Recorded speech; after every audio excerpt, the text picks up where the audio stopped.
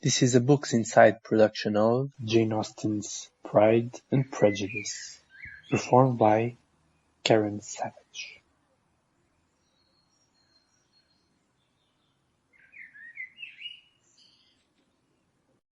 Chapter 1.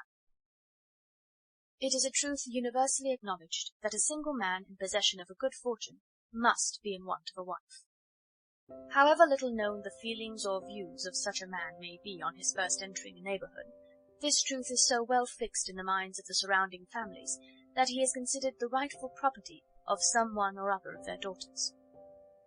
"My dear Mr. Bennet," said his lady to him one day, "have you heard that Netherfield Park is let at last?" Mr. Bennet replied that he had not. "But it is," returned she, "for Mrs. Long has just been here, and she told me all about it." Mr. Bennet made no answer. "Do you not want to know who has taken it?" cried his wife impatiently. "You want to tell me, and I have no objection to hearing it." This was invitation enough. "Why, my dear, you must know. Mrs. Long says that Netherfield is taken by a young man of large fortune from the north of England, that he came down on Monday in a chaise and four to see the place, and was so much delighted with it that he agreed with Mr. Morris immediately, that he is to take possession before Michaelmas, and some of his servants are to be in the house by the end of next week." "And what is his name?" "Bingley." "Is he married or single?" "Oh, single, my dear, to be sure. A single man of large fortune, 4,000 or 5,000 a year. What a fine thing for our girls!" "How so? How can it affect them?" "My dear Mr. Bennet," replied his wife, "how can you be so tiresome? You must know that I am thinking of his marrying one of them." "Is that his design in settling here?" "Design? Nonsense! How can you talk so? But it is very likely that he may fall in love with one of them, and therefore you must visit him as soon as he comes." "I see no occasion for that. You and the girls may go, or you may send them by themselves, which perhaps will be still better, for as you are as handsome as any of them, Mr. Bingley may like you the best of the party." "My dear, you flatter me. I certainly have had my share of beauty, but I do not pretend to be anything extraordinary now. When a woman has 5 grown-up daughters, she ought to give over thinking of her own beauty." "In such cases a woman has not often much beauty to think of." "But, my dear, you must indeed go and see Mr. Bingley when he comes into the neighbourhood." "It is more than I engage for, I assure you." "But consider your daughters. Only think what an establishment it would be for one of them. Sir William and Lady Lucas are determined to go, merely on that account, for in general, you know, they visit no newcomers. Indeed you must go, for it will be impossible for us to visit him if you do not." "You are over-scrupulous, surely. I dare say Mr. Bingley will be very glad to see you, and I will send a few lines by you to assure him of my hearty consent to his marrying whichever he chooses of the girls, though I must throw in a good word for my little Lizzie." "I desire you will do no such thing. Lizzie is not a bit better than the others, and I am sure she is not half so handsome as Jane, nor half so good-humoured as Lydia. But you are always giving her the preference." "They have none of them much to recommend them," replied he. "They are all silly and ignorant like other girls, but Lizzie has something more of quickness than her sisters." "Mr. Bennet, how can you abuse your own children in such a way? You take delight in vexing me. You have no compassion for my poor nerves." "You mistake me, my dear. I have a high respect for your nerves. They are my old friends. I have heard you mention them with consideration these last 20 years at least." "Ah, you do not know what I suffer." "But I hope you will get over it, and live to see many young men of 4,000 a year come into the neighbourhood." "It will be no use to us if 20 such should come, since you will not visit them." "Depend upon it, my dear, that when there are 20, I will visit them all." Mr. Bennet was so odd a mixture of quick parts, sarcastic humour, reserve, and caprice, that the experience of 23 years had been insufficient to make his wife understand his character. Her mind was less difficult to develop. She was a woman of mean understanding, little information, and uncertain temper. When she was discontented, she fancied herself nervous. The business of her life was to get her daughters married. Its solace was visiting and news.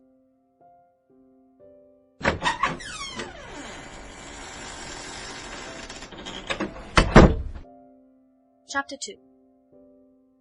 Mr. Bennet was among the earliest of those who waited on Mr. Bingley. He had always intended to visit him, though to the last always assuring his wife that he should not go. Until the evening after the visit was paid, she had no knowledge of it. It was then disclosed in the following manner. Observing his second daughter employed in trimming a hat, he suddenly addressed her with, "I hope Mr. Bingley will like it, Lizzie." "We are not in a way to know what Mr. Bingley likes," said her mother resentfully, "since we are not to visit." "But you forget, mamma," said Elizabeth, "that we shall meet him at the assemblies, and that Mrs. Long promised to introduce him." "I do not believe Mrs. Long will do any such thing. She has 2 nieces of her own. She is a selfish, hypocritical woman, and I have no opinion of her." "No more have I," said Mr. Bennet, "and I am glad to find that you do not depend on her serving you." Mrs. Bennet deigned not to make any reply, but, unable to contain herself, began scolding one of her daughters. "Don't keep coughing so, Kitty, for heaven's sake. Have a little compassion on my nerves. You tear them to pieces." "Kitty has no discretion in her coughs," said her father. "She times them ill." "I do not cough for my own amusement," replied Kitty fretfully. "When is your next ball to be, Lizzie?" "Tomorrow fortnight." "Aye, so it is," cried her mother, "and Mrs. Long does not come back till the day before, so it will be impossible for her to introduce him, for she will not know him herself." "Then, my dear, you may have the advantage of your friend, and introduce Mr. Bingley to her." "Impossible, Mr. Bennet, impossible, when I am not acquainted with him myself. How can you be so teasing?" "I honour your circumspection. A fortnight's acquaintance is certainly very little. One cannot know what a man really is by the end of a fortnight. But if we do not venture, somebody else will, and after all Mrs. Long and her daughters must stand their chance. And therefore, as she will think it an act of kindness if you decline the office, I will take it on myself." The girls stared at their father. Mrs. Bennet said only, "Nonsense, nonsense." "What can be the meaning of that emphatic exclamation?" cried he. "Do you consider the forms of introduction and the stress that is laid on them as nonsense? I cannot quite agree with you there. What say you, Mary? For you are a young lady of deep reflection, I know, and read great books and make extracts." Mary wished to say something sensible, but knew not how. "While Mary is adjusting her ideas," he continued, "let us return to Mr. Bingley." "I am sick of Mr. Bingley," cried his wife. "I am sorry to hear that. But why did you not tell me that before? If I had known as much this morning, I certainly would not have called on him. It is very unlucky, but as I have actually paid the visit, we cannot escape the acquaintance now." The astonishment of the ladies was just what he wished, that of Mrs. Bennet perhaps surpassing the rest, though, when the first tumult of joy was over, she began to declare that it was what she had expected all the while. "How good it was in you, my dear Mr. Bennet! But I knew I should persuade you at last. I was sure you loved your girls too well to neglect such an acquaintance. Well, how pleased I am! And it is such a good joke, too, that you should have gone this morning and never said a word about it till now." "Now, Kitty, you may cough as much as you choose," said Mr. Bennet, and as he spoke he left the room, fatigued with the raptures of his wife. "What an excellent father you have, girls," said she, when the door was shut. "I do not know how you will ever make him amends for his kindness, or me either, for that matter. At our time of life it is not so pleasant, I can tell you, to be making new acquaintances every day, but for your sakes we would do anything. Lydia, my love, though you are the youngest, I dare say Mr. Bingley will dance with you at the next ball." "Oh," said Lydia stoutly, "I'm not afraid, for though I am the youngest, I'm the tallest." The rest of the evening was spent in conjecturing how soon he would return Mr. Bennet's visit, and determining when they should ask him to dinner.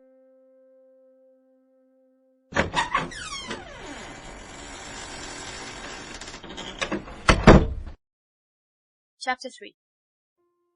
Not all that Mrs. Bennet, however, with the assistance of her 5 daughters, could ask on the subject, was sufficient to draw from her husband any satisfactory description of Mr. Bingley.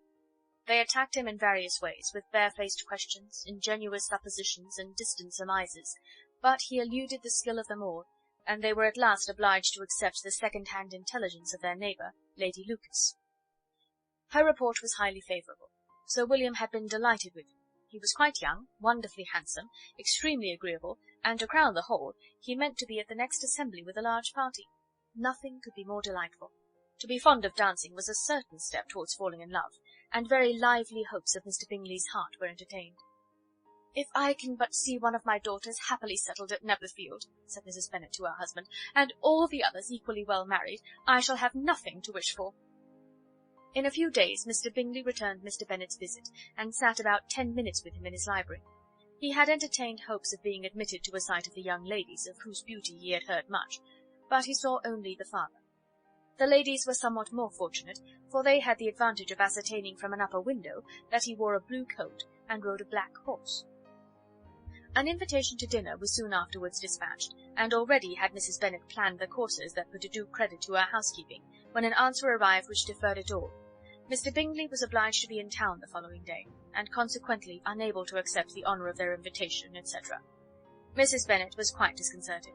She could not imagine what business he could have in town so soon after his arrival in Hertfordshire, and she began to fear that he might be always flying about from one place to another, and never settled at Netherfield as he ought to be. Lady Lucas quieted her fears a little by stating the idea of his being gone to London only to get a large party for the ball, and a report soon followed that Mr. Bingley was to bring 12 ladies and 7 gentlemen with him to the assembly. The girls grieved over such a number of ladies, but were comforted the day before the ball by hearing that, instead of 12, he brought only 6 with him from London, his 5 sisters and a cousin. And when the party entered the assembly-room, it consisted only of 5 altogether, Mr. Bingley, his 2 sisters, the husband of the eldest, and another young man. Mr. Bingley was good-looking and gentlemanlike. He had a pleasant countenance and easy, unaffected manners. His sisters were fine women, with an air of decided fashion. His brother-in-law, Mr. Hurst, merely looked the gentleman, but his friend Mr. Darcy soon drew the attention of the room by his fine, tall person, handsome features, noble mien, and the report which was in general circulation within 5 minutes after his entrance, of his having 10,000 a year.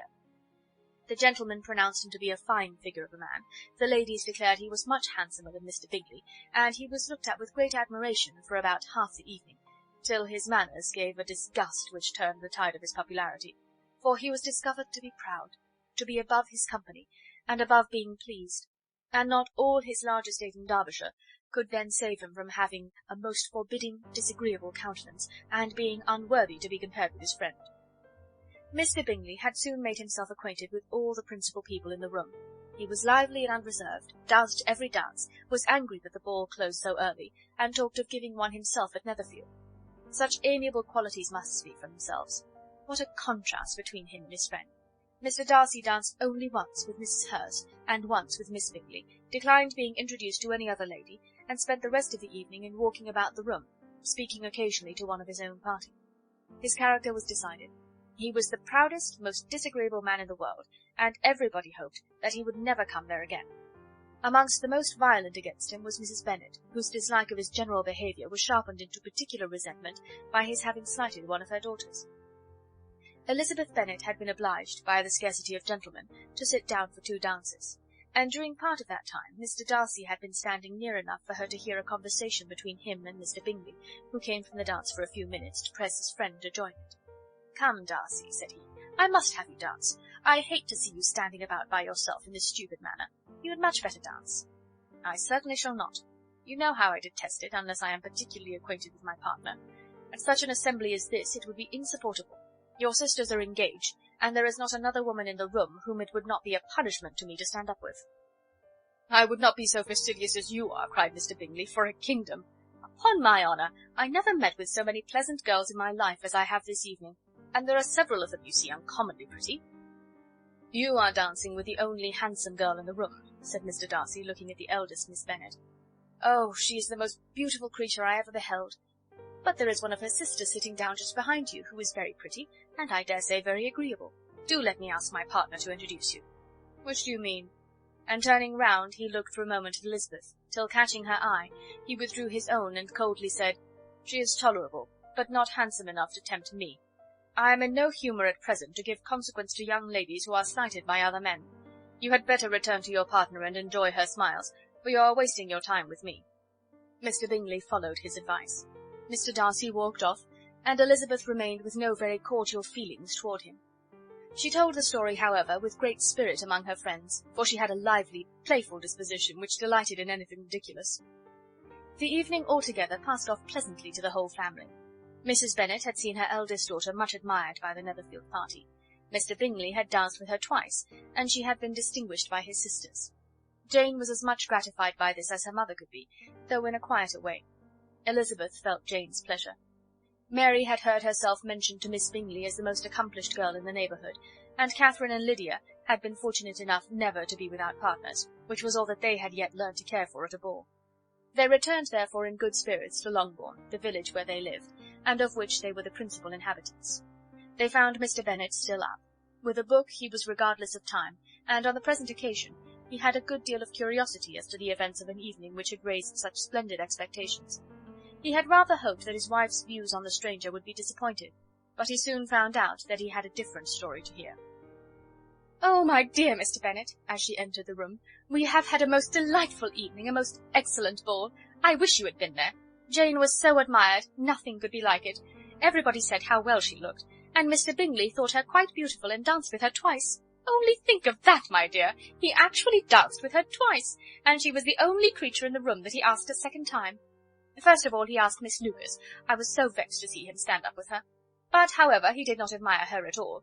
Indeed, nobody can, you know, and he seemed quite struck with Jane as she was going down the dance. So he inquired who she was, and got introduced, and asked her for the 2 next. Then the 2 third he danced with Miss King, and the 2 fourth with Maria Lucas, and the 2 fifth with Jane again, and the 2 sixth with Lizzie, and the boulanger— "If he had had any compassion for me," cried her husband impatiently, "he would not have danced half so much. For God's sake say no more of his partners.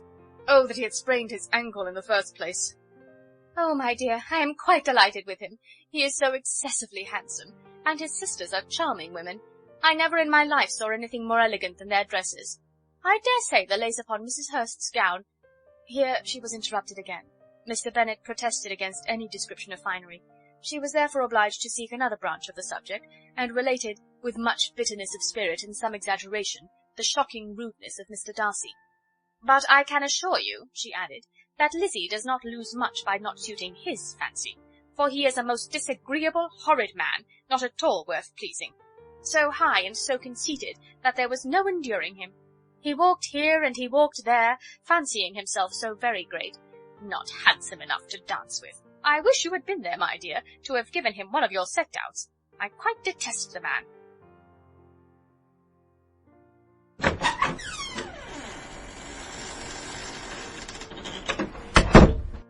Chapter 4. When Jane and Elizabeth were alone, the former, who had been cautious in her praise of Mr. Bingley before, expressed to her sister just how very much she admired him.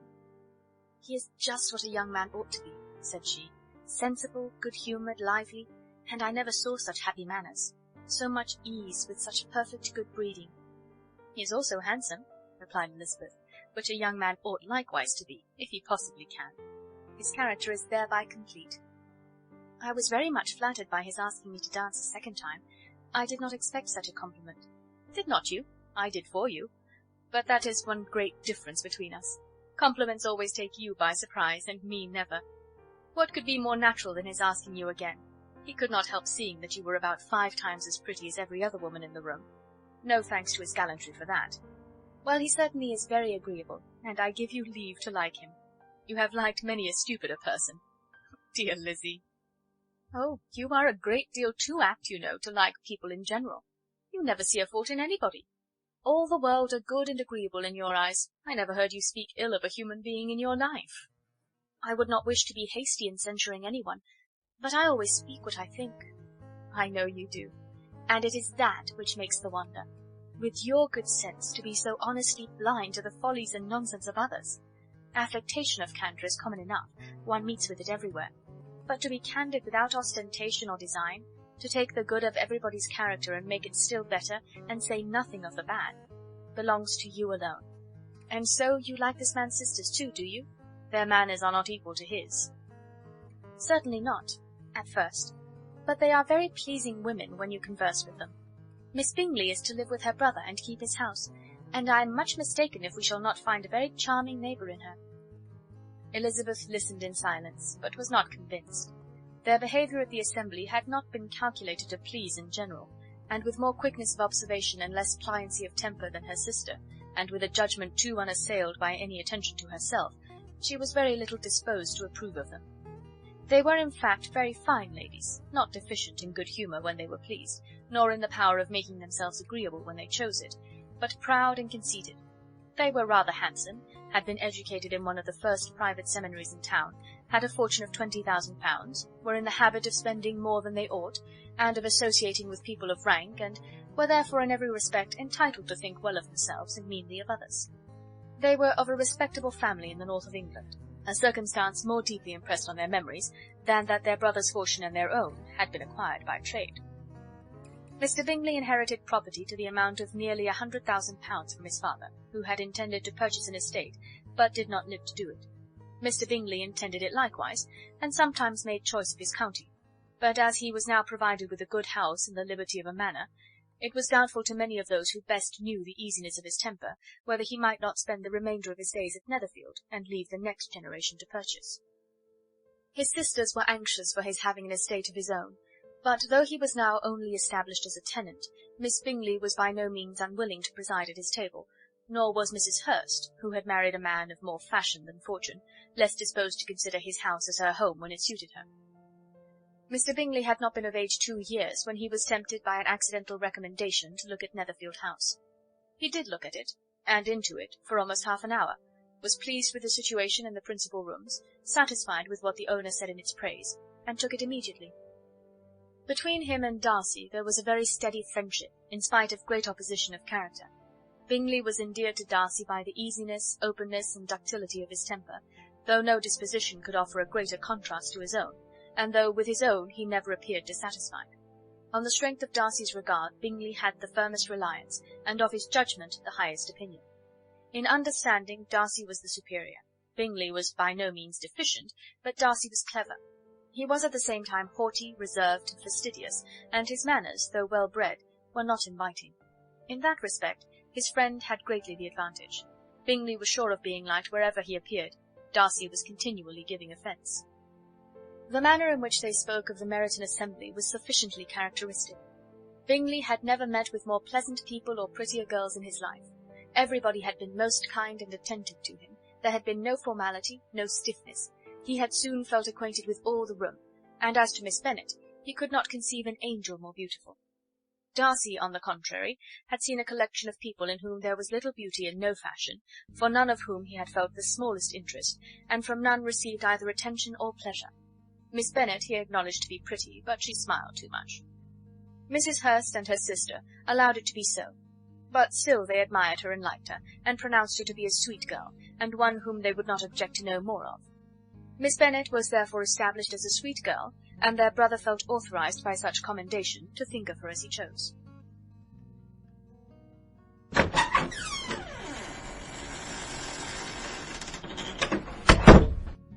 Chapter 5.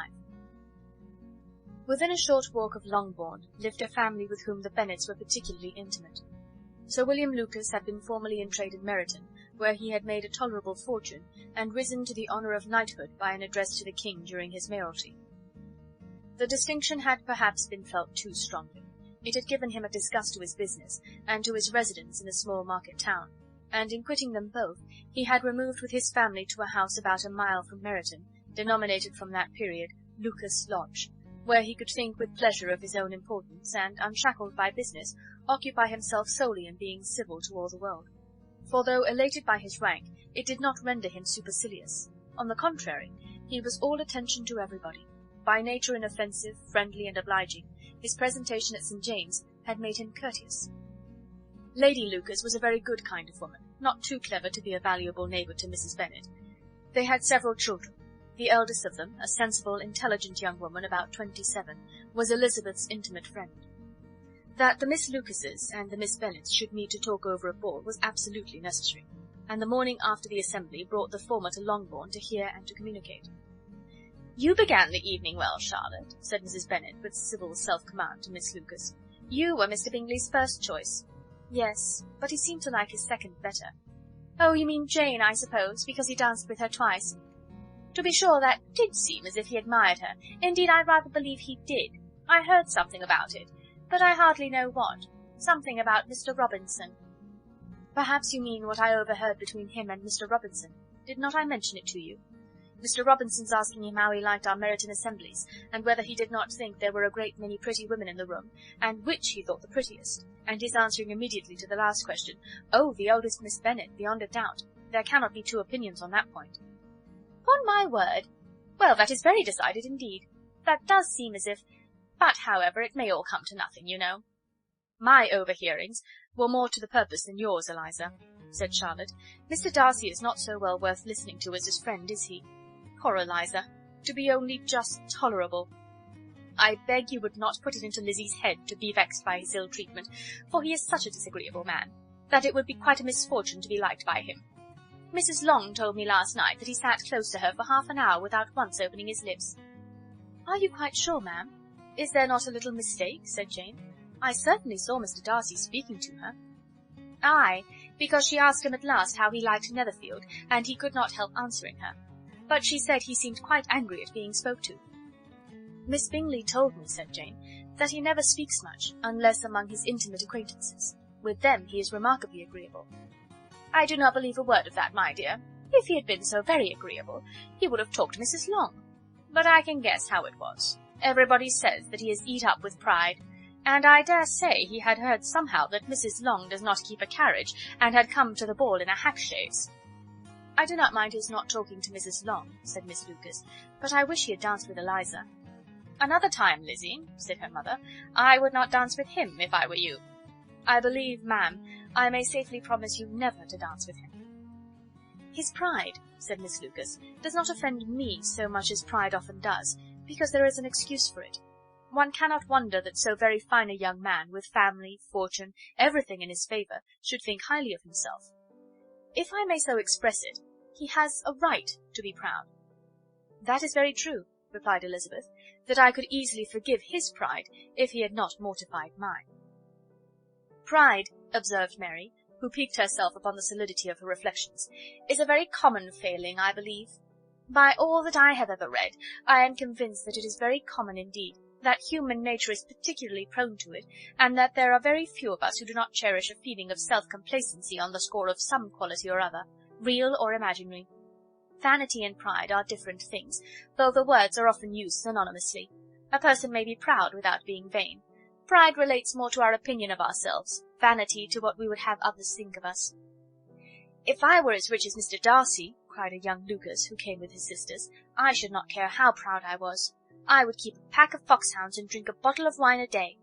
"Then you would drink a great deal more than you ought," said Mrs. Bennet, "and if I were to see you at it, I should take away your bottle directly." The boy protested that she should not. She continued to declare that she would, and the argument ended only with the visit.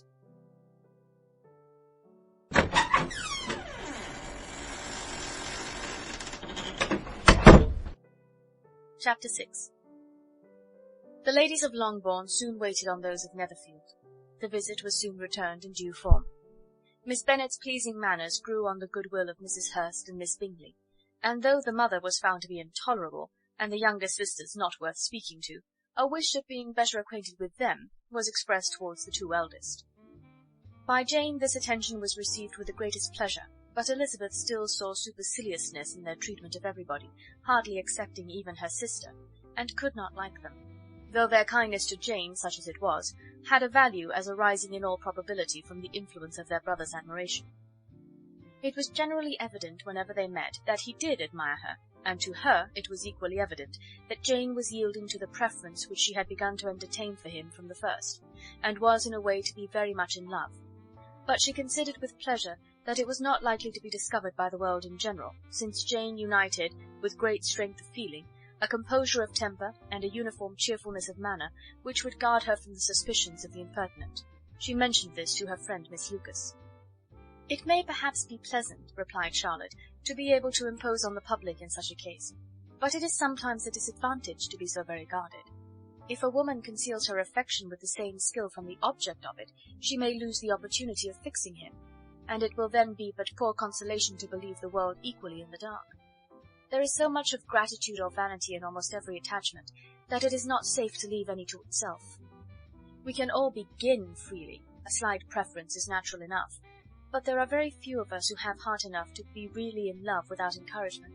In 9 cases out of 10, a woman had better show more affection than she feels. Bingley likes your sister undoubtedly, but he may never do more than like her if she does not help him on." "But she does help him on, as much as her nature will allow. If I can perceive her regard for him, he must be a simpleton indeed not to discover it too. Remember, Eliza, that he does not know Jane's disposition as you do. But if a woman is partial to a man and does not endeavour to conceal it, he must find it out." Perhaps he must, if he sees enough of her. But though Bingley and Jane meet tolerably often, it is never for many hours together, and as they always see each other in large mixed parties, it is impossible that every moment should be employed in conversing together. Jane should therefore make the most of every half-hour in which she can command his attention. When she is secure of him, there will be more leisure for falling in love as much as she chooses. "Your plan is a good one," replied Elizabeth, "where nothing is in question but the desire of being well married, and if I were determined to get a rich husband, or any husband, I dare say I should adopt it. But these are not Jane's feelings. She is not acting by design. As yet, she cannot even be certain of the degree of her own regard, nor of its reasonableness. She has known him only a fortnight. She danced 4 dances with him at Meryton. She saw him one morning at his own house, and has since dined with him in company 4 times. This is not quite enough to make her understand his character." "Not as you represent it. Had she merely dined with him, she might only have discovered whether he had a good appetite. But you must remember that 4 evenings have also been spent together, and 4 evenings may do a great deal." "Yes, these 4 evenings have enabled them to ascertain that they both like Vendôme better than commerce, but with respect to any other leading characteristic, I do not imagine that much has been unfolded." "Well," said Charlotte, "I wish Jane success with all my heart, and if she were married to him tomorrow, I should think she had as good a chance of happiness as if she were to be studying his character for a 12-month. Happiness in marriage is entirely a matter of chance. If the dispositions of the parties are ever so well known to each other, or ever so similar beforehand, it does not advance their felicity in the least. They always continue to grow sufficiently unlike afterwards to have their share of vexation, and it is better to know as little as possible of the defects of the person with whom you are to pass your life." "You make me laugh, Charlotte, but it is not sound. You know it is not sound, and that you would never act in this way yourself." Occupied in observing Mr. Bingley's attentions to her sister, Elizabeth was far from suspecting that she was herself becoming an object of some interest in the eyes of his friend. Mr. Darcy had at first scarcely allowed her to be pretty. He had looked at her without admiration at the ball, and when they next met he looked at her only to criticise. But no sooner had he made it clear to himself and his friends that she hardly had a good feature in her face, than he began to find it was rendered uncommonly intelligent by the beautiful expression of her dark eyes. To this discovery succeeded some others equally mortifying. Though he had detected with a critical eye more than one failure of perfect symmetry in her form, he was forced to acknowledge her figure to be light and pleasing, and in spite of his asserting that her manners were not those of the fashionable world, he was caught by their easy playfulness. Of this she was perfectly unaware. To her he was only the man who made himself agreeable nowhere, and who had not thought her handsome enough to dance with. He began to wish to know more of her, and as a step towards conversing with her himself, attended to her conversation with others. His doing so drew her notice. It was at Sir William Lucas's, where a large party were assembled. "What does Mr. Darcy mean," said she to Charlotte, "by listening to my conversation with Colonel Forster?" "That is a question which Mr. Darcy only can answer. But if he does it any more, I shall certainly let him know that I see what he is about. He has a very satirical eye, and if I do not begin by being impertinent myself, I shall soon grow afraid of him." On his approaching them soon afterwards, though without seeming to have any intention of speaking, Miss Lucas defied her friend to mention such a subject to him, which immediately provoking Elizabeth to do it, she turned to him and said, "Did you not think, Mr. Darcy, that I expressed myself uncommonly well just now, when I was teasing Colonel Forster to give us a ball at Meryton?" "With great energy, but it is always a subject which makes a lady energetic." "You are severe on us." "It will be her turn soon to be teased," said Miss Lucas. "I am going to open the instrument, Eliza, and you know what follows." "You are a very strange creature by way of a friend, always wanting me to play and sing before anybody and everybody. If my vanity had taken a musical turn, you would have been invaluable. But as it is, I would really rather not sit down before those who must be in the habit of hearing the very best performers." On Miss Lucas's persevering, however, she added, "Very well, if it must be so, it must." And gravely glancing at Mr. Darcy, "There is a fine old saying, which everybody here is of course familiar with, 'Keep your breath to cool your porridge,' and I shall keep mine to swell my song." Her performance was pleasing, though by no means capital. After a song or two, and before she could reply to the entreaties of several that she should sing again, she was eagerly succeeded at the instrument by her sister Mary, who, having in consequence of being the only plain one in the family, worked hard for knowledge and accomplishments, was always impatient for display. Mary had neither genius nor taste, and though vanity had given her application, it had given her likewise a pedantic air and conceited manner, which would have injured a higher degree of excellence than she had reached. Elizabeth, easy and unaffected, had been listened to with much more pleasure, though not playing half so well, and Mary, at the end of a long concerto, was glad to purchase praise and gratitude by Scotch and Irish airs, at the request of her younger sisters, who, with some of the Lucases and 2 or 3 officers, joined eagerly in dancing at one end of the room. Mr. Darcy stood near them in silent indignation at such a mode of passing the evening, to the exclusion of all conversation, and was too much engrossed by his thoughts to perceive that Sir William Lucas was his neighbour, till Sir William thus began. "What a charming amusement for young people this is, Mr. Darcy! There is nothing like dancing after all. I consider it as one of the first refinements of polished society." "Certainly, sir. And it has the advantage also of being in vogue amongst the less polished societies of the world. Every savage can dance." Sir William only smiled. "Your friend performs delightfully," he continued after a pause, on seeing Bingley join the group, "and I doubt not that you are an adept in the science yourself, Mr. Darcy." "You saw me dance at Meryton, I believe, sir?" "Yes, indeed, and received no inconsiderable pleasure from the sight. Do you often dance at St. James's?" "Never, sir." "Do you not think it would be a proper compliment to the place?" "It is a compliment which I never pay to any place, if I can avoid it." "You have a house in town, I conclude?" Mr. Darcy bowed. "I had once had some thought of fixing in town myself, for I am fond of superior society, but I did not feel quite certain that the air of London would agree with Lady Lucas."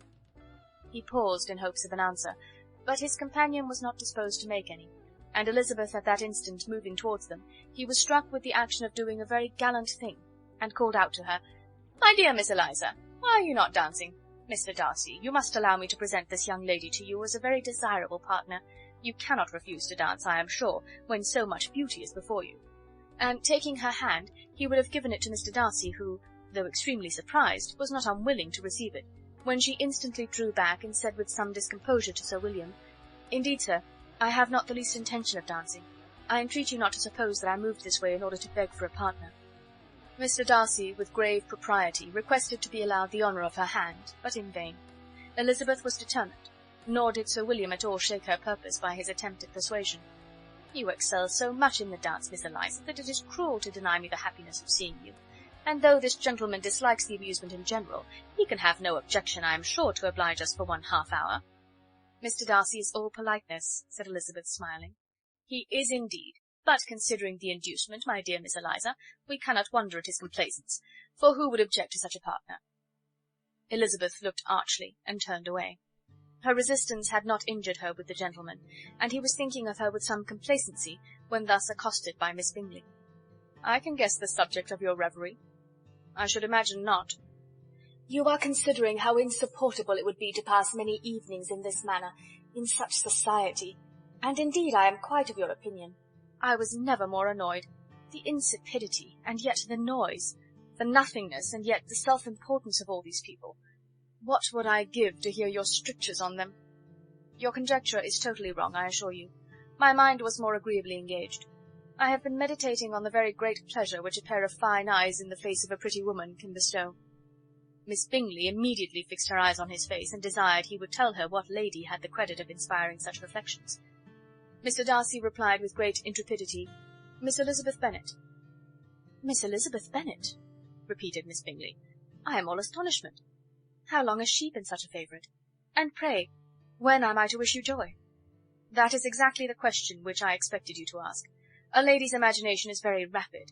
It jumps from admiration to love, from love to matrimony, in a moment. I knew you would be wishing me joy. Nay, if you are serious about it, I shall consider the matter as absolutely settled. You will be having a charming mother-in-law indeed, and of course she will always be at Pemberley with you." He listened to her with perfect indifference while she chose to entertain herself in this matter, and as his composure convinced her that all was safe, her wit flowed long.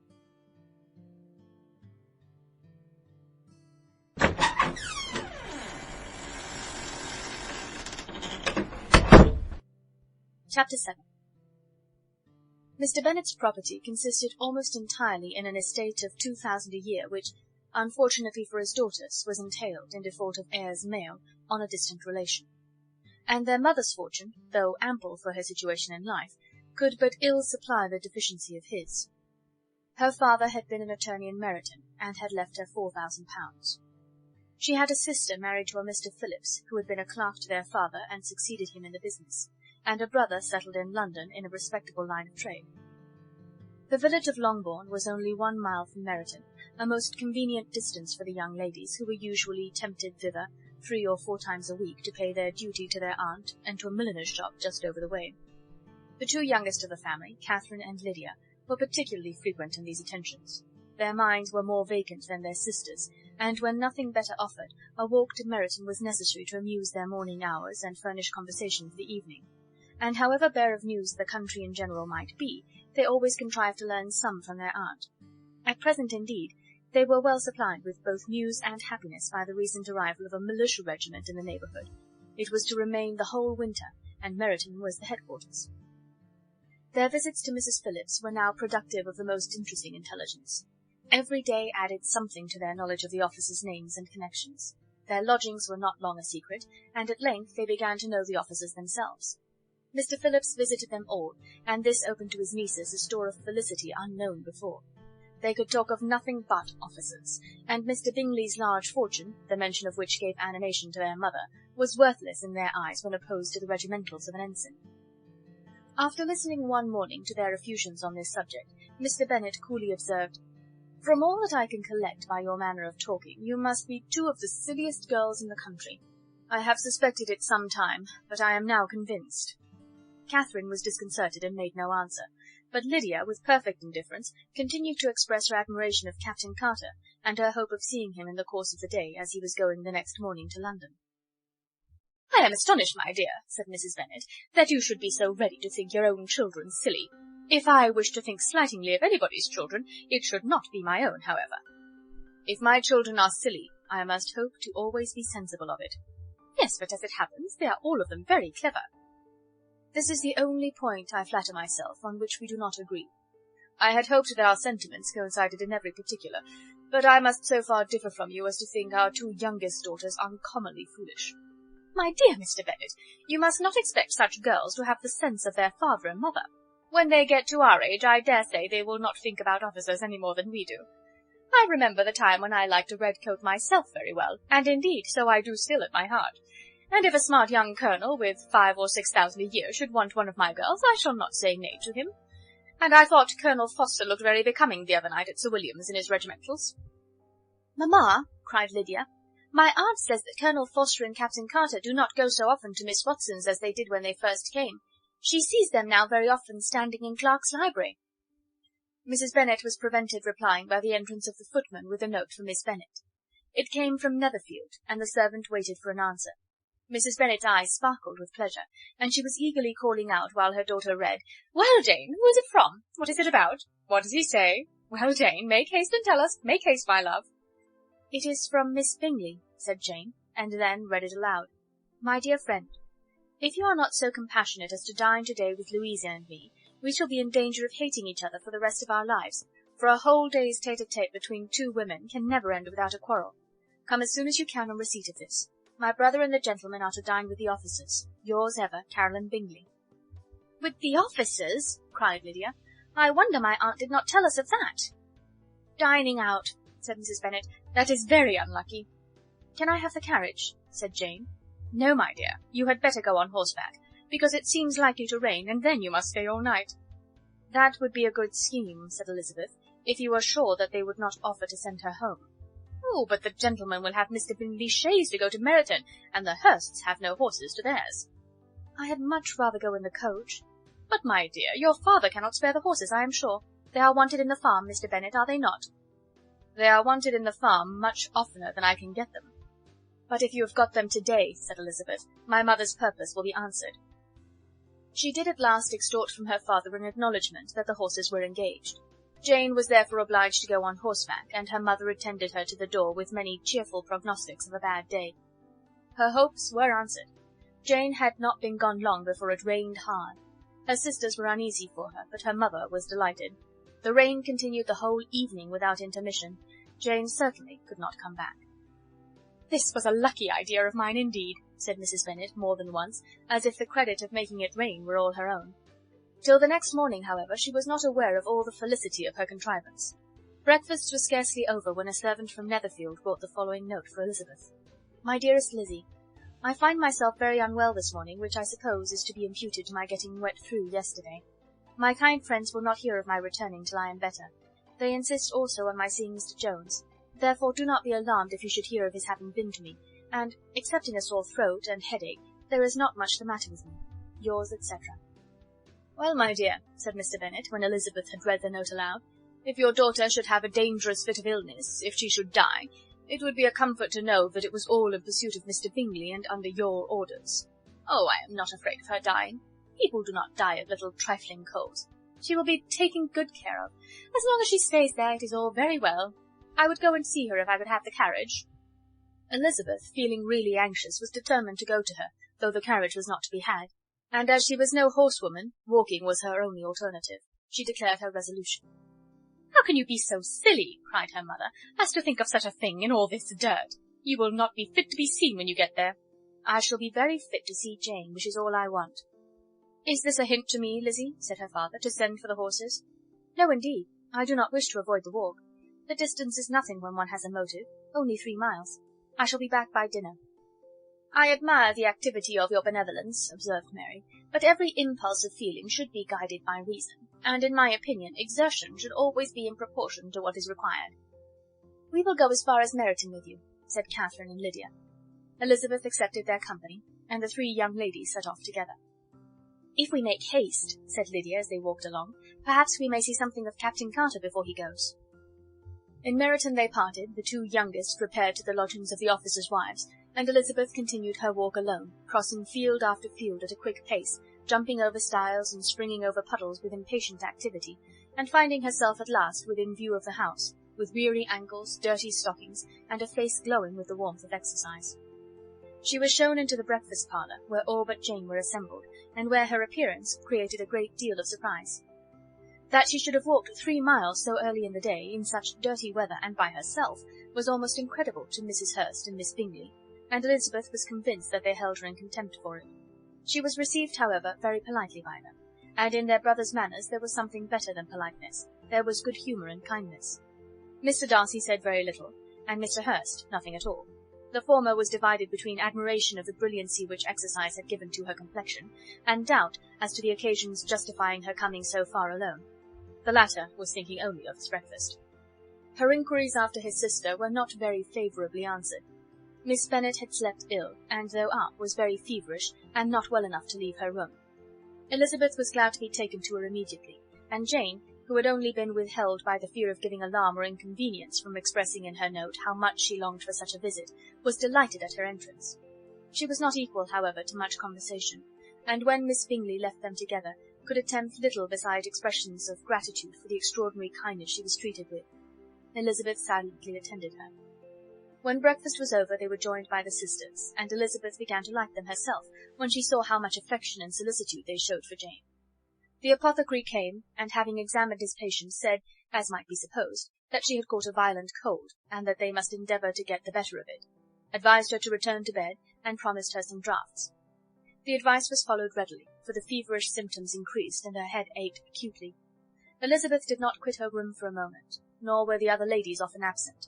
The gentlemen being out, they had, in fact, nothing to do elsewhere. When the clock struck 3, Elizabeth felt that she must go, and very unwillingly said so. Miss Bingley offered her the carriage, and she only wanted a little pressing to accept it, when Jane testified such concern in parting with her, that Miss Bingley was obliged to convert the offer of the chaise to an invitation to remain at Netherfield for the present. Elizabeth most thankfully consented, and a servant was dispatched to Longbourn to acquaint the family with her stay, and bring back a supply of clothes.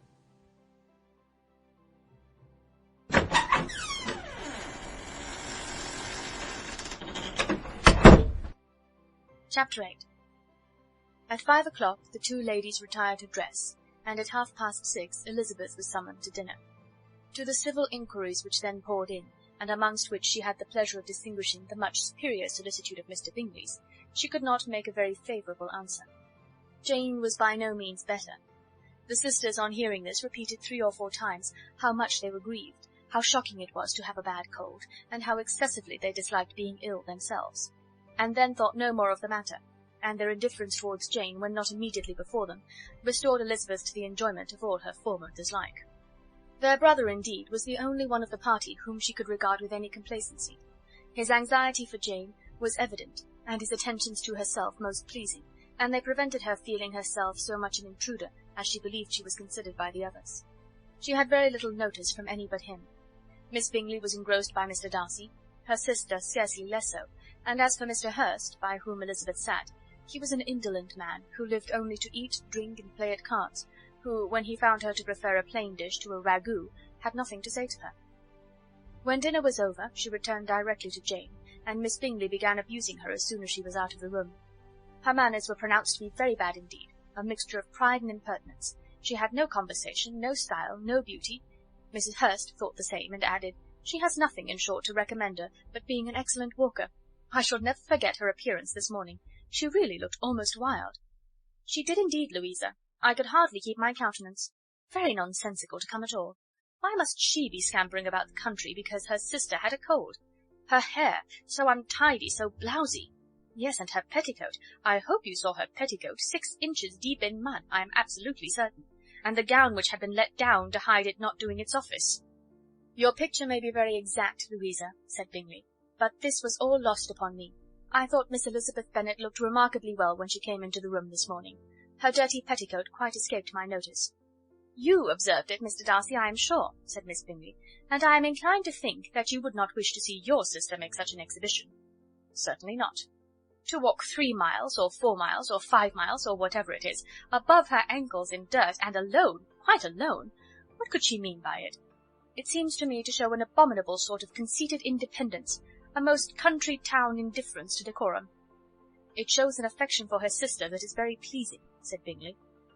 "I am afraid, Mr. Darcy," observed Miss Bingley in a half-whisper, "that this adventure has rather affected your admiration of her fine eyes." "Not at all," he replied. "They were brightened by the exercise."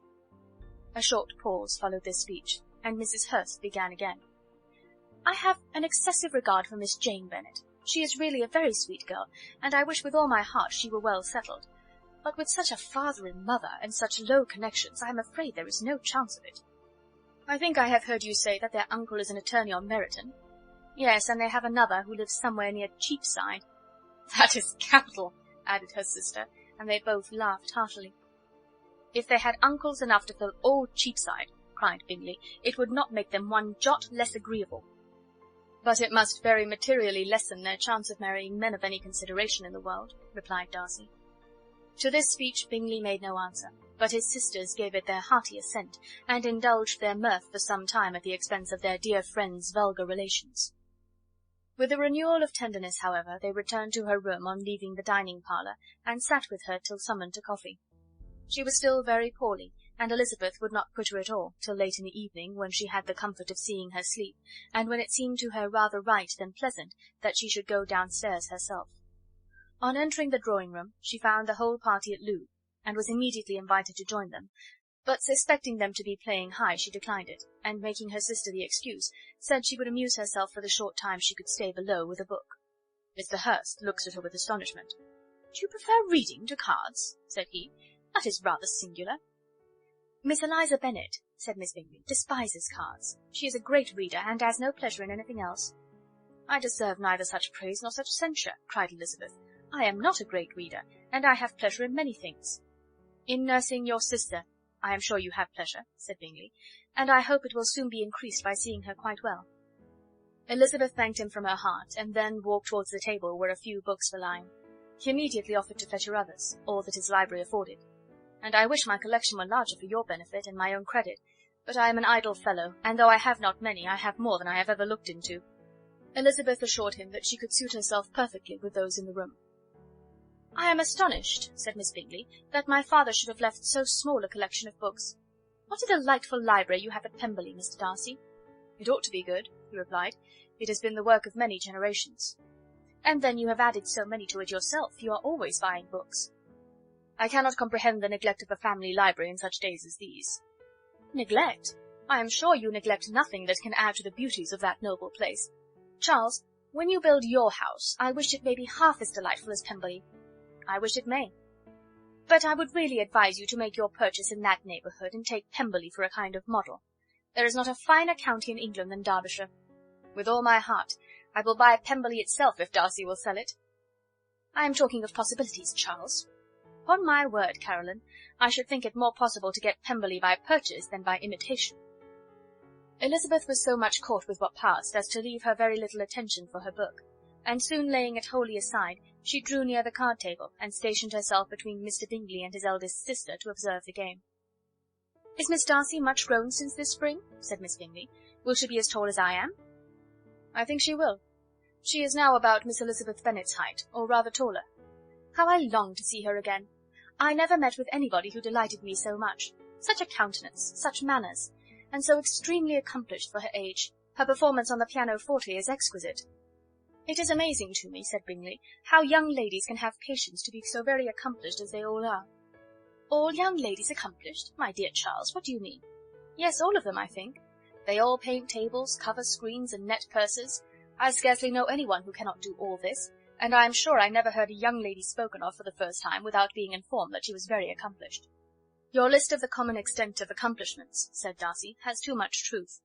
The word is applied to many a woman who deserves it no otherwise than by netting a purse or covering a screen. But I am very far from agreeing with you in your estimation of ladies in general. I cannot boast of knowing more than half a dozen in the whole range of my acquaintance that are really accomplished." "Nor I am sure," said Miss Bingley. "Then," observed Elizabeth, "you must comprehend a great deal in your idea of an accomplished woman." "Yes, I do comprehend a great deal in it." "Oh, certainly," cried his faithful assistant. "No one can be really esteemed accomplished who does not greatly surpass what is usually met with. A woman must have a thorough knowledge of music, singing, drawing, dancing, and the modern languages, to deserve the word. And besides all this, she must possess a certain something in her air and manner of walking, the tone of her voice, her address and expressions, or the word will be but half deserved."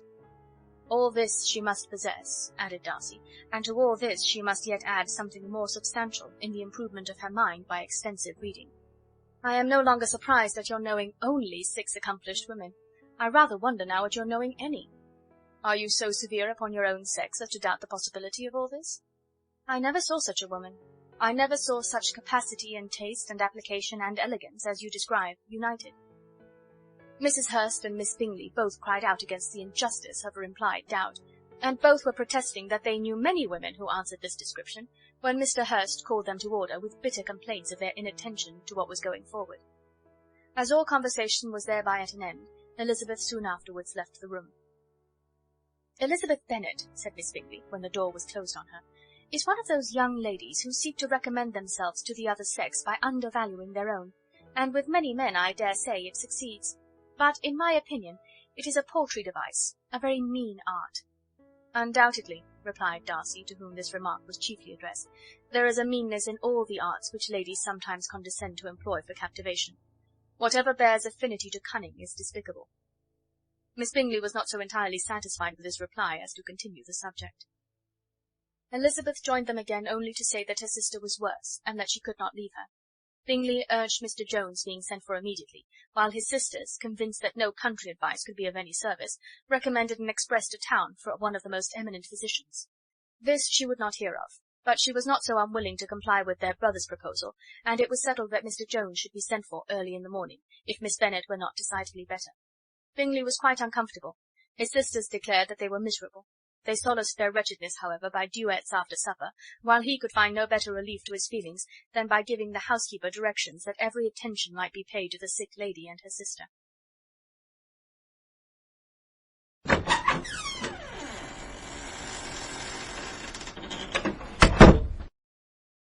Chapter 9. Elizabeth passed the chief of the night in her sister's room, and in the morning had the pleasure of being able to send a tolerable answer to the inquiries which she very early received from Mr. Bingley by a housemaid, and some time afterwards from the 2 elegant ladies who waited on his sisters. In spite of this amendment, however, she requested to have a note sent to Longbourn, desiring her mother to visit Jane, and form her own judgment of her situation. The note was immediately dispatched, and its contents as quickly complied with. Mrs. Bennet, accompanied by her 2 youngest girls, reached Netherfield soon after the family breakfast. Had she found Jane in any apparent danger, Mrs. Bennet would have been very miserable, but being satisfied on seeing her that her illness was not alarming, She had no wish of her recovering immediately, as her restoration to health would probably remove her from Netherfield. She would not listen, therefore, to her daughter's proposal of being carried home. Neither did the apothecary, who arrived about the same time, think it at all advisable. After sitting a little while with Jane, on Miss Bingley's appearance and invitation, the mother and 3 daughters all attended her into the breakfast parlour. Bingley met them with hopes that Mrs. Bennet had not found Miss Bennet worse than she expected. "Indeed I have, sir," was her answer. "She is a great deal too ill to be moved. Mr. Jones says we must not think of moving her. We must trespass a little longer on your kindness." "Removed?" cried Bingley. "It must not be thought of. My sister, I am sure, will not hear of her removal." "You may depend upon it, madam," said Miss Bingley with cold civility, "that Miss Bennet will receive every possible attention while she remains with us." Mrs. Bennet was profuse in her acknowledgments. "I am sure," she added, "if it was not for such good friends, I do not know what would become of her, for she is very ill indeed, and suffers a vast deal, though with the greatest patience in the world, which is always the way with her, for she has, without exception, the sweetest temper I have ever met with. I often tell my other girls that they are nothing to her. You have a sweet room here, Mr. Bingley, and a charming prospect over the gravel walk. I do not know a place in the country that is equal to Netherfield. You will not think of quitting it in a hurry, I hope, though you have but a short lease." "Whatever I do is done in a hurry," replied he, "and therefore, if I should resolve to quit Netherfield, I should probably be off in 5 minutes. At present, however, I consider myself as quite fixed here." "That is exactly what I should have supposed of you," said Elizabeth. "You begin to comprehend me, do you?" cried he, turning towards her. "Oh, yes, I understand you perfectly." "I wish I might take this for a compliment, but to be so easily seen through I am afraid is pitiful. That is as it happens. It does not follow that a deep, intricate character is more or less estimable than such a one as yours." "Lizzie!" cried her mother, "remember where you are, and do not run on in the wild manner that you are suffered to do at home." "I did not know before," continued Bingley immediately, "that you were a studier of character. It must be an amusing study." "Yes, but the intricate characters are the most amusing. They have at least that advantage." "The country," said Darcy, "can in general supply but a few subjects for such a study. In a country neighbourhood you move in a very confined and unvarying society." "But people themselves alter so much that there is something new to be observed in them for ever." "Yes, indeed," cried Mrs. Bennet, offended by his manner of mentioning a country neighbourhood. "I assure you there is quite as much of that going on in the country as in town." Everybody was surprised, and Darcy, after looking at her for a moment, turned silently away. Mrs. Bennet, who fancied she had gained a complete victory over him, continued her triumph. "I cannot see that London has any great advantage over the country, for my part, except the shops and public places. The country is a vast deal pleasanter, is it not, Mr. Bingley?" "When I am in the country," he replied, "I never wish to leave it, and when I am in town it is pretty much the same.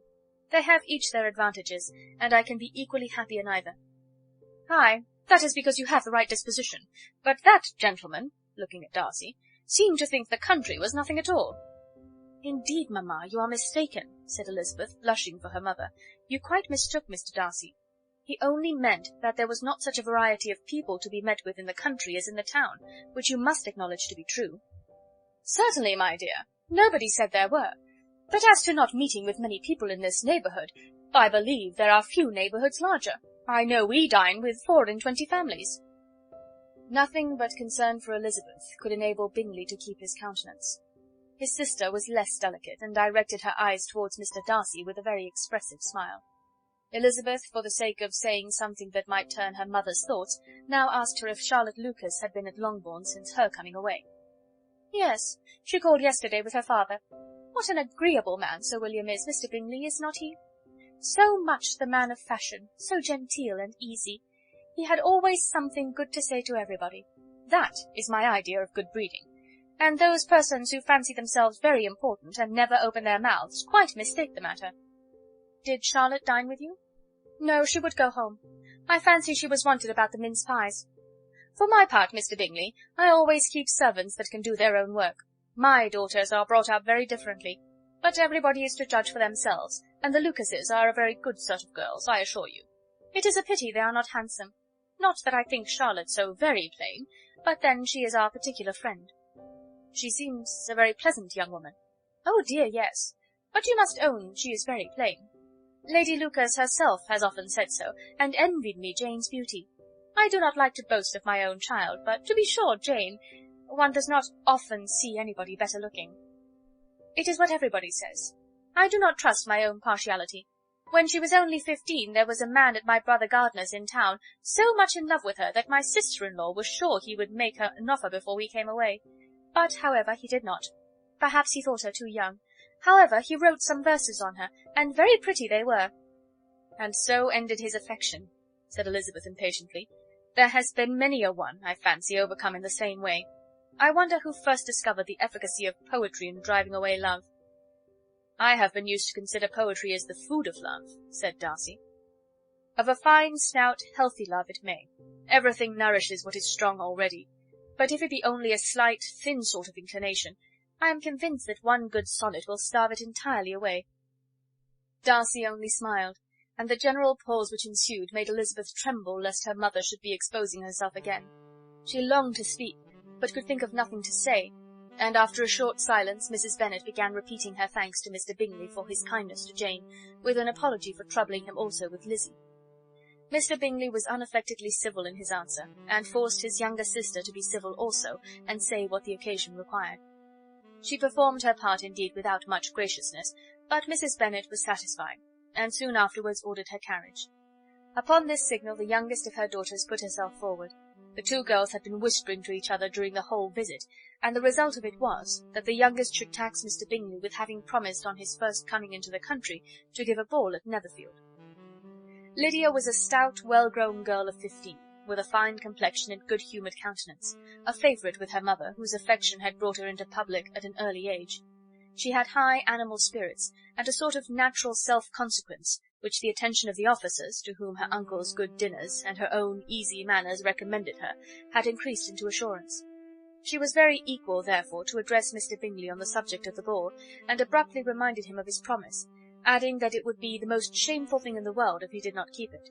His answer to this sudden attack was delightful to their mother's ear. "I am perfectly ready, I assure you, to keep my engagement, and when your sister is recovered you shall, if you please, name the very day of the ball. But you would not wish to be dancing when she is ill." Lydia declared herself satisfied.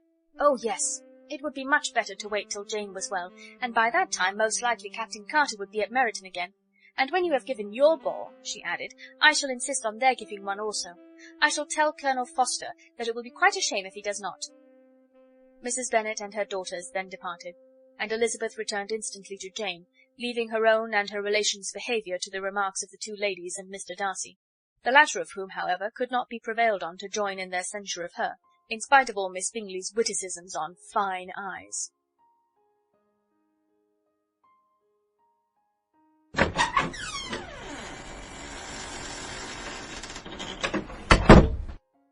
Chapter 10. The day passed much as the day before had done. Mrs. Hurst and Miss Bingley had spent some hours of the morning with the invalid, who continued, though slowly, to mend, and in the evening Elizabeth joined their party in the drawing-room. The loo table, however, did not appear. Mr. Darcy was writing, and Miss Bingley, seated near him, was watching the progress of his letter, and repeatedly calling off his attention by messages to his sister. Mr. Hurst and Mr. Bingley were at piquet, and Mrs. Hurst was observing their game. Elizabeth took up some needlework, and was sufficiently amused in attending to what passed between Darcy and his companion. The perpetual commendations of the lady, either on his handwriting, or on the evenness of his lines, or on the length of his letter, with the perfect unconcern with which her praises were received, formed a curious dialogue, and was exactly in union with her opinion of each. "How delighted Miss Darcy will be to receive such a letter." He made no answer. "You write uncommonly fast." "You are mistaken. I write rather slowly." "How many letters you must have occasion to write in the course of a year! Letters of business, too. How odious I should think them." "It is fortunate, then, that they fall to my lot instead of yours." "Pray tell your sister that I long to see her." "I have already told her so once, by your desire." "I am afraid you do not like your pen. Let me mend it for you. I mend pens remarkably well." "Thank you, but I always mend my own." "How can you contrive to write so even?" He was silent. "Tell your sister I am delighted to hear of her improvement on the harp, and pray let her know that I am quite in raptures with her beautiful little design for a table, and I think it infinitely superior to Miss Grantley's." will you give me leave to defer your raptures till I write again? At present I have not room to do them justice. Oh, it is of no consequence. I shall see her in January. But do you always write such charming long letters to her, Mr. Darcy? They are generally long, but whether always charming it is not for me to determine. It is a rule with me, that a person who can write a long letter with ease cannot write ill. That will not do for a compliment to Darcy, Caroline, cried her brother, because he does not write with ease. He studies too much for words of 4 syllables. Do not you, Darcy? My style of writing is very different from yours. Oh, cried Miss Bingley, Charles writes in the most careless way imaginable. He leaves out half his words and blots the rest. My ideas flow so rapidly that I have not time to express them, by which means my letters sometimes convey no ideas at all to my correspondents. Your humility, Mr. Bingley, said Elizabeth, must disarm reproof. Nothing is more deceitful, said Darcy, than the appearance of humility. It is often only carelessness of opinion, and sometimes an indirect boast. And which of the two do you call my little recent piece of modesty? The indirect boast. For you are really proud of your defects in writing, because you consider them as proceeding from a rapidity of thought and carelessness of execution, which, if not estimable, you think at least highly interesting. The power of doing anything with quickness is always prized much by the possessor, and often without any attention to the imperfection of the performance. When you told Mrs. Bennet this morning that if you ever resolved upon quitting Netherfield you should be gone in 5 minutes, you meant it to be a sort of panegyric, of compliment to yourself. And yet what is there so very laudable in the precipitance which must leave very necessary business undone, and can be of no real advantage to yourself or any one else? Nay, cried Bingley, this is too much, to remember at night all the foolish things that were said in the morning. And yet, upon my honour, I believe what I said of myself to be true, and I believe it at this moment. At least, therefore, I did not assume the character of needless precipitance merely to show off before the ladies. I dare say you believed it, but I am by no means convinced that you would have gone with such celerity. Your conduct would be quite as dependent on chance as that of any man I know, and if, as you were mounting your horse, a friend were to say, Bingley, you had better stay till next week, you would probably do it. You would probably not go, and, at another word, might stay a month. You have only proved by this, cried Elizabeth, that Mr. Bingley did not do justice to his own disposition. You have shown him off now much more than he did himself. I am exceedingly gratified, said Bingley, by your converting what my friend says into a compliment on the sweetness of my temper. But I am afraid you are giving it a turn which that gentleman did by no means intend. For he would certainly think better of me if, under such a circumstance, I were to give a flat denial, and ride off as fast as I could. Would Mr. Darcy then consider the rashness of your original intentions as atoned for by your obstinacy in adhering to it? Upon my word, I cannot exactly explain the matter. Darcy must speak for himself. You expect me to account for opinions which you choose to call mine, but which I have never acknowledged. Allowing the case, however, to stand according to your representation, you must remember, Miss Bennet, that the friend who is supposed to desire his return to the house, and the delay of his plan, has nearly desired it, asked it without offering one argument in favour of its propriety. To yield readily, easily, to the persuasion of a friend is no merit with you. To yield without conviction is no compliment to the understanding of either. You appear to me, Mr. Darcy, to allow nothing for the influence of friendship and affection. A regard for the requester would often make one yield readily to a request without waiting for arguments to reason one into it. I am not particularly speaking of such a case as you have supposed about Mr. Bingley. We may as well wait, perhaps, till the circumstance occurs before we discuss the discretion of his behaviour thereupon. But in general and ordinary cases between friend and friend, where one of them is desired by the other to change a resolution of no very great moment, should you think ill of that person for complying with the desire without waiting to be argued into it? Will it not be advisable, before we proceed on this subject, to arrange with rather more precision the degree of importance which is to appertain to this request, as well as the degree of intimacy subsisting between the parties? By all means, cried Bingley. Let us hear all the particulars, not forgetting their comparative height and size, for that will have more weight in the argument, Miss Bennet, than you may be aware of. I assure you that if Darcy were not such a great tall fellow in comparison with myself, I should not pay him half so much deference. I declare I do not know a more awful object than Darcy on particular occasions, and in particular places. At his own house especially, and of a Sunday evening, when he has nothing to do. Mr. Darcy smiled, but Elizabeth thought she could perceive that he was rather offended, and therefore checked her laugh. Miss Bingley warmly resented the indignity he had received, in an expostulation with her brother for talking such nonsense. "I see your design, Bingley," said his friend. "You dislike an argument, and want to silence this." "Perhaps I do. Arguments are too much like disputes. If you and Miss Bennet will defer yours till I am out of the room, I shall be very thankful, and then you may say whatever you like of me." "What you ask," said Elizabeth, "is no sacrifice on my side, and Mr. Darcy had much better finish his letter." Mr. Darcy took her advice, and did finish his letter. When that business was over, he applied to Miss Bingley and Elizabeth for an indulgence of some music. Miss Bingley moved with some alacrity to the pianoforte, and, after a polite request that Elizabeth would lead the way, which the other as politely and more earnestly negatived, she seated herself. Mrs. Hurst sang with her sister, and while they were thus employed, Elizabeth could not help observing, as she turned over some music books that lay on the instrument, how frequently Mr. Darcy's eyes were fixed on her. She hardly knew how to suppose that she could be an object of admiration to so great a man, and yet that he should look at her because he disliked her was still more strange. She could only imagine, however, at last, that she drew his notice because there was something more wrong and reprehensible, according to his ideas of right, than in any other person present. The supposition did not pain her. She liked him too little to care for his approbation. After playing some Italian songs, Miss Bingley varied the charm by a lively Scotch air, and soon afterwards Mr. Darcy, drawing near Elizabeth, said to her, "Do not you feel a great inclination, Miss Bennet, to seize such an opportunity of dancing a reel?" She smiled, but made no answer. He repeated the question with some surprise at her silence.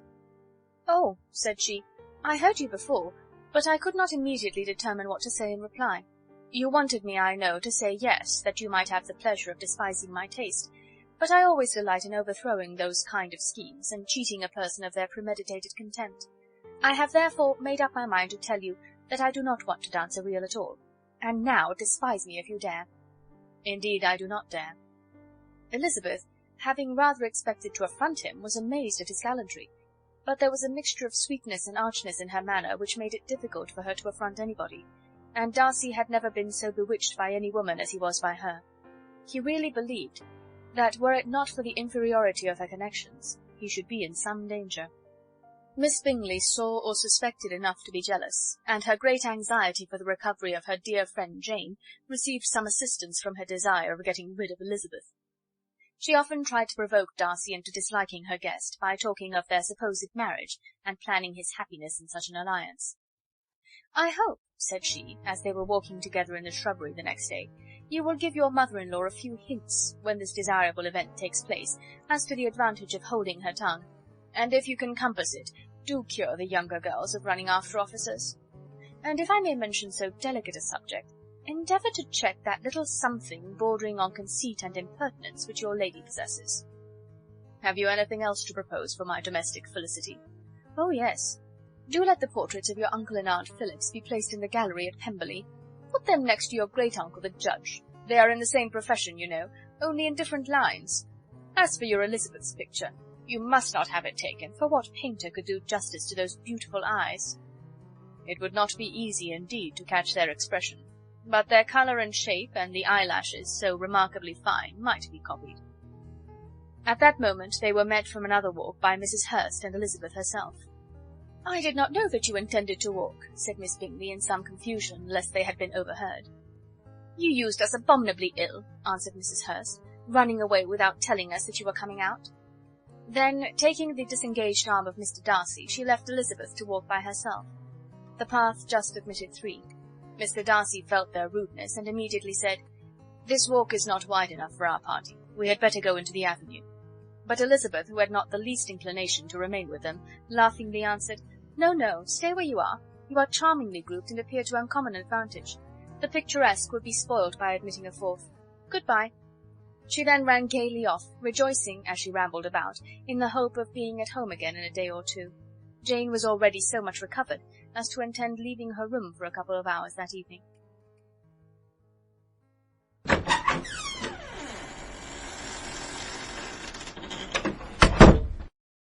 Chapter 11. When the ladies removed after dinner, Elizabeth ran up to her sister, and seeing her well guarded from cold, attended her into the drawing-room, where she was welcomed by her two friends with many professions of pleasure. And Elizabeth had never seen them so agreeable as they were during the hour which passed before the gentlemen appeared.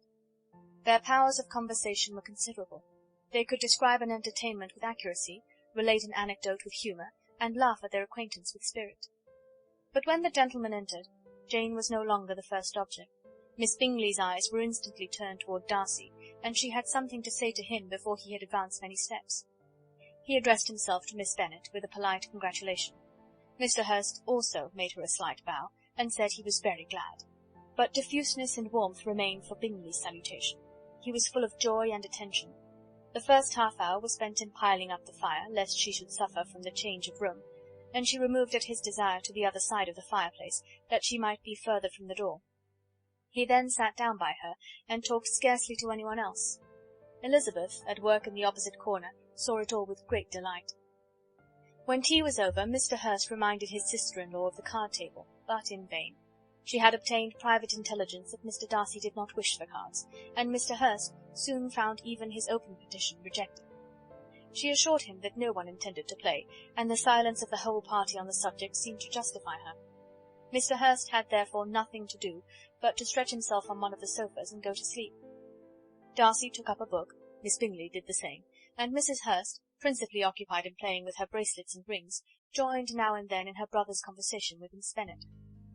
Miss Bingley's attention was quite as much engaged in watching Mr. Darcy's progress through his book as in reading her own, and she was perpetually either making some inquiry or looking at his page. She could not win him, however, to any conversation. He merely answered her question and read on. At length, quite exhausted by the attempt to be amused with her own book, which she had only chosen because it was the second volume of his, she gave a great yawn and said, "How pleasant it is to spend an evening in this way! I declare, after all, there is no enjoyment like reading. How much sooner one tires of anything than of a book! When I have a house of my own, I shall be miserable if I have not an excellent library." No one made any reply. She then yawned again, threw aside her book, and cast her eyes round the room in quest for some amusement, when, hearing her brother mentioning a ball to Miss Bennet, she turned suddenly towards him and said, "By the by, Charles, are you really serious in meditating a dance at Netherfield? I would advise you, before you determine on it, to consult the wishes of the present party. I am much mistaken if there are not some among us to whom a ball would be rather a punishment than a pleasure." "If you mean Darcy," cried her brother, "he may go to bed, if he chooses, before it begins. But as for the ball, it is quite a settled thing, and as soon as Nichols has made a white soup enough, I shall send round my cards."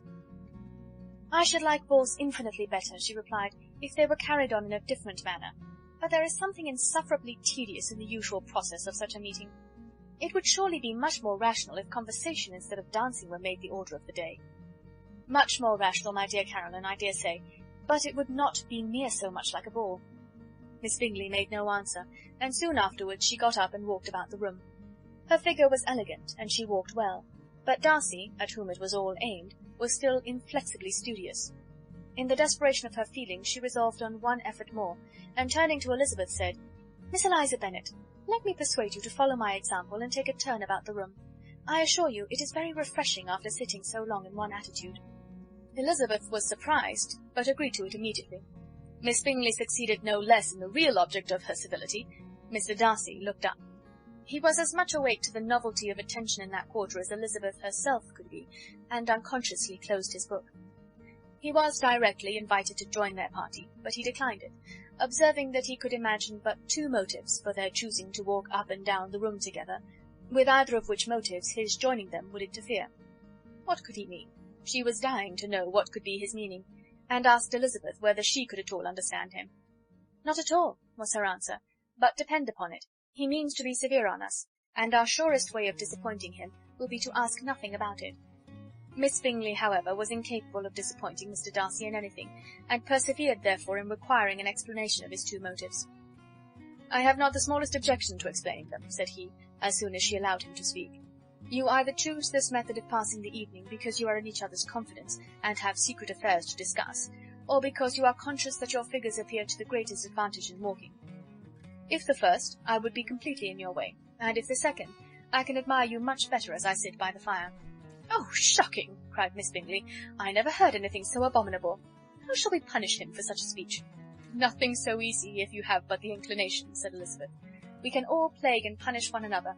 Tease him, laugh at him. Intimate as you are, you must know how it is to be done." "But upon my honour I do not. I do assure you that my intimacy has not yet taught me that. Tease calmness of temper and presence of mind? No, no, I feel he may defy us there. And as to laughter, we will not expose ourselves, if you please, by attempting to laugh without a subject. Mr. Darcy may hug himself." "Mr. Darcy is not to be laughed at?" cried Elizabeth. "That is an uncommon advantage, and uncommon I hope it will continue, for it would be a great loss to me to have many such acquaintances. I dearly love a laugh." "Miss Bingley," said he, "has given me credit for more than can be.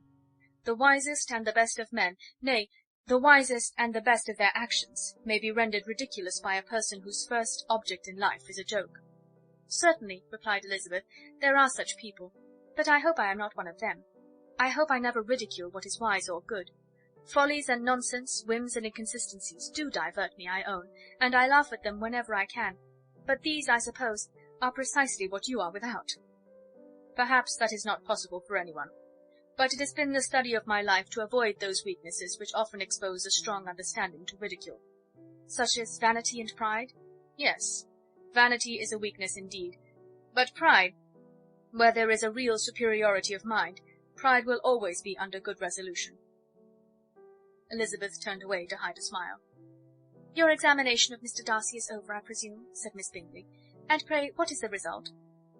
"I am perfectly convinced by it that Mr. Darcy has no defect. He owns it to himself without disguise." "No," said Darcy, "I have made no such pretension. I have thoughts enough, but they are not, I hope, of understanding. My temper I dare not vouch for. It is, I believe, too little yielding, certainly too little for the convenience of the world. I cannot forget the follies and vices of others so soon as I ought, nor their offences against myself. My feelings are not puffed about with every attempt to move them. My temper would perhaps be called resentful.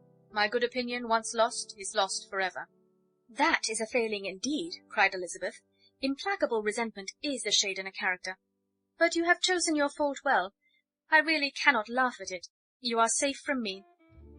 "There is, I believe, in every disposition a tendency to some particular evil, a natural defect, which not even the best education can overcome." "And your defect is a propensity to hate everybody." "And yours," he replied with a smile, "is wilfully to misunderstand them." "Do let us have a little music," cried Miss Bingley, tired of a conversation in which she had no share. "Louisa, you will not mind my waking Mr. Hurst?" Her sister made not the slightest objection, and the pianoforte was opened, and Darcy, after a few moments' recollection, was not sorry for it. He began to feel the danger of paying Elizabeth too much attention.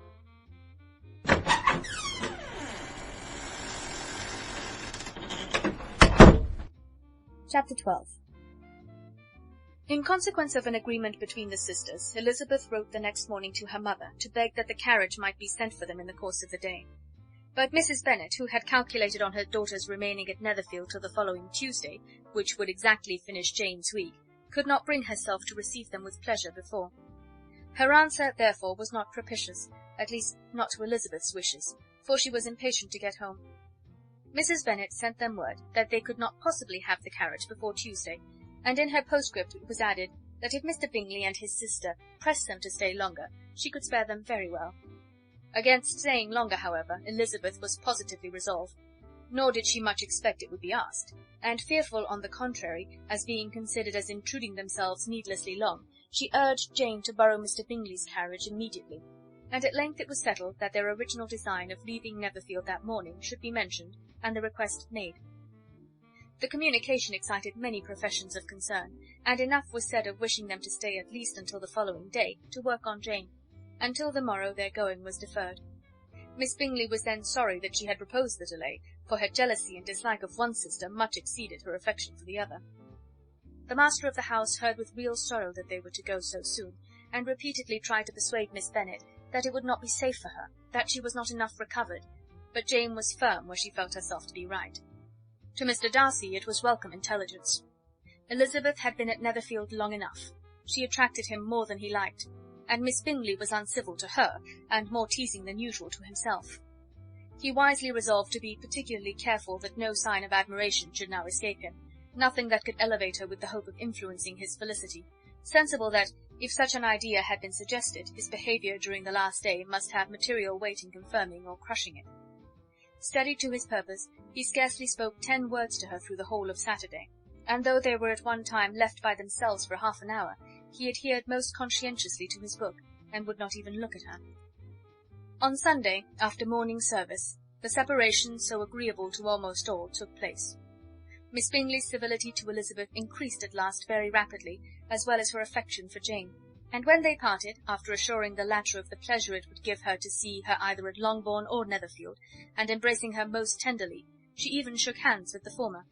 Elizabeth took leave of the whole party in the liveliest spirits.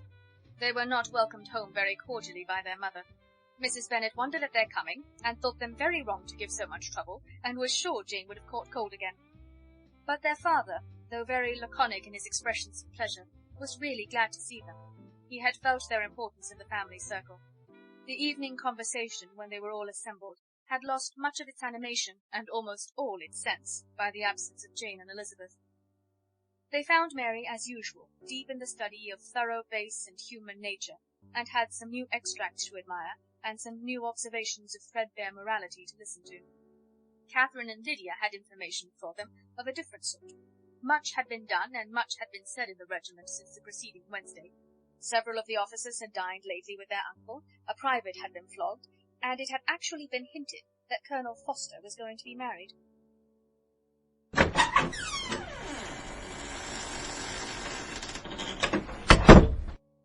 Chapter 13.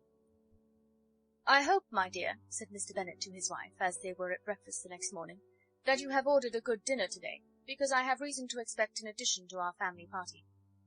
"What do you mean, my dear?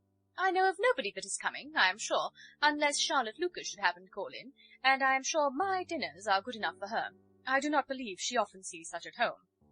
"The person of whom I speak is a gentleman and a stranger." Mrs. Bennet's eyes sparkled. "A gentleman and a stranger! It is Mr. Bingley, I am sure.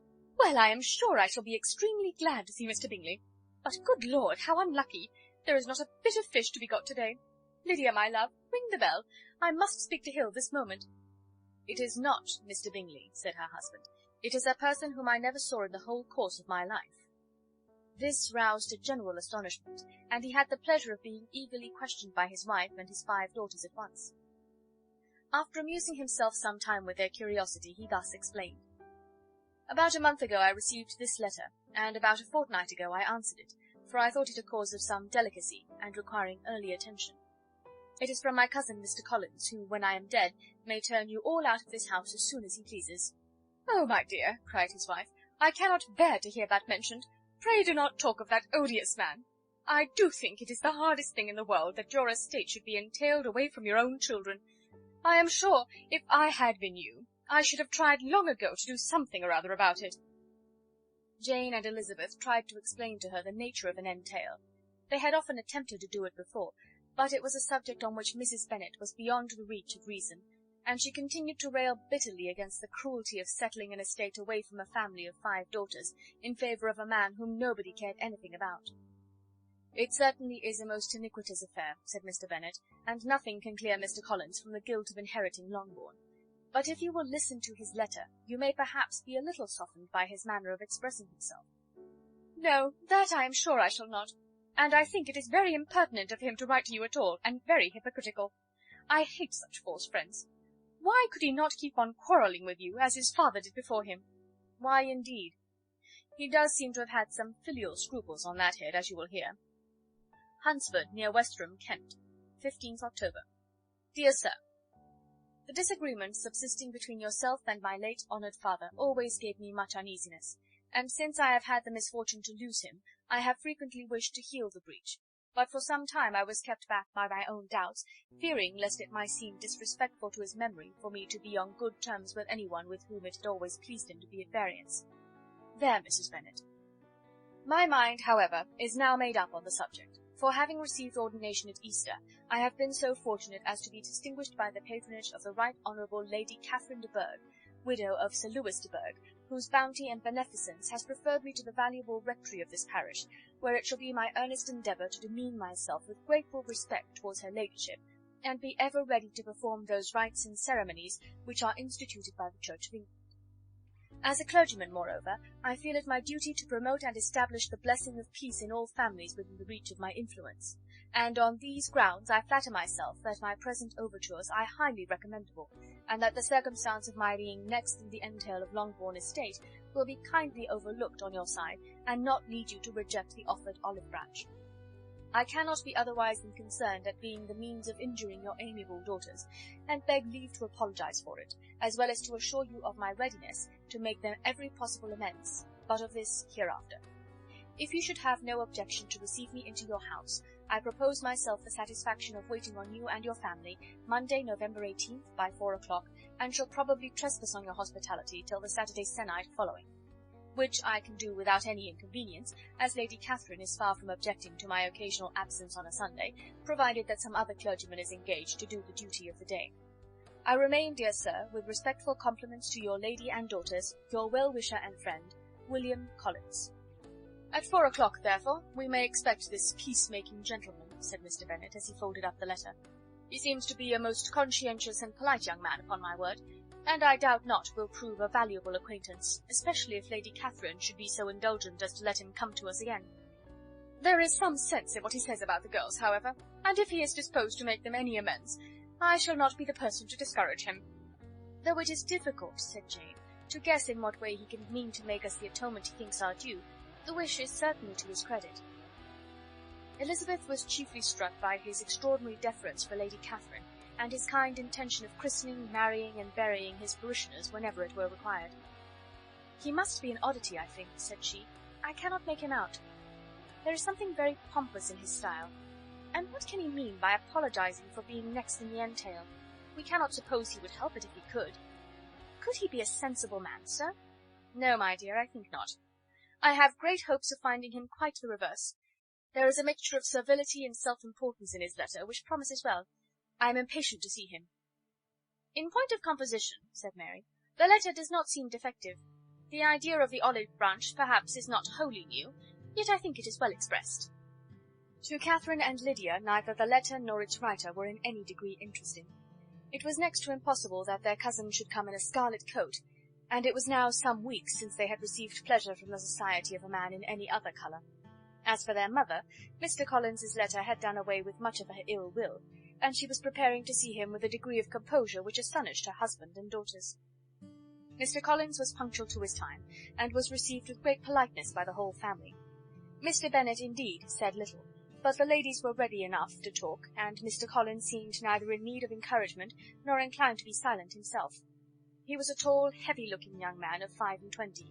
His air was grave and stately, and his manners were very formal.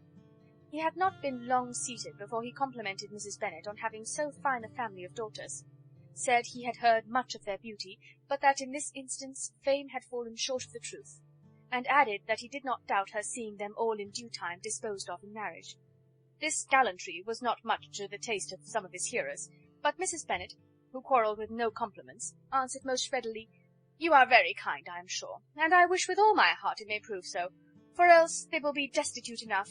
Things are settled so oddly." "You allude, perhaps, to the entail of this estate?" "Ah, sir, I do indeed. It is a grievous affair to my poor girls, you must confess. Not that I mean to find fault with you, for such things I know are all chance in this world. There is no knowing how estates will go once they come to be entailed. I am very sensible, madam, to the hardship of my fair cousins, and could say much on the subject, but that I am cautious of appearing forward and precipitate. But I can assure the young ladies that I come prepared to admire them. At present I will not say more, but perhaps when we are better acquainted—" He was interrupted by a summons to dinner, and the girls smiled on each other. They were not the only objects of Mr. Collins' admiration. The hall, the dining-room, and all its furniture were examined and praised, and his commendation of everything would have touched Mrs. Bennet's heart, but for the mortifying supposition of his viewing it all as his own future property. The dinner, too, in its turn, was highly admired, and he begged to know to which of his fair cousins the excellency of its cooking was owing. But he was set right there by Mrs. Bennet, who assured him with some asperity that they were very well able to keep a cook, and that her daughters had nothing to do in the kitchen. He begged pardon for having displeased her. In a softened tone she declared herself not at all offended, but he continued to apologize for about a quarter of an hour.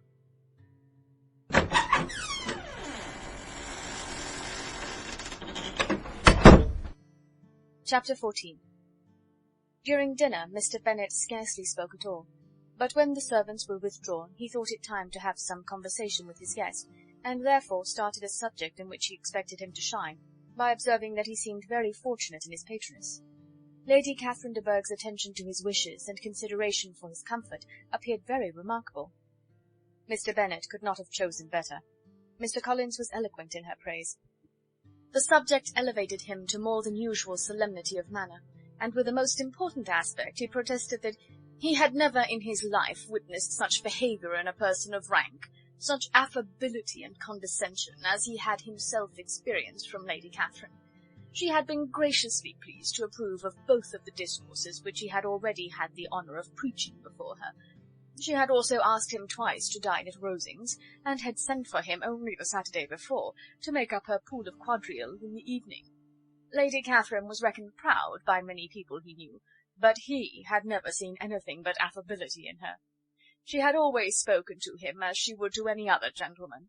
She made not the smallest objection to his joining in the society of the neighbourhood, nor to his leaving the parish occasionally for a week or two to visit his relations. She had even condescended to advise him to marry as soon as he could, provided he chose with discretion, and had once paid him a visit in his humble parsonage, where she had perfectly approved all the alterations he had been making, and had even vouchsafed to suggest some herself, some shelves in the closet upstairs. "That is all very proper and civil, I am sure," said Mrs. Bennet, "and I dare say she is a very agreeable woman. It is a pity that great ladies in general are not more like her. Does she live near you, sir?" "The garden in which stands my humble abode is separated only by a lane from Rosings Park, her ladyship's residence." "I think you said she was a widow, sir. Has she any family?" "She has only one daughter, the heiress of Rosings, and a very extensive property." "Ah," said Mrs. Bennet, shaking her head, "then she is better off than many girls. And what sort of young lady is she? Is she handsome?"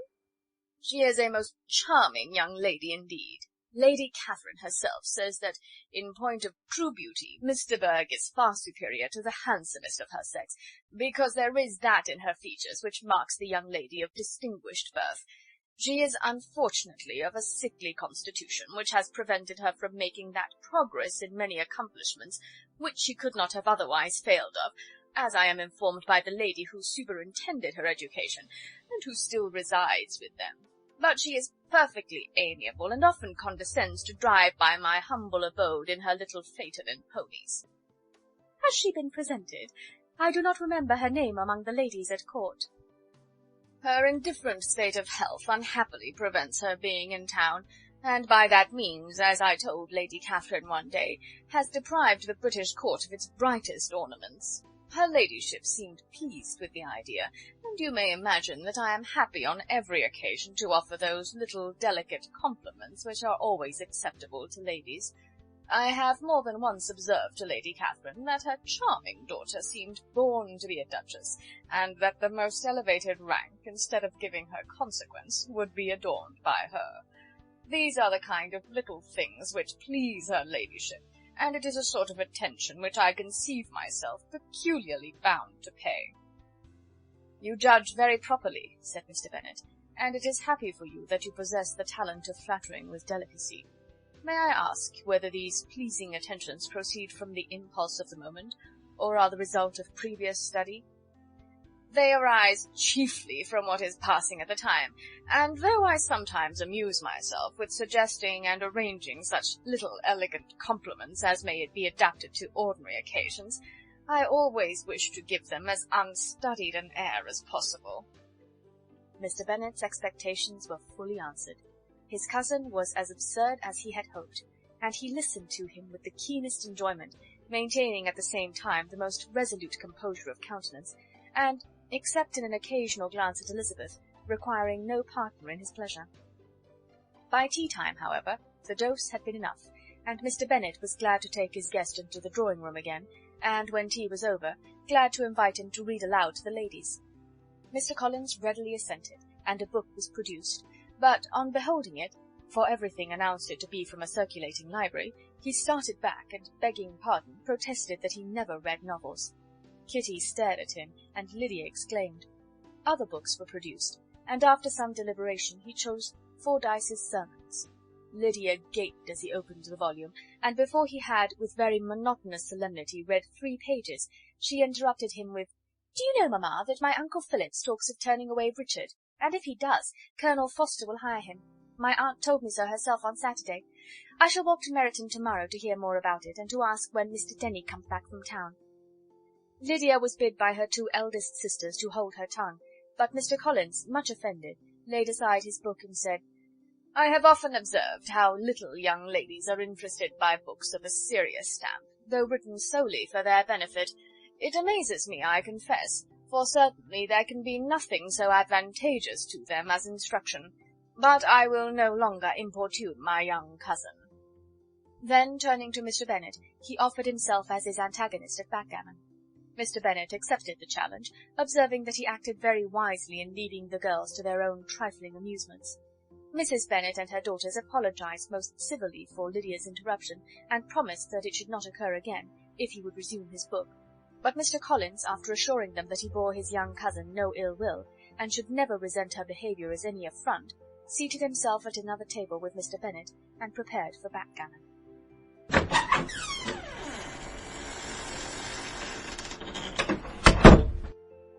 Chapter 15. Mr. Collins was not a sensible man, and the deficiency of nature had been but little assisted by education or society, the greatest part of his life having been spent under the guidance of an illiterate and miserly father, and though he belonged to one of the universities, he had merely kept the necessary terms without forming at it any useful acquaintance. The subjection in which his father had brought him up had given him originally great humility of manner, but it was now a good deal counteracted by the self-conceit of a weak head, living in retirement, and the consequential feelings of early and unexpected prosperity. A fortunate chance had recommended him to Lady Catherine de Bourgh when the living of Hunsford was vacant, and the respect which he felt for her high rank, and his veneration for her as his patroness, mingling with a very good opinion of himself, of his authority as a clergyman, and his right as a rector, made him altogether a mixture of pride and obsequiousness, self-importance and humility.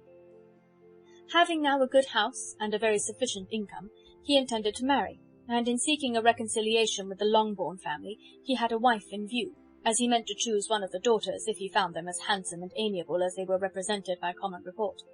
This was his plan of amends, of atonement, for inheriting their father's estate, and he thought it an excellent one, full of eligibility and suitableness, and excessively generous and disinterested on his own part.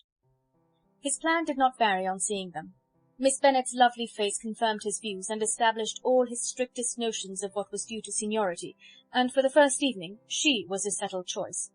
The next morning, however, made an alteration, for in a quarter of an hour's tete-a-tete with Mrs. Bennet before breakfast, a conversation beginning with his parsonage house and leading naturally to the avowal of his hopes that a mistress might be found for it at Longbourn, produced from her, amid very complaisant smiles and general encouragement, a caution against the very Jane he had fixed on. As to her younger daughters, she could not take upon her to say, she could not positively answer, but she did not know of any prepossession. Her eldest daughter, she must just mention, she felt it incumbent on her to hint, was likely to be very soon engaged. Mr. Collins had only to change from Jane to Elizabeth, and it was soon done while Mrs. Bennet was stirring the fire. Elizabeth, equal next to Jane in birth and beauty, succeeded her, of course. Mrs. Bennet treasured up the hint, and trusted that she might soon have 2 daughters married, and the man whom she could not bear to speak of the day before was now high in her good graces. Lydia's intention of walking to Meryton was not forgotten. Every sister except Mary agreed to go with her, and Mr. Collins was to attend them, at the request of Mr. Bennet, who was most anxious to get rid of him, and have his library to himself. For thither Mr. Collins had followed him after breakfast, and there he would continue, nominally engaged with one of the largest folios in the collection, but really talking to Mr. Bennet with little cessation of his house and garden at Hunsford. Such doings discomposed Mr. Bennet exceedingly. In his library he had been always sure of leisure and tranquillity, and though prepared, as he told Elizabeth, to meet with folly and conceit in every other room of the house, he was used to be free from them there. His civility, therefore, was most prompt in inviting Mr. Collins to join his daughters in their walk, and Mr. Collins, being in fact much better fitted for a walker than a reader, was extremely pleased to close his large book and go. In pompous nothings on his side, and civil assents on that of his cousins, their time passed till they entered Meryton. The attention of the younger ones was then no longer to be gained by him. Their eyes were immediately wandering up in the street in quest of the officers, and nothing less than a very smart bonnet indeed, or a really new muslin in a shop window, could recall them. But the attention of every lady was soon caught by a young man whom they had never seen before, of most gentlemanlike appearance, walking with another officer on the other side of the way. The officer was the very Mr. Denny concerning whose return from London Lydia came to inquire, and he bowed as they passed. All were struck with the stranger's air, all wondered who he could be, and Kitty and Lydia, determined if possible to find out, led the way across the street, under pretence of wanting something in an opposite shop, and fortunately had just gained the pavement when the two gentlemen, turning back, had reached the same spot. Mr. Denny addressed them directly, and entreated permission to introduce his friend Mr. Wickham, who had returned with him the day before from town, and he was happy to say had accepted a commission in their corps. This was exactly as it should be, for the young man wanted only regimentals to make him completely charming. His appearance was greatly in his favour. He had all the best part of beauty, a fine countenance, a good figure, and very pleasing address. The introduction was followed up on his side by a happy readiness of conversation, a readiness at the same time perfectly correct and unassuming, and the whole party was still standing and talking together very agreeably when the sound of horses drew their notice, and Darcy and Bingley were seen riding down the street. On distinguishing the ladies of the group, the two gentlemen came directly towards them, and began the usual civilities. Bingley was the principal spokesman, and Miss Bennet the principal object. He was then, he said, on his way to Longbourn on purpose to inquire after her. Mr. Darcy corroborated it with a bow, and was beginning to determine not to fix his eyes on Elizabeth, when they were suddenly arrested by the sight of the stranger, and Elizabeth, happening to see the countenance of both as they looked at each other, was all astonishment at the effect of the meeting. Both changed colour. One looked white, the other red. Mr. Wickham, after a few moments, touched his hat, a salutation which Mr. Darcy just deigned to return. What could be the meaning of it? It was impossible to imagine. It was impossible not to long to know. In another minute Mr. Bingley, but without seeming to have noticed what passed, took leave and rode on with his friend. Mr. Denny and Mr. Wickham walked with the young ladies to the door of Mr. Phillip's house, and then made their bows, in spite of Miss Lydia's pressing entreaties that they should come in, and even in spite of Mrs. Phillips throwing up the parlour window and loudly seconding the invitation. Mrs. Phillips was always glad to see her nieces, and the two eldest, from their recent absence, were particularly welcome, and she was eagerly expressing her surprise at their sudden return home, which, as their own carriage had not fetched them, she should have known nothing about, if she had not happened to see Mr. Jones's shop-boy in the street, who had told her that they were not to send any more drafts to Netherfield because the Miss Bennets were come away, when her civility was claimed towards Mr. Collins by Jane's introduction of him. She received him with her very best politeness, which he returned with as much more, apologizing for his intrusion without any previous acquaintance with her, which he could not help flattering himself, however, might be justified by his relationship to the young ladies who introduced him to her notice. Mrs. Phillips was quite awed by such an excess of good breeding, but her contemplation of one stranger was soon put to an end by exclamations and inquiries about the other, of whom, however, she could only tell her nieces what they already knew, that Mr. Denny had brought him from London, and that he was to have a lieutenant's commission in the shire. She had been watching him the last hour, she said, as he walked up and down the street, and had Mr. Wickham appeared, Kitty and Lydia would certainly have continued the occupation. But unluckily no one passed the windows now except a few of the officers who, in comparison with the stranger, were become stupid, disagreeable fellows. Some of them were to dine with the Phillipses the next day, and their aunt promised to make her husband call on Mr. Wickham and give him an invitation also, if the family from Longbourn would come in the evening. This was agreed to, and Mrs. Phillips protested that they would have a nice, comfortable, noisy game of lottery tickets, and a little bit of hot supper afterwards. The prospect of such delights was very cheering, and they parted in mutual good spirits. Mr. Collins repeated his apologies in quitting the room, and was assured with unwearying civility that they were perfectly needless. As they walked home, Elizabeth related to Jane what she had seen pass between the two gentlemen, but though Jane would have defended either or both had they appeared to be in the wrong, she could no more explain such behaviour than her sister. Mr. Collins, on his return, highly gratified Mrs. Bennet by admiring Mrs. Phillips's manners and politeness. He protested that, except Lady Catherine and her daughter, he had never seen a more elegant woman, for she had not only received him with the utmost civility, but even pointedly included him in her invitation for the next evening, although utterly unknown to her before. Something, he supposed, might be attributed to his connection with them, but yet he had never met with so much attention the whole course of his life.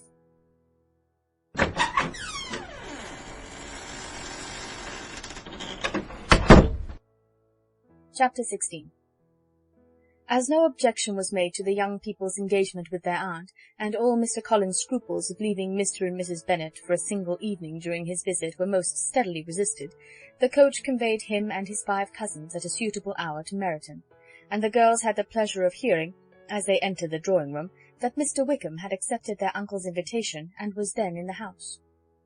When this information was given, and they had all taken their seats, Mr. Collins was at leisure to look around him and admire, and he was so much struck with the size and furniture of the apartment that he declared he might almost have supposed himself in the small summer breakfast parlour at Rosings, a comparison that did not at first convey much gratification, but when Mrs. Phillips understood from him what Rosings was, and who was its proprietor, when she had listened to the description of only one of Lady Catherine's drawing-rooms, and found that the chimney-piece alone had cost £800, she felt all the force of the compliment, and would hardly have resented a comparison with the housekeeper's room.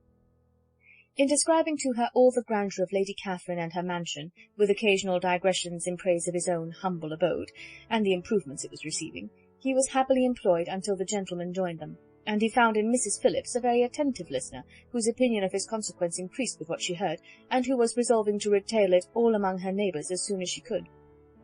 To the girls, who could not listen to their cousin, and who had nothing to do but to wish for an instrument, and examine their own indifferent imitations of china on the mantelpiece, the interval of waiting appeared very long. It was over at last, however.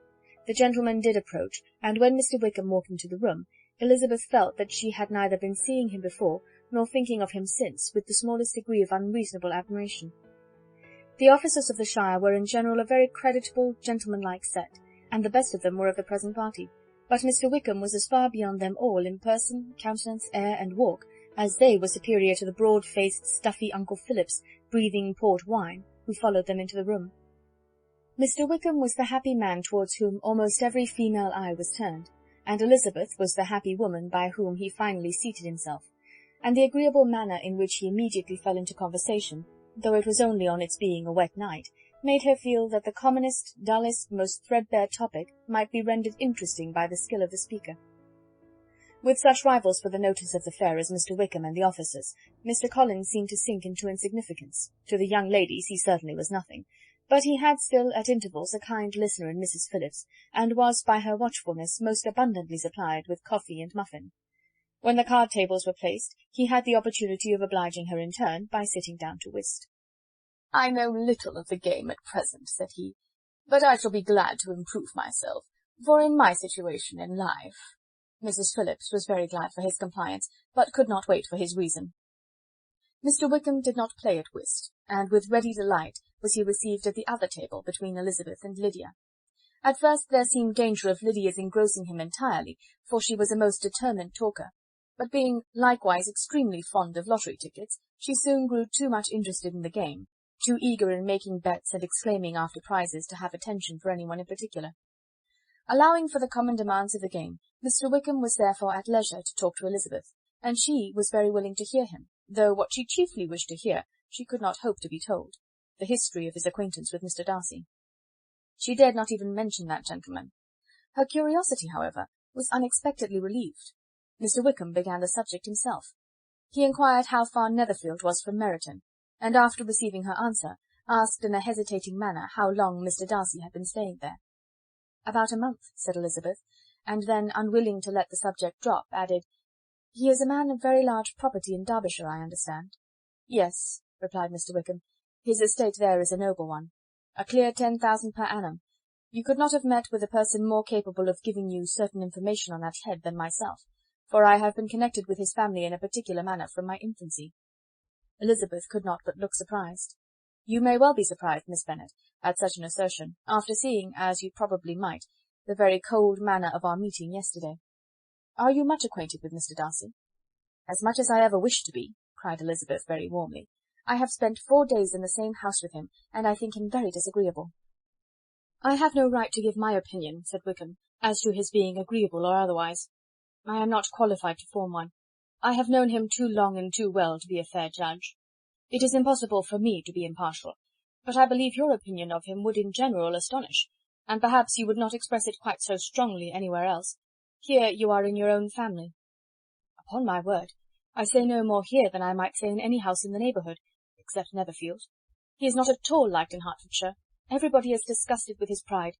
you will not find him more favourably spoken of by anyone." "I cannot pretend to be sorry," said Wickham, after a short interruption, "that he or that any man should not be estimated beyond their deserts. But with him, I believe, it does not often happen. The world is blinded by his fortune and consequence, or frightened by his high and imposing manners, and sees him only as he chooses to be seen. I should take him, even on my slight acquaintance, to be an ill-tempered man." Wickham only shook his head. "I wonder," said he, at the next opportunity of speaking, "whether he is likely to be in this country much longer. I do not at all know, but I heard nothing of his going away when I was at Netherfield. I hope your plans in favour of the Shire will not be affected by his being in the neighbourhood?" "Oh, no. It is not for me to be driven away by Mr. Darcy. If he wishes to avoid seeing me, he must go. We are not on friendly terms, and it always gives me pain to meet him, but I have no reason for avoiding him, but what I might proclaim before all the world, a sense of a very great ill-usage and most painful regrets at his being what he is. His father, Miss Bennet, the late Mr. Darcy, was one of the best men that ever breathed, and the truest friend I ever had, and I can never be in company with this Mr. Darcy without being grieved to the soul by 1,000 tender recollections. His behaviour to myself has been scandalous, but I verily believe I could forgive him anything and everything, rather than his disappointing the hopes and disgracing the memory of his father." Elizabeth found the interest of the subject increase, and listened with all her heart, but the delicacy of it prevented further inquiry. Mr. Wickham began to speak on more general topics, Meryton, the neighbourhood, the society, appearing highly pleased with all that he had yet seen, and speaking of the latter with gentle but very intelligible gallantry. "It was the prospect of constant society, and good society," he added, "which was my chief inducement to enter the Shire. I knew it to be a most respectable, agreeable corps, and my friend Denny tempted me further by his account of their present quarters, and the very great attentions and excellent acquaintances Meryton had procured them. Society, I own, is necessary to me. I have been a disappointed man, and my spirits will not bear solitude. I must have employment and society. A military life is not what I was intended for, but circumstances have now made it eligible. The Church ought to have been my profession. I was brought up for the Church, and I should at this time have been in possession of a most valuable living, had it pleased the gentleman we were speaking of just now." "Indeed?" "Yes. The late Mr. Darcy bequeathed me the next presentation of the best living in his gift. He was my godfather, and excessively attached to me. I cannot do justice to his kindness. He meant to provide for me amply, and thought he had done it, but when the living fell, it was given elsewhere." "Good heavens!" cried Elizabeth. "But how could that be? How could his will be disregarded? Why did you not seek legal redress?" "There was just such an informality in the terms of the bequest as to give me no hope from law. A man of honour could not have doubted the intention, but Mr. Darcy chose to doubt it, or to treat it as a merely conditional recommendation, and to assert that I had forfeited all claim to it by extravagance, imprudence, in short, anything or nothing. Certain it is that the living became vacant 2 years ago, exactly as I was of an age to hold it, and that it was given to another man. And no less certain is it, that I cannot accuse myself of having really done anything to deserve to lose it. I have a warm, unguarded temper, and I may have spoken my opinion of him and to him too freely. I can recall nothing worse. But the fact is, that we are very different sort of men, and that he hates me. This is quite shocking. He deserves to be publicly disgraced. Some time or other he will be, but it shall not be by me. Till I can forget his father, I can never defy or expose him." Elizabeth honoured him for such feelings, and thought him handsomer than ever as he expressed them. "But what," said she after a pause, "can have been his motive? What can have induced him to behave so cruelly?" "A thorough determined dislike of me, a dislike which I cannot but attribute in some measure to jealousy. Had the late Mr. Darcy liked me less, his son might have borne with me better, but his father's uncommon attachment to me irritated him, I believe, very early in life. He had not a temper to bear the sort of competition in which we stood, the sort of preference which was often given to me. I had not thought Mr. Darcy so bad as this, though I have never liked him. I had not thought so very ill of him. I had supposed him to be despising his fellow creatures in general, but did not suspect him of descending to such malicious revenge, such injustice, such inhumanity as this." After a few minutes' reflection, however, she continued, "I do remember his boasting one day at Netherfield of the implacability of his resentments, of his having an unforgiving temper. His disposition must be dreadful." "I will not trust myself on the subject," replied Wickham. I can hardly be just to him." Elizabeth was again deep in thought, and after a time exclaimed, "To treat in such a manner the godson, the friend, the favourite of his father!" She could have added, "A young man, too, like you, whose very countenance may vouch for your being amiable," but she contented herself with, "and one, too, who had probably been his companion from childhood, connected together, as I think you said, in the closest manner. We were born in the same parish, within the same park. The greatest part of our youth was passed together, inmates of the same house, sharing the same amusements, objects of the same parental care. My father began life in the profession which your uncle, Mr. Phillips, appears to do so much credit to, but he gave up everything to be of use to the late Mr. Darcy, and devoted all his time to the care of the Pemberley property. He was most highly esteemed by Mr. Darcy, a most intimate confidential friend. Mr. Darcy often acknowledged himself to be under the greatest obligations to my father's active superintendence, and when, immediately before my father's death, Mr. Darcy gave him a voluntary promise of providing for me, I am convinced that he felt it to be as much a debt of gratitude to him as of his affection to myself." "How strange!" cried Elizabeth. "How abominable! I wonder that the very pride of this Mr. Darcy has not made him just to you. If from no better motive, that he should not have been too proud to be dishonest, for dishonesty I must call it." "It is wonderful," replied Wickham, "for almost all his actions may be traced to pride, and pride had often been his best friend. It has connected him nearer with virtue than with any other feeling. But we are none of us consistent, and in his behaviour to me there were stronger impulses even than pride." "Can such abominable pride as his have ever done him good?" "Yes. It has often led him to be liberal and generous, to give his money freely, to display hospitality, to assist his tenants and relieve the poor. Family pride and filial pride, for he is very proud of what his father was, have done this. Not to appear to disgrace his family, to degenerate from the popular qualities, or lose the influence of the Pemberley house, is a powerful motive. He has also brotherly pride, which with some brotherly affection makes him a very kind and careful guardian of his sister, and you will hear him generally cried up as the most attentive and best of brothers." "What sort of girl is Miss Darcy?" He shook his head. "I wish I could call her amiable.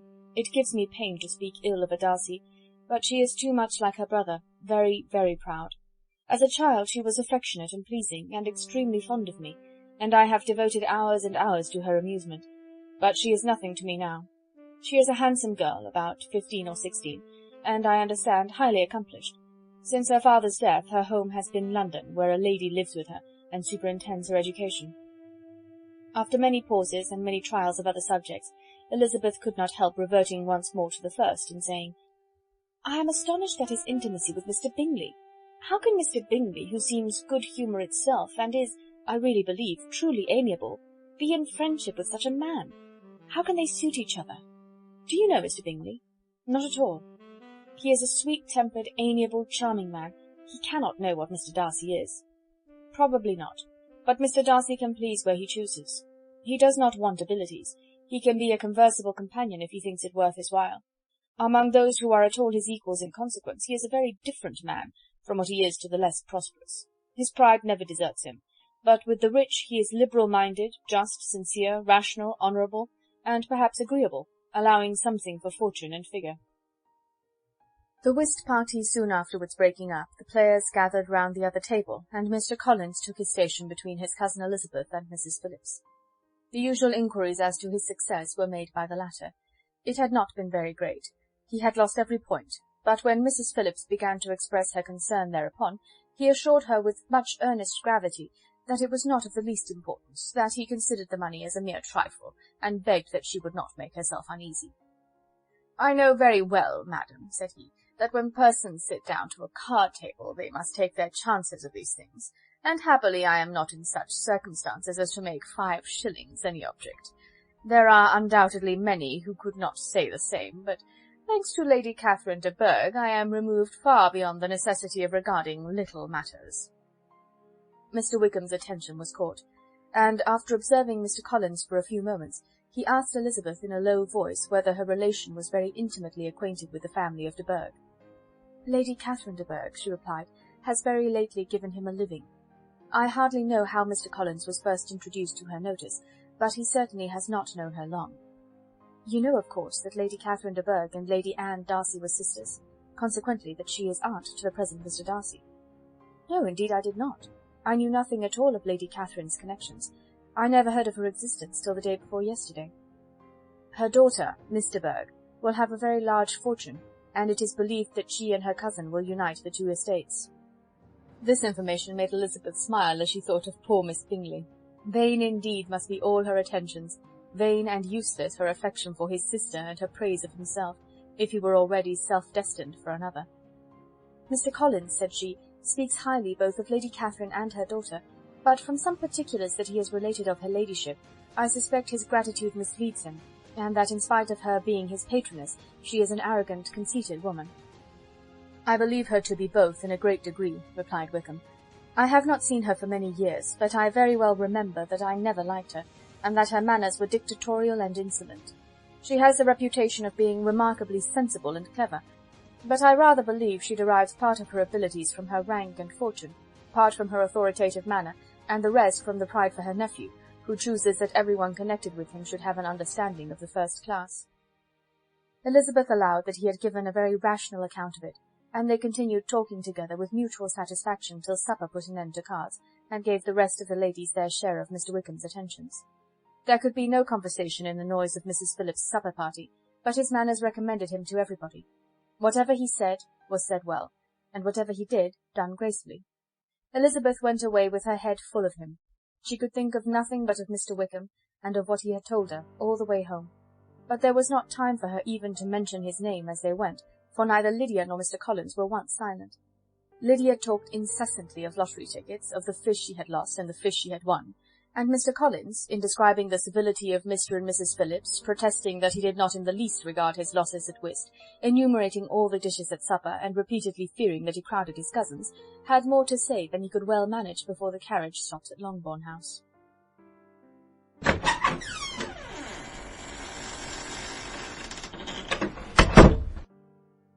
Chapter 17.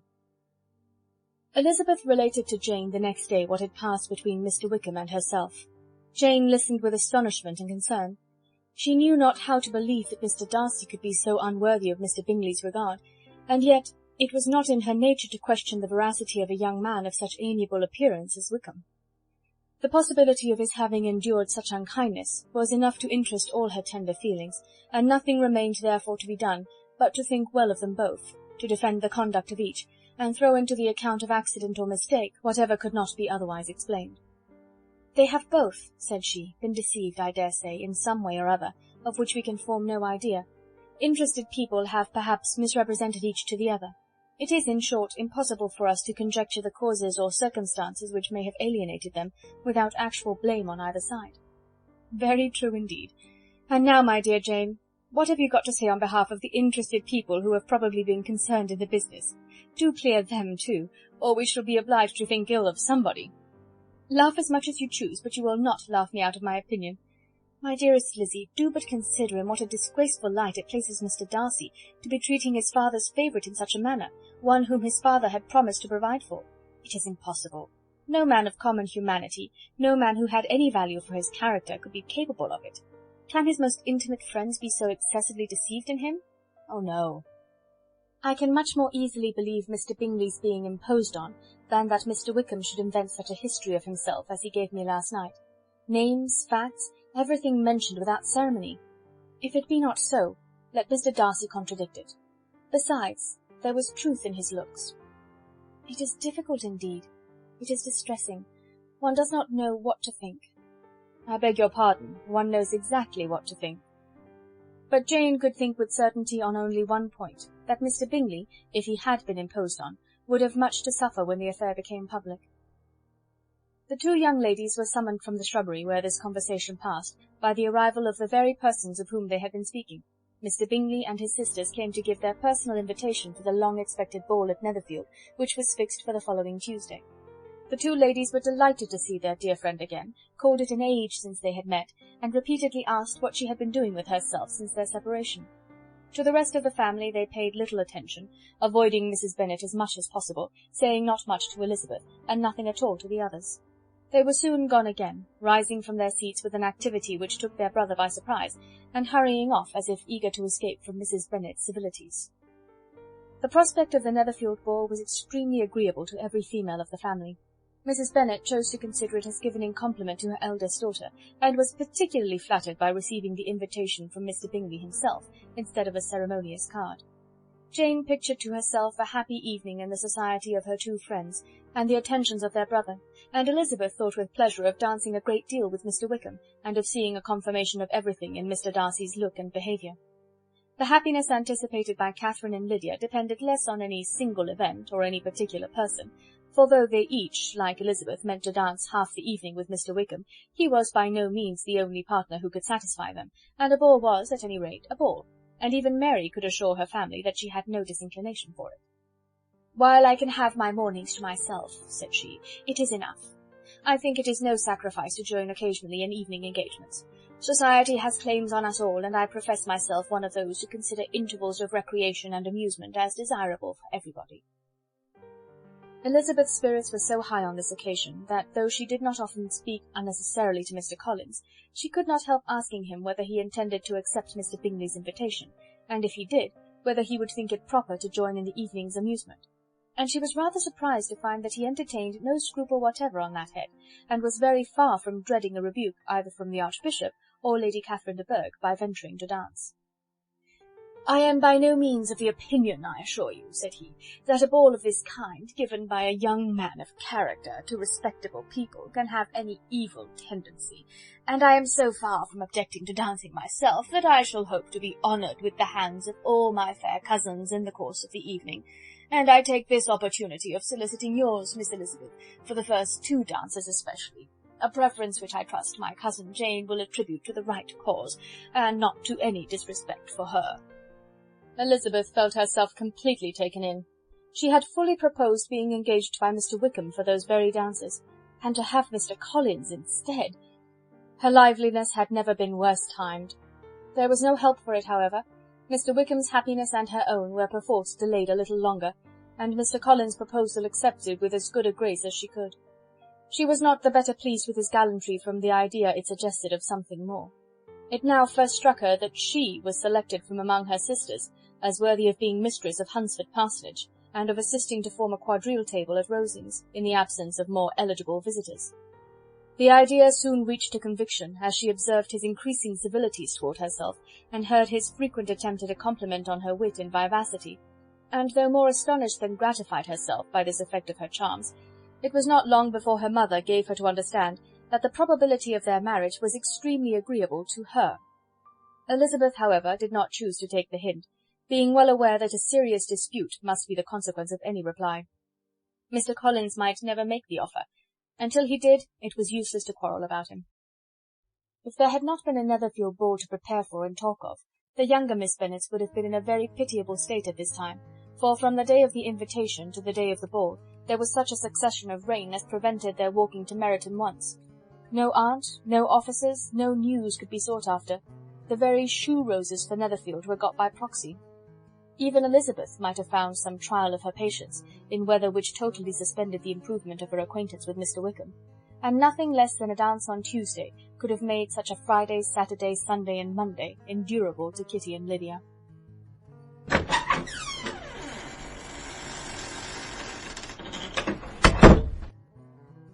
Chapter 18. Till Elizabeth entered the drawing-room at Netherfield, and looked in vain for Mr. Wickham among the cluster of red coats there assembled, a doubt of his being present had never occurred to her. The certainty of meeting him had not been checked by any of those recollections that might not unreasonably have alarmed her. She had dressed with more than usual care, and prepared in the highest spirits for the conquest of all that remained unsubdued of his heart, trusting that it was not more than might be won in the course of the evening. But in an instant arose the dreadful suspicion of his being purposely omitted for Mr. Darcy's pleasure in the Bingleys' invitation to the officers, and though this was not exactly the case, the absolute fact of his absence was pronounced by his friend Denny, to whom Lydia eagerly applied, and who told them that Wickham had been obliged to go to town on business the day before, and was not yet returned, adding with a significant smile, "I do not imagine his business would have called him away just now, if he had not wanted to avoid a certain gentleman here."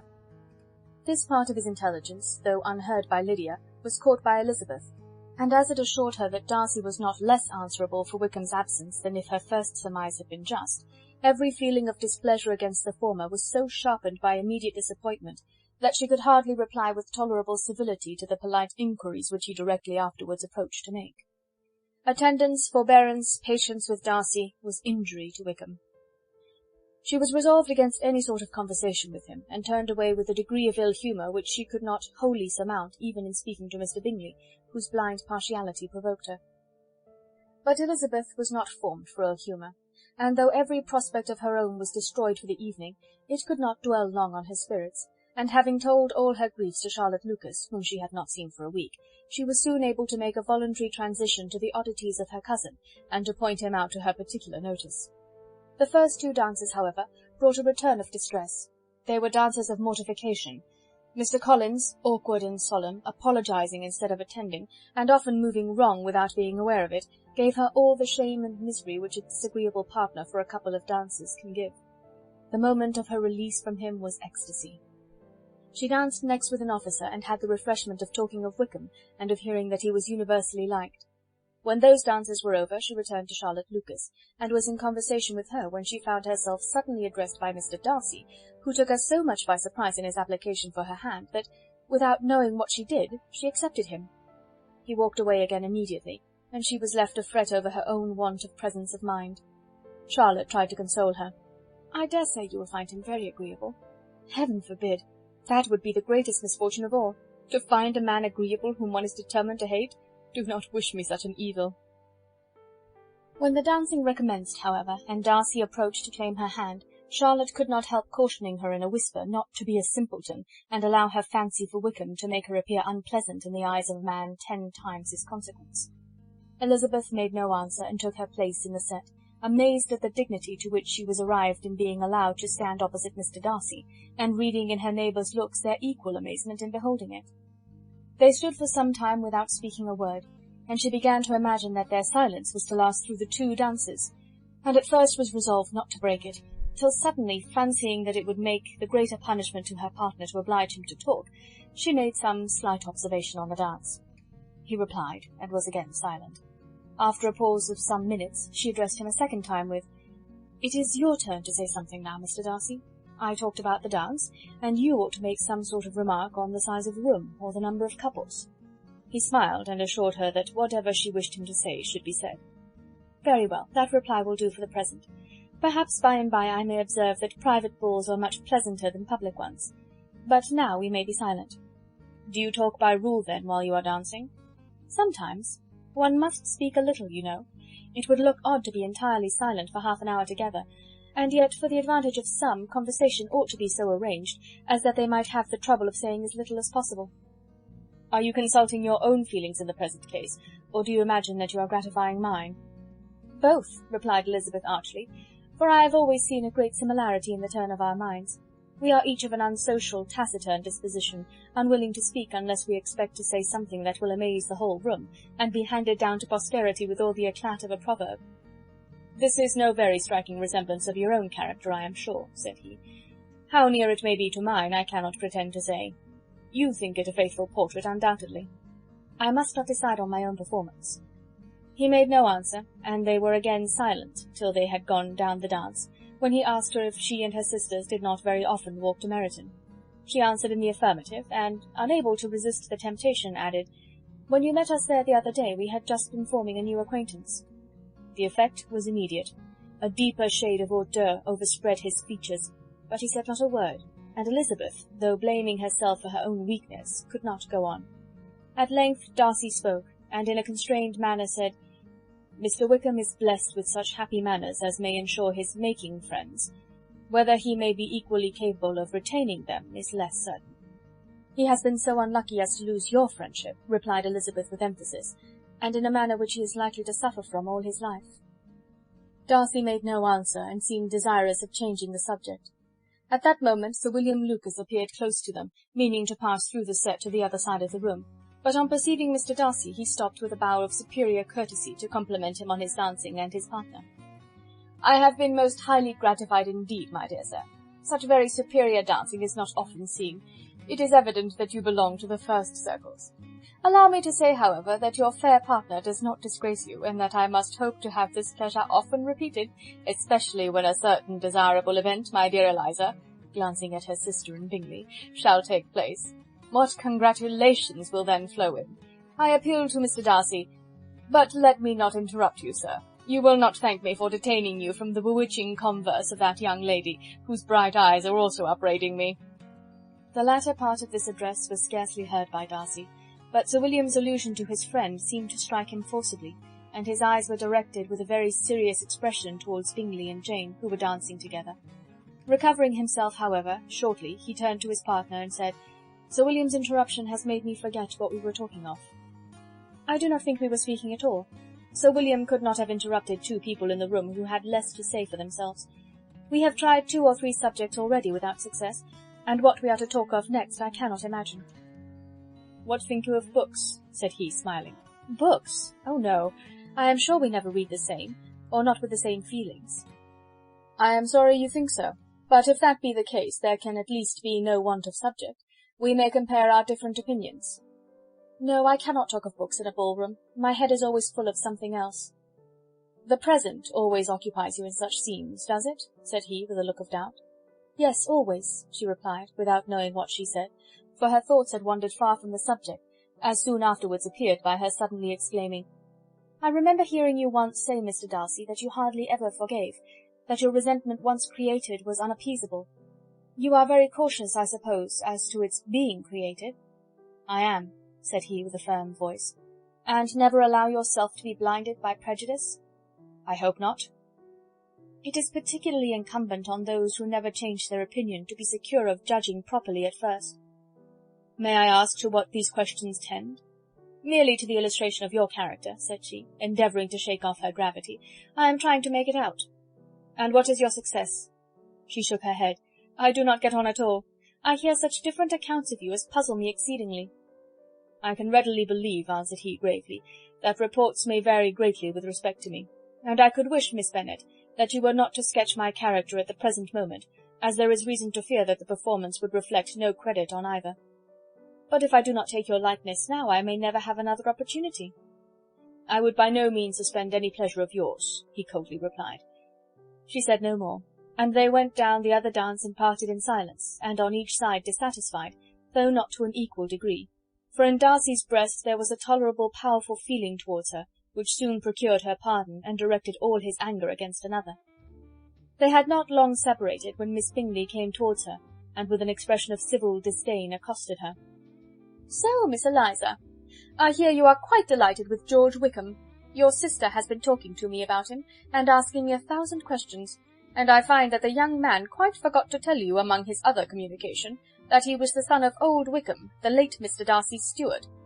Let me recommend you, however, as a friend, not to give implicit confidence to all his assertions, for as to Mr. Darcy's using him ill, it is perfectly false, for on the contrary, he has always been remarkably kind to him, though George Wickham has treated Mr. Darcy in a most infamous manner.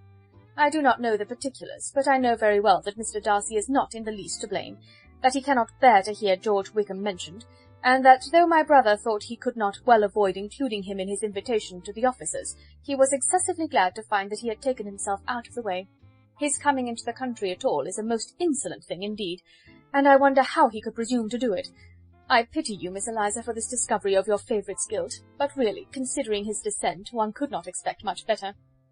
"His guilt and his descent appear by your account to be the same," said Elizabeth angrily, "for I have heard you accuse him of nothing worse than of being the son of Mr. Darcy's steward, and of that, I can assure you, he informed me himself." "I beg your pardon," replied Miss Bingley, turning away with a sneer. "Excuse my interference. It was kindly meant." "Insolent girl," said Elizabeth to herself. "You are much mistaken if you expect to influence me by such a paltry attack as this. I see nothing in it but your own wilful ignorance and the malice of Mr. Darcy." She then sought her eldest sister, who had undertaken to make inquiries on the same subject of Bingley. Jane met her with a smile of such sweet complacency, a glow of such happy expression, as sufficiently marked how well she was satisfied with the occurrences of the evening. Elizabeth instantly read her feelings, and at that moment solicitude for Wickham, resentment against his enemies, and everything else, gave way before the hope of Jane's being in the fairest way for happiness. "I want to know," said she, with a countenance no less smiling than her sister's, "what you have learnt about Mr. Wickham. But perhaps you have been too pleasantly engaged to think of any third person. in which case you may be sure of my pardon." "No," replied Jane, "I have not forgotten him, but I have nothing satisfactory to tell you. Mr. Bingley does not know the whole of his history, and is quite ignorant of the circumstances which have principally offended Mr. Darcy. But he will vouch for the good conduct, the probity and honour of his friend, and is perfectly convinced that Mr. Wickham has deserved much less attention from Mr. Darcy than he has received.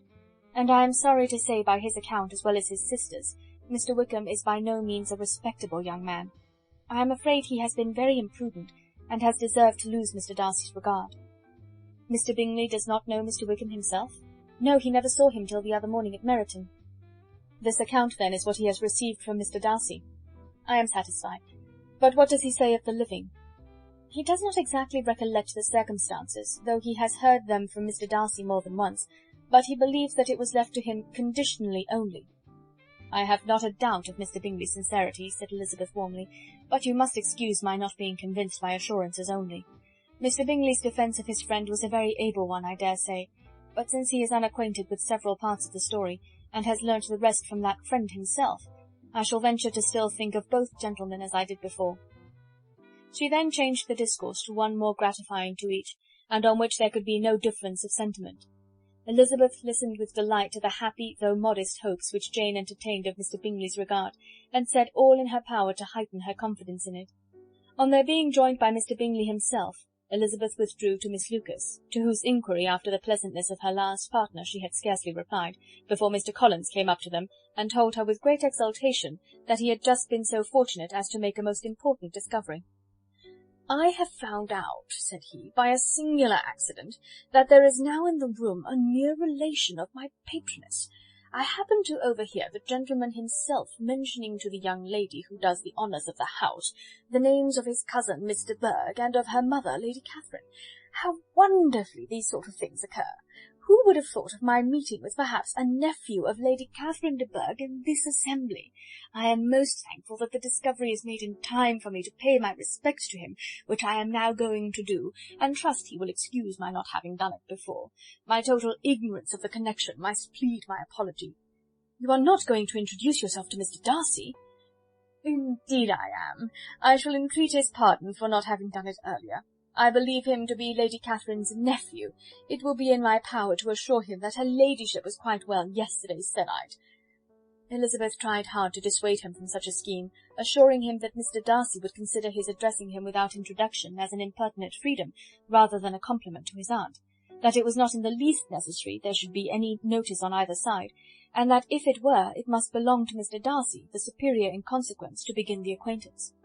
Mr. Collins listened to her with a determined air of following his own inclination, and when she ceased speaking, replied thus: "My dear Miss Elizabeth, I have the highest opinion in the world in your excellent judgment in all matters within the scope of your understanding, but permit me to say that there must be a wide difference between the established forms of ceremony amongst the laity and those which regulate the clergy, for give me leave to observe that I consider the clerical office as equal in point of dignity with the highest rank in the kingdom, provided that a proper humility of behaviour is at the same time maintained. You must therefore allow me to follow the dictates of my conscience on this occasion, which leads me to perform what I look on as a point of duty.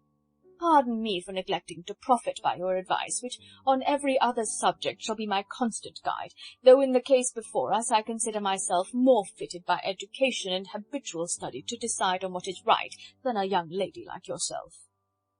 And with a low bow he left her to attack Mr. Darcy, whose reception of his advances she eagerly watched, and whose astonishment at being so addressed was very evident. Her cousin prefaced his speech with a solemn bow, and though she could not hear a word of it, she felt as if hearing it all, and saw in the motion of his lips the words apology, Hunsford, and Lady Catherine de Bourgh. It vexed her to see him expose himself to such a man. Mr. Darcy was eyeing him with unrestrained wonder, and when at last Mr. Collins allowed him time to speak, replied with an air of distant civility. Mr. Collins, however, was not discouraged from speaking again, and Mr. Darcy's contempt seemed abundantly increasing with the length of his second speech, and at the end of it he only made him a slight bow, and moved another way. Mr. Collins then returned to Elizabeth. "I have no reason, I assure you," said he, "to be dissatisfied with my reception. Mr. Darcy seemed much pleased with the attention. He answered me with the utmost civility, and even paid me the compliment of saying that he was so well convinced of Lady Catherine's discernment as to be certain she could never bestow a favour unworthily. It was really a very handsome thought. Upon the whole, I am much pleased with him." As Elizabeth had no longer any interest of her own to pursue, she turned her attention almost entirely on her sister and Mr. Bingley. The train of agreeable reflections which her observations gave birth to made her perhaps almost as happy as Jane. She saw her in idea settled in that very house, in all the felicity which a marriage of true affection could bestow, and she felt capable, under such circumstances, of endeavouring even to like Bingley's two sisters. Her mother's thoughts she plainly saw were bent the same way, and she determined not to venture near her, lest she might hear too much. When they sat down to supper, therefore, she considered it a most unlucky perverseness which placed them within one of each other, and deeply was she vexed to find that her mother was talking to that one person, Lady Lucas, freely, openly, and of nothing else but her expectation that Jane would soon be married to Mr. Bingley. It was an animating subject, and Mrs. Bennet seemed incapable of fatigue while enumerating the advantages of the match. His being such a charming young man, and so rich, and living but 3 miles from them, were the first points of self-gratulation. And then it was such a comfort to think how fond the two sisters were of Jane, and to be certain that they must desire the connection as much as she could do. It was, moreover, such a promising thing for her younger daughters, as Jane's marrying so greatly must throw them in the way of other rich men. And lastly, it was so pleasant at her time of life to be able to consign her single daughters to the care of their sister, that she might not be obliged to go into company more than she liked.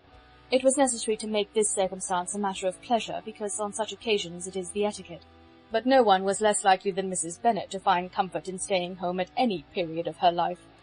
She concluded with many good wishes that Lady Lucas might soon be equally fortunate, though evidently and triumphantly believing there was no chance of it. In vain did Elizabeth endeavour to check the rapidity of her mother's words, or persuade her to describe her felicity in a less audible whisper, for to her inexpressible vexation she could perceive that the chief of it was overheard by Mr. Darcy, who sat opposite to them. Her mother only scolded her for being nonsensical. "What is Mr. Darcy to me, pray, that I should be afraid of him? I am sure we owe him no such particular civility as to be obliged to say nothing he may not like to hear." "For heaven's sake, madam, speak lower. What advantage can it be for you to offend Mr. Darcy? You will never recommend yourself to his friend by so doing." Nothing that she could say, however, had any influence. Her mother would talk of her views in the same intelligible tone. Elizabeth blushed and blushed again with shame and vexation. She could not help frequently glancing her eye at Mr. Darcy, though every glance convinced her of what she dreaded. For though he was not always looking at her mother, she was convinced that his attention was invariably fixed by her. The expression of his face changed gradually from indignant contempt to a composed and steady gravity. At length, however, Mrs. Bennet had no more to say, and Lady Lucas, who had long been yawning at the repetition of delights which she saw no likelihood of sharing, was left to the comforts of cold ham and chicken. Elizabeth now began to revive. But not long was the interval of tranquillity, for when supper was over, singing was talked of, and she had the mortification of seeing Mary, after very little entreaty, preparing to oblige the company. By many significant looks and silent entreaties did she endeavour to prevent such a proof of complaisance, but in vain. Mary would not understand them. Such an opportunity of exhibiting was delightful to her, and she began her song. Elizabeth's eyes were fixed on her with most painful sensations, and she watched her progress through the several stanzas with an impatience which was very ill rewarded at their close, for Mary, on receiving amongst the thanks of the table the hint of a hope that she might be prevailed on to favour them again, after the pause of half a minute began another. Mary's powers were by no means fitted for such a display. Her voice was weak, and her manner affected. Elizabeth was in agonies.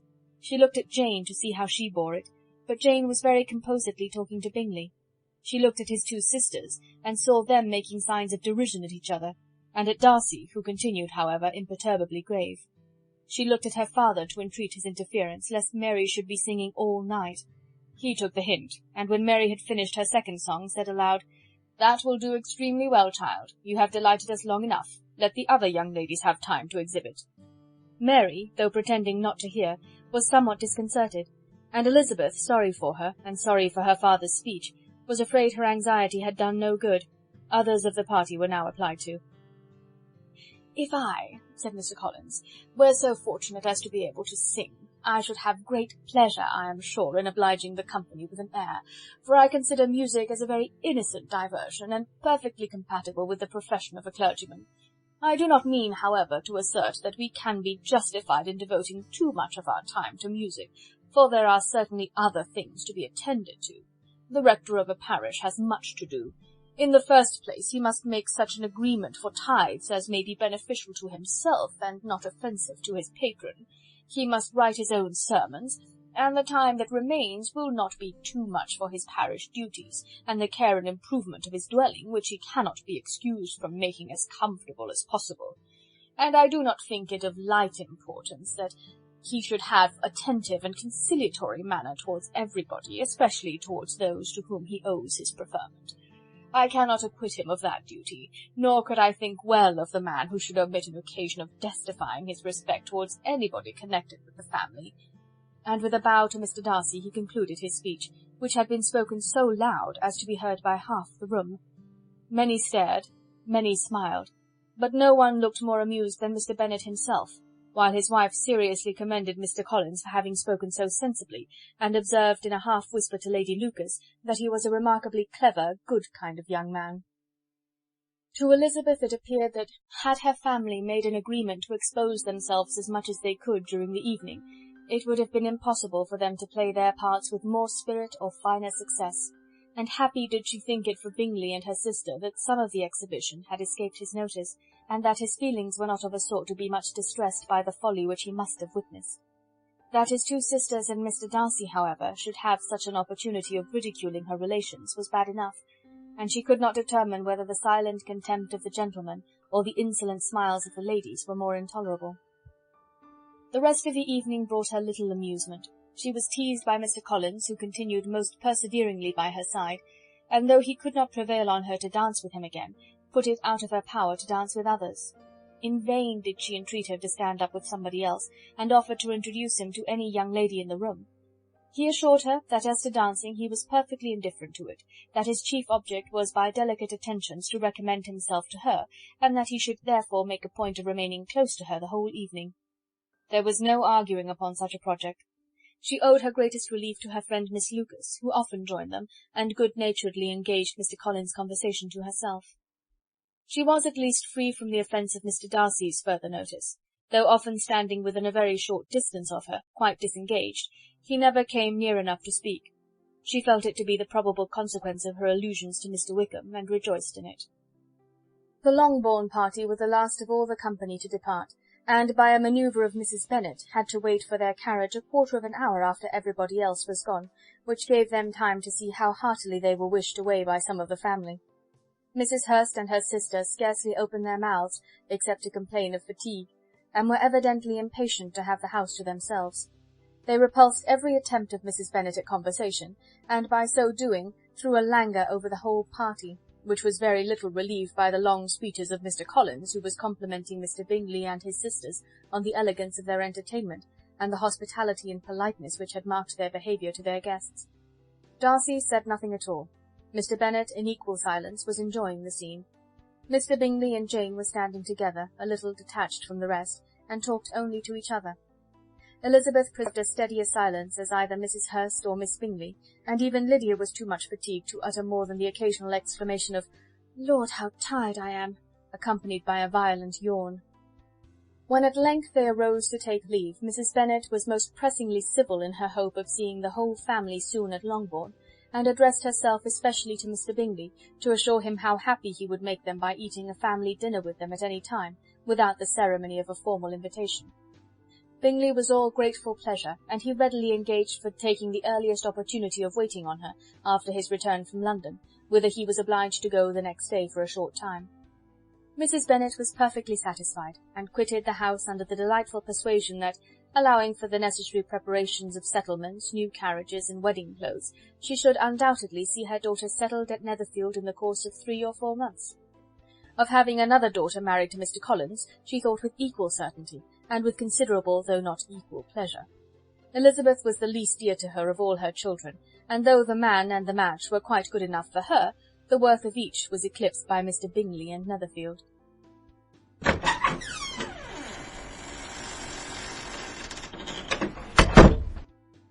Chapter 19. The next day opened a new scene at Longbourn. Mr. Collins made his declaration in form.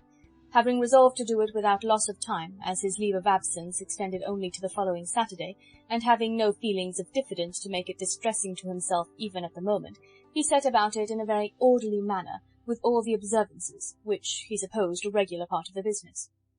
On finding Mrs. Bennet, Elizabeth, and one of the younger girls together, soon after breakfast, he addressed the mother in these words: "May I hope, madam, that for your interest with your fair daughter Elizabeth, when I solicit for the honour of a private audience with her in the course of this morning?" Before Elizabeth had time for anything but a blush of surprise, Mrs. Bennet answered instantly, "Oh dear, yes, certainly. I am sure Lizzie will be very happy. I am sure she can have no objection. Come, Kitty, I want you upstairs." And gathering her work together, she was hastening away, when Elizabeth called out, "Dear madam, do not go. I beg you will not go. Mr. Collins must excuse me. He can have nothing to say to me that anybody need not hear. I am going away myself." "No, no, nonsense, Lizzie. I desire you to stay where you are." And upon Elizabeth seeming really, with vexed and embarrassed looks about to escape, she added, "Lizzie, I insist upon your staying and hearing Mr. Collins." Elizabeth would not oppose such an injunction, and a moment's consideration making her also sensible that it would be wisest to get it over as soon and as quietly as possible, she sat down again and tried to conceal by incessant employment the feelings which were divided between distress and diversion.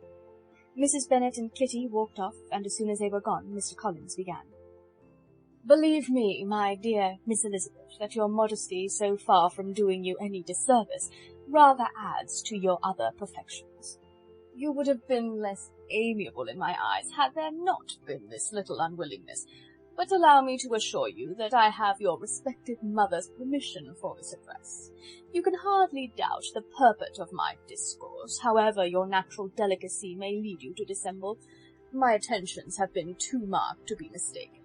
Almost as soon as I entered the house, I singled you out as the companion of my future life. But before I am run away with by my feelings on this subject, perhaps it would be advisable for me to state my reasons for marrying, and moreover for coming into Hertfordshire with the design of selecting a wife, as I certainly did." The idea of Mr. Collins, with all his solemn composure, being run away with by his feelings, made Elizabeth so near laughing that she could not use the short pause he allowed in any attempt to stop him further, and he continued: "My reasons for marrying are, first, that I think it a right thing for every clergyman in easy circumstances like myself to set the example of matrimony in his parish. Secondly, that I am convinced that it will add very greatly to my happiness. And thirdly, which perhaps I ought to have mentioned earlier, that it is the particular advice and recommendation of the very noble lady whom I have the honour of calling patroness. Twice has she condescended to give me her opinion, unasked too, on this subject, and it was but the very Saturday night before I left Hunsford, between our pools at quadrille, while Mrs. Jenkinson was arranging Miss de Bourgh's footstool, that she said, 'Mr. Collins, you must marry.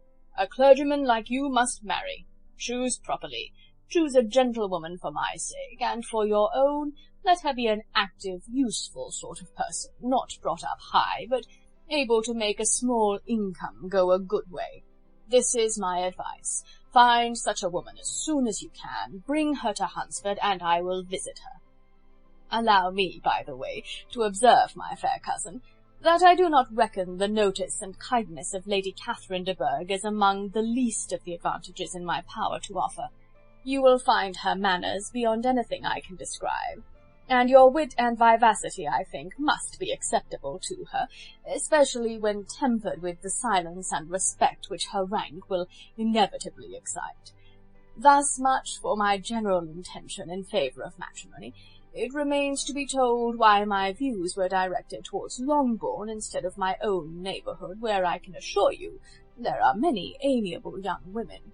But the fact is that, being as I am to inherit this estate after the death of your honoured father, who, however, may live many years longer, I could not satisfy myself without resolving to choose a wife from among his daughters, that the loss to them might be as little as possible when the melancholy event takes place, which, however, as I have already said, may not be for several years. This has been my motive, fair cousin, and I flatter myself it will not sink me in your esteem. And now nothing remains for me but to assure you in the most animated language of the violence of my affection. To fortune I am perfectly indifferent, and shall make no demand of that nature on your father, since I am well aware that it could not be complied with, and that £1,000 in the 4 per cents, which will not be yours till after your mother's decease, is all that you may ever be entitled to. On that head, therefore, I shall be uniformly silent, and you may assure yourself that no ungenerous reproach shall ever pass my lips when we are married." It was absolutely necessary to interrupt him now. "You are too hasty, sir," she cried. "You forget that I have made no answer. Let me do it without further loss of time. Accept my thanks for the compliment you are paying me. I am very sensible of the honour of your proposals, but it is impossible for me to do otherwise than to decline them." "I am not now to learn," replied Mr. Collins, with a formal wave of the hand, "that it is usual with young ladies to reject the addresses of the man whom they secretly mean to accept, when he first applies for their favour, and that sometimes the refusal is repeated a second or even a third time. I am therefore by no means discouraged by what you have just said, and shall hope to lead you to the altar ere long." "Upon my word, sir," cried Elizabeth, "your hope is a rather extraordinary one after my declaration. I do assure you that I am not one of those young ladies, if such young ladies there are, who are so daring as to risk their happiness on the chance of being asked a second time. I am perfectly serious in my refusal. You could not make me happy, and I am convinced that I am the last woman in the world who could make you so. Nay, were your friend Lady Catherine to know me, I am persuaded she would find me in every respect ill qualified for the situation." "Were it certain that Lady Catherine would think so," said Mr. Collins very gravely, "but I cannot imagine that her ladyship would at all disapprove of you, and you may be certain when I have the honour of seeing her again I shall speak in the very highest terms of your modesty, economy, and other amiable qualifications." "Indeed, Mr. Collins, all praise of me will be unnecessary. You must give me leave to judge for myself, and pay me the compliment of believing what I say. I wish you very happy and very rich, and by refusing your hand, do all in my power to prevent your being otherwise. In making me the offer, you must have satisfied the delicacy of your feelings with regard to my family, and may take possession of Longbourn estate whenever it falls, without any self-reproach. This matter may be considered, therefore, as finally settled." And rising as she thus spoke, she would have quitted the room, had Mr. Collins not thus addressed her. "When I do myself the honour of speaking to you next on the subject, I shall hope to receive a more favourable answer than you have now given me, though I am far from accusing you of cruelty at present, because I know it to be the established custom of your sex to reject a man on the first application, and perhaps you have even now said as much to encourage my suit as would be consistent with the true delicacy of the female character." "Really, Mr. Collins," cried Elizabeth with some warmth, "you puzzle me exceedingly. If what I have hitherto said can appear to you in the form of encouragement, I know not how to express my refusal in such a way as to convince you of its being one." "You must give me leave to flatter myself, my dear cousin, that your refusal of my addresses is merely words of course. My reasons for believing it are briefly these. It does not appear to me that my hand is unworthy of your acceptance, or that the establishment I can offer would be any other than highly desirable. My situation in life, my connections with the family of de Bourgh, and my relationship to your own are circumstances highly in my favour, and you should take it into further consideration that in spite of your manifold attractions, it is by no means certain that another offer of marriage may ever be made you. Your portion is unhappily so small that it will in all likelihood undo the effects of your loveliness and amiable qualifications. As I must therefore conclude that you are not serious in your rejection of me, I shall choose to attribute it to your wish of increasing my love by suspense, according to the usual practice of elegant females." "I do assure you, sir, that I have no pretensions whatever to that kind of elegance which consists in tormenting a respectable man. I would rather be paid the compliment of being believed sincere. I thank you again and again for the honour you have done me in your proposals, but to accept them is absolutely impossible. My feelings in every respect forbid it. Can I speak plainer? Do not consider me now as an elegant female intending to plague you, but as a rational creature speaking the truth from her heart." "You are uniformly charming," cried he, with an air of awkward gallantry, "and I am persuaded that when sanctioned by the express authority of both your excellent parents, my proposals will not fail of being acceptable." To such perseverance in wilful self-deception Elizabeth would make no reply, and immediately and in silence withdrew, determined, if he persisted in considering her repeated refusals as flattering encouragement, to apply to her father, whose negative might be uttered in such a manner as to be decisive, and whose behaviour at least could not be mistaken for the affectation and coquetry of an elegant female.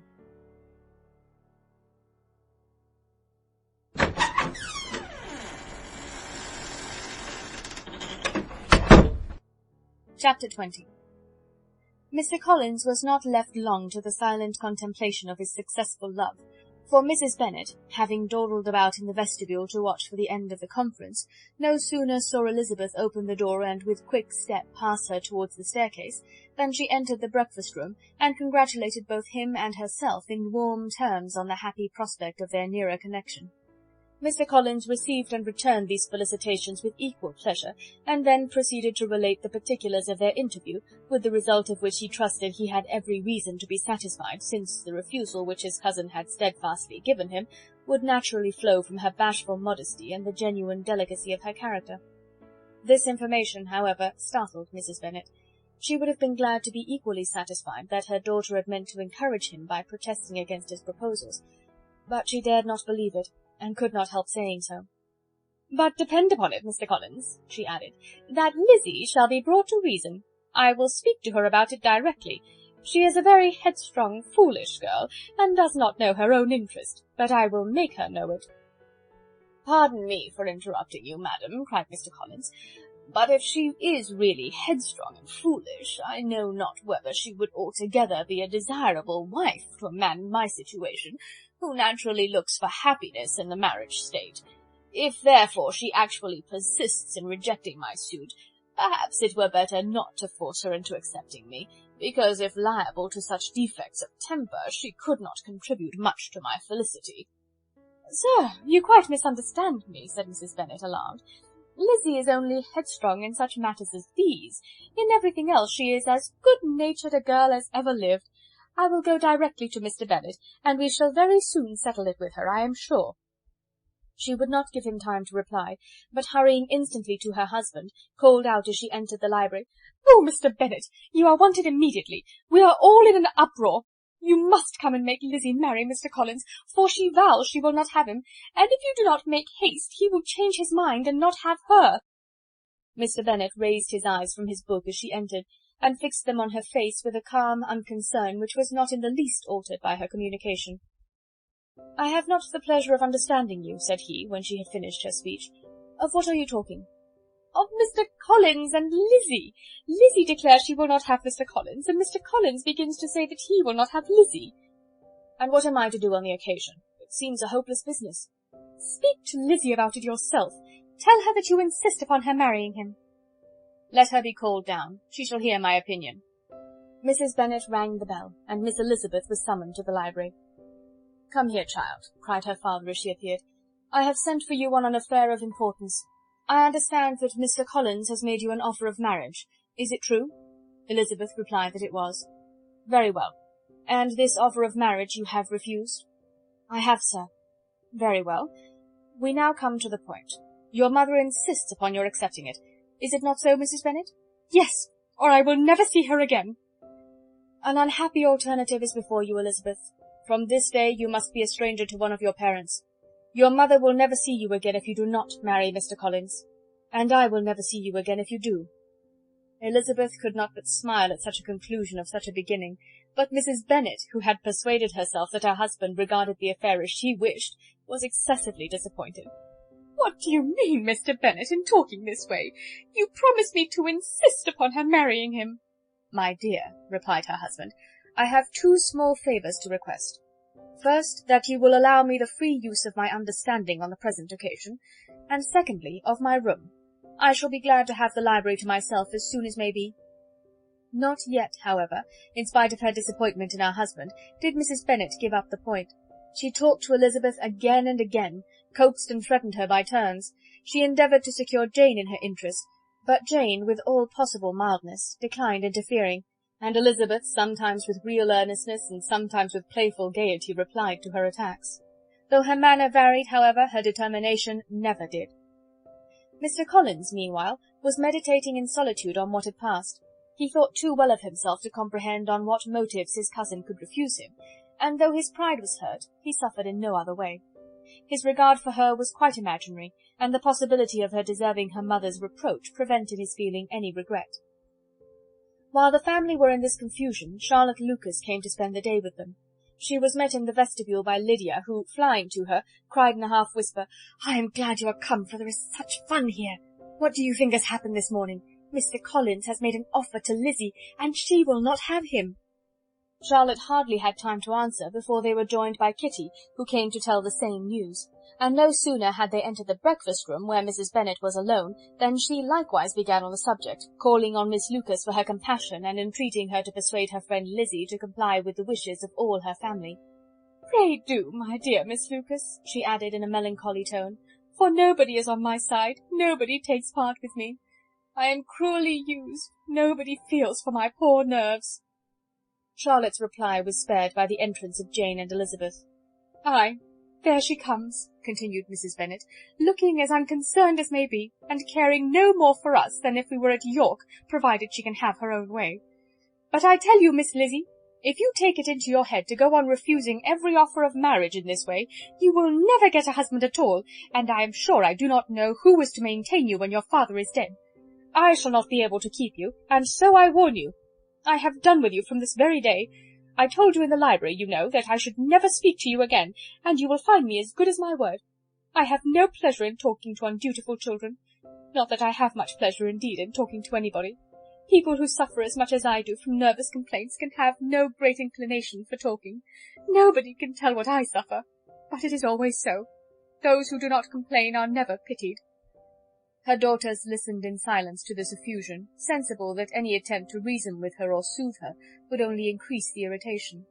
She talked on, therefore, without interruption from any of them, till they were joined by Mr. Collins, who entered the room with an air more stately than usual, and on perceiving whom, she said to the girls, "Now I do insist upon it, that you, all of you, hold your tongues, and let me and Mr. Collins have a little conversation together." Elizabeth passed quietly out of the room. Jane and Kitty followed, but Lydia stood her ground, determined to hear all she could, and Charlotte, detained first by the civility of Mr. Collins, whose inquiries after herself and all her family were very minute, and then, by a little curiosity, satisfied herself with walking to the window and pretending not to hear. In a doleful voice Mrs. Bennet began the projected conversation. "Oh, Mr. Collins!" "My dear madam," replied he, "let us be for ever silent on this point. Far be it from me," he presently continued, in a voice that marked his displeasure, "to resent the behaviour of your daughter. Resignation to inevitable evils is the evil duty of us all, the peculiar duty of a young man who has been so fortunate as I have been in early preferment, and I trust I am resigned. Perhaps not the less so from feeling a doubt of my positive happiness had my fair cousin honoured me with her hand, for I have often observed that resignation is never so perfect as when the blessing denied begins to lose somewhat of its value in our estimation. You will not, I hope, consider me as showing any disrespect to your family, my dear madam, by thus withdrawing my pretensions to your daughter's favour, without having paid yourself and Mr. Bennet the compliment of requesting you to interpose your authority in my behalf. My conduct may, I fear, be objectionable in having accepted my dismission from your daughter's lips instead of your own. But we are all liable to error. I have certainly meant well through the whole affair. My object has been to secure an amiable companion for myself, with due consideration for the advantage of all your family, and if my manner has been at all reprehensible, I here beg leave to apologize."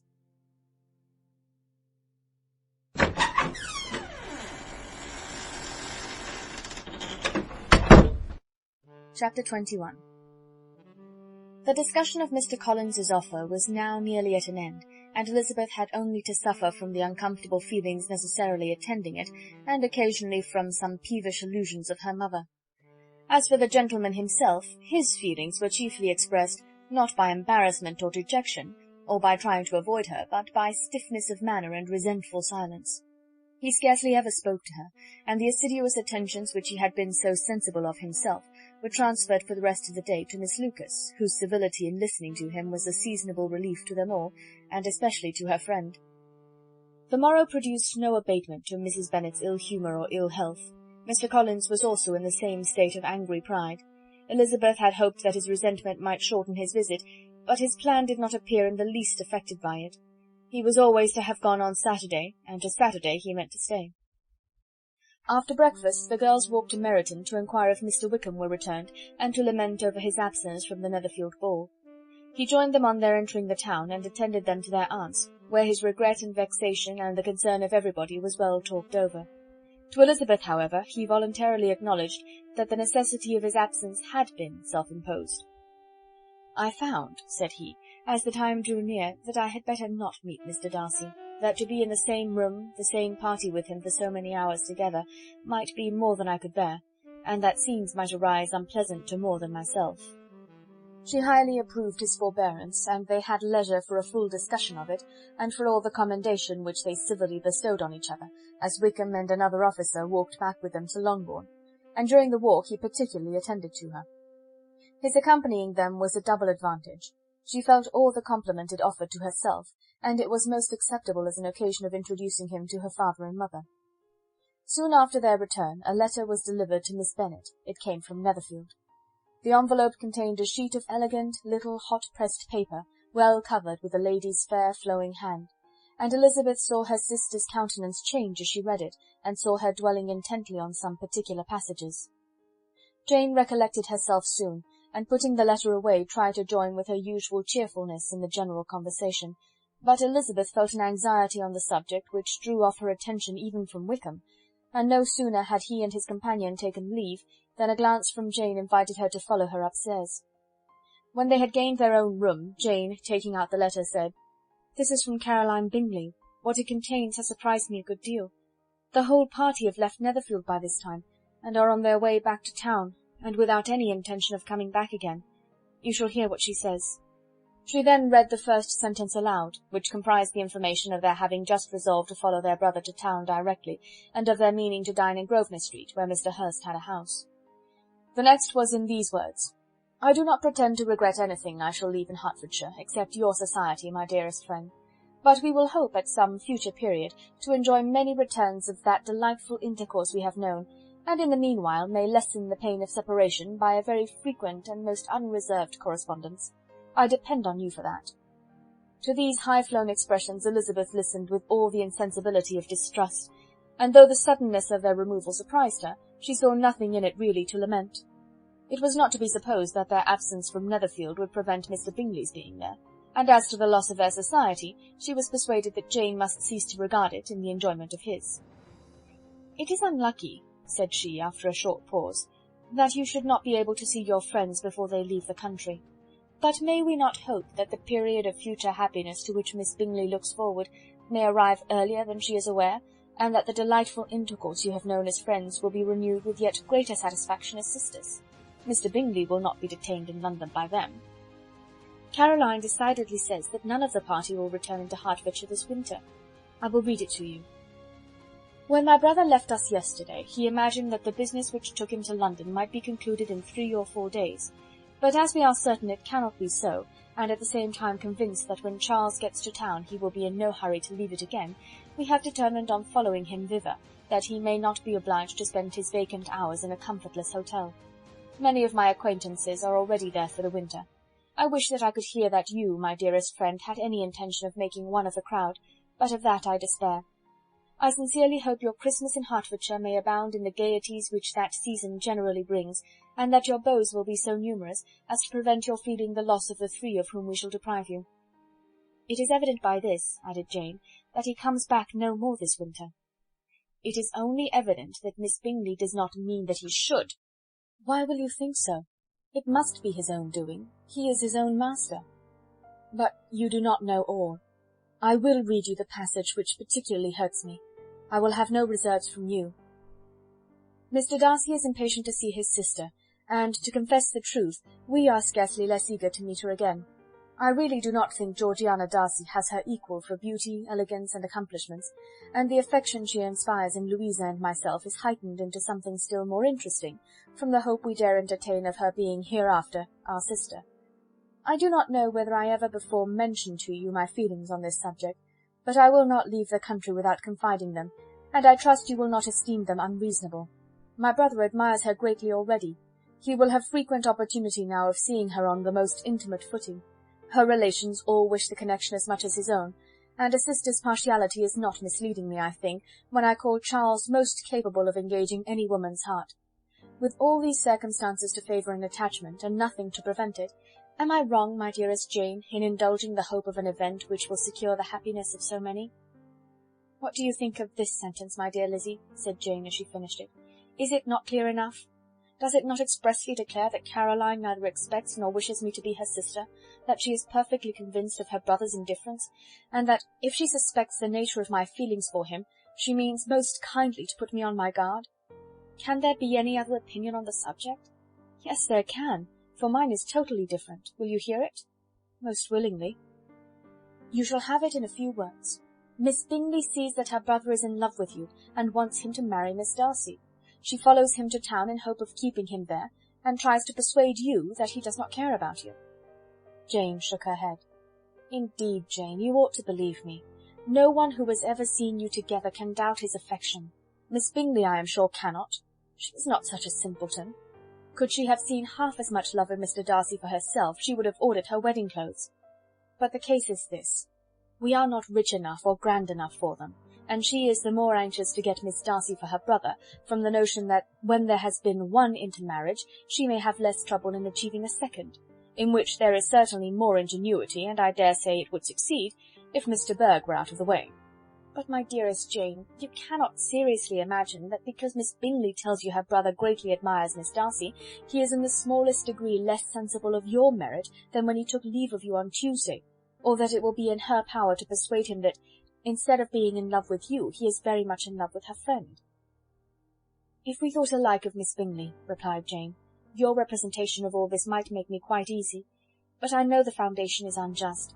Caroline is incapable of wilfully deceiving anyone, and all that I can hope in this case is that she is deceiving herself. That is right. You could not have started a more happy idea, since you will not take comfort in mine. Believe her to be deceived by all means. You have now done your duty by her, and must fret no longer. But, my dear sister, can I be happy, even supposing the best, in accepting a man whose sisters and friends are all wishing him to marry elsewhere? You must decide for yourself, said Elizabeth, and if upon mature deliberation you find that the misery of disobliging his two sisters is more than equivalent to the happiness of being his wife, I advise you by all means to refuse him. How can you talk so? Said Jane, faintly smiling. You must know that, though I should be exceedingly grieved at their disapprobation, I could not hesitate. I did not think you would, and that being the case, I cannot consider your situation with much compassion. But if he returns no more this winter, my choice will never be required. 1,000 things may arise in 6 months. The idea of his returning no more Elizabeth treated with the utmost contempt. It appeared to her merely the suggestion of Caroline's interested wishes, and she could not for a moment suppose that those wishes, however openly or artfully spoken, could influence a young man so totally independent of everyone. She represented to her sister as forcibly as possible what she felt on the subject, and had soon the pleasure of seeing its happy effect. Jane's temper was not desponding, and she was gradually led to hope, though the diffidence of affection sometimes overcame the hope, that Bingley would return to Netherfield and answer every wish of her heart. They agreed that Mrs. Bennet should only hear of the departure of the family, without being alarmed on the score of the gentleman's conduct, but even this partial communication gave her a great deal of concern, and she bewailed it as exceedingly unlucky that the ladies should happen to go away just as they were all getting so intimate together.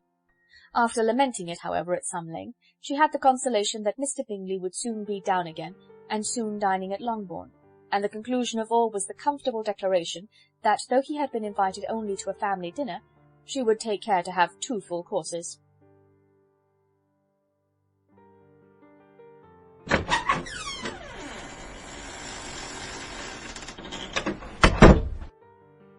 Chapter 22. The Bennets were engaged to dine with the Lucases, and again during the chief of the day was Miss Lucas so kind as to listen to Mr. Collins. Elizabeth took an opportunity of thanking her. "It keeps him in good humour," said she, "and I am more obliged to you than I can express." Charlotte assured her friend of her satisfaction in being useful, and that it amply repaid her for the little sacrifice of her time. This was very amiable, but Charlotte's kindness extended farther than Elizabeth had any conception of. Its object was nothing else than to secure her from any return of Mr. Collins's addresses by engaging them towards herself. Such was Miss Lucas's scheme, and appearances were so favourable that when they parted at night she would have felt almost secure of success if he had not been to leave Hertfordshire so very soon. But here she did injustice to the fire and independence of his character, for it led him to escape out of Longbourn House the next morning with admirable slyness, and to hasten to Lucas Lodge to throw himself at her feet. He was anxious to avoid the notice of his cousins, from a conviction that if they saw him depart, they could not fail to conjecture his design, and he was not willing to have the attempt known till its success might be known likewise. For though feeling almost secure, and with reason, for Charlotte had been tolerably encouraging, he was comparatively diffident since the adventure of Wednesday. His reception, however, was of the most flattering kind. Miss Lucas perceived him from an upper window as he walked towards the house, and instantly set out to meet him accidentally in the lane. But little had she dared to hope that so much love and eloquence awaited her there. In as short a time as Mr. Collins's long speeches would allow, everything was settled between them to the satisfaction of both, and as they entered the house, he earnestly entreated her to name the day that was to make him the happiest of men, and though such a solicitation must be waived for the present, the lady felt no inclination to trifle with his happiness. The stupidity with which he was favoured by nature must guard his courtship from any charm that would make a woman wish for its continuance, and Miss Lucas, who accepted him solely from the pure and disinterested desire of an establishment, cared not how soon that establishment were gained. Sir William and Lady Lucas were speedily applied to for their consent, and it was bestowed with a most joyful alacrity. Mr. Collins's present circumstances made it a most eligible match for their daughter, to whom they could give little fortune, and his prospects of future wealth were exceedingly fair. Lady Lucas began directly to calculate, with more interest than the matter had ever excited before, how many years longer Mr. Bennet was likely to live, and Sir William gave it as his decided opinion that whenever Mr. Collins should be in possession of the Longbourn estate, it would be highly expedient that both he and his wife should make their appearance at St. James's. The whole family, in short, were properly overjoyed on the occasion. The younger girls formed hopes of coming out a year or two sooner than they might otherwise have done, and the boys were relieved from their apprehension of Charlotte's dying an old maid. Charlotte herself was tolerably composed. She had gained her point, and had time to consider of it. Her reflections were in general satisfactory. Mr. Collins, to be sure, was neither sensible nor agreeable. His society was irksome, and his attachment to her must be imaginary. But still, he would be her husband. Without thinking highly either of men or matrimony, marriage had always been her object.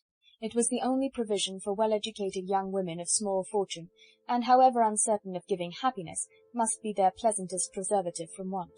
This preservative she had now obtained, and at the age of 27, without having ever been handsome, she felt all the good luck of it. The least agreeable circumstance in the business was the surprise it might occasion to Elizabeth Bennet, whose friendship she valued beyond that of any other person. Elizabeth would wonder and probably would blame her, and though her resolution was not to be shaken, her feelings must be hurt by such a disapprobation. She resolved to give her the information herself, and therefore charged Mr. Collins, when he returned to Longbourn to dinner, to drop no hint of what had passed before any of the family. A promise of secrecy was of course very dutifully given, but it could not be kept without difficulty, for the curiosity excited by his long absence burst forth in such very direct questions on his return as required some ingenuity to evade, and he was at the same time exercising great self-denial, for he was longing to publish his prosperous love. As he was to begin his journey too early on the morrow to see any of the family, the ceremony of leave-taking was performed when the ladies moved for the night, and Mrs. Bennet, with great politeness and cordiality, said how happy they should be to see him at Longbourn again, whenever his engagements might allow him to visit them. "My dear madam," he replied, "this invitation is particularly gratifying, because it is what I have been hoping to receive, and you may be very certain that I shall avail myself of it as soon as possible." They were all astonished, and Mr. Bennet, who could by no means wish for so speedy a return, immediately said, "But is there not danger of Lady Catherine's disapprobation here, my good sir? You had better neglect your relations than run the risk of offending your patroness." "My dear sir," replied Mr. Collins, "I am particularly obliged to you for this friendly caution, and you may depend upon my not taking so material a step without her ladyship's concurrence." "You cannot be too much upon your guard. Risk anything rather than her displeasure, and if you find it likely to be raised by your coming to us again, which I should think exceedingly probable, stay quietly at home, and be satisfied that we shall take no offence." "Believe me, my dear sir, my gratitude is warmly excited by such affectionate attention, and depend upon it, you will speedily receive from me a letter of thanks for this, and for every other mark of your regard during my stay in Hertfordshire. As for my fair cousins, though my absence may not be long enough to render it necessary, I shall now take the liberty of wishing them health and happiness, not excepting my cousin Elizabeth." With proper civilities the ladies then withdrew, all of them equally surprised that he meditated a quick return. Mrs. Bennet wished to understand by it that he thought of paying his addresses to one of her younger girls, and Mary might have been prevailed on to accept him. She rated his abilities much higher than any of the others. There was a solidity in his reflections which often struck her, and though by no means so clever as herself, she thought that if encouraged to read and improve himself by such an example as hers, he might become a very agreeable companion. But on the following morning every hope of this kind was done away. Miss Lucas called soon after breakfast, and in a private conference with Elizabeth related the event of the day before. The possibility of Mr. Collins's fancying himself in love with her friend had once occurred to Elizabeth within the last day or two, but that Charlotte could encourage him seemed almost as far from possibility as she could encourage him herself, and her astonishment was consequently so great as to overcome at first the bounds of decorum, and she could not help crying out, "Engaged to Mr. Collins? My dear Charlotte, impossible!" The steady countenance which Miss Lucas had commanded in telling her story gave way to a momentary confusion here on receiving so direct a reproach, though, as it was no more than she expected, she soon regained her composure and calmly replied, "Why should you be surprised, my dear Eliza? Do you think it incredible that Mr. Collins should be able to procure any woman's good opinion, because he was not so happy as to succeed with you?" But Elizabeth had now recollected herself, and making a strong effort for it, was able to assure with tolerable firmness that the prospect of their relationship was highly grateful to her, and that she wished her all imaginable happiness. "I see what you are feeling," replied Charlotte. "You must be surprised, very much surprised, so lately as Mr. Collins was wishing to marry you. But when you have had time to think it over, I hope you will be satisfied with what I have done. I am not romantic, you know, I never was. I ask only a comfortable home, and considering Mr. Collins's character, connection, and situation in life, I am convinced that my chance of happiness with him is as fair as most people can boast on entering the marriage state." Elizabeth quietly answered, "Undoubtedly," and after an awkward pause they returned to the rest of the family. Charlotte did not stay much longer, and Elizabeth was then left to reflect on what she had heard. It was a long time before she became at all reconciled to the idea of so unsuitable a match. The strangeness of Mr. Collins's making 2 offers of marriage within 3 days was nothing in comparison of his being now accepted. She had always felt that Charlotte's opinion of matrimony was not exactly like her own, but she had not supposed it to be possible that, when called into action, she would have sacrificed every better feeling to worldly advantage. Charlotte, the wife of Mr. Collins, was a most humiliating picture, and to the pang of a friend disgracing herself and sunk in her esteem, was added the distressing conviction that it was impossible for that friend to be tolerably happy in the lot she had chosen.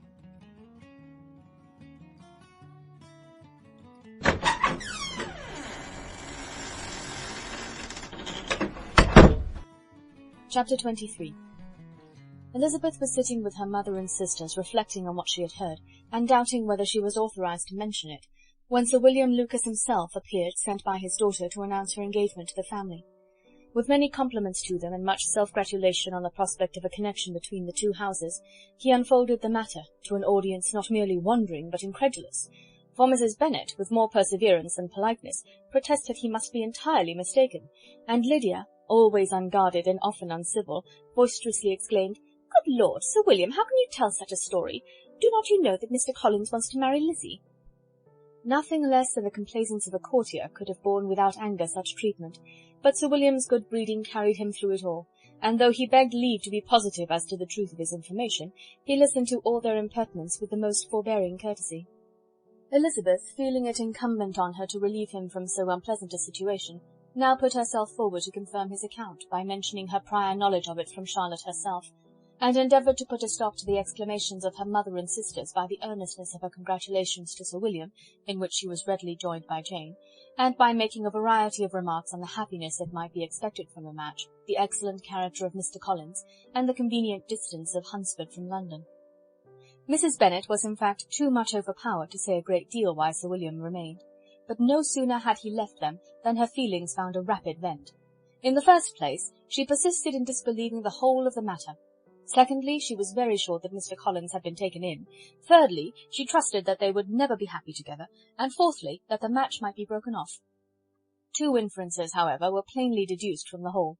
One, that Elizabeth was the real cause of the mischief, and the other, that she herself had been barbarously misused by them all, and on these 2 points she principally dwelt during the rest of the day. Nothing could console and nothing could appease her, nor did that day wear out her resentment.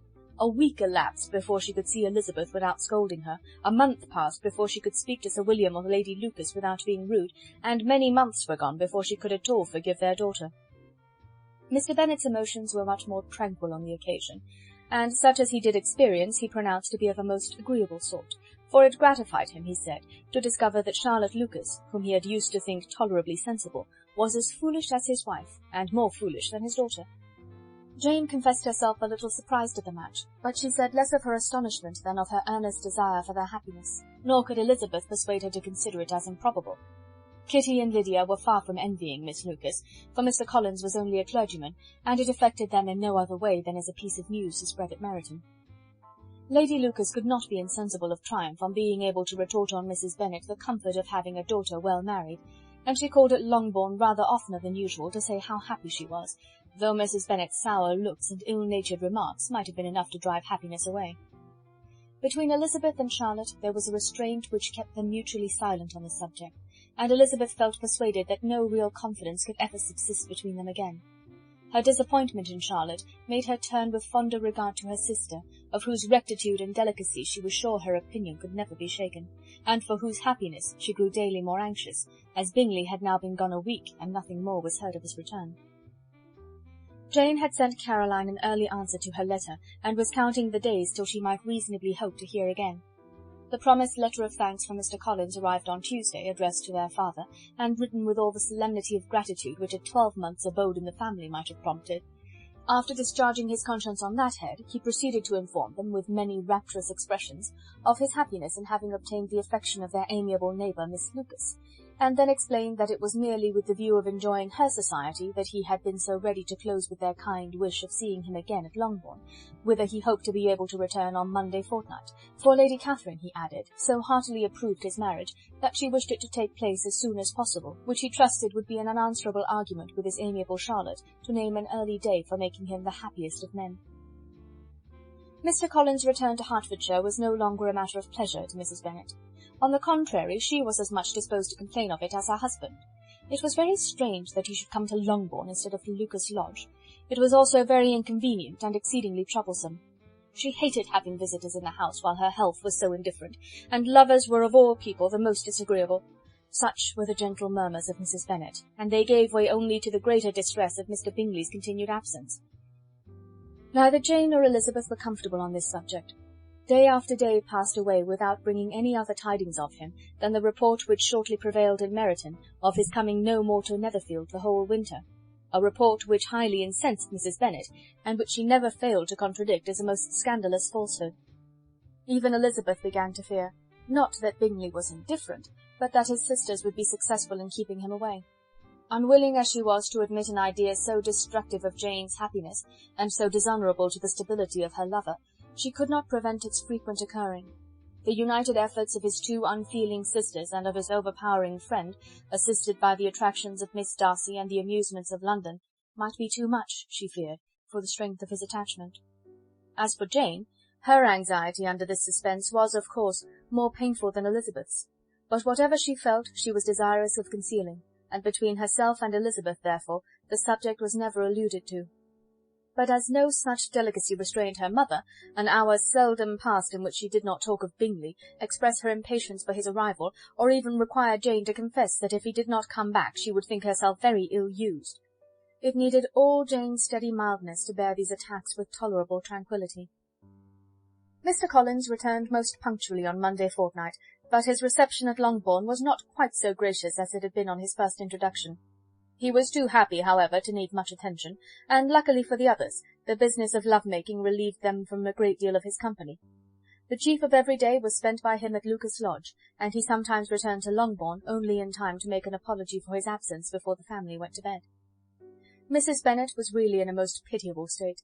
The very mention of anything concerning the match threw her into an agony of ill-humour, and wherever she went she was sure of hearing it talked of. The sight of Miss Lucas was odious to her. As her successor in that house, she regarded her with jealous abhorrence.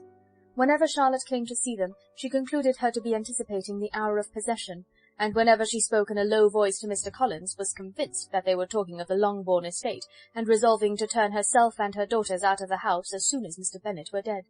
She complained bitterly of all this to her husband. "Indeed, Mr. Bennet," said she, "it is very hard to think that Charlotte Lucas should ever be mistress of this house, that I should be forced to make way for her, and live to see her take her place in it." "My dear, do not give way to such gloomy thoughts. Let us hope for better things. Let us flatter ourselves that I may be the survivor." This was not very consoling to Mrs. Bennet, and therefore, instead of making any answer, she went on as before. "I cannot bear to think that they should have all this estate. If it was not for the entail, I should not mind it." "What should not you mind?" "I should not mind anything at all." "Let us be thankful that you are preserved from a state of such insensibility." "I never can be thankful, Mr. Bennet, for anything about the entail. How anyone could have the conscience to entail away an estate from one's own daughters I cannot understand, and all for the sake of Mr. Collins, too. Why should he have it more than anybody else?" "I leave it to yourself to determine," said Mr. Bennet.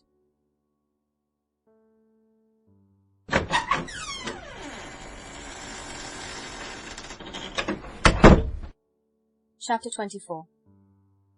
Miss Bingley's letter arrived and put an end to doubt.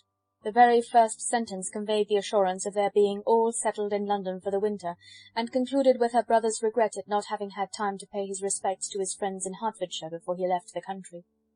Hope was over, entirely over, and when Jane could attend to the rest of the letter, she found little, except the professed affection of the writer, that could give her any comfort.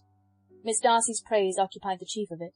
Her many attractions were again dwelt on, and Caroline boasted joyfully of their increasing intimacy, and ventured to predict the accomplishment of the wishes which had been unfolded in her former letter.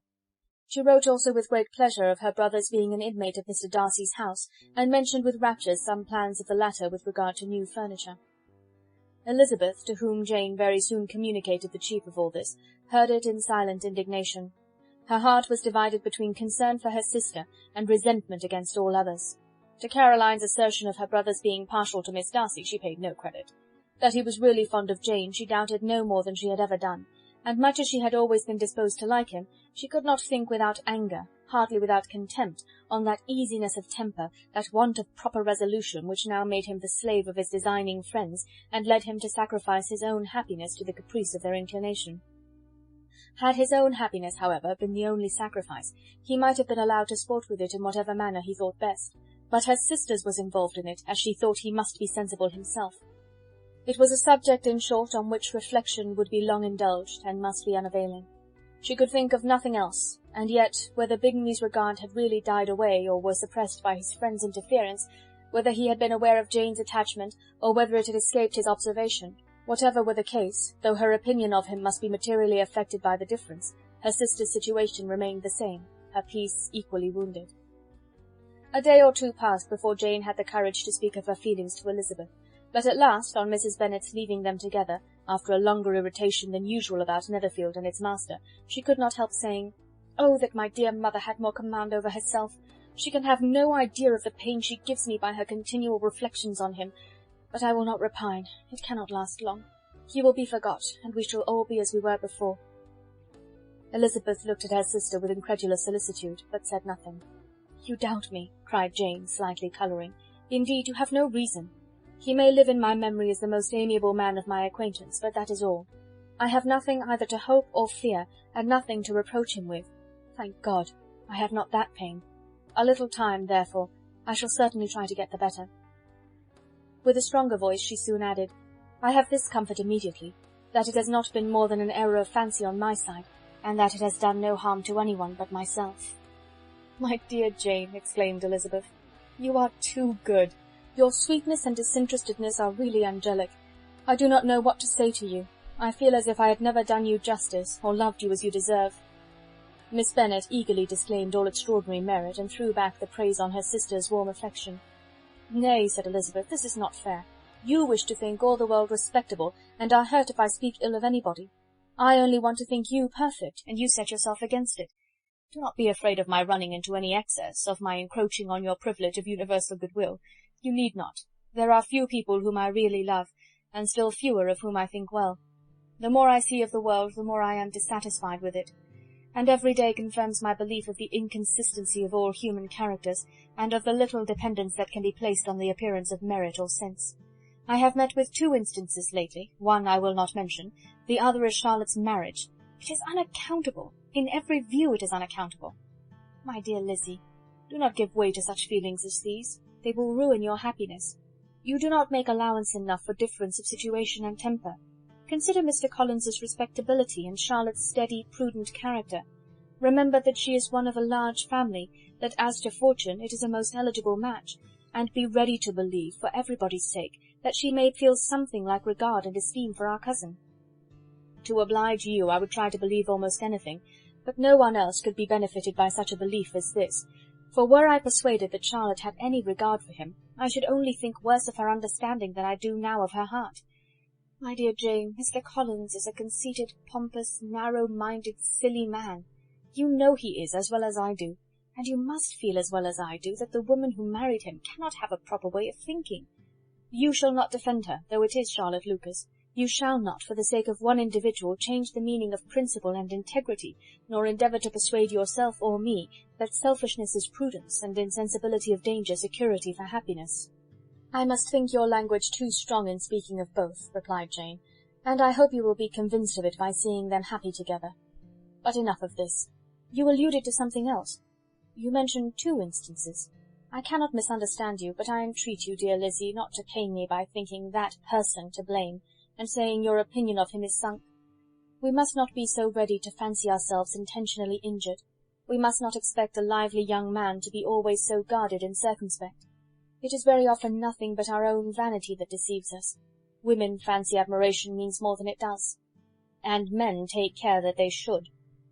If it is designedly done, they cannot be justified, but I have no idea of there being so much design in the world as some persons imagine." "I fear I am far from attributing any part of Mr. Bingley's conduct to design," said Elizabeth, "but without scheming to do wrong, or to make others unhappy, there may be error, and there may be misery. Thoughtlessness, want of attention to other people's feelings, and want of resolution will do the business." "And do you impute it to either of those?" "Yes, to the last. But if I go on, I shall displease you by saying what I think of persons you esteem. Stop me whilst you can." "You persist, then, in supposing his sisters influence him?" "Yes, in conjunction with his friend." "I cannot believe it. Why should they try to influence him? They can only wish his happiness, and if he is attached to me, no other woman can secure it." "Your first position is false. They may wish many things besides his happiness. They may wish his increase of wealth and consequence. They may wish him to marry a girl who has all the importance of money, great connections, and pride." "Beyond a doubt, they do wish him to choose Miss Darcy," replied Jane, "but this may be from better feelings than you are supposing. They have known her much longer than they have known me. No wonder if they love her better. But whatever may be their own wishes, it is very unlikely they should have opposed their brother's. What sister would think herself at liberty to do it, unless there was something very objectionable? If they believed him attached to me, they would not try to part us. If he were so, they could not succeed. By supposing such an affection, you make everybody acting unnaturally and wrong, and me most unhappy. Do not distress me by the idea. I am not ashamed of having been mistaken, or at least, it is light. It is nothing in comparison of what I should feel in thinking ill of him or his sisters. Let me take it in the best light, in the light in which it may be understood." Elizabeth could not oppose such a wish, and from this time Mr. Bingley's name was scarcely ever mentioned between them. Mrs. Bennet still continued to wonder and repine at his returning no more, and though a day seldom passed in which Elizabeth did not account for it clearly, there was little chance of her ever considering it with less perplexity. Her daughter endeavoured to convince her of what she did not believe herself, that his attentions to Jane had been merely the effect of a common and transient liking, which ceased when he saw her no more. But though the probability of the statement was admitted at the time, she had the same story to repeat every day. Mrs. Bennet's best comfort was that Mr. Bingley must be down again in the summer.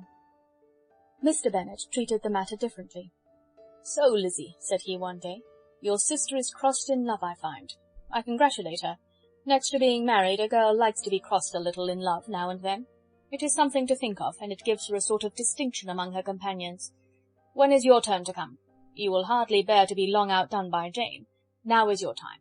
Here are officers enough in Meryton to disappoint all the young ladies in the country. Let Wickham be your man. He is a pleasant fellow, and would jilt you creditably." "Thank you, sir, but a less agreeable man would satisfy me. We must not all expect Jane's good fortune." "True," said Mr. Bennet, "but it is a comfort to think that whatever of that kind may befall you, you have an affectionate mother who will make the most of it." Mr. Wickham's society was of material service in dispelling the gloom which the late perverse occurrences had thrown on many of the Longbourn family. They saw him often, and to his other recommendations was now added that of general unreserve. The whole of what Elizabeth had already heard, his claims on Mr. Darcy, and all that he had suffered from him, was now openly acknowledged and publicly canvassed, and everybody was pleased to know how much they had always disliked Mr. Darcy before they had known anything of the matter. Miss Bennet was the only creature who could suppose there might be any extenuating circumstances in the case, unknown to the society of Hertfordshire. Her mild and steady candour always pleaded for allowances, and urged the possibility of mistakes. But by everybody else, Mr. Darcy was condemned as the worst of men.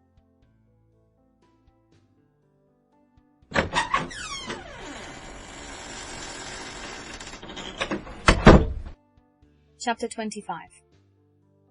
After a week spent in professions of love and schemes of felicity, Mr. Collins was called from his amiable Charlotte by the arrival of Saturday. The pain of separation, however, might be alleviated on his side by preparations for the reception of his bride, as he had reason to hope that shortly after his return into Hertfordshire the day would be fixed that was to make him the happiest of men. He took leave of his relations at Longbourn with as much solemnity as before, wished his fair cousins health and happiness again, and promised their father another letter of thanks. On the following Monday, Mrs. Bennet had the pleasure of receiving her brother and his wife, who came as usual to spend the Christmas at Longbourn. Mr. Gardiner was a sensible, gentlemanlike man, greatly superior to his sister, as well by nature as education. The Netherfield ladies would have had difficulty in believing that a man who lived by trade and within view of his own warehouses could have been so well bred and agreeable. Mrs. Gardiner, who was several years younger than Mrs. Bennet and Mrs. Phillips, was an amiable, intelligent, elegant woman, and a great favourite with all her Longbourn nieces. Between the two eldest and herself especially, there subsisted a particular regard. They had frequently been staying with her in town. The first part of Mrs. Gardiner's business on her arrival was to distribute her presents and describe the newest fashions. When this was done, she had a less active part to play. It became her turn to listen. Mrs. Bennet had many grievances to relate, and much to complain of. They had all been very ill-used since she last saw her sister. 2 of her girls had been upon the point of marriage, and after all there was nothing in it. "I do not blame Jane," she continued, "for Jane would have got Mr. Bingley if she could. But Lizzie, oh, sister, it is very hard to think that she might have been Mr. Collins's wife by this time, had it not been for her own perverseness. He made her an offer in this very room, and she refused him. The consequence of it is that Lady Lucas will have a daughter married before I have, and that the Longbourn estate is just as much entailed as ever. The Lucases are very artful people indeed, sister. They are all for what they can get. I am very sorry to say it of them, but so it is. It makes me very nervous and poorly to be thwarted so in my own family, and to have neighbours who think of themselves before anybody else. However, your coming just at this time is the greatest of comforts, and I am very glad to hear what you tell us of long sleeves." Mrs. Gardiner, to whom the chief of this news had been given before, in the course of Jane and Elizabeth's correspondence with her, made her sister a slight answer, and in compassion to her nieces turned the conversation. When alone with Elizabeth afterwards, she spoke more on the subject. "It seems likely to have been a desirable match for Jane," said she. "I am sorry it went off, but these things happen so often. A young man, such as you describe Mr. Bingley, so easily falls in love with a pretty girl for a few weeks, and when accident separates them, so easily forgets her, that these sorts of inconsistencies are very frequent." "An excellent consolation in its way," said Elizabeth, "but it will not do for us. We do not suffer by accident. It does not often happen that the interference of friends will persuade a young man of independent fortune to think no more of a girl whom he was violently in love with only a few days before." "But that expression of violently in love is so hackneyed, so doubtful, so indefinite, that it gives me very little idea. It is as often applied to feelings which arise from a half-hour's acquaintance as to a real strong attachment. Pray, how violent was Mr. Bingley's love?" "I never saw a more promising inclination. He was growing quite inattentive to other people, and wholly engrossed by her. Every time they met, it was more decided and remarkable. At his own ball he offended 2 or 3 young ladies by not asking them to dance, and I spoke to him twice myself without receiving an answer. Could there be finer symptoms? Is not general incivility the very essence of love?" "Oh yes, of that kind of love which I suppose him to have felt. Poor Jane! I am sorry for her, because, with her disposition, she may not get over it immediately. It had better have happened to you, Lizzie. You would have laughed yourself out of it sooner. But do you think she would be prevailed upon to go back with us?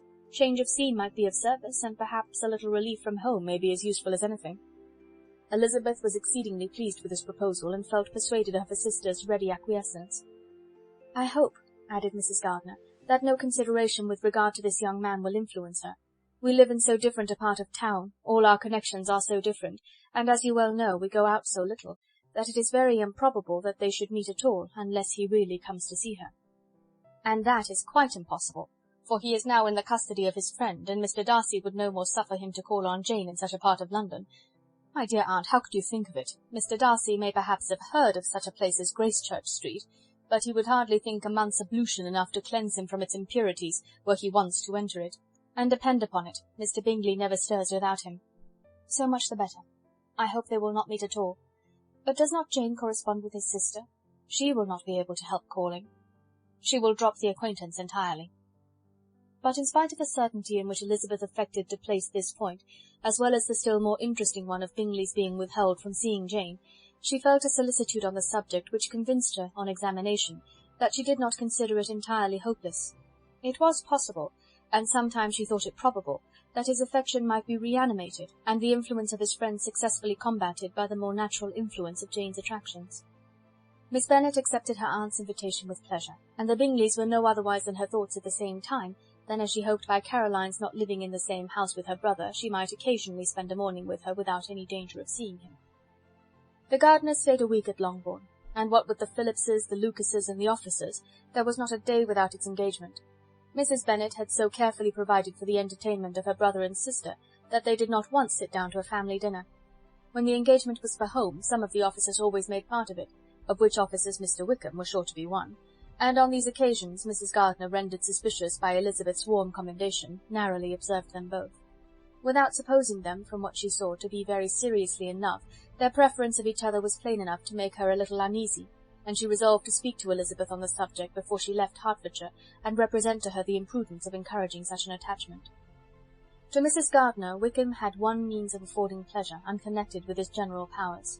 About 10 or a dozen years ago, before her marriage, she had spent a considerable time in that very part of Derbyshire to which he belonged. They had, therefore, many acquaintances in common, and though Wickham had been little there since the death of Darcy's father, it was yet in his power to give her fresher intelligence of her former friends than she had been in the way of procuring. Mrs. Gardiner had seen Pemberley, and known the late Mr. Darcy by character perfectly well. Here, consequently, was an inexhaustible subject of discourse, in comparing her recollection of Pemberley with the minute description which Wickham could give, and in bestowing her tribute of praise on the character of its late possessor, she was delighting both him and herself. On being made acquainted with the present Mr. Darcy's treatment of him, she tried to remember some of that gentleman's reputed disposition when quite a lad, which might agree with it, and was confident at last that she recollected having heard Mr. Fitzwilliam Darcy formerly spoken of as a very proud, ill-natured boy.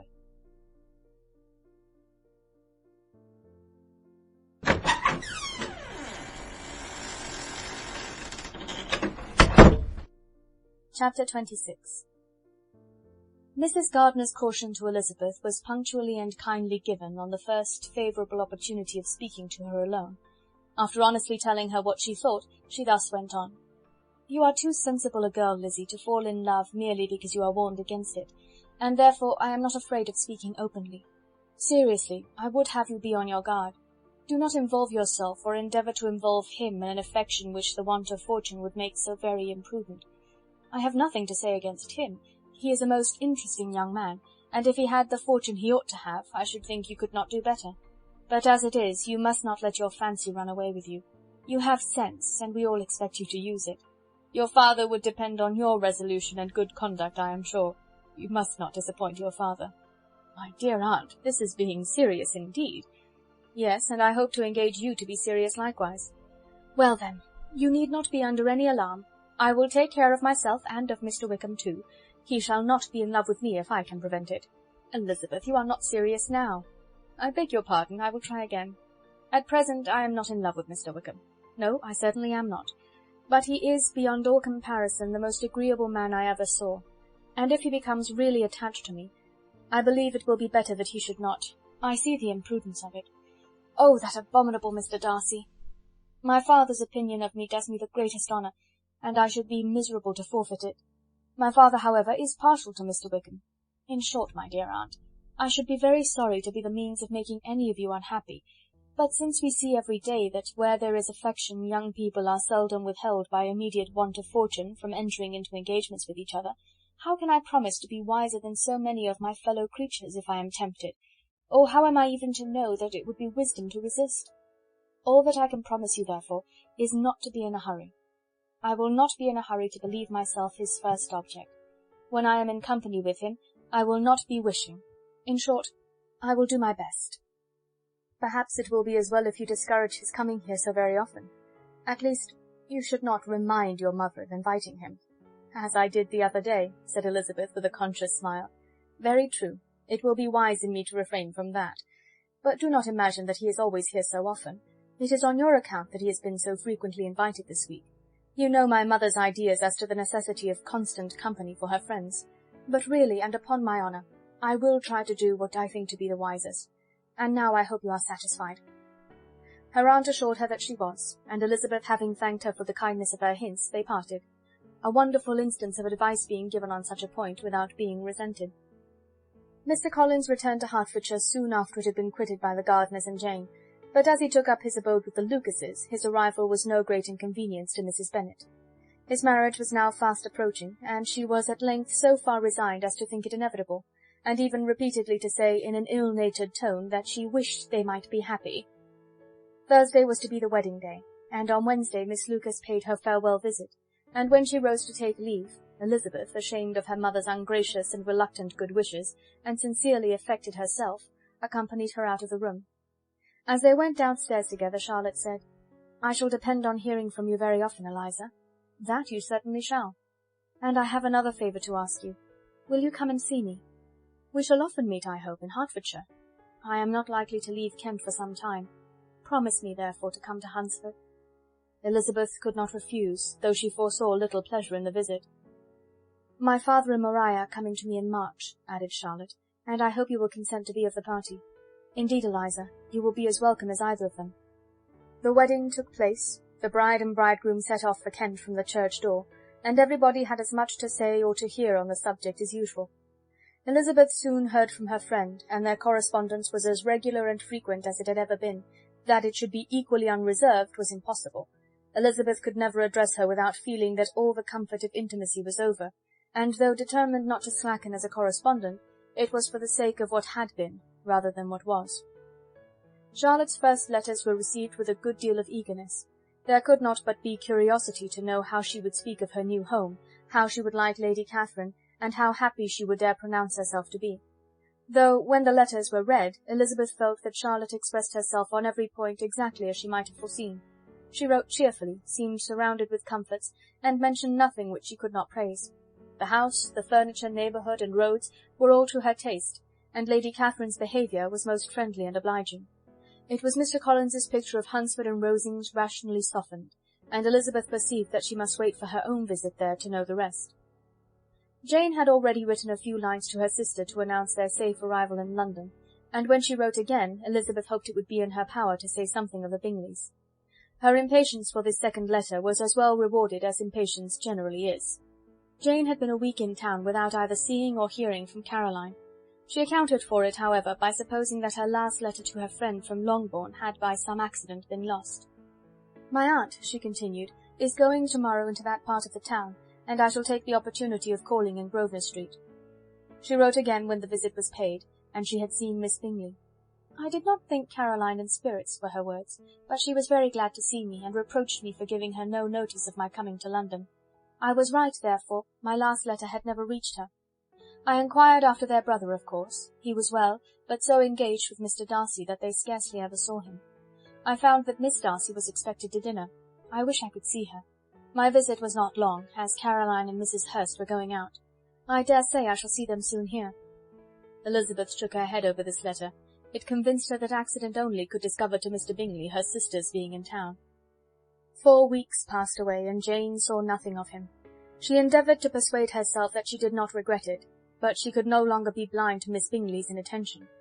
After waiting at home every morning for a fortnight, and inventing every evening a fresh excuse for her, the visitor did at last appear, but the shortness of her stay, and yet more, the alteration of her manner, would allow Jane to deceive herself no longer.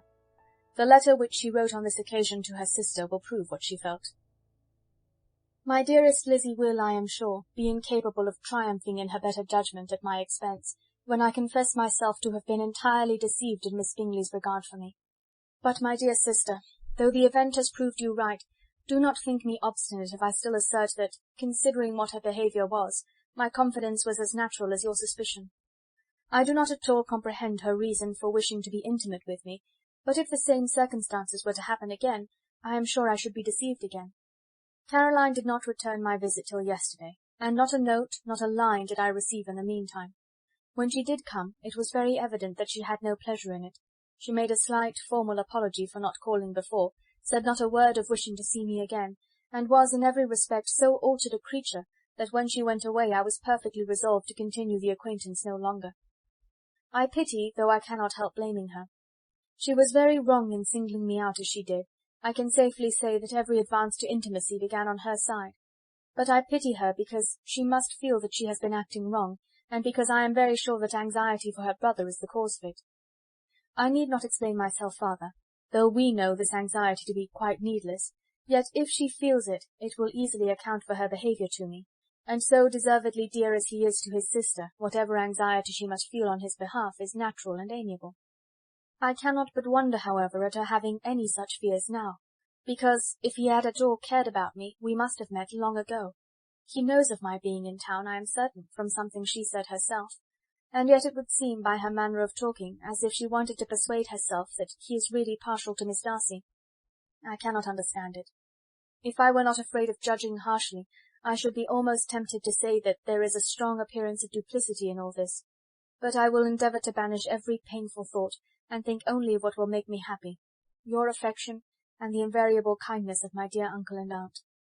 Let me hear from you very soon. Miss Bingley said something of his never returning to Netherfield again, of giving up the house, but not with any certainty. We had better not mention it. I am extremely glad that you have such pleasant accounts from our friends at Hunsford. Pray go to see them with Sir William and Maria. I am sure you will be very comfortable there. Yours, etc. This letter gave Elizabeth some pain, but her spirits returned as she considered that Jane would no longer be duped, by the sister at least. All expectation from the brother was now absolutely over. She could not even wish for a renewal of his attentions. His character sunk on every review of it, and as a punishment for him, as well as a possible advantage to Jane, she seriously hoped that he might really soon marry Mr. Darcy's sister, as, by Wickham's account, she would make him abundantly regret what he had thrown away. Mrs. Gardiner about this time reminded Elizabeth of her promise concerning that gentleman, and required information, and Elizabeth had such to send as might rather give contentment to her aunt than to herself. His apparent partiality had subsided, his attentions were over, he was the admirer of someone else. Elizabeth was watchful enough to see it all, but she could see it and write of it without material pain. Her heart had been but slightly touched, and her vanity was satisfied with believing that she would have been his only choice, had fortune permitted it. The sudden acquisition of £10,000 was the most remarkable charm of the young lady to whom he was now rendering himself agreeable, but Elizabeth, less clear-sighted perhaps in this case than in Charlotte's, did not quarrel with him for his wish of independence. Nothing, on the contrary, could be more natural, and while able to suppose that it cost him a few struggles to relinquish her, she was ready to allow it a wise and desirable measure for both, and could very sincerely wish him happy. All this was acknowledged to Mrs. Gardiner, and after relating the circumstances she thus went on.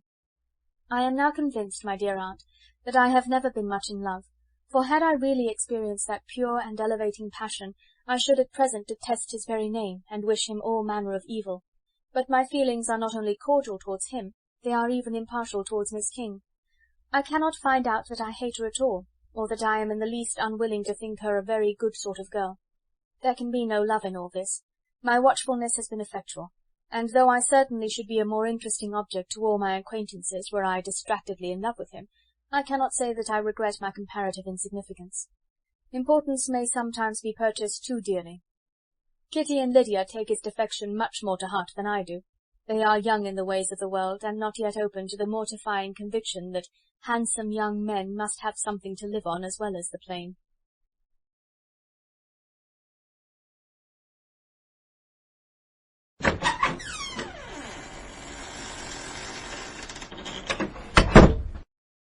Chapter 27. With no greater events than these in the Longbourn family, and otherwise diversified by little beyond the walks to Meryton, sometimes dirty and sometimes cold, did January and February pass away. March was to take Elizabeth to Hunsford. She had not at first thought very seriously of going thither, but Charlotte, she soon found, was depending on the plan, and she gradually learned to consider it herself with greater pleasure, as well as greater certainty. Absence had increased her desire of seeing Charlotte again, and weakened her disgust of Mr. Collins. There was novelty in the scheme, and as with such a mother and such uncompanionable sisters, home could not be faultless, a little change was not unwelcome for its own sake. The journey would, moreover, give her a peep at Jane, and in short, as the time drew near, she would have been very sorry for any delay. Everything, however, went on smoothly, and was finally settled according to Charlotte's first sketch. She was to accompany Sir William and his second daughter. The improvement of spending a night in London was added in time, and the plan became as perfect as plan could be. The only pain was in leaving her father, who would certainly miss her, and who, when it came to the point, so little liked her going, that he told her to write to him, and almost promised to answer her letter. The farewell between herself and Mr. Wickham was perfectly friendly, on his side even more. His present pursuit could not make him forget that Elizabeth had been the first to excite and to deserve his attention, the first to listen and to pity, the first to be admired. And in his manner of bidding her adieu, wishing her every enjoyment, reminding her of what she was to expect in Lady Catherine de Bourgh, and trusting their opinion of her, their opinion of everybody would always coincide, there was a solicitude, an interest, which she felt must ever attach her to him with a most sincere regard, and she parted from him convinced that, whether married or single, he must always be her model of the amiable and pleasing. Her fellow-travellers the next day were not of a kind to make her think him less agreeable. Sir William Lucas and his daughter Maria, a good-humoured girl, but as empty-headed as himself, had nothing to say that could be worth hearing, and were listened to with about as much delight as the rattle of the chaise. Elizabeth loved absurdities, but she had known Sir William's too long. He could tell her nothing new of the wonders of his presentation and knighthood, and his civilities were worn out, like his information. It was a journey of only 24 miles, and they began it so early as to be in Gracechurch Street by noon. As they drove to Mr. Gardiner's door, Jane was at a drawing-room window watching their arrival. When they entered the passage, she was there to welcome them, and Elizabeth, looking earnestly in her face, was pleased to see it healthful and lovely as ever. On the stairs were a troop of little boys and girls, whose eagerness for their cousin's appearance would not allow them to wait in the drawing-room, and whose shyness, as they had not seen her for a 12-month, prevented their coming lower. All was joy and kindness. The day passed most pleasantly away, the morning in bustle and shopping, and the evening at one of the theatres. Elizabeth then contrived to sit by her aunt. Their first object was her sister, and she was more grieved than astonished to hear, in reply to her minute inquiries, that though Jane always struggled to support her spirits, there were periods of dejection. It was reasonable, however, to hope that they would not continue long. Mrs. Gardiner gave her the particulars also of Miss Bingley's visit in Gracechurch Street, and repeated conversations occurring at different times between Jane and herself, which proved that the former had, from her heart, given up the acquaintance. Mrs. Gardiner then rallied her niece on Wickham's desertion, and complimented her on bearing it so well. "But, my dear Elizabeth," she added, "what sort of girl is Miss King? I should be sorry to think our friend mercenary." "Pray, my dear aunt, what is the difference in matrimonial affairs between the mercenary and the prudent motive? Where does discretion end and avarice begin? Last Christmas you were afraid of his marrying me because it would be imprudent, and now, because he is trying to get a girl with only £10,000, you want to find out that he is mercenary. If you will only tell me what sort of girl Miss King is, I shall know what to think. She is a very good kind of girl, I believe. I know no harm of her. But he paid her not the smallest attention till her grandfather's death made her mistress of his fortune. No, what should he? If it were not allowable for him to gain my affections because I had no money, what occasion could there be for making love to a girl whom he did not care about, and who was equally poor? But there seems an indelicacy in directing his attentions toward her so soon after this event. A man in distressed circumstances has not time for all those elegant decorums which other people may observe. If she does not object to it, why should we? Her not objecting to it does not justify him. It only shows her being deficient in something herself, sense or feeling. "Well," cried Elizabeth, "have it as you choose. He shall be mercenary and she shall be foolish." "No, Lizzie, that is what I do not choose. I should be sorry, you know, to think ill of a young man who has lived so long in Derbyshire." "Oh, if that is all, I have a very poor opinion of young men who live in Derbyshire, and their intimate friends who live in Hertfordshire are not much better. I am sick of them all. Thank heaven I am going tomorrow where I shall find a man who has not one agreeable quality, who has neither manner nor sense to recommend him. Stupid men are the only ones worth knowing after all."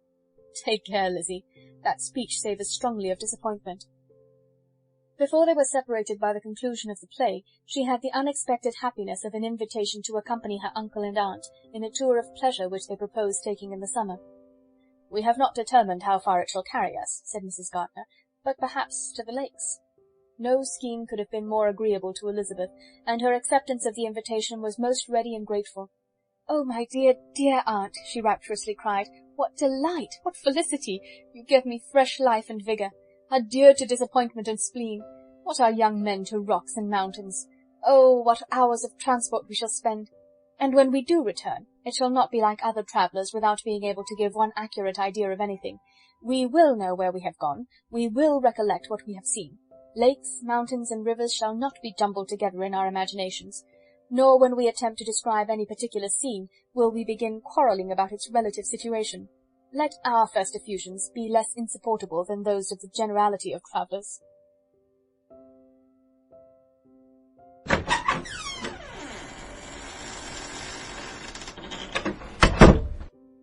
Chapter 28. Every object in the next day's journey was new and interesting to Elizabeth, and her spirits were in a state of enjoyment, for she had seen her sister looking so well as to banish all fear for her health, and the prospect of her northern tour was a constant source of delight. When they left the high road for the lane to Hunsford, every eye was in search of the parsonage, and every turning expected to bring it in view. The palings of Rosings Park was their boundary on one side. Elizabeth smiled at the recollection of all that she had heard of its inhabitants. At length the parsonage was discernible. The garden sloping to the road, the house standing in it, the green pales and the laurel hedge, everything declared they were arriving. Mr. Collins and Charlotte appeared at the door, and the carriage stopped at the small gate which led by a short gravel walk to the house, amidst the nods and smiles of the whole party. In a moment they were all out of the chaise, rejoicing at the sight of each other. Mrs. Collins welcomed her friend with the liveliest pleasure, and Elizabeth was more and more satisfied with coming when she found herself so affectionately received. She saw instantly that her cousin's manners were not altered by his marriage. His formal civility was just what it had been, and he detained her some minutes at the gate to hear and satisfy his inquiries after all her family. They were then, with no other delay than his pointing out the neatness of the entrance, taken into the house, and as soon as they were in the parlour, he welcomed them a second time, with ostentatious formality, to his humble abode, and punctually repeated all his wife's offers of refreshment. Elizabeth was prepared to see him in his glory, and she could not help fancying that in displaying the good proportion of the room, its aspect and its furniture, he addressed himself particularly to her, as if wishing to make her feel what she had lost in refusing him.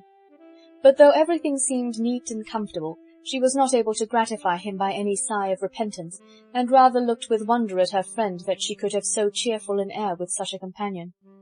When Mr. Collins said anything of which his wife might reasonably be ashamed, which certainly was not unseldom, she involuntarily turned her eye on Charlotte.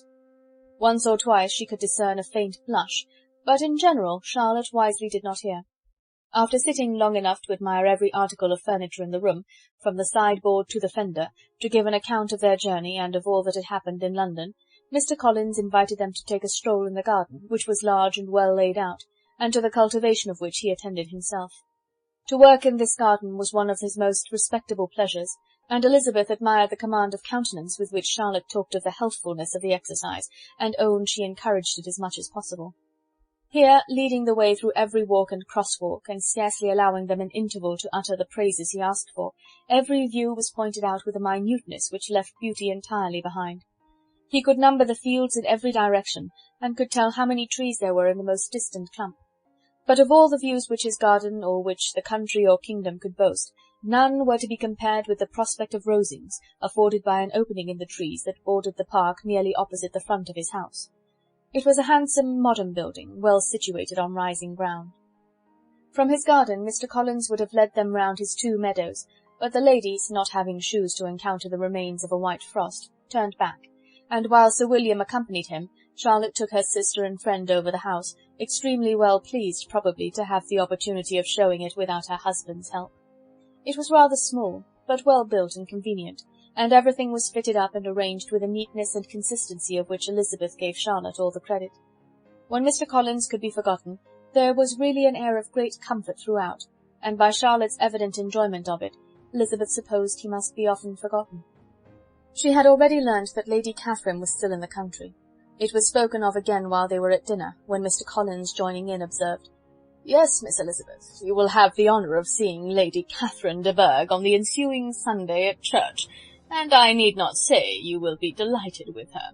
She is all affability and condescension, and I doubt not but you will be honoured with some portion of her notice when service is over.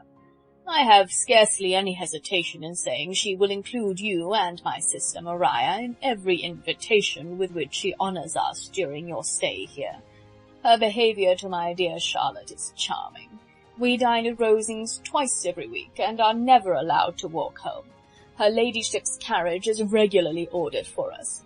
I should say one of her ladyship's carriages, for she has several." "Lady Catherine is a very respectable, sensible woman indeed," added Charlotte, "and a most attentive neighbour." "Very true, my dear. That is exactly what I say. She is the sort of woman whom one cannot regard with too much deference." The evening was spent chiefly in talking over Hertfordshire news, and telling again what had already been written, and when it closed, Elizabeth, in the solitude of her chamber, had to meditate upon Charlotte's degree of contentment, to understand her address in guiding, and composure in bearing with, her husband, and to acknowledge that it was all done very well. She also had to anticipate how her visit would pass, the quiet tenor of their usual employments, the vexatious interruptions of Mr. Collins, and the gaieties of their intercourse with Rosings. A lively imagination soon settled it all. About the middle of the next day, as she was in her room getting ready for a walk, a sudden noise below seemed to speak the whole house in confusion, and after listening a moment, she heard somebody running upstairs in a violent hurry, and calling loudly after her. She opened the door and met Maria in the landing-place, who, breathless with agitation, cried out, "Oh, my dear Eliza, pray make haste and come into the dining-room, for there is such a sight to be seen. I will not tell you what it is. Make haste and come down this moment." Elizabeth asked questions in vain.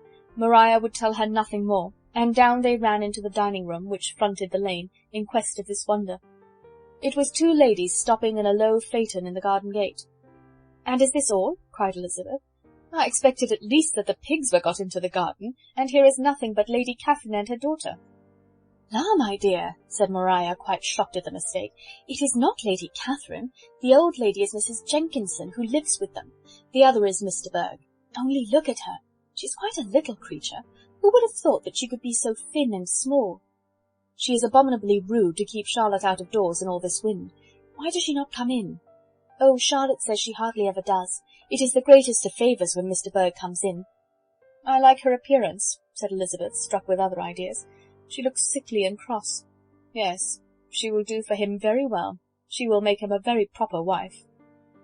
Mr. Collins and Charlotte were both standing at the gate in conversation with the ladies, and Sir William, to Elizabeth's high diversion, was stationed in the doorway, in earnest contemplation of the greatness before him, and constantly bowing whenever Mr. Bourgh looked that way.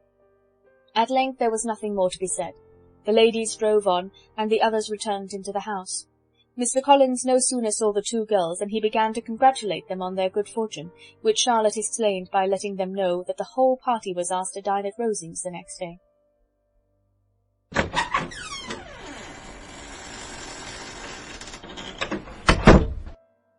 Chapter 29. Mr. Collins's triumph in consequence of this invitation was complete. The power of displaying the grandeur of his patroness to his wondering visitors, and of letting them see her civility towards himself and his wife, was exactly what he had wished for, and that an opportunity of doing it should be given so soon was such an instance of Lady Catherine's condescension as he knew not how to admire enough. "I confess," said he, "that I should not have been at all surprised by her ladyship's asking us on Sunday to drink tea and spend the evening at Rosings. I rather expected, from my knowledge of her affability, that it would happen. But who could have foreseen such an attention as this? Who could have imagined that we should receive an invitation to dine there, an invitation, moreover, including the whole party, so immediately after your arrival?" "I am the less surprised at what has happened," replied Sir William, "from that knowledge of what the manners of the great really are, which my situation in life has allowed me to acquire. About the court such instances of elegant breeding are not uncommon." Scarcely anything was talked of the whole day or next morning but their visit to Rosings. Mr. Collins was carefully instructing them in what they were to expect, that the sight of such rooms, so many servants, and so splendid a dinner might not wholly overpower them. When the ladies were separating for the toilette, he said to Elizabeth, "Do not make yourself uneasy, my dear cousin, about your apparel. Lady Catherine is far from requiring that elegance of dress in us which becomes herself and her daughter. I would advise you merely to put on whatever of your clothes is superior to the rest. There is no occasion for anything more. Lady Catherine will not think the worse of you for being simply dressed. She likes to have the distinction of rank preserved." While they were dressing, he came 2 or 3 times to their different doors to recommend their being quick, as Lady Catherine very much objected to be kept waiting for her dinner. Such formidable accounts of her ladyship and her manner of living quite frightened Maria Lucas, who had been little used to company, and she looked forward to her introduction at Rosings with as much apprehension as her father had done to his presentation at St. James'. As the weather was fine, they had a pleasant walk of about half a mile across the park. Every park has its beauty and its prospects, and Elizabeth saw much to be pleased with, though she could not be in such raptures as Mr. Collins expected the scene to inspire, and was but slightly affected by his enumeration of the windows in front of the house, and his relation of what the glazing altogether had originally cost Sir Louis de Bourgh. When they ascended the steps to the hall, Maria's alarm was every moment increasing, and even Sir William did not look perfectly calm.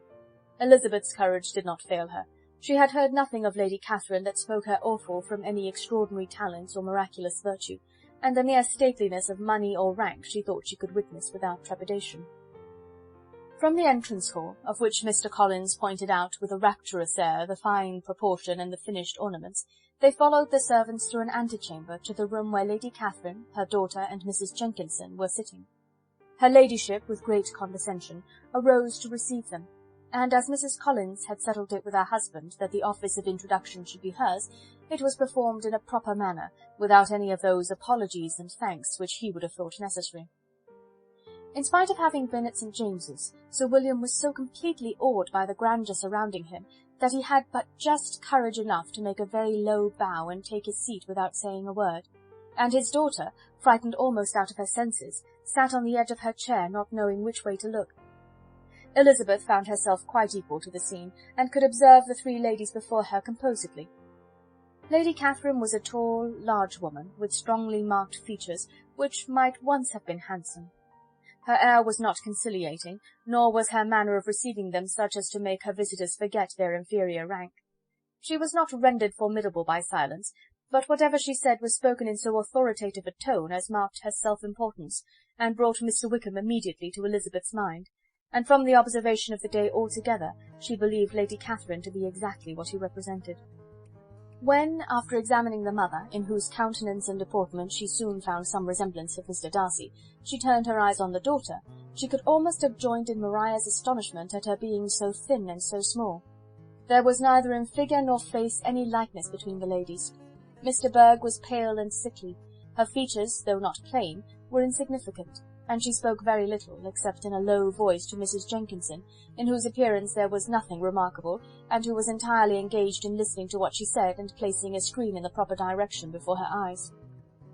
After sitting a few minutes, they were all sent to one of the windows to admire the view, Mr. Collins attending them to point out its beauties, and Lady Catherine kindly informing them that it was much better worth looking at in the summer. The dinner was exceedingly handsome, and there were all the servants and all the articles of plate which Mr. Collins had promised, and as he had likewise foretold, he took his seat at the bottom of the table, by her ladyship's desire, and looked as if he felt that life could furnish nothing greater. He carved, and ate, and praised with delighted alacrity, and every dish was commended, first by him and then by Sir William, who was now enough recovered to echo whatever his son-in-law said, in a manner which Elizabeth wondered Lady Catherine could bear. But Lady Catherine seemed gratified by their excessive admiration, and gave most gracious smiles, especially when any dish on the table proved a novelty to them. The party did not supply much conversation. Elizabeth was ready to speak whenever there was an opening, but she was seated between Charlotte and Mr. Berg, the former of whom was engaged in listening to Lady Catherine, and the latter said not a word to her all dinner-time.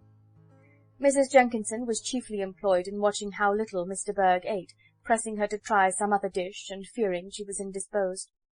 Maria thought speaking out of the question, and the gentlemen did nothing but eat and admire. When the ladies returned to the drawing-room, there was little to be done but to hear Lady Catherine talk, which she did without any intermission till coffee came in, delivering her opinion on every subject in so decisive a manner as proved that she was not used to have her judgment controverted.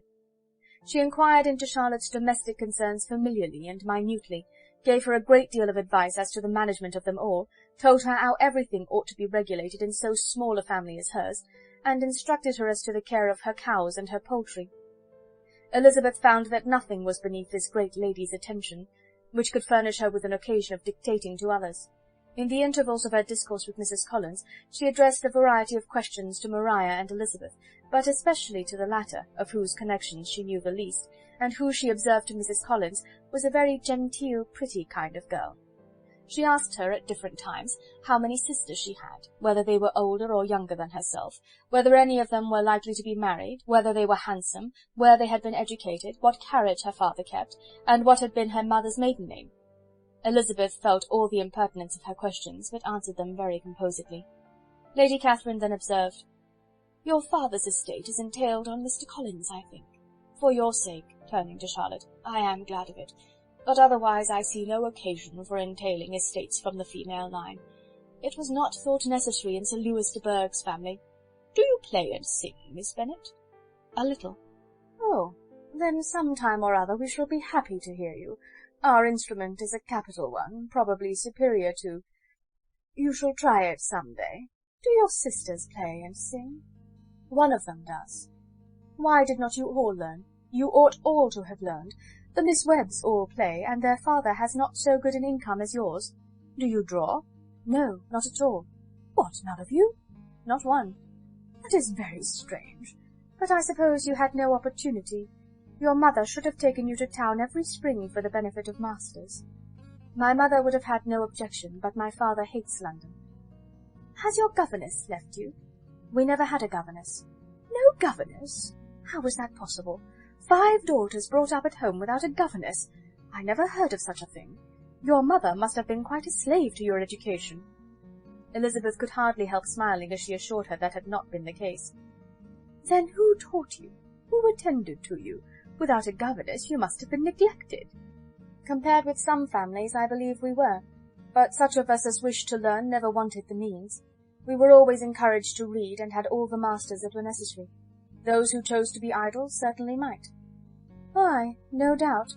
But that is what a governess will prevent, and if I had known your mother, I should have advised her most strenuously to engage one.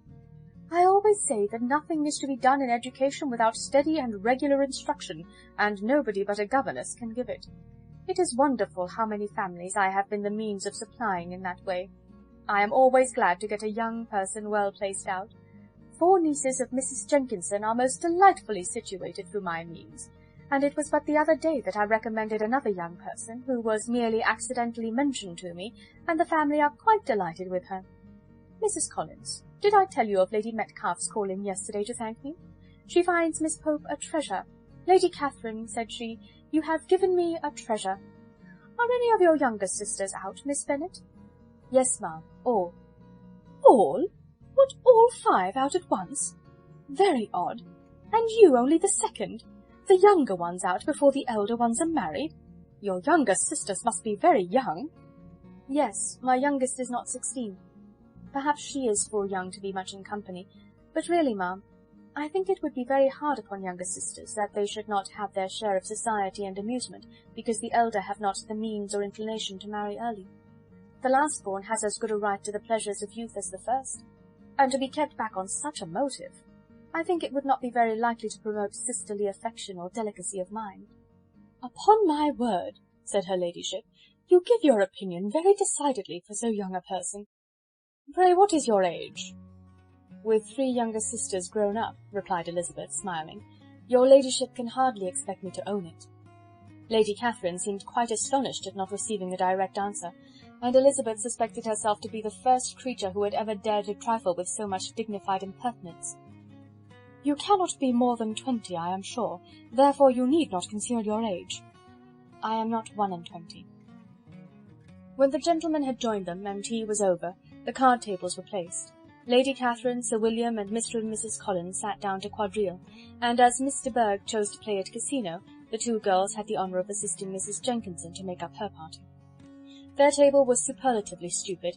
Scarcely a syllable was uttered that did not relate to the game, except when Mrs. Jenkinson expressed her fears of Miss de Bourgh's being too hot or too cold, or having too much or too little light. A great deal more passed at the other table.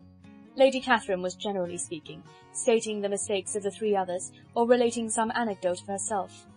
Mr. Collins was employed in agreeing to everything her ladyship said, thanking her for every fish he won, and apologizing if he thought he won too many.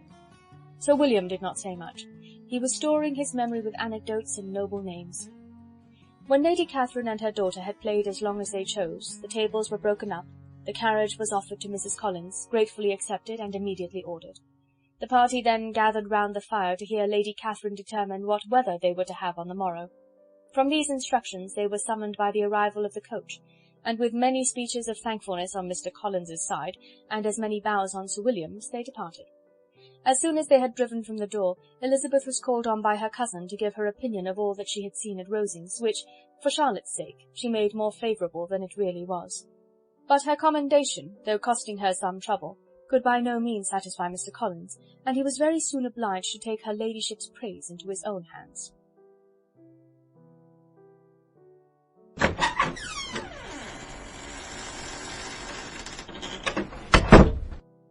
Chapter 30. Sir William stayed only a week at Hunsford, but his visit was long enough to convince him of his daughter's being most comfortably settled, and of her possessing such a husband and such a neighbour as were not often met with. While Sir William was with them, Mr. Collins devoted his morning to driving him out in his gig and showing him the country. But when he went away, the whole family returned to their usual employments, and Elizabeth was thankful to find that they did not see more of her cousin by the alteration, for the chief of the time between breakfast and dinner was now passed by him either at work in the garden, or in reading and writing and looking out of the window in his own book-room, which fronted the road. The room in which the ladies sat was backwards. Elizabeth had at first rather wondered that Charlotte should not prefer the dining parlour for common use. It was a better-sized room, and had a more pleasant aspect, but she soon saw that her friend had an excellent reason for what she did, for Mr. Collins would undoubtedly have been much less in his own apartment had they sat in one equally lively, and she gave Charlotte credit for the arrangement.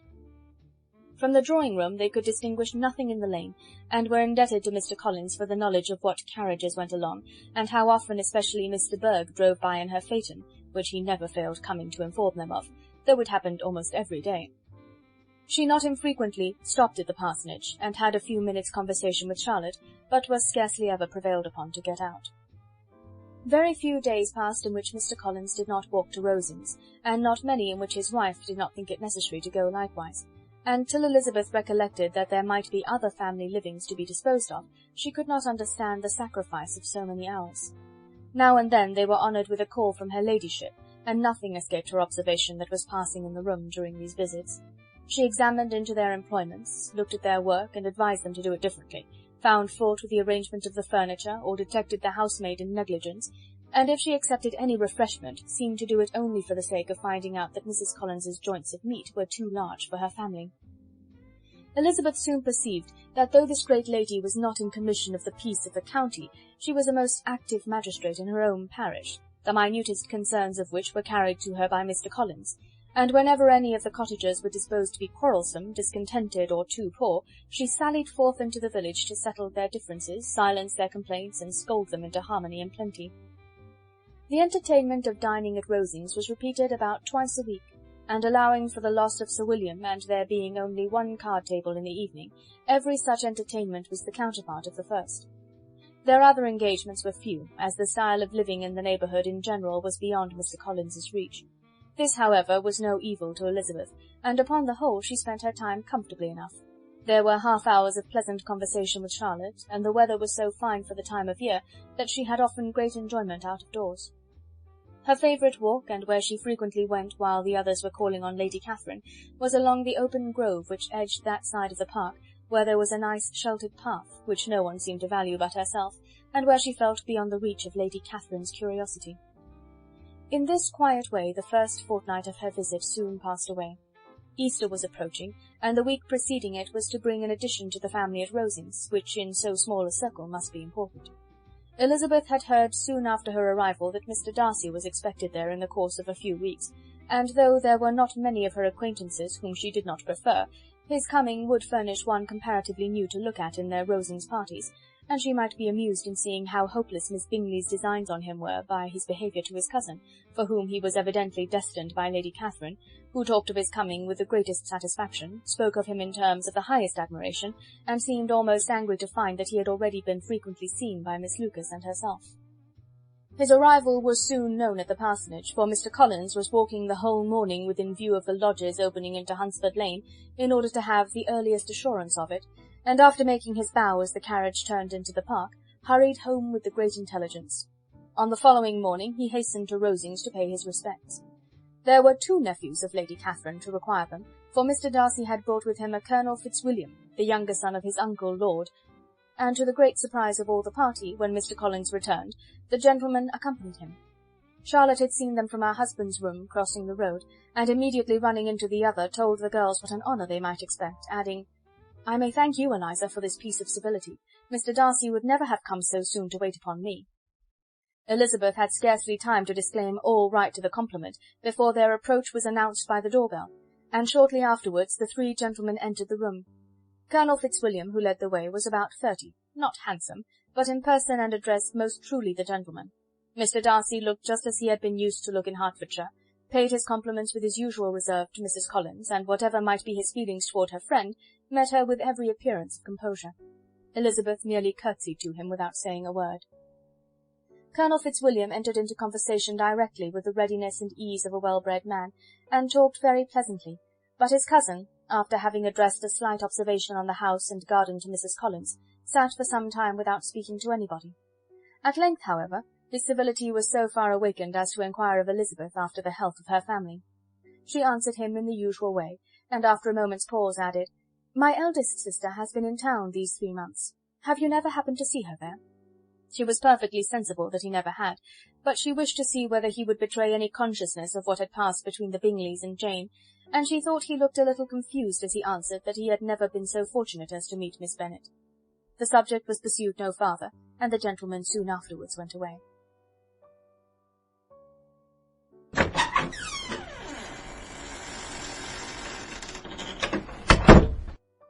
Chapter 31.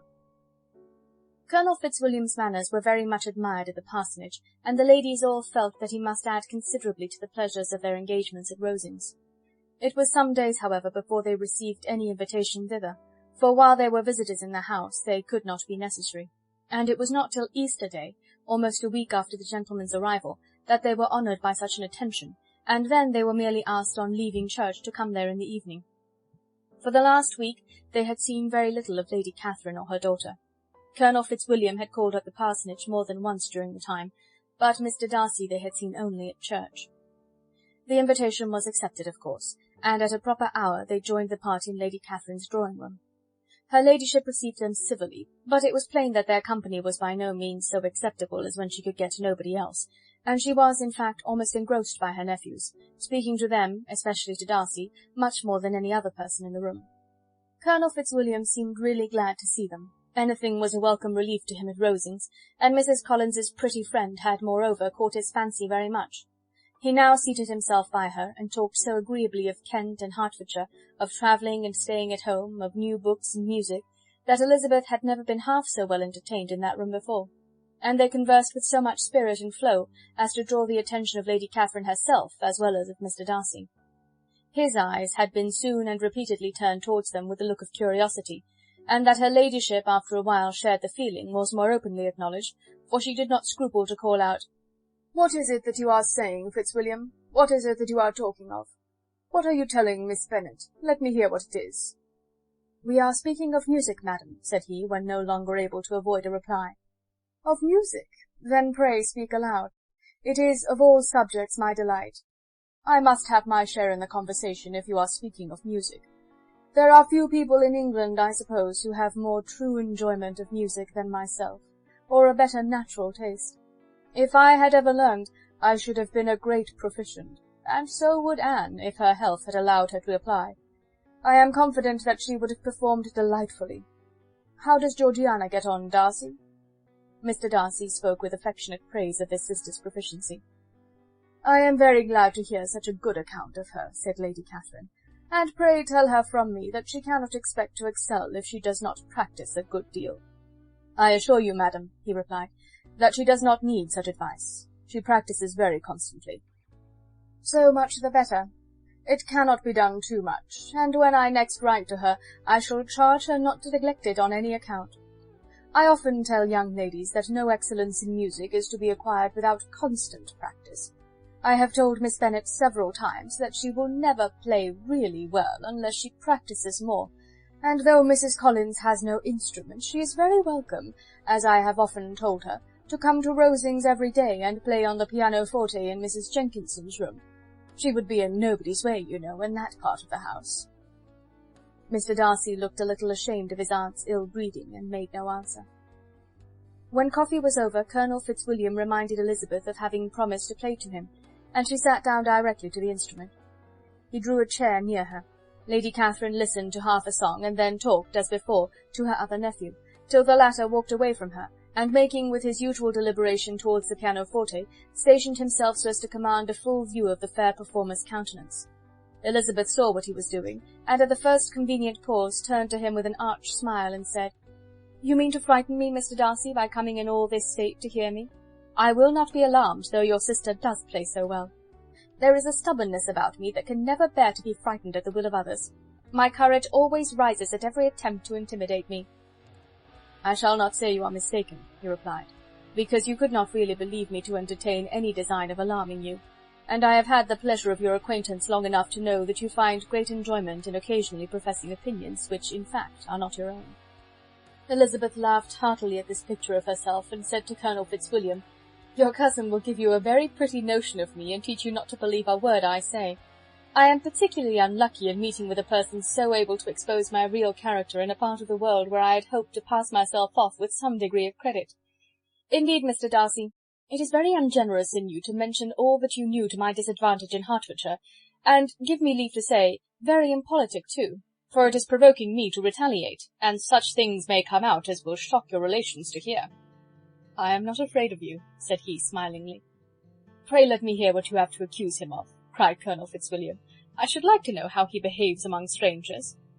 "You shall hear then, but prepare yourself for something very dreadful.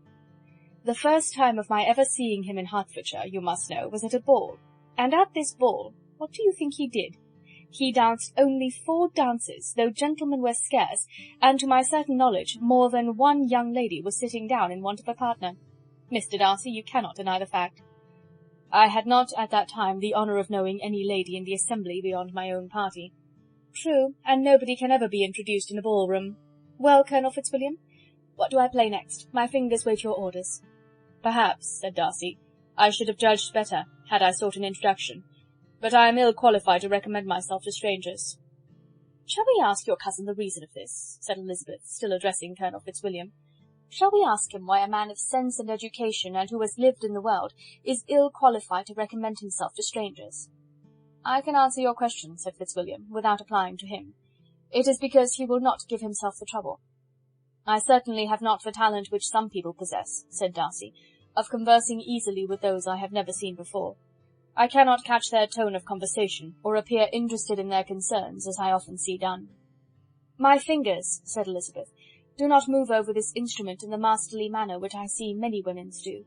They have not the same force or rapidity, and do not produce the same expression. But then, I have always supposed it to be my own fault, because I will not take the trouble of practising. It is not that I do not believe my fingers as capable as any other woman's of superior execution." Darcy smiled and said, "You are perfectly right. You have employed your time much better. No one admitted to the privilege of hearing you can think anything wanting. We neither of us perform to strangers." Here they were interrupted by Lady Catherine, who called out to know what they were talking of. Elizabeth immediately began playing again. Lady Catherine approached, and after listening for a few minutes, said to Darcy, "Miss Bennet would not play at all amiss if she practised more, and could have the advantage of a London master. She has a very good notion of fingering, though her taste is not equal to Anne's. Anne would have been a delightful performer, had her health allowed her to learn." Elizabeth looked at Darcy to see how cordially he assented to his cousin's praise, but neither at that moment, nor at any other, could she discern any symptom of love, and from the whole of his behaviour to Miss de Bourgh she derived this comfort for Miss Bingley, that he might have been just as likely to marry her had she been his relation. Lady Catherine continued her remarks on Elizabeth's performance, mixing them with many instructions on execution and taste. Elizabeth received them with all the forbearance of civility, and at the request of the gentleman, remained at the instrument till her ladyship's carriage was ready to take them all home.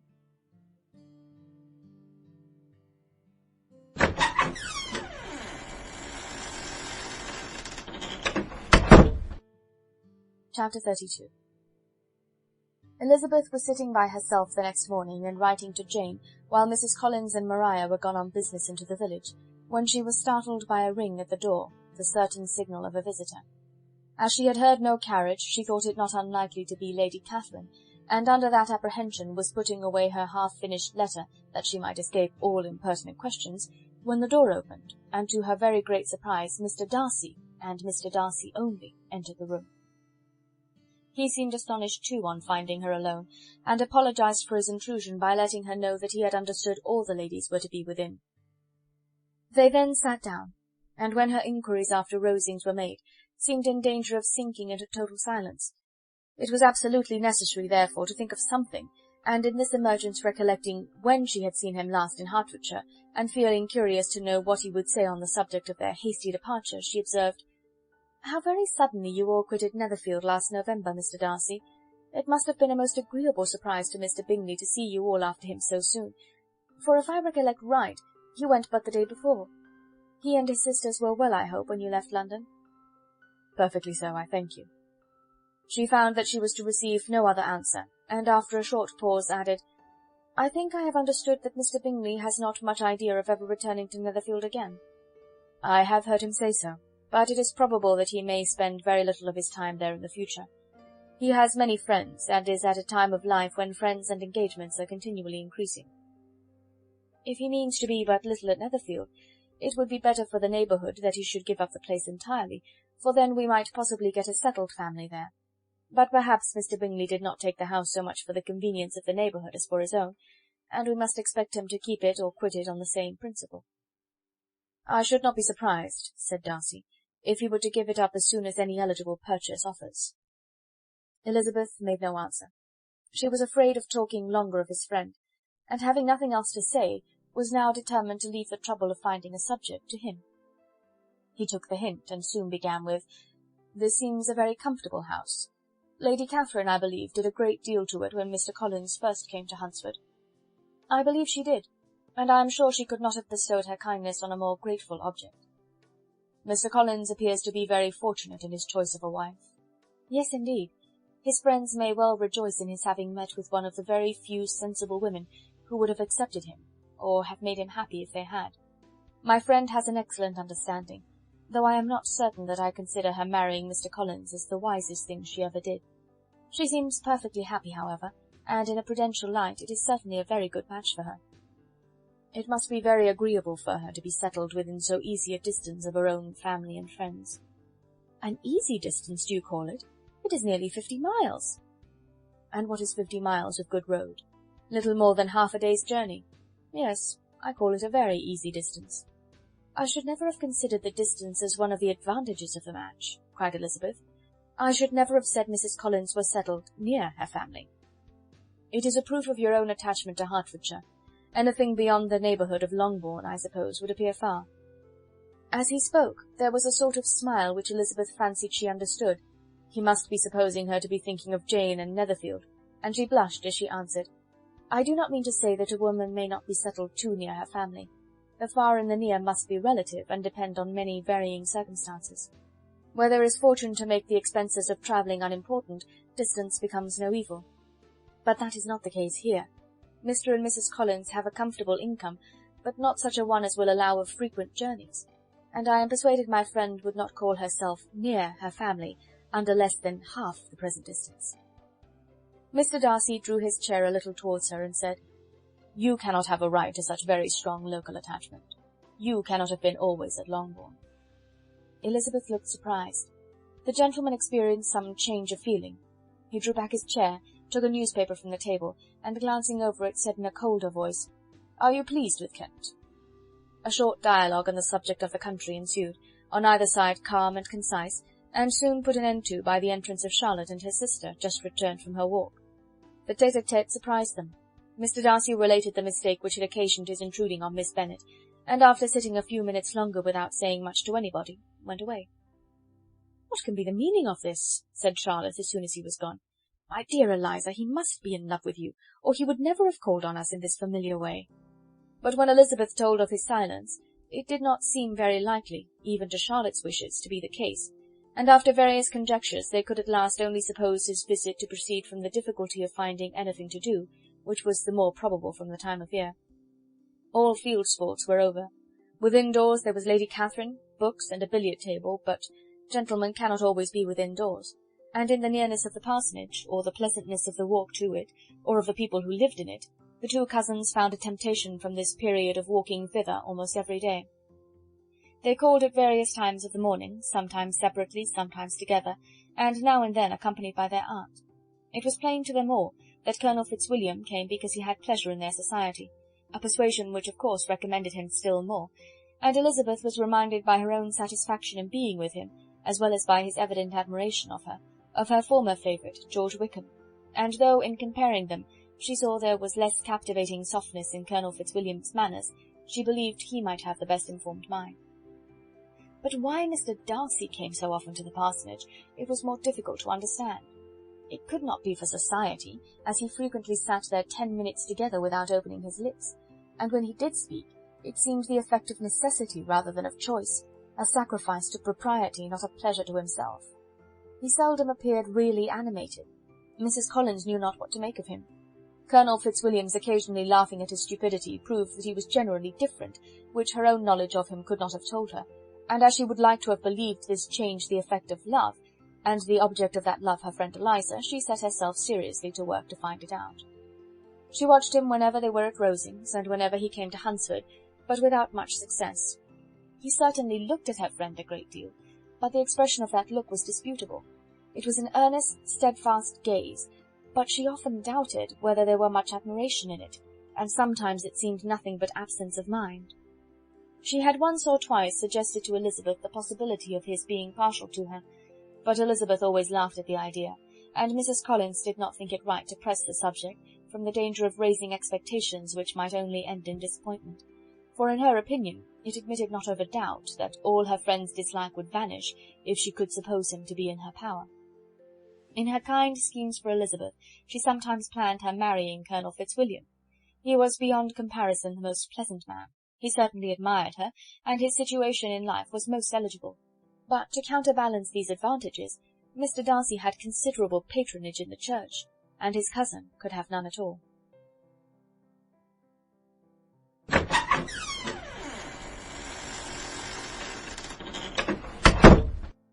Chapter 33. More than once did Elizabeth, in her rambles within the park, unexpectedly meet Mr. Darcy. She felt all the perverseness of the mischance that should bring him where no one else was brought, and, to prevent its ever happening again, took care to inform him at first that it was a favourite haunt of hers. How it could occur a second time, therefore, was very odd. Yet it did, and even a third. It seemed like wilful ill-nature, or a voluntary penance, for on these occasions it was not merely a few formal inquiries and an awkward pause and then away, but he actually thought it necessary to turn back and walk with her. He never said a great deal, nor did she give herself the trouble of talking or of listening much, but it struck her in the course of their third rencontre that he was asking some odd, unconnected questions about her pleasure in being at Hunsford, her love of solitary walks, and her opinion of Mr. and Mrs. Collins's happiness, and that in speaking of Rosings and her not perfectly understanding the house, he seemed to expect that whenever she came into Kent again she would be staying there too. His words seemed to imply it. Could he have Colonel Fitzwilliam in his thoughts? She supposed, if he meant anything, he must mean an allusion to what might arise in that quarter. It distressed her a little, and she was quite glad to find herself at the gate in the pales opposite the parsonage. She was engaged one day as she walked in perusing Jane's last letter, and dwelling on some passages which proved that Jane had not written in spirits, when, instead of being again surprised by Mr. Darcy, she saw on looking up that Colonel Fitzwilliam was meeting her. Putting away the letter immediately and forcing a smile, she said, "I did not know before that you ever walked this way." "I have been making the tour of the park," he replied, "as I generally do every year, and intend to close it with a call at the parsonage. Are you going much farther?" "No, I should have turned in a moment." And accordingly she did turn, and they walked towards the parsonage together. "Do you certainly leave Kent on Saturday?" said she. "Yes, if Darcy does not put it off again, but I am at his disposal. He arranges the business just as he pleases." "And if not able to please himself in the arrangement, he has at least pleasure in the great power of choice. I do not know anybody who seems more to enjoy the power of doing what he likes than Mr. Darcy." "He likes to have his own way very well," replied Colonel Fitzwilliam, "but so we all do. It is only that he has better means of having it than many others, because he is rich, and many others are poor. I speak feelingly. A younger son, you know, must be inured to self-denial and dependence." "In my opinion, the younger son of an earl can know very little of either. Now, seriously, what have you ever known of self-denial and dependence? When have you been prevented by want of money from going wherever you chose, or procuring anything you had a fancy for? These are home questions, and perhaps I cannot say that I have experienced many hardships of that nature. But in matters of greater weight I may suffer from want of money. Younger sons cannot marry where they like. Unless they like women of fortune, which I think they very often do. Our habits of expense make us too dependent, and there are not many in my rank of life who can afford to marry without some attention to money." "Is this," thought Elizabeth, "meant for me?" And she coloured at the idea, but recovering herself, said in a lively tone, "And pray, what is the usual price of an earl's younger son? Unless the elder brother is very sickly, I suppose you would not ask above £50,000? He answered her in the same style, and the subject dropped. To interrupt a silence which might make him fancy her affected with what had passed, she soon afterwards said, "I imagine your cousin brought you down with him chiefly for the sake of having someone at his disposal. I wonder he does not marry, to secure a lasting convenience of that kind, but perhaps his sister does as well for the present, and, as she is under his sole care, he may do what he likes with her." "No," said Colonel Fitzwilliam, "that is an advantage which he must divide with me. I am joined with him in the guardianship of Miss Darcy." "Are you indeed? And pray what sort of guardians do you make? Does your charge give you much trouble? Young ladies of her age are sometimes a little difficult to manage, and if she has the true Darcy spirit, she may like to have her own way." As she spoke she observed him looking at her earnestly, and the manner in which he immediately asked her why she supposed Miss Darcy likely to give them any uneasiness, convinced her that she had somehow or other got pretty near the truth. She replied directly, "You need not be frightened. I never heard any harm of her, and I dare say she is one of the most tractable creatures in the world. She is a very great favourite with some ladies of my acquaintance, Mrs. Hurst and Miss Bingley. I think I have heard you say that you know them?" "I know them a little. Their brother is a pleasant, gentlemanlike man. He is a great friend of Darcy's." "Oh, yes," said Elizabeth dryly. "Mr. Darcy is uncommonly kind to Mr. Bingley, and takes a prodigious deal of care of him." "Care of him?" "Yes, I really believe Darcy does take care of him in those points where he most wants care. From something that he told me in our journey hither, I have reason to think Bingley very much indebted to him. But I ought to beg his pardon, for I have no right to suppose that Bingley was the person meant. It was all conjecture." "What is it you mean?"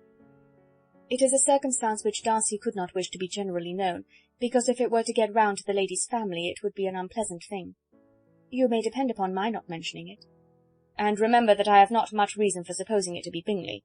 What he told me was merely this, that he congratulated himself on having lately saved a friend from the inconveniences of a most imprudent marriage, but without mentioning names or any other particulars, and I only suspected it to be Bingley from believing him the kind of young man to get into a scrape of that sort, and from knowing them to have been together the whole of last summer.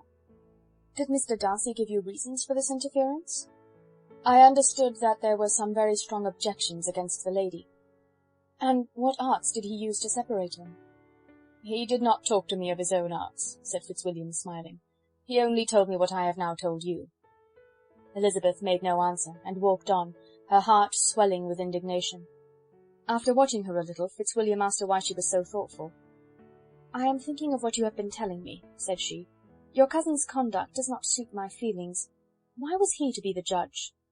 "You are rather disposed to call his interference officious?" "I do not see what right Mr. Darcy had to decide on the propriety of his friend's inclination, or why, upon his own judgment alone, he was to determine and direct in what manner his friend was to be happy. But," she continued, recollecting herself, "as we know none of the particulars, it is not fair to condemn him. It is not to be supposed that there was much affection in the case." "That is not an unnatural surmise," said Fitzwilliam, "but it is a lessening of the honour of my cousin's triumph very sadly." This was spoken jestingly, but it appeared to her so just a picture of Mr. Darcy that she would not trust herself with an answer, and therefore, abruptly changing the conversation, talked on indifferent matters until they reached the parsonage. There, shut into her own room, as soon as their visitor left them, she could think without interruption of all that she had heard. It was not to be supposed that any other people could be meant than those with whom she was connected. There could not exist in the world two men over whom Mr. Darcy could have such boundless influence. That he had been concerned in the measures taken to separate Bingley and Jane she had never doubted, but she had always attributed to Miss Bingley the principal design and arrangement of them.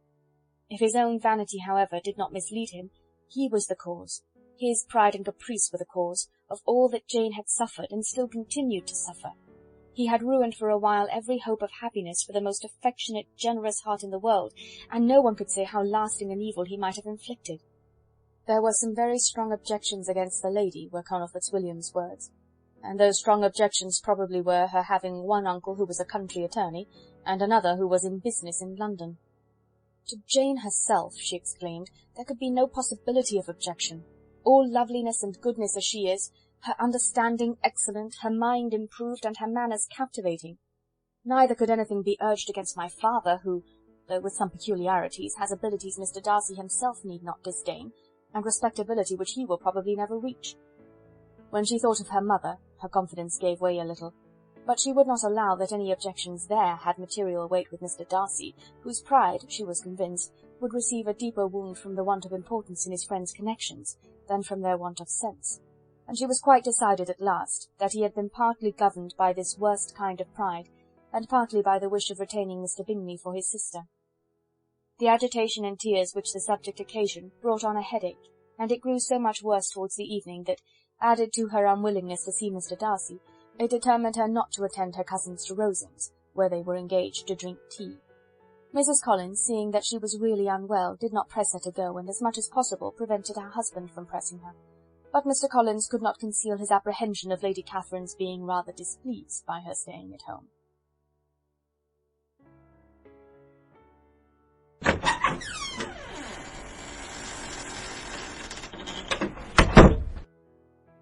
Chapter 34. When they were gone, Elizabeth, as if intending to exasperate herself as much as possible against Mr. Darcy, chose for her employment the examination of all the letters which Jane had written to her since her being in Kent. They contained no actual complaint, nor was there any revival of past occurrences, or any communication of present suffering. But in all, and in almost every line of each, there was a want of that cheerfulness which had been used to characterize her style, and which, proceeding from the serenity of a mind at ease with itself and kindly disposed towards everyone, had been scarcely ever clouded. Elizabeth noticed every sentence conveying the idea of uneasiness with an attention which it had hardly received on the first perusal.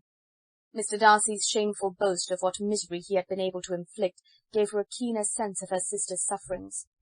It was some consolation to think that his visit to Rosings was to end on the day after the next, and a still greater, that in less than a fortnight she should herself be with Jane again, and enabled to contribute to the recovery of her spirits by all that affection could do. She could not think of Darcy's leaving Kent without remembering that his cousin was to go with him, but Colonel Fitzwilliam had made it clear that he had no intentions at all, and, agreeable as he was, she did not mean to be unhappy about him. While settling this point, she was suddenly roused by the sound of the door-bell, and her spirits were a little fluttered by the idea of its being Colonel Fitzwilliam himself, who had once before called late in the evening, and might now come to inquire particularly after her. But this idea was soon banished, and her spirits were very differently affected when, to her utter amazement, she saw Mr. Darcy walk into the room.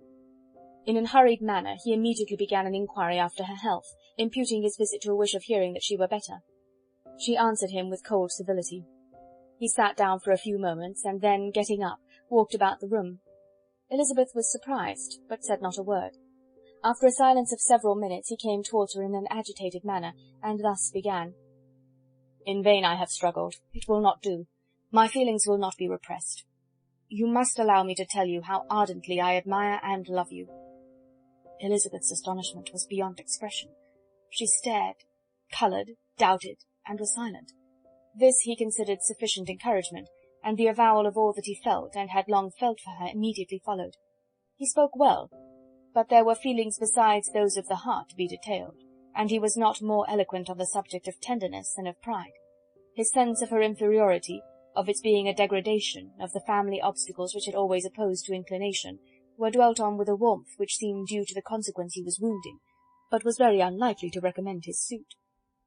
In spite of her deeply rooted dislike, she could not be insensible to the compliment of such a man's affection, and though her intentions did not vary for an instant, she was at first sorry for the pain he was to receive, till, roused to resentment by his subsequent language, she lost all compassion in anger. She tried, however, to compose herself to answer him with patience when he should have done. He concluded with representing to her the strength of that attachment which, in spite of all his endeavours, he had found impossible to conquer, and with expressing his hope that it would now be rewarded by her acceptance of his hand. As he said this, she could easily see that he had no doubt of a favourable answer. He spoke of apprehension and anxiety, but his countenance expressed real security. Such a circumstance could only exasperate farther, and, when he ceased, the colour rose into her cheeks, and she said, "In cases such as these, it is, I believe, the established mode to express a sense of obligation for the sentiments avowed, however unequally they may be returned. It is natural that obligation should be felt, and if I could feel gratitude, I would now thank you. But I cannot. I have never desired your good opinion, and you have certainly bestowed it most unwillingly. I am sorry to have occasioned pain to anyone. It has been most unconsciously done, however, and I hope will be of short duration. The feelings which, you tell me, have long prevented the acknowledgment of your regard can have little difficulty in overcoming it after this explanation." Mr. Darcy, who was leaning against the mantelpiece with his eyes fixed on her face, seemed to catch her words with no less resentment than surprise. His complexion became pale with anger, and the disturbance of his mind was visible in every feature. He was struggling for the appearance of composure, and would not open his lips till he believed himself to have attained it. The pause was to Elizabeth's feelings dreadful. At length, with a voice of forced calmness, he said, "And this is all the reply which I am to have the honour of expecting? I might, perhaps, wish to be informed why, with so little endeavour at civility, I am thus rejected. But it is of small importance." "I might as well inquire," replied she, "why, with so evident a desire of offending and insulting me, you chose to tell me that you liked me against your will, against your reason, and even against your character. Was not this some excuse for incivility if I was uncivil? But I have other provocations. You know I have. Had not my feelings decided against you, had they been indifferent, or had they even been favourable, do you think that any consideration would tempt me to accept the man who has been the means of ruining, perhaps for ever, the happiness of a most beloved sister?" As she pronounced these words, Mr. Darcy changed colour, but the emotion was short, and he listened without attempting to interrupt her while she continued. "I have every reason in the world to think ill of you.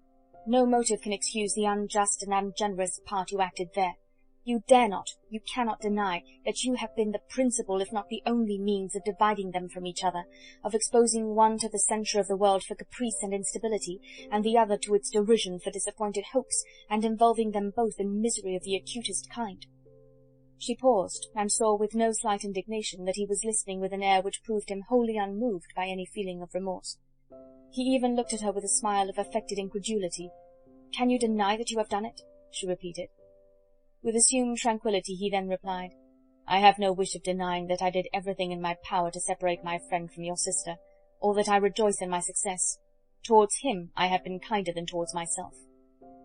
Elizabeth disdained the appearance of noticing this civil reflection, but its meaning did not escape, nor was it likely to conciliate her.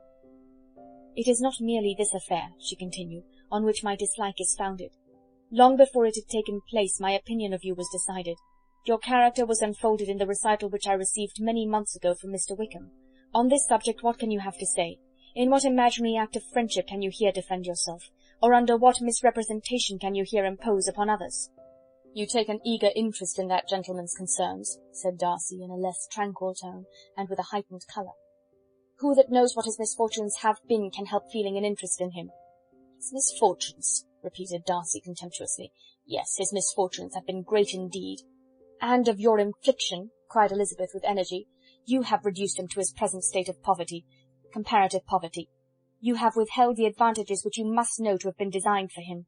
You have deprived the best years of his life of that independence which was no less his due than his desert. You have done all this, and yet you can treat the mention of his misfortune with contempt and ridicule." "And this," cried Darcy as he walked with quick steps across the room, "is your opinion of me. This is the estimation in which you hold me. I thank you for explaining it so fully. My faults, according to this calculation, are heavy indeed. But perhaps," added he, stopping in his walk and turning towards her, "these offences might have been overlooked, had not your pride been hurt by my honest confession of the scruples that had long prevented my forming any serious design. These bitter accusations might have been suppressed, had I, with greater policy, concealed my struggles, and flattered you into the belief of my being impelled by unqualified, unalloyed inclination. By reason, by reflection, by everything. But disguise of every sort is my abhorrence. Nor am I ashamed of the feelings I related. They were natural and just. Could you expect me to rejoice in the inferiority of your connections? To congratulate myself on the hope of relations whose condition in life is so decidedly beneath my own?" Elizabeth felt herself growing more angry every moment, yet she tried to the utmost to speak with composure when she said, "You are mistaken, Mr. Darcy, if you suppose that the mode of your declaration affected me in any other way than as it spared the concern which I might have felt in refusing you, had you behaved in a more gentlemanlike manner." She saw him start at this, but he said nothing, and she continued, "You could not have made the offer of your hand in any possible way that would have tempted me to accept it." Again his astonishment was obvious, and he looked at her with an expression of mingled incredulity and mortification. She went on, "From the very beginning, from the first moment, I may almost say, of my acquaintance with you, your manners, impressing me with the fullest belief of your arrogance, your conceit, and your selfish disdain of the feelings of others, was such as to form the groundwork of disapprobation on which succeeding events have built so immovable a dislike. And I had not known you a month before I felt that you were the last man in the world whom I could ever be prevailed on to marry." "You have said quite enough, madam. I perfectly comprehend your feelings, and have now only to be ashamed of what my own have been. Forgive me for having taken up so much of your time, and accept my best wishes for your health and happiness." And with these words he hastily left the room, and Elizabeth heard him the next moment open the front door and quit the house. The tumult of her mind was now painfully great. She knew not how to support herself, and from actual weakness sat down and cried for half an hour. Her astonishment, as she reflected on what had passed, was increased by every review of it. That she should receive an offer of marriage from Mr. Darcy, that he should have been in love with her for so many months, so much in love as to wish to marry her in spite of all the objections which had made him prevent his friends marrying her sister, and which must appear at least with equal force in his own case, was almost incredible. It was gratifying to have inspired unconsciously so strong an affection, but his pride, his abominable pride, his shameless avowal of what he had done with respect to Jane, his unpardonable assurance in acknowledging, though he could not justify it, and the unfeeling manner in which he had mentioned Mr. Wickham, his cruelty towards whom he had not attempted to deny, soon overcame the pity which the consideration of his attachment had for a moment excited. She continued in very agitated reflections till the sound of Lady Catherine's carriage made her feel how unequal she was to encounter Charlotte's observation, and hurried her away to her room.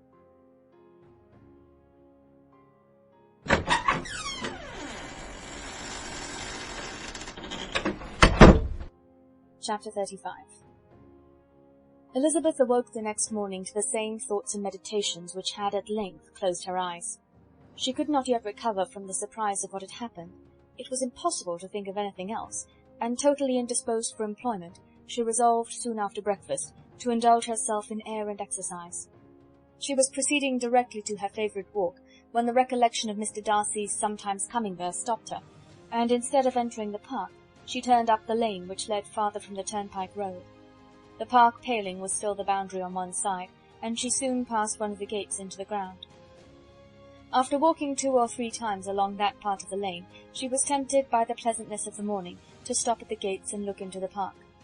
The 5 weeks which she had now passed in Kent had made a great difference in the country, and every day was adding to the verdure of the early trees. She was on the point of continuing her walk, when she caught a glimpse of a gentleman within the sort of grove which edged the park. He was moving that way, and fearful of its being Mr. Darcy, she was directly retreating. But the person who advanced was now near enough to see her, and stepping forward with eagerness, pronounced her name. She had turned away, but on hearing herself called, though in a voice which proved it to be Mr. Darcy, she moved again towards the gate. He had by that time reached it also, and holding out a letter, which she instinctively took, said, with a look of haughty composure, "I have been walking in the grove some time in the hope of meeting you. Will you do me the honour of reading that letter?" And then, with a slight bow, turned again into the plantation, and was soon out of sight. With no expectation of pleasure, but with the strongest curiosity, Elizabeth opened the letter, and to her still increasing wonder, perceived an envelope containing 2 sheets of letter paper, written quite through in a very close hand. The envelope itself was likewise full. Pursuing her way along the lane, she then began it. It was dated from Rosings at 8 o'clock in the morning, and was as follows. "Be not alarmed, madam, on receiving this letter, by the apprehension of its containing any repetitions of those sentiments or renewal of those offers, which were last night so disgusting to you. I write without any intention of paining you, or humbling myself, by dwelling on wishes which, for the happiness of both, cannot be too soon forgotten, and the effort which the formation and the perusal of this letter must occasion, should have been spared, had not my character required it to be written and read. You must therefore pardon the freedom with which I demand your attention. Your feelings, I know, will bestow it unwillingly, but I demand it of your justice. 2 offences of a very different nature, and by no means of equal magnitude, you laid last night to my charge. The first mentioned was that, regardless of the sentiments of either, I had detached Mr. Bingley from your sister, and the other, that I had, in defiance of various claims, in defiance of honour and humanity, ruined the immediate prosperity and blasted the prospects of Mr. Wickham. Wilfully and wantonly to have thrown off the companion of my youth, the acknowledged favourite of my father, a young man who had scarcely any other dependence than on our patronage, and who had been brought up to expect its exertion, would be a depravity to which the separation of 2 young persons, whose affection could be the growth of only a few weeks, could bear no comparison. But from the severity of that blame which was last night so liberally bestowed, respecting each circumstance, I shall hope to be in the future secured, when the following account of my actions and their motives has been read. If, in the explanation of them, which is due to myself, I am under the necessity of relating feelings which may be offensive to yours, I can only say that I am sorry. The necessity must be obeyed, and further apology would be absurd. I had not been long in Hertfordshire before I saw, in common with others, that Bingley preferred your elder sister to any other young woman in the country. But it was not till the evening of the dance at Netherfield that I had any apprehension of his feeling a serious attachment. I had often seen him in love before. At that ball, while I had the honour of dancing with you, I was first made acquainted by Sir William Lucas's accidental information that Bingley's attentions to your sister had given rise to a general expectation of their marriage. He spoke of it as a certain event, of which the time alone could be undecided. From that moment I observed my friend's behaviour attentively, and I could then perceive that his partiality for Miss Bennet was beyond what I had ever witnessed in him. Your sister I also watched.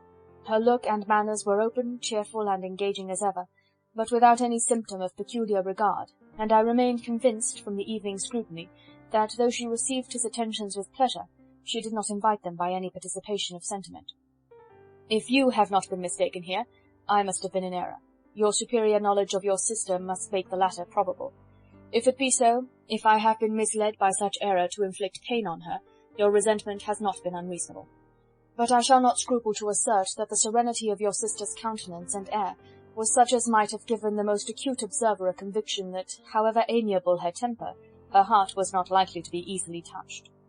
That I was desirous of believing her indifferent is certain, but I will venture to say that my investigation and decisions are not usually influenced by my hopes or fears. I did not believe her to be indifferent because I wished it. I believed it on impartial conviction as truly as I wished it in reason. My objections to the marriage were not merely those which I last night acknowledged to have the utmost force of passion to put aside, in my own case. The want of connection could not be so great an evil to my friend as to me. But there were other causes of repugnance, causes which, though still existing, and existing to an equal degree in both instances, I had myself endeavoured to forget, because they were not immediately before me. These causes must be stated, though briefly. The situation of your mother's family, though objectionable, was nothing in comparison to that total want of propriety so frequently, so almost uniformly betrayed by herself, by your 3 younger sisters, and occasionally even by your father. Pardon me, it pains me to offend you. But amidst your concern for the defects of your nearest relations, and your displeasure at this representation of them, let it give you consolation to consider that to have conducted yourselves so as to avoid any share of the like censure is praise no less generally bestowed on you and your elder sister than it is honourable to the sense and disposition of both. I will only say, farther, that from what passed that evening, my opinion of all parties was confirmed, and every inducement heightened which could have led me before to preserve my friend from what I esteemed a most unhappy connection. He left Netherfield for London on the day following, as you, I am certain, remember, with the design of soon returning. The part which I acted is now to be explained. His sister's uneasiness had been equally excited with my own. Our coincidence of feeling was soon discovered, and, alike sensible that no time was to be lost in detaching their brother, we shortly resolved on joining him directly in London. We accordingly went, and there I readily engaged in the office of pointing out to my friend the certain evils of such a choice. I described and enforced them earnestly. But however this remonstrance might have staggered or delayed his determination, I do not suppose that it would ultimately have prevented the marriage, had it not been seconded by the assurance that I hesitated not in giving, of your sister's indifference. He had before believed her to return his affection with sincere, if not with equal, regard. But Bingley has great natural modesty, with a stronger dependence on my judgment than on his own. To convince him, therefore, that he had deceived himself was no very difficult point. To persuade him against returning to Hertfordshire, when that conviction had been given, was scarcely the work of a moment. I cannot blame myself for having done thus much. There is but one part of my conduct in the whole affair on which I do not reflect with satisfaction. It is that I condescended to adopt the measures of art so far as to conceal from him your sister's being in town. I knew it myself, as it was known to Miss Bingley, but her brother is even yet ignorant of it. That they might have met without ill consequence is perhaps probable, but his regard did not appear to me enough extinguished for him to see her without some danger. Perhaps this concealment, this disguise, was beneath me. It is done, however, and it was done for the best. On this subject I have nothing more to say, no other apology to offer. If I have wounded your sister's feelings, it was unknowingly done, and though the motives which governed me may to you very naturally appear insufficient, I have not yet learned to condemn them. With respect to that other more weighty accusation, of having injured Mr. Wickham, I can only refute it by laying before you the whole of his connection with my family. Of what he has particularly accused me I am ignorant, but of the truth of what I shall relate I can summon more than one witness of undoubted veracity. Mr. Wickham is the son of a very respectable man, who had for many years the management of all the Pemberley estates, and whose good conduct in the discharge of his trust naturally inclined my father to be of service to him. And on George Wickham, who was his godson, his kindness was therefore liberally bestowed. My father supported him at school, and afterwards at Cambridge, most important assistance, as his own father, always poor from the extravagance of his wife, would have been unable to give him a gentleman's education. My father was not only fond of this young man's society, whose manners were always engaging, he had also the highest opinion of him, and hoping the church would be his profession, intended to provide for him in it. As for myself, it is many, many years since I first began to think of him in a very different manner. The vicious propensities, the want of principle which he was careful to guard from the knowledge of his best friend, could not escape the observation of a young man of nearly the same age with himself, and who had opportunities of seeing him in unguarded moments which Mr. Darcy could not have. Here again I shall give you pain, to what degree you only can tell. But whatever may be the sentiments which Mr. Wickham has created, a suspicion of their nature shall not prevent me from unfolding his real character. It adds even another motive. My excellent father died about 5 years ago, and his attachment to Mr. Wickham was to the last so steady that in his will he particularly recommended it to me to promote his advancement in the best manner that his profession might allow, and if he took orders, desired that a valuable family living might be his as soon as it became vacant. There was also a legacy of £1,000. His own father did not long survive mine, and within half a year from these events Mr. Wickham wrote to inform me that, having finally resolved against taking orders, he hoped I should not think it unreasonable for him to expect some more immediate pecuniary advantage in lieu of the preferment by which he could not be benefited. He had some intention, he added, of studying law, and I must be aware that the interest of £1,000 would be a very insufficient support therein. I rather wished than believed him to be sincere, but at any rate was perfectly ready to accede to his proposal. I knew that Mr. Wickham ought not to be a clergyman. The business was therefore soon settled. He resigned all claim to assistance in the church, were it possible that he could ever be in a situation to receive it, and accepted in return £3,000. All connection between us seemed now dissolved. I thought too ill of him to invite him to Pemberley or admit his society in town. In town I believe he chiefly lived, but his studying the law was a mere pretence, and being now free from all restraint, his life was a life of idleness and dissipation. For about 3 years I heard little of him, but on the decease of the incumbent of the living which had been designed for him, he applied to me again by letter for the presentation. His circumstances, he assured me, and I had no difficulty in believing it, were exceedingly bad. He had found the law a most unprofitable study, and was now absolutely resolved on being ordained, if I would present him to the living in question, of which he trusted there could be little doubt, as he was well assured that I had no other person to provide for, and I could not have forgotten my revered father's intentions. You will hardly blame me for refusing to comply with this entreaty, or for resisting every repetition of it. His resentment was in proportion to the distress of his circumstances, and he was doubtless as violent in his abuse of me to others as in his reproaches to myself. After this period every appearance of acquaintance was dropped. How he lived I know not, but last summer he was again most painfully obtruded on my notice. I must now mention a circumstance which I would wish to forget myself, and which no obligation less than the present should induce me to unfold to any human being.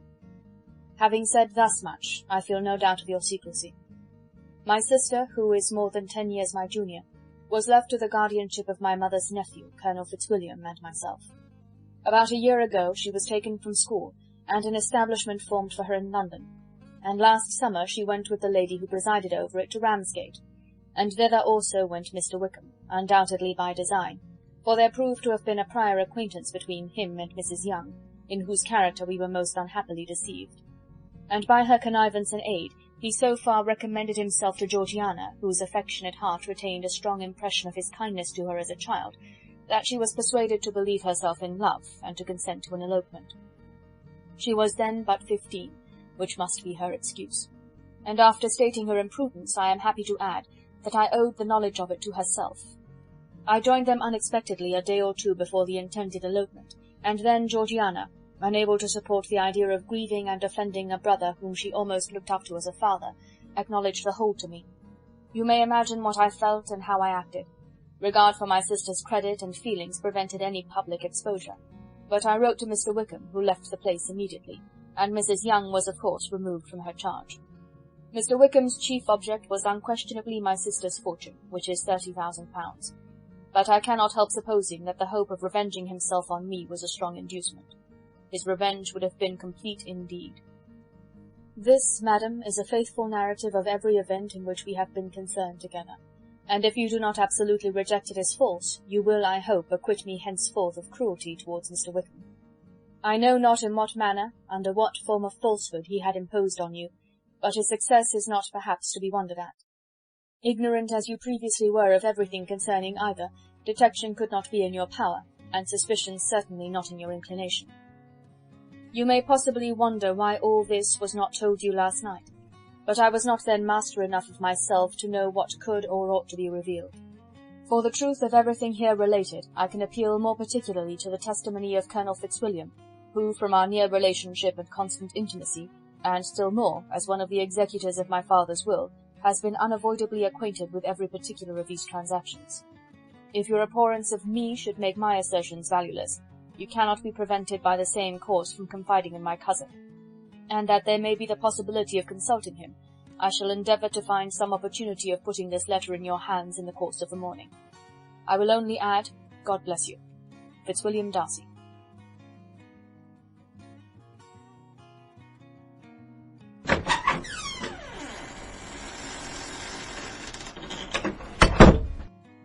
Chapter 36.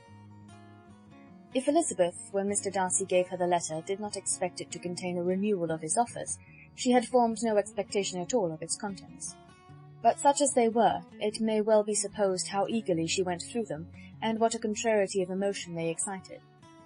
Her feelings as she read were scarcely to be defined. With amazement did she first understand that he believed any apology to be in his power, and steadfastly was she persuaded that he could have no explanation to give, which a just sense of shame would not conceal. With a strong prejudice against everything he might say, she began his account of what had happened at Netherfield. She read with an eagerness which hardly left her power of comprehension, and from impatience of knowing what the next sentence might bring, was incapable of attending to the sense of the one before her eyes. His belief of her sister's insensibility she instantly resolved to be false, and his account of the real, the worst objections to the match, made her too angry to have any wish of doing him justice. He expressed no regret for what he had done which satisfied her. His style was not penitent, but haughty. It was all pride and insolence. But when this subject was succeeded by his account of Mr. Wickham, when she read with somewhat clearer attention a relation of events which, if true, must overthrow every cherished opinion of his worth, and which bore so alarming an affinity to his own history of himself, her feelings were yet more acutely painful and more difficult of definition. Astonishment, apprehension, and even horror oppressed her. She wished to discredit it entirely, repeatedly exclaiming, "This must be false, this cannot be, this must be the grossest falsehood," and when she had gone through the whole letter, though scarcely knowing anything of the last page or two, put it hastily away, protesting that she would not regard it, that she would never look in it again. In this perturbed state of mind, with thoughts that could rest on nothing, she walked on. But it would not do. In half a minute the letter was unfolded again, and collecting herself as well as she could, she again began the mortifying perusal of all that related to Wickham, and commanded herself so far as to examine the meaning of every sentence. The account of his connection with the Pemberley family was exactly what he had related himself, and the kindness of the late Mr. Darcy, though she had not before known its extent, agreed equally well with his own words. So far each recital confirmed the other. But when she came to the will, the difference was great. What Wickham had said of the living was fresh in her memory, and as she recalled his very words, it was impossible not to feel that there was gross duplicity on one side or the other, and for a few moments she flattered herself that her wishes did not err. But when she read and re-read with the closest attention the particulars immediately following, of Wickham's resigning all pretensions to the living, of his receiving in lieu so considerable a sum as £3,000, again she was forced to hesitate. She put down the letter, weighed every circumstance with what she meant to be impartiality, deliberated on the probability of each statement, but with little success.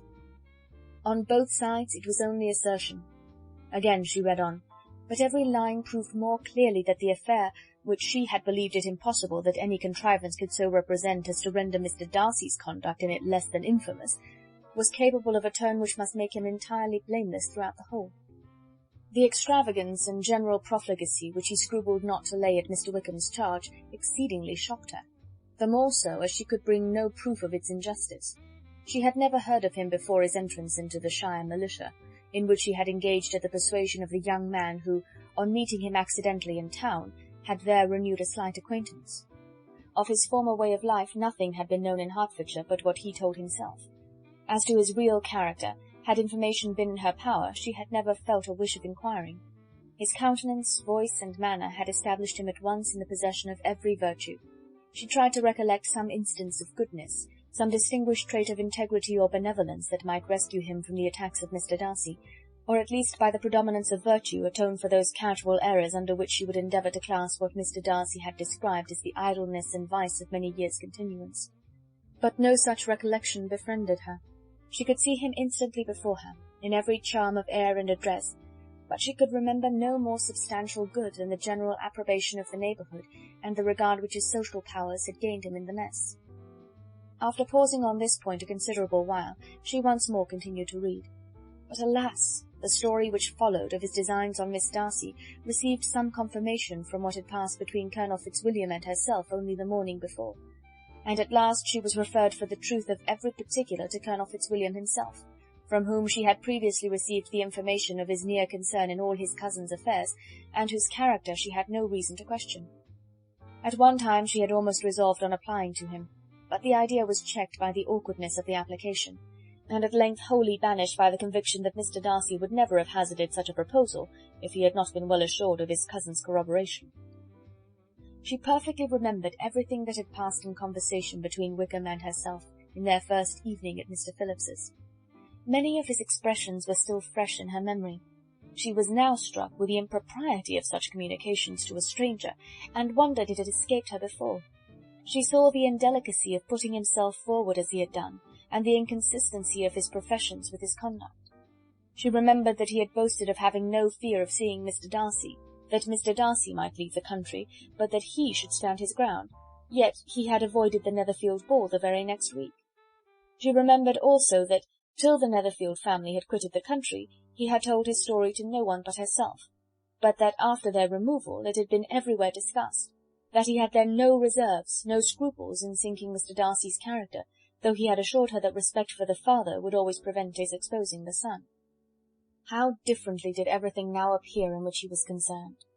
His attentions to Miss King were now the consequence of views solely and hatefully mercenary, and the mediocrity of her fortune proved no longer the moderation of his wishes, but his eagerness to grasp at anything.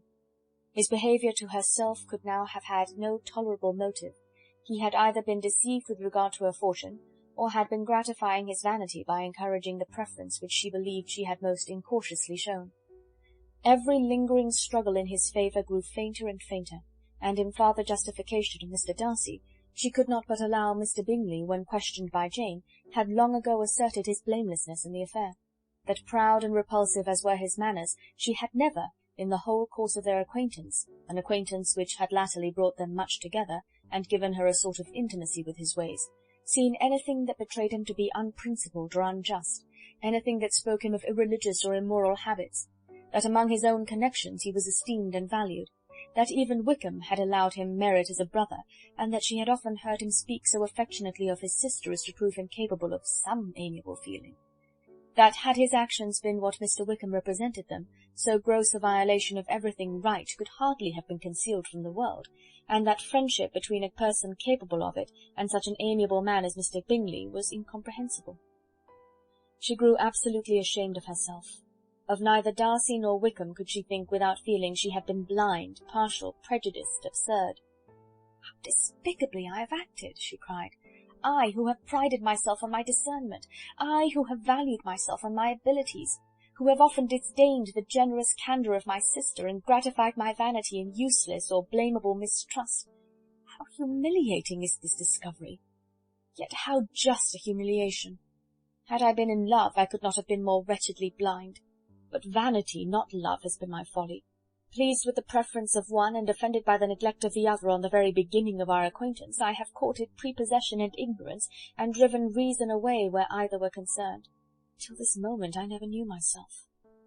From herself to Jane, from Jane to Bingley, her thoughts were in a line which soon brought to her recollection that Mr. Darcy's explanation there had appeared very insufficient, and she read it again.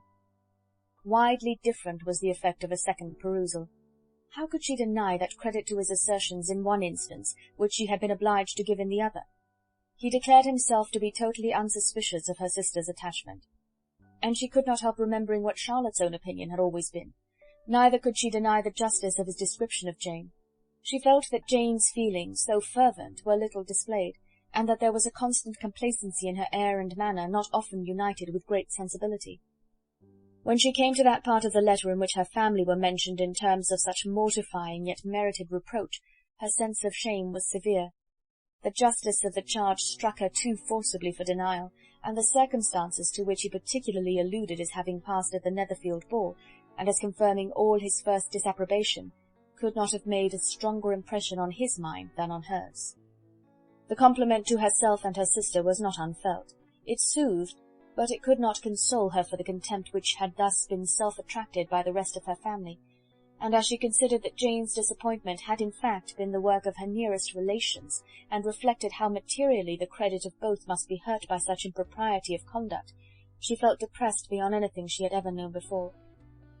After wandering along the lane for 2 hours, giving way to every variety of thought, reconsidering events, determining probabilities, and reconciling herself as well as she could to a change so sudden and so important, fatigue and a recollection of her long absence made her at length return home, and she entered the house with the wish of appearing cheerful as usual, and the resolution of repressing such reflections as must make her unfit for conversation.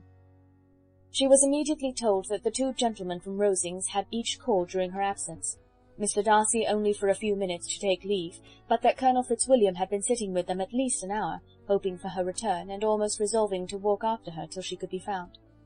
Elizabeth could but just affect concern in missing him. She really rejoiced at it. Colonel Fitzwilliam was no longer an object. She could think only of her letter.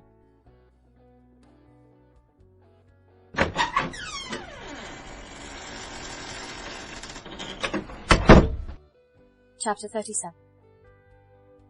The 2 gentlemen left Rosings the next morning, and Mr. Collins, having been in waiting near the lodges to make them his parting obeisance, was able to bring home the pleasing intelligence of their appearing in very good health, and in as tolerable spirits as could be expected, after the melancholy scene so lately gone through at Rosings. To Rosings he then hastened, to console Lady Catherine and her daughter, and on his return brought back, with great satisfaction, a message from her ladyship, importing that she felt herself so dull as to make her very desirous of having them all to dine with her. Elizabeth could not see Lady Catherine without recollecting that, had she chosen it, she might by this time have been presented to her as her future niece, nor could she think without a smile of what her ladyship's indignation would have been. What would she have said, how would she have behaved, were questions with which she amused herself. Their first subject was the diminution of the Rosings party. "I assure you I feel it exceedingly," said Lady Catherine. "I believe no one feels the loss of friends so much as I do, but I am particularly attached to these young men, and know them to be so attached to me. They were excessively sorry to go, but so they always are. The dear Colonel rallied his spirits tolerably till just at last, but Darcy seemed to feel it most acutely, more, I think, than last year. His attachment to Rosings certainly increases." Mr. Collins had a compliment and an allusion to throw in here, which were kindly smiled on by the mother and daughter. Lady Catherine observed, after dinner, that Miss Bennet seemed out of spirits, and immediately accounting for it by herself, by supposing that she did not like to go home again so soon, she added, "But if that is the case, you must write to your mother and beg that you may stay a little longer. Mrs. Collins will be very glad of your company, I am sure." "I am very obliged to your ladyship for your kind invitation," replied Elizabeth, "but it is not in my power to accept it. I must be in town next Saturday." "Why, at that rate you will have been here only 6 weeks. I expected you to stay 2 months. I told Mrs. Collins so before you came. There can be no occasion for your going so soon. Mrs. Bennet could certainly spare you for another fortnight." "But my father cannot. He wrote last week to hurry my return." "Oh, your father, of course, may spare you, if your mother can. Daughters are never of so much consequence to a father, and if you will stay another month complete, it will be in my power to take one of you as far as London, for I am going there early in June for a week, and as Dawson does not object to the barouche box, there will be very good room for one of you, and indeed, if the weather should happen to be cool, I should not object to taking you both, as you are neither of you large." "You are all kindness, madam, but I believe we must abide by our original plan." Lady Catherine seemed resigned. "Mrs. Collins, you must send a servant with them. You know I always speak my mind, and I cannot bear the idea of 2 young women travelling post by themselves. It is highly improper. You must contrive to send somebody. I have the greatest dislike in the world to that sort of thing. Young women should always be properly guarded and attended according to their situation in life. When my niece Georgiana went to Ramsgate last summer, I made a point of her having 2 men-servants go with her. Miss Darcy, the daughter of Mr. Darcy of Pemberley, and Lady Anne, could not have appeared with propriety in a different manner. I am excessively attentive to all those things. You must send John with the young ladies, Mrs. Collins. I am glad it occurred to me to mention it, for it would really be discreditable to you to let them go alone. My uncle is to send a servant for us. Oh, your uncle! He keeps a manservant, does he? I am very glad you have somebody who thinks of these things. Where shall you change horses? Oh, Bromley, of course. If you mention my name at the bell, you will be attended to. Lady Catherine had many other questions to ask respecting their journey, and as she did not answer them all herself, attention was necessary, which Elizabeth believed to be lucky for her, or with a mind so occupied she might have forgotten where she was.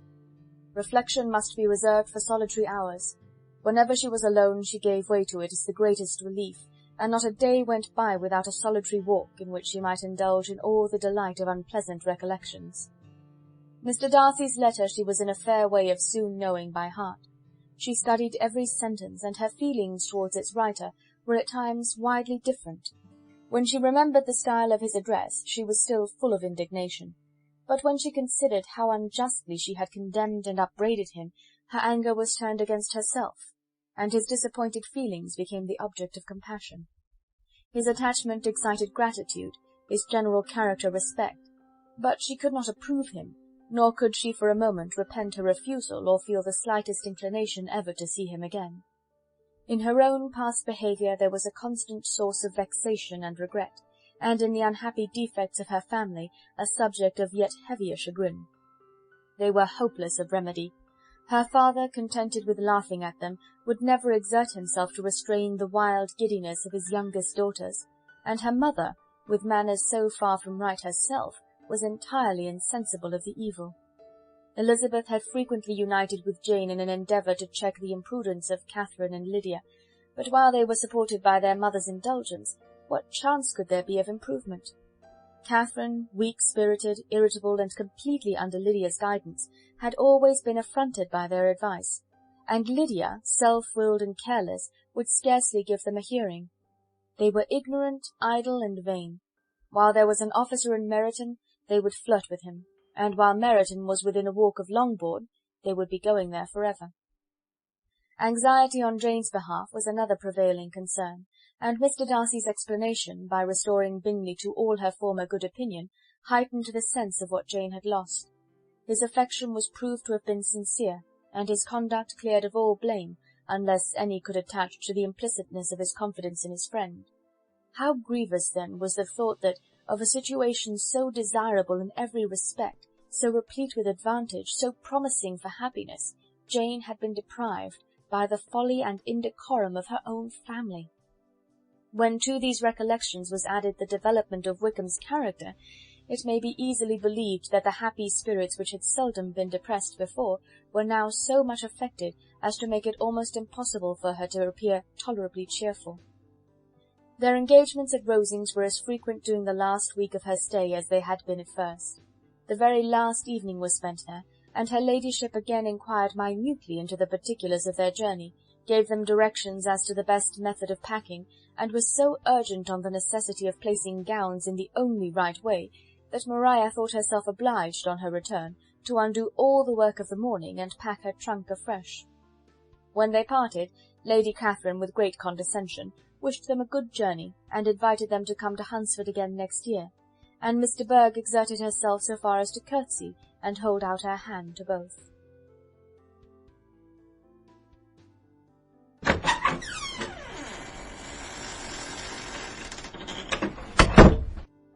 Chapter 38. On Saturday morning Elizabeth and Mr. Collins met for breakfast a few minutes before the others appeared, and he took the opportunity of paying the parting civilities which he deemed indispensably necessary. "I know not, Miss Elizabeth," said he, "whether Mrs. Collins has yet expressed her sense of your kindness in coming to us, but I am very certain you will not leave the house without receiving her thanks for it. The favour of your company has been much felt, I assure you. We know how little there is to tempt anyone to our humble abode. Our plain manner of living, our small rooms and few domestics, and the little we see of the world, must make Hunsford extremely dull to a young lady like yourself. But I hope you will believe us grateful for the condescension, and that we have done everything in our power to prevent your spending your time unpleasantly." Elizabeth was eager with her thanks and assurances of happiness. She had spent 6 weeks with great enjoyment, and the pleasure of being with Charlotte, and the kind attention she had received, must make her feel the obliged. Mr. Collins was gratified, and with a more smiling solemnity replied, "It gives me great pleasure to hear that you have passed your time not disagreeably.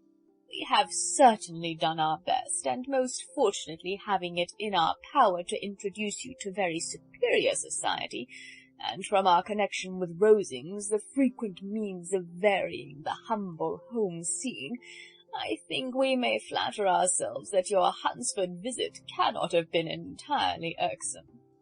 Our situation with regard to Lady Catherine's family is indeed the sort of extraordinary advantage and blessing which few can boast. You see on what a footing we are. You see how continually we are engaged there. In truth, I must acknowledge that, with all the disadvantages of this humble parsonage, I should not think any one abiding in it an object of compassion, while they are the sharers of our intimacy at Rosings." Words were insufficient for the elevation of his feelings, and he was obliged to walk about the room, while Elizabeth tried to unite civility and truth in a few short sentences. "You may, in fact, carry a very favourable report of us into Hertfordshire, my dear cousin. I flatter myself, at least, that you will be able to do so. Lady Catherine's great attentions to Mrs. Collins have been a daily witness of, and altogether, I trust, it does not appear that your friend has drawn an unfortunate, but on this point it will be as well to be silent. Only let me assure you, my dear Miss Elizabeth, that I can from my heart most cordially wish you equal felicity in marriage. My dear Charlotte and I have but one mind and one way of thinking. There is in everything a most remarkable resemblance of character and ideas between us. We seem to have been designed for each other." Elizabeth could safely say that it was a great happiness where that was the case, and with equal sincerity could add that she firmly believed and rejoiced in his domestic comforts. She was not sorry, however, to have the recital of them interrupted by the lady from whom they sprang. Poor Charlotte! It was melancholy to leave her to such society, but she had chosen it with her eyes open, and though evidently regretting that her visitors were to go, she did not seem to ask for compassion. Her home and her housekeeping, her parish and her poultry, and all their dependent concerns, had not yet lost their charms. At length the chaise arrived, the trunks were fastened on, the parcels placed within, and it was pronounced to be ready. After an affectionate parting between the friends, Elizabeth was attended to the carriage by Mr. Collins, and as they walked down the garden he was commissioning her with his best respects to all her family, not forgetting his thanks for the kindness he had received at Longbourn in the winter, and his compliments to Mr. and Mrs. Gardiner, though unknown. He then handed her in, Maria followed, and the door was on the point of being closed, when he suddenly reminded them, with some consternation, that they had hitherto forgotten to leave any message for the ladies at Rosings. "But," he added, "you will of course wish to have your humble respects delivered to them, with your grateful thanks for their kindness to you while you have been here." Elizabeth made no objection. The door was then allowed to be shut, and the carriage drove off. "Good gracious!" cried Maria, after a few minutes' silence. "It seems but a day or two since we first came, and yet how many things have happened!" "A great many indeed," said her companion with a sigh. "We have dined 9 times at Rosings, besides drinking tea there twice. How much I shall have to tell!" Elizabeth added privately, "and how much I shall have to conceal." Their journey was performed without much conversation or any alarm, and within 4 hours of their leaving Hunsford they reached Mr. Gardiner's house, where they were to remain a few days. Jane looked well, and Elizabeth had little opportunity of studying her spirits amidst the various engagements which the kindness of her aunt had reserved for them. But Jane was to go home with her, and at Longbourn there would be leisure enough for observation. It was not without an effort, meanwhile, that she could wait even for Longbourn before she told her sister of Mr. Darcy's proposals. To know that she had the power of revealing what would so exceedingly astonish Jane, and must at the same time so highly gratify whatever of her own vanity she had not yet been able to reason away, was such a temptation to openness as nothing could have conquered but the state of indecision in which she remained as to the extent of what she should communicate, and her fear, if she once entered on the subject, of being hurried into repeating something of Bingley which might only grieve her sister further.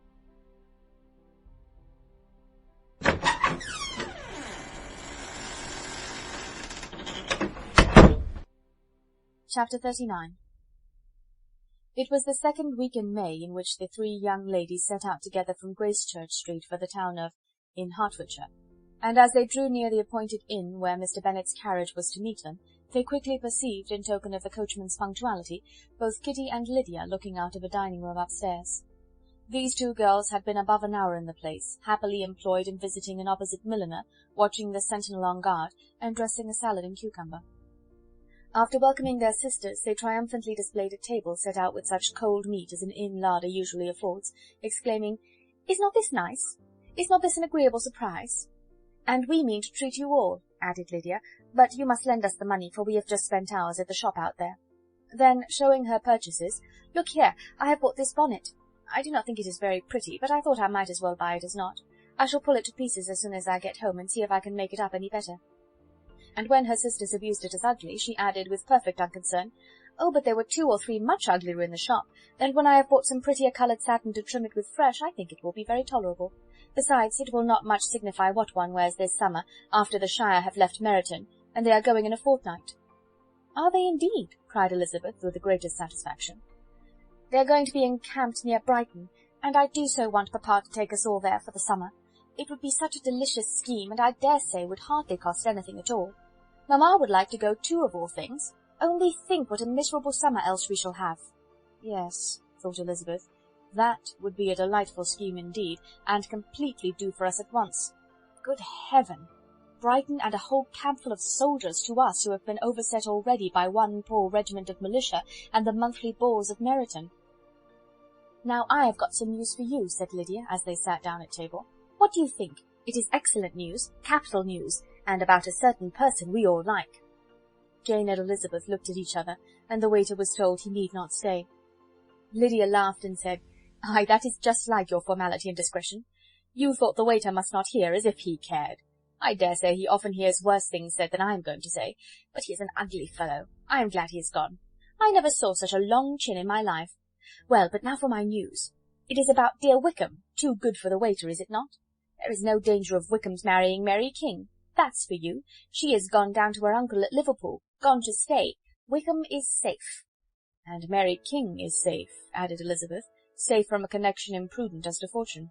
"She's a great fool for going away if she liked him." "But I hope there is no strong attachment on either side," said Jane. "I'm sure there is not on his. I will answer for it, he never cared 3 straws about her.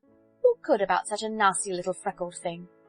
Elizabeth was shocked to think that, however incapable of such coarseness of expression herself, the coarseness of the sentiment was little other than her own breast had harboured and fancied liberal. As soon as all had ate and the elder ones paid, the carriage was ordered, and after some contrivance the whole party, with all their boxes, work-bags, and parcels, and the unwelcome addition of Kitty's and Lydia's purchases, were seated in it.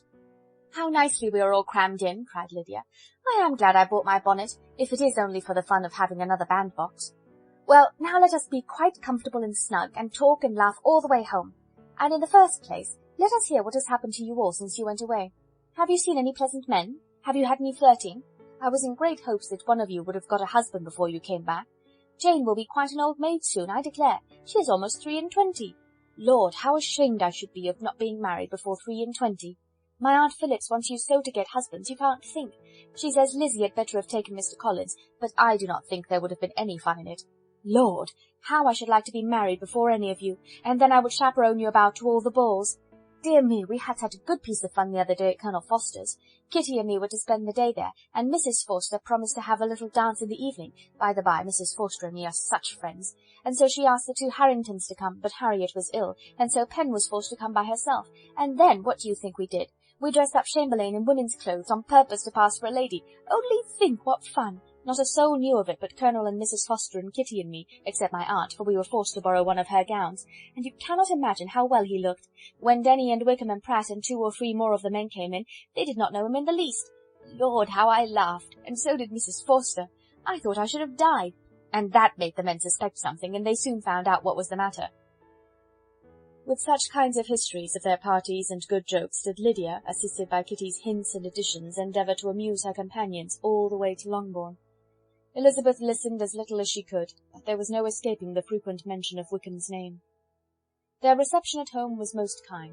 Mrs. Bennet rejoiced to see Jane in undiminished beauty, and more than once during dinner did Mr. Bennet say voluntarily to Elizabeth, "I am glad you are come back, Lizzie."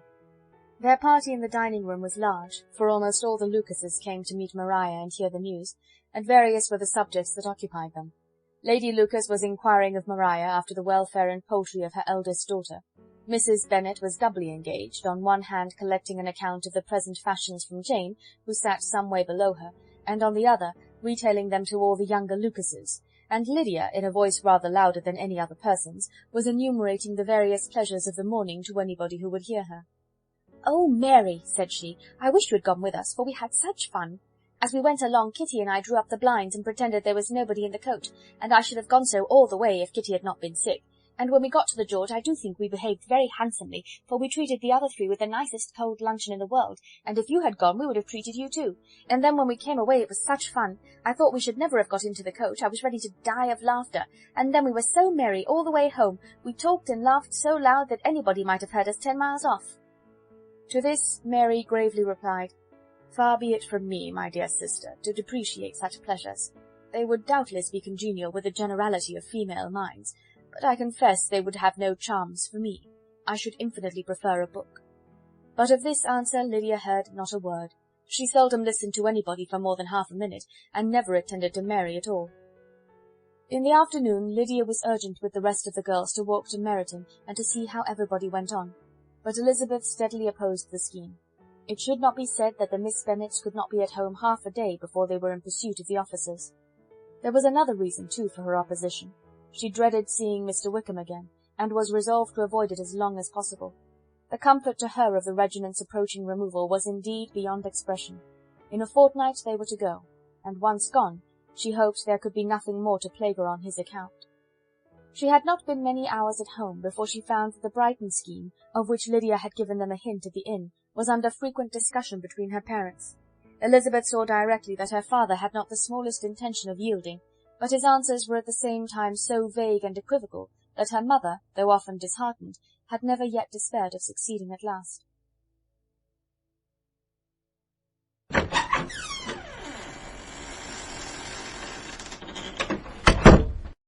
Chapter 40.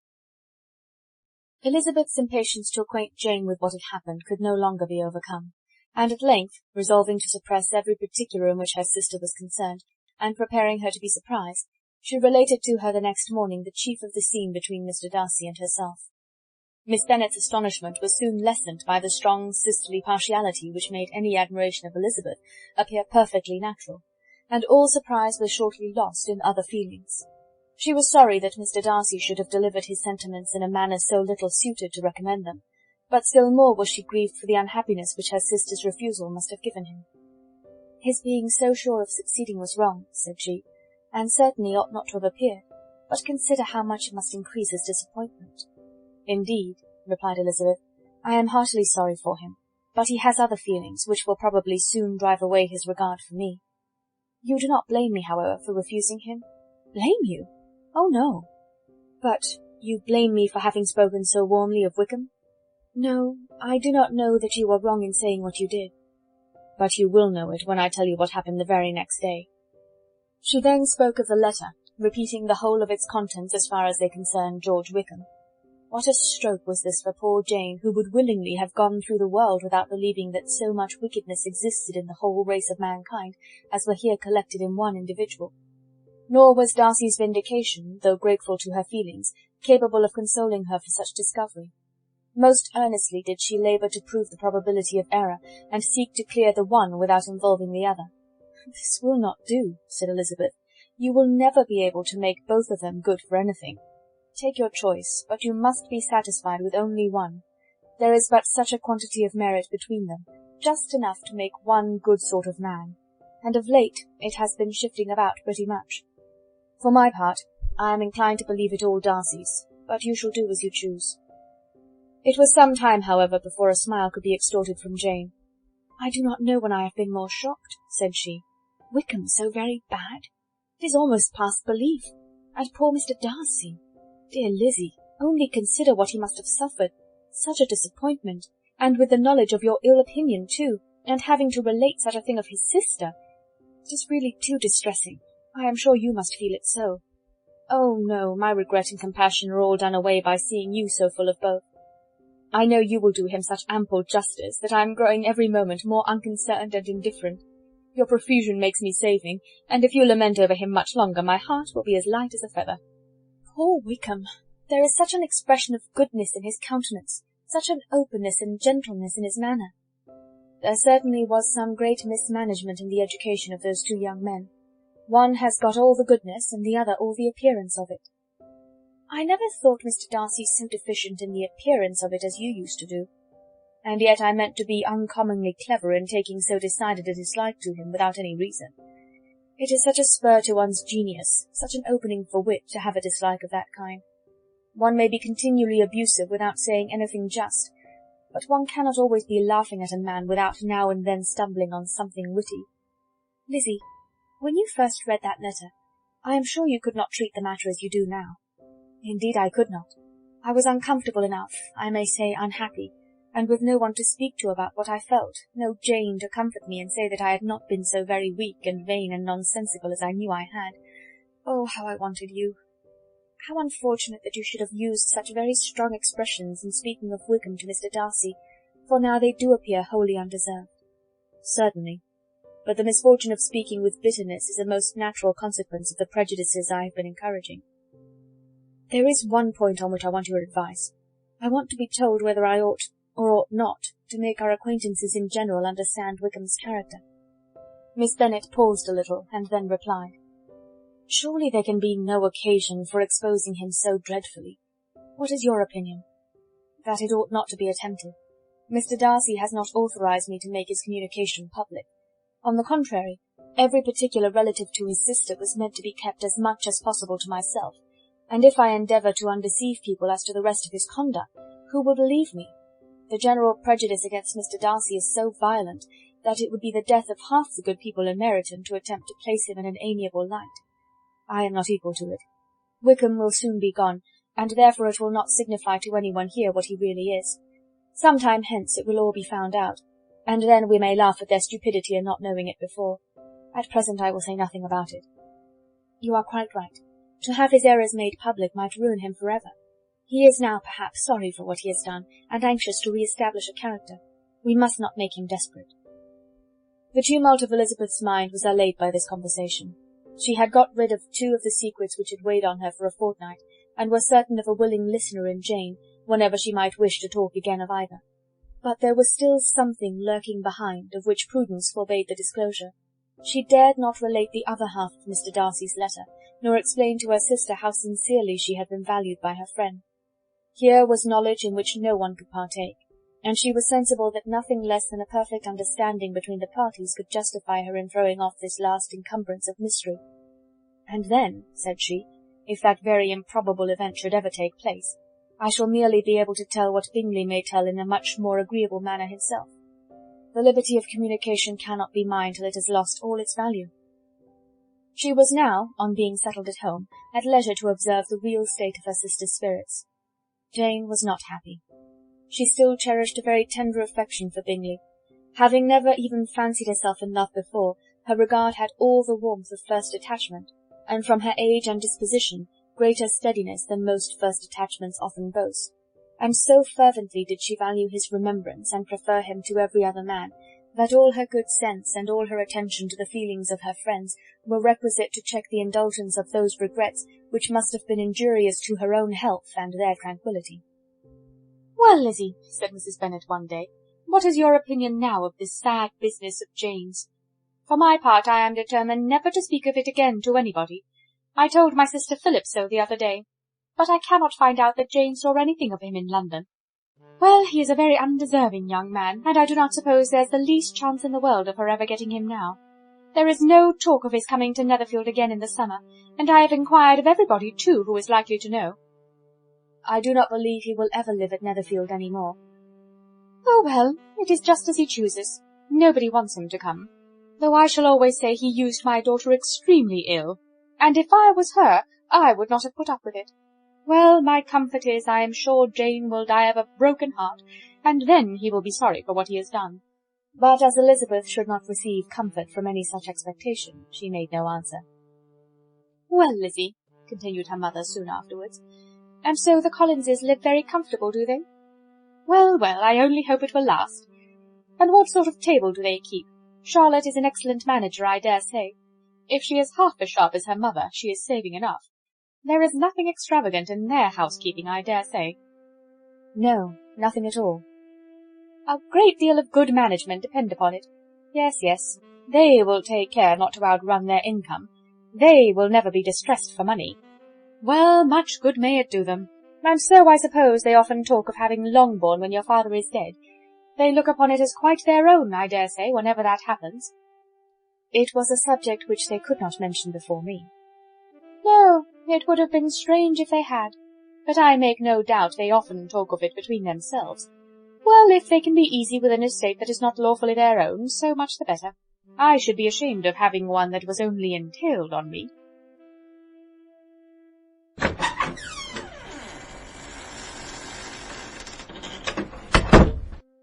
Chapter 41.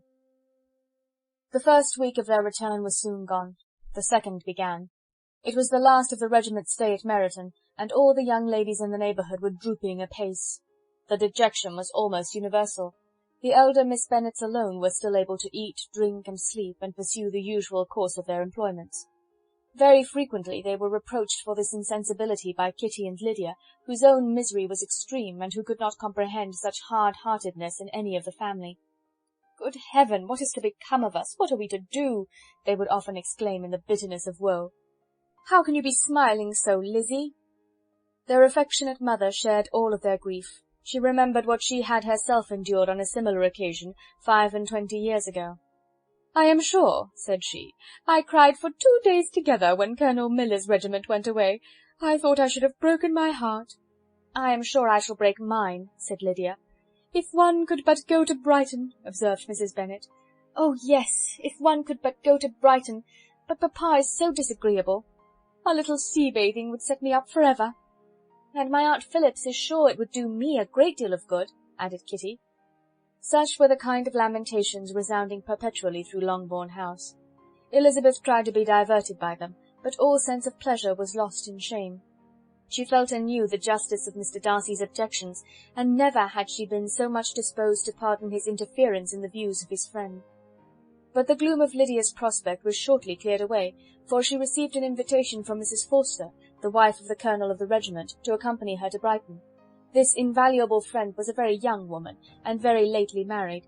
A resemblance in good humour and good spirits had recommended her and Lydia to each other, and out of their 3 months' acquaintance they had been intimate too. The rapture of Lydia on this occasion, her adoration of Mrs. Forster, the delight of Mrs. Bennet, and the mortification of Kitty, are scarcely to be described.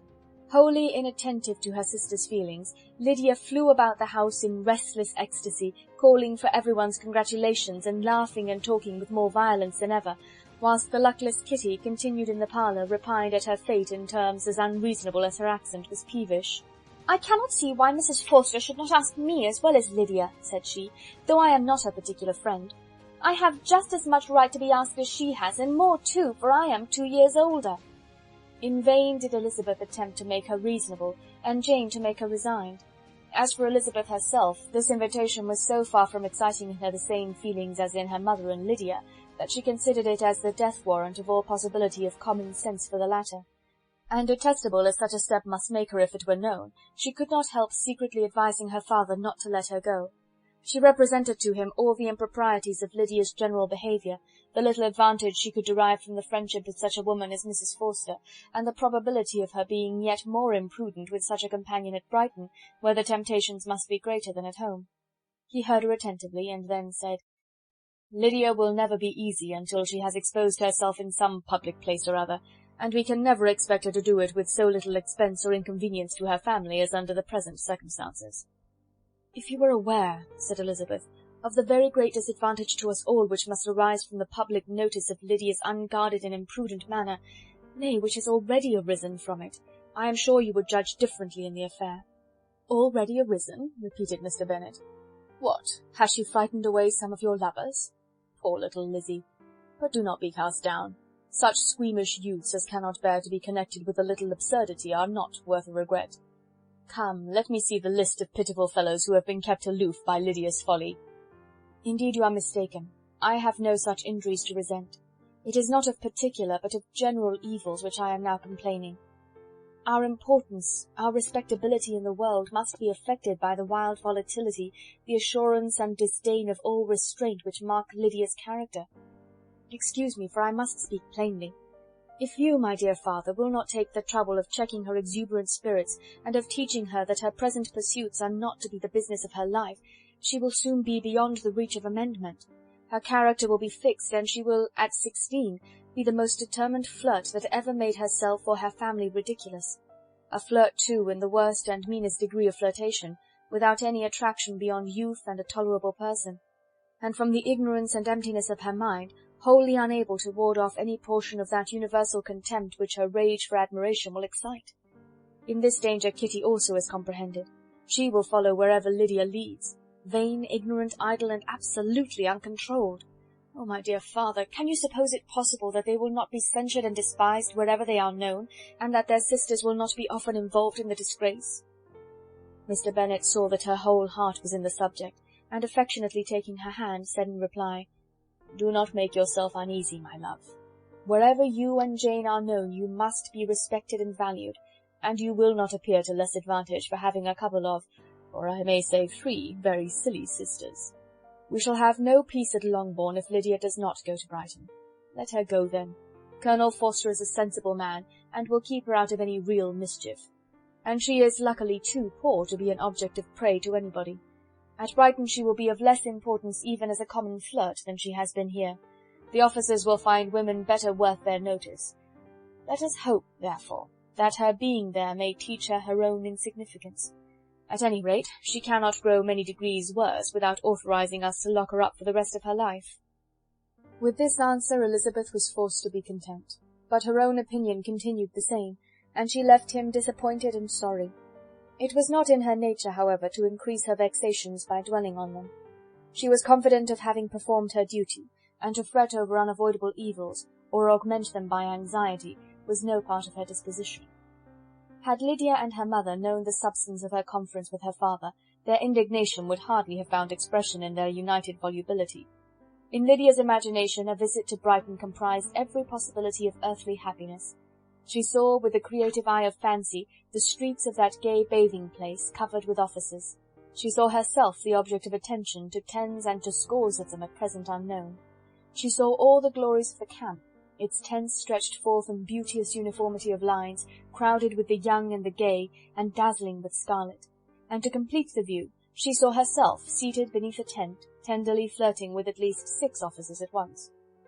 Had she known her sister sought to tear her from such prospects and such realities as these, what would have been her sensations? They could have been understood only by her mother, who might have felt nearly the same. Lydia's going to Brighton was all that consoled her for her melancholy conviction of her husband's never intending to go there himself. But they were entirely ignorant of what had passed, and their raptures continued with little intermission to the very day of Lydia's leaving home. Elizabeth was now to see Mr. Wickham for the last time. Having been frequently in company with him since her return, agitation was pretty well over, the agitations of formal partiality entirely so. She had even learnt to detect, in the very gentleness which had at first delighted her, an affectation and a sameness to disgust and weary. In his present behaviour to herself, moreover, she had a fresh source of displeasure, for the inclination he soon testified of renewing those attentions which had marked the early part of their acquaintance could only serve, after what had since passed, to provoke her.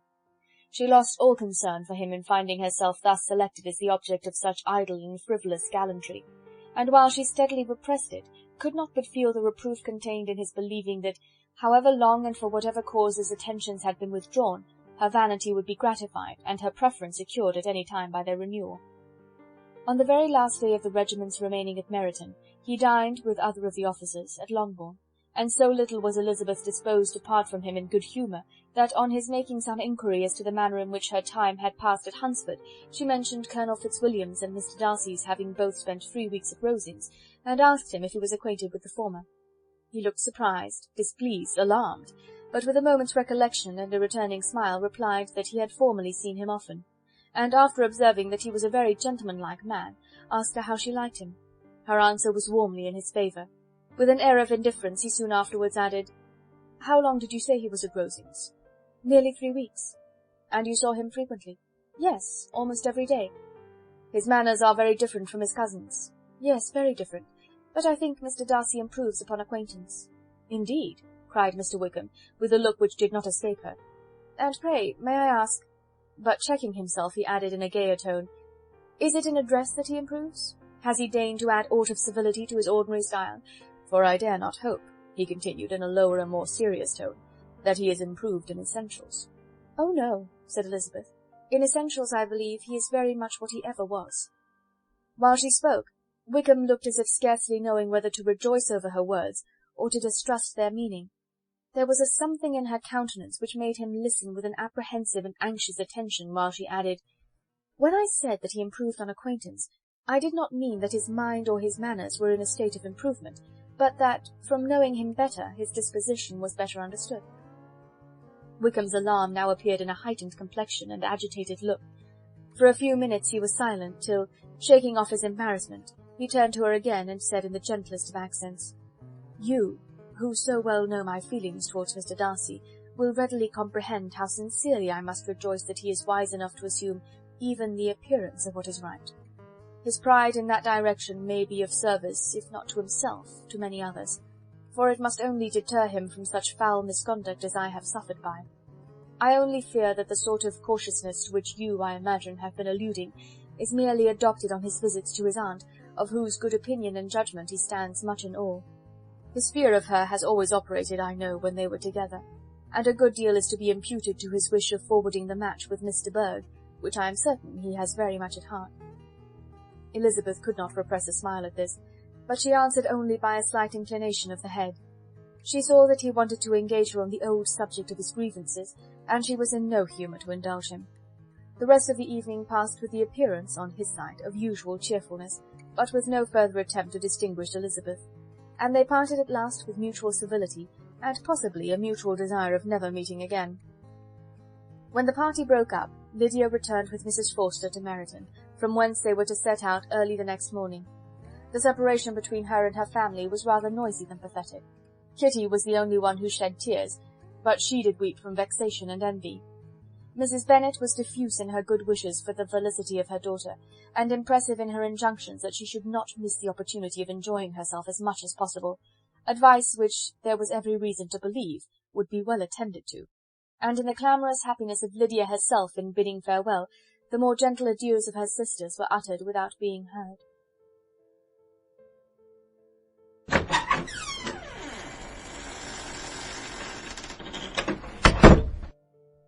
Chapter 42. Had Elizabeth's opinion been all drawn from her own family, she could not have formed a very pleasing opinion of conjugal felicity or domestic comfort. Her father, captivated by youth and beauty and that appearance of good humour which youth and beauty generally give, had married a woman whose weak understanding and illiberal mind had very early in their marriage put an end to all real affection for her. Respect, esteem, and confidence had vanished for ever, and all his views of domestic happiness were overthrown. But Mr. Bennet was not of a disposition to seek comfort for the disappointment which his own imprudence had brought on, in any of those pleasures which too often console the unfortunate for their folly or their vice. He was fond of the country and of books, and from these tastes had arisen his principal enjoyments. To his wife he was very little otherwise indebted than as her ignorance and folly had contributed to his amusement. This is not the sort of happiness which a man would in general wish to owe to his wife, But where other powers of entertainment are wanting, the true philosopher will derive benefit from such as are given. Elizabeth, however, had never been blind to the impropriety of her father's behaviour as a husband. She had always seen it with pain, but respecting his abilities, and grateful for his affectionate treatment of herself, she endeavoured to forget what she could not overlook, and to banish from her thoughts that continual breach of conjugal obligation and decorum which, in exposing his wife to the contempt of her own children, was so highly reprehensible. But she had never felt so strongly as now the disadvantages which must attend the children of so unsuitable a marriage, nor ever been so fully aware of the evils arising from so ill-judged a direction of talents, which, rightly used, might at least have preserved the respectability of his daughters, even if incapable of enlarging the mind of his wife. When Elizabeth had rejoiced over Wickham's departure, she found little other cause for satisfaction in the loss of the regiment. Their parties abroad were less varied than before, and at home she had a mother and sister whose constant repinings at the dullness of everything around them threw a real gloom over their domestic circle. And though Kitty might in time regain her natural degree of sense, since the disturbers of her brain were removed, her other sister, from whose disposition greater evil might be apprehended, was likely to be hardened in all her folly and assurance by a situation of such double danger as a watering-place and a camp. Upon the whole, therefore, she found what has been sometimes found before, that an event to which she had been looking with impatient desire did not, in taking place, bring all the satisfaction she had promised herself. It was consequently necessary to name some other period for the commencement of actual felicity, to have some other point on which her wishes and hopes might be fixed, and by again enjoying the pleasure of anticipation, console herself for the present, and prepare for another disappointment.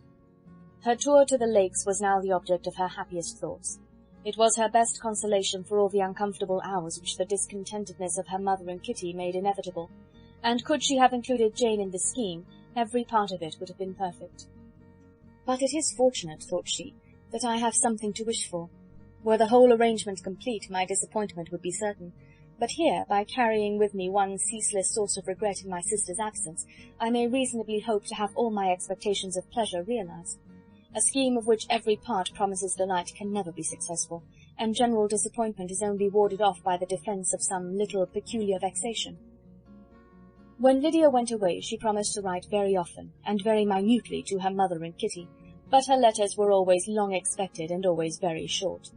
Those to her mother contained little else than that they were just returned from the library, where such and such officers had attended them, and where she had seen such beautiful ornaments as made her quite wild, that she had a new gown or a new parasol, which she would have described more fully, but was obliged to leave off in a violent hurry, as Mrs. Forster called her, and they were going off to the camp. And from her correspondence with her sister, there was still less to be learnt, for her letters to Kitty, though rather longer, were much too full of lines under the words to be made public. After the first fortnight or 3 weeks of her absence, health, good humour, and cheerfulness began to reappear at Longbourn. Everything wore a happier aspect. The families who had been in town for the winter came back again, and summer finery and summer engagements arose. Mrs. Bennet was restored to her usual querulous serenity, and by the middle of June Kitty was so much recovered as to be able to enter Meryton without tears, an event of such happy promise as to make Elizabeth hope that, by the following Christmas, she might be so tolerably reasonable as not to mention an officer above once a day, unless, by some cruel and malicious arrangement at the War Office, another regiment should be quartered in Meryton. The time fixed for the beginning of their northern tour was now fast approaching, and a fortnight only was wanting of it, when a letter arrived from Mrs. Gardiner which at once delayed its commencement, and curtailed its extent. Mr. Gardiner would be prevented by business from setting out till a fortnight later in July, and must be in London again within a month, and as that left too short a period for them to go so far and see so much as they had proposed, or at least to see it with the leisure and comfort they had built on, they were obliged to give up the lakes, and substitute a more contracted tour, and according to the present plan, were to go no farther northwards in Derbyshire. In that county there was enough to be seen to occupy the chief of their 3 weeks, and to Mrs. Gardiner it had a peculiarly strong attraction. The town where she had formerly passed some years of her life, and where they were now to spend a few days, was probably as great an object of her curiosity as all the celebrated beauties of Matlock, Chatsworth, Dovedale, or the Peak. Elizabeth was excessively disappointed. She had set her heart on seeing the lakes, and still thought there might have been time enough. But it was her business to be satisfied, and certainly her temper to be happy, and all was soon right again. With the mention of Derbyshire, there were many ideas connected. It was impossible for her to see the word without thinking of Pemberley and its owner. "But surely," said she, "I may enter his county without impunity, and rob it of a few petrified spars without his perceiving me." The period of expectation was now doubled. 4 weeks were to pass away before her uncle and aunt's arrival. But they did pass away, and Mr. and Mrs. Gardiner, with their 4 children, did at length appear at Longbourn.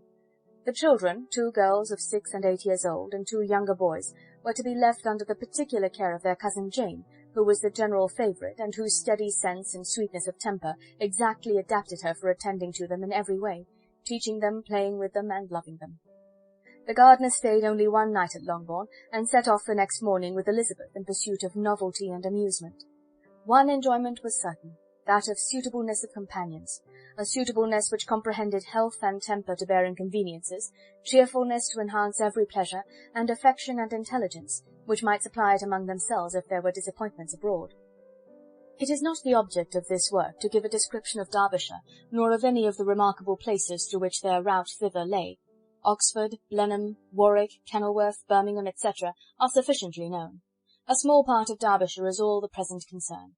To the little town of Lambton, the scene of Mrs. Gardiner's former residence, and where she had lately learned some acquaintance still remained, they bent their steps, after having seen all the principal wonders of the country, and within 5 miles of Lambton, Elizabeth found from her aunt that Pemberley was situated. It was not in their direct road, nor more than a mile or 2 out of it. In talking over their route the evening before, Mrs. Gardiner expressed an inclination to see the place again. Mr. Gardiner declared his willingness, and Elizabeth was applied to for her approbation. "My love, should you not like to see a place of which you have heard so much?" said her aunt. "A place, too, with which so many of your acquaintances are connected. Wickham passed all his youth there, you know." Elizabeth was distressed. She felt that she had no business at Pemberley, and was obliged to assume a disinclination for seeing it. She must own that she was tired of seeing great houses. After going over so many, she really had no pleasure in fine carpets or satin curtains. Mrs. Gardiner abused her stupidity. "If it were merely a fine house, richly furnished," said she, "I should not care about it myself, but the grounds are delightful. They have some of the finest woods in the country." Elizabeth said no more, but her mind could not acquiesce. The possibility of meeting Mr. Darcy while viewing the place instantly occurred. It would be dreadful. She blushed at the very idea, and thought it would be better to speak openly to her aunt than to run such a risk. But against this there were objections, and she finally resolved that it could be the last resource if her private inquiries to the absence of the family were unfavourably answered. Accordingly, when she retired at night, she asked the chambermaid whether Pemberley were not a very fine place. What was the name of its proprietor? And, with no little alarm, whether the family were down for the summer. A most welcome negative followed the last question, and her alarms now being removed, she was at leisure to feel a great deal of curiosity to see the house herself, and when the subject was revived the next morning, and she was again applied to, could readily answer, and with a proper air of indifference, that she had not really any dislike to the scheme. To Pemberley, therefore, they were to go.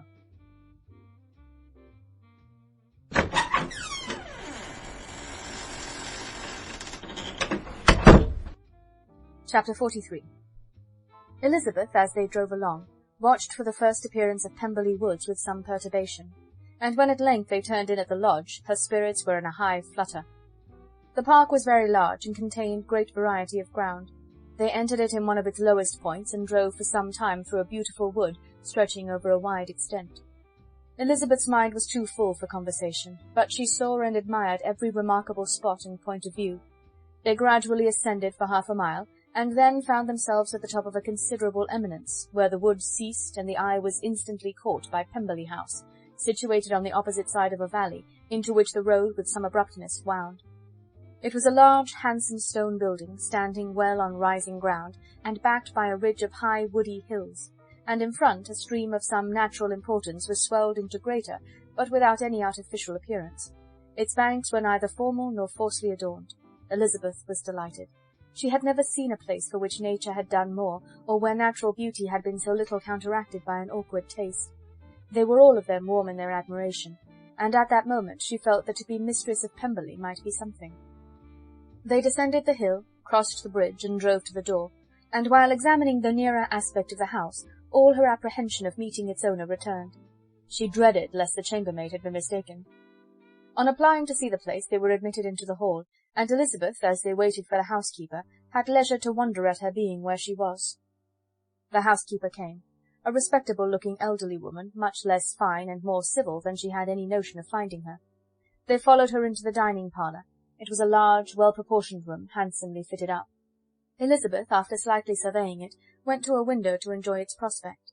The hill, crowned with wood, which they had descended, receiving increased abruptness from the distance, was a beautiful object. Every disposition of the ground was good, and she looked on the whole scene, the river, the trees scattered on its banks, and the winding of the valley, as far as she could trace it, with delight. As they passed into other rooms, these objects were taking different positions, but from every window there were beauties to be seen. The rooms were lofty and handsome, and their furniture suitable to the fortune of its proprietor. But Elizabeth saw, with admiration of his taste, that it was neither gaudy nor uselessly fine, with less splendour and more real elegance than the furniture of Rosings. "And of this place," thought she, "I might have been mistress. With these rooms I might now have been familiarly acquainted. Instead of viewing them as a stranger, I might have rejoiced in them as my own, and welcomed to them as visitors my uncle and aunt. But no," recollecting herself, "that could never be. My uncle and aunt would have been lost to me. I should not have been allowed to invite them." This was a lucky recollection. It saved her from something very like regret. She longed to inquire of the housekeeper whether her master was really absent, but had not the courage for it. At length, however, the question was asked by her uncle, and she turned away with alarm, while Mrs. Reynolds replied that he was, adding, "But we expect him tomorrow with a large party of friends." How rejoiced was Elizabeth that their own journey had not by any circumstance been delayed a day! Her aunt now called her to look at a picture. She approached and saw the likeness of Mr. Wickham, suspended amongst several other miniatures over the mantelpiece. Her aunt asked her smilingly how she liked it. The housekeeper came forward and told them it was a picture of a young gentleman, the son of her late master's steward, who had been brought up by him at his own expense. "He is now gone into the army," she added, "but I am afraid he has turned out very wild." Mrs. Gardiner looked at her niece with a smile, but Elizabeth could not return it. "And that," said Mrs. Reynolds, pointing to another of the miniatures, "is my master, and very like him. It was drawn at the same time as the other, about 8 years ago." "I have heard much of your master's fine person," said Mrs. Gardiner, looking at the picture. "It is a handsome face. But, Lizzie, you can tell us whether it is like or not." Mrs. Reynolds' respect for Elizabeth seemed to increase on this intimation of her knowing her master. "Does that young lady know Mr. Darcy?" Elizabeth coloured and said, "A little." "And do not you think him a very handsome gentleman, ma'am?" "Yes, very handsome." "I am sure I know none so handsome. But in the gallery upstairs you will see a finer, larger picture of him than this.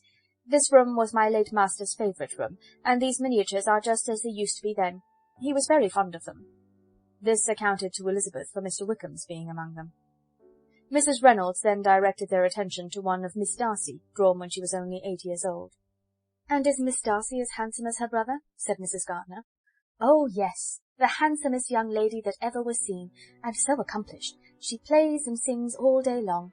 In the next room is a new instrument just come down for her, a present from my master. She comes here tomorrow with him." Mr. Gardiner, whose manners were very easy and pleasant, encouraged her communicativeness by his questions and remarks. Mrs. Reynolds, either by pride or attachment, had evidently great pleasure in talking of her master and his sister. "Is your master much at Pemberley in the course of the year?"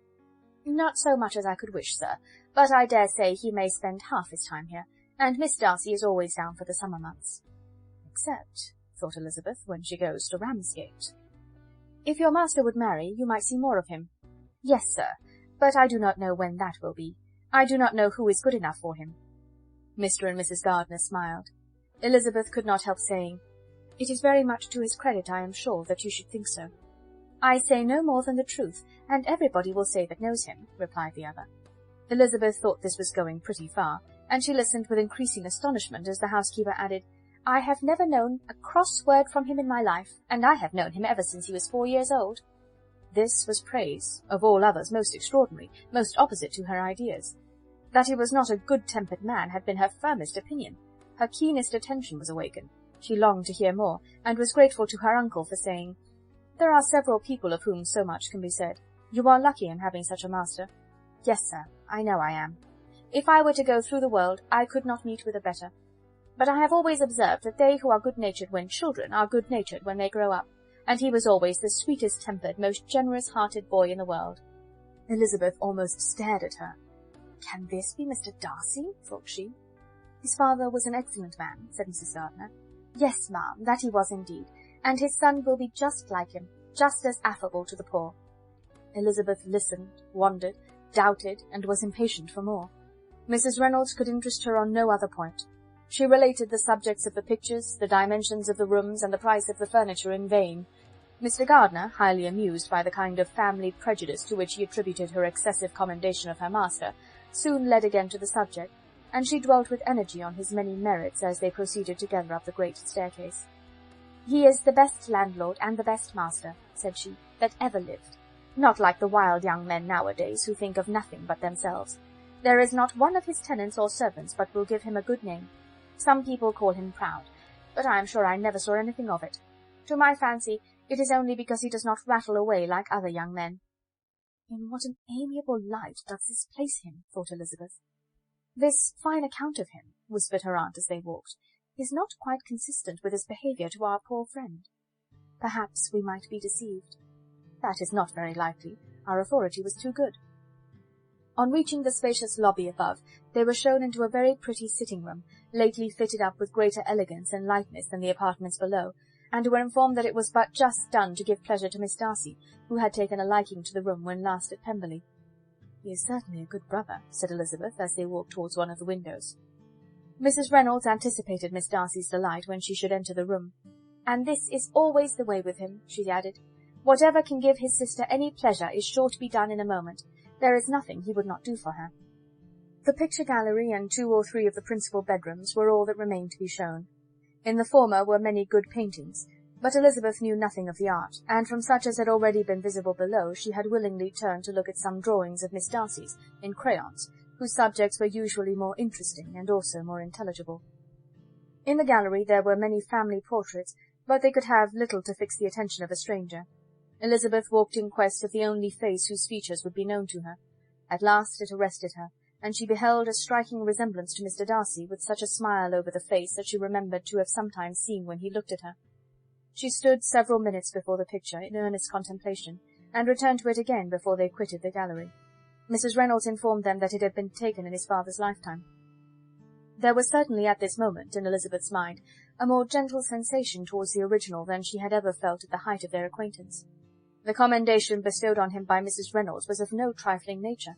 What praise is more valuable than the praise of an intelligent servant? As a brother, a landlord, a master, she considered how many people's happiness were in his guardianship. How much of pleasure or pain was it in his power to bestow? How much of good or evil must be done by him? Every idea that had been brought forward by the housekeeper was favourable to his character, and as she stood before the canvas on which he was represented, and fixed his eyes upon herself, she thought of his regard with a deeper sentiment of gratitude than it had ever raised before. She remembered its warmth, and softened its impropriety of expression. When all of the house that was open to general inspection had been seen, they returned downstairs, and, taking leave of the housekeeper, were consigned over to the gardener, who met them at the hall door. As they walked across the hall towards the river, Elizabeth turned back to look again. Her uncle and aunt stopped also, and while the former was conjecturing as to the date of the building, the owner of it himself suddenly came forward from the road which led behind it to the stables. They were within 20 yards of each other, and so abrupt was his appearance that it was impossible to avoid his sight. Their eyes instantly met, and the cheeks of both were overspread with the deepest blush. He absolutely started, and for a moment seemed immovable from surprise, but shortly recovering himself, advanced towards the party and spoke to Elizabeth, if not in terms of perfect composure, at least of perfect civility. She had instinctively turned away, but, stopping on his approach, received his compliments with an embarrassment impossible to be overcome. Had his first appearance, or his resemblance to the picture they had just been examining, been insufficient to assure the other two that they now saw Mr. Darcy, the gardener's expression of surprise on beholding his master must immediately have told it. They stood a little aloof while he was talking to their niece, who, astonished and confused, scarcely dared lift her eyes to his face, and knew not what answer she returned to his civil inquiries after her family. Amazed at the alteration of his manner since they last parted, every sentence that he uttered was increasing her embarrassment, and every idea of the impropriety of her being found there recurring to her mind, the few minutes in which they continued were some of the most uncomfortable in her life. Nor did he seem much more at ease. When he spoke, his accent had none of its usual sedateness, and he repeated his inquiries as to the time of her having left Longbourn, and of her having stayed in Derbyshire so often, and in so hurried a way, as plainly spoke the distraction of his thoughts. At length every idea seemed to fail him, and after standing a few moments without saying a word, he suddenly recollected himself, and took leave. The others then joined her, and expressed admiration of his figure, but Elizabeth heard not a word, and wholly engrossed by her own feelings, followed them in silence. She was overpowered by shame and vexation. Her coming there was the most unfortunate, the most ill-judged thing in the world. How strange it must appear to him! What a disgraceful light might it not strike so vain a man! It might seem as if she had purposely thrown herself in his way again. Oh, why did she come? Or why did he thus come a day before he was expected?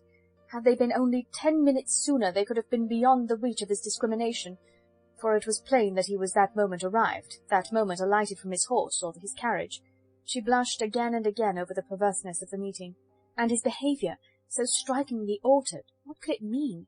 That he should even speak to her was amazing, but to speak with such civility, to inquire after her family, never in her life had she seen his manners so little dignified, never had he spoken with such gentleness as on this unexpected meeting. What a contrast did it offer to his last address in Rosings Park, when he put his letter into her hand. She knew not what to think, or how to account for it. They had now entered a beautiful walk by the side of the water, and every step was bringing forward a nobler fall of ground, or a finer reach of the woods to which they were approaching. But it was some time before Elizabeth was sensible of any of it, and though she answered mechanically to the repeated appeals of her uncle and aunt, and seemed to direct her eyes to such objects as they pointed out, she distinguished no part of the scene. Her thoughts were all fixed on that one spot of Pemberley House, whichever it might be, where Mr. Darcy then was. She longed to know what at the moment was passing in his mind, in what manner he thought of her, and whether, in defiance of everything, she was still dear to him. Perhaps he had been civil only because he felt himself at ease, yet there had been that in his voice which was not like ease. Whether he had felt more of pain or of pleasure in seeing her she could not tell, but he certainly had not seen her with composure. At length, however, the remarks of her companions on her absence of mind aroused her, and she felt the necessity of appearing more like herself. They entered the woods, and bidding adieu to the river for a while, ascended some of the higher grounds. When in spots where the opening of the trees gave the eye power to wander, were many charming views of the valley, the opposite hills with the long range of woods overspreading many, and occasionally part of the stream. Mr. Gardiner expressed a wish of going round the whole park, but feared it might be beyond a walk. With a triumphant smile they were told that it was 10 miles round. It settled the matter, and they pursued the accustomed circuit, which brought them again, after some time, in a descent among hanging woods to the edge of the water, and one of its narrowest parts. They crossed it by a simple bridge, in character with the general air of the scene. It was a spot less adorned than any they had yet visited, and the valley, here contracted into a glen, allowed room only for the stream, and a narrow walk amidst the rough coppice-wood which bordered it. Elizabeth longed to explore its windings, but when they had crossed the bridge and perceived their distance from the house, Mrs. Gardiner, who was not a great walker, could go no farther, and thought only of returning to the carriage as quickly as possible. Her niece was, therefore, obliged to submit, and they took their way towards the house on the opposite side of the river, in the nearest direction. But their progress was slow, for Mr. Gardiner, though seldom able to indulge the taste, was very fond of fishing, and was so much engaged in watching the occasional appearance of some trout in the water, and talking to the man about them, that he advanced but little. Whilst wandering on in this slow manner, they were again surprised, and Elizabeth's astonishment was quite equal to what it had been at first, by the sight of Mr. Darcy approaching them, and at no great distance. The walk here being less sheltered than on the other side, allowed them to see him before they met. Elizabeth, however astonished, was at least more prepared for an interview than before, and resolved to appear and to speak with calmness, if he really intended to meet them. For a few moments, indeed, she felt that he would probably strike into some other path. The idea lasted while a turning in the walk concealed him from their view. The turning past, he was immediately before them. With a glance, she saw that he had lost none of his recent civility, and to imitate his politeness she began, as they met, to admire the beauty of the place.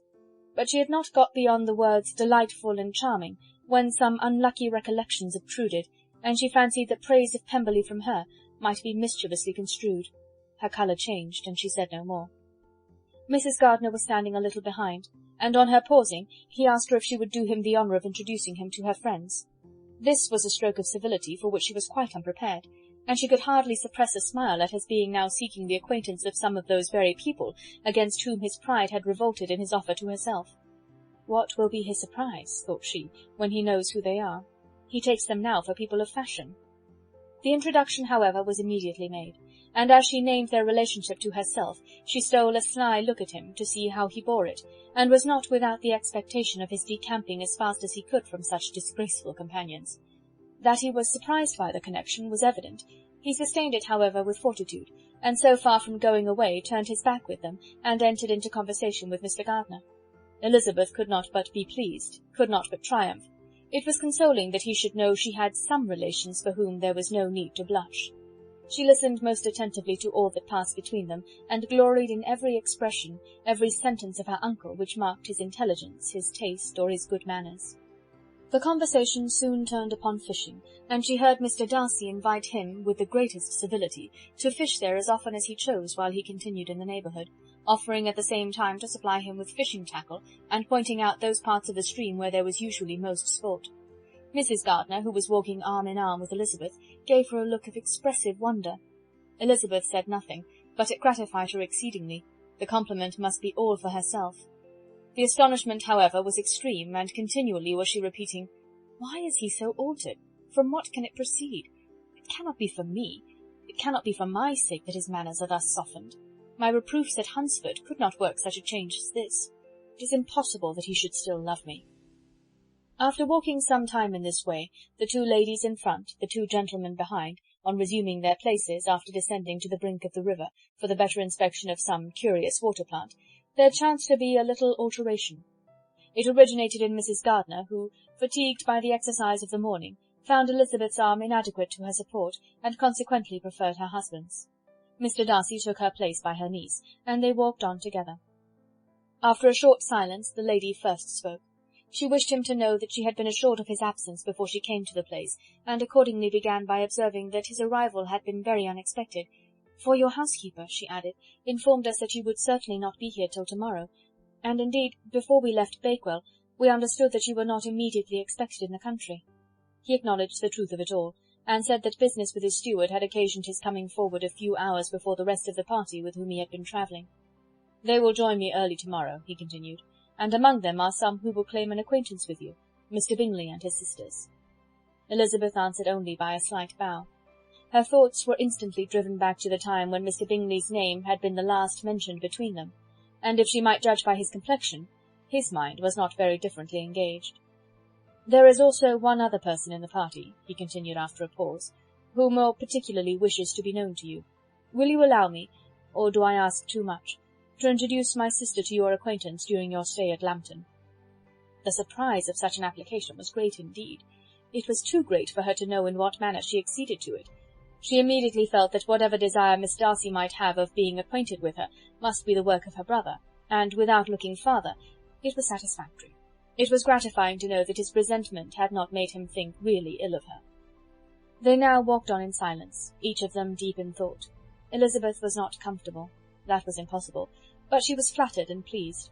His wish of introducing his sister to her was a compliment of the highest kind. They soon outstripped the others, and when they had reached the carriage, Mr. and Mrs. Gardiner were half a quarter of a mile behind.